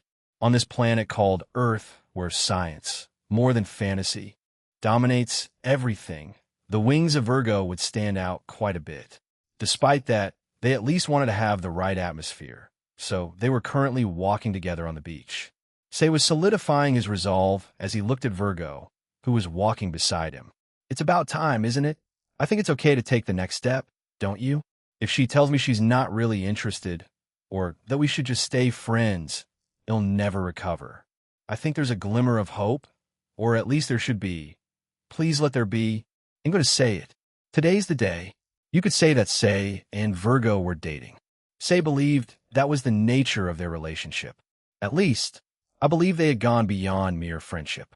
Unfortunately, human beings simply did not have enough time to allow such a fleeting relationship to continue indefinitely.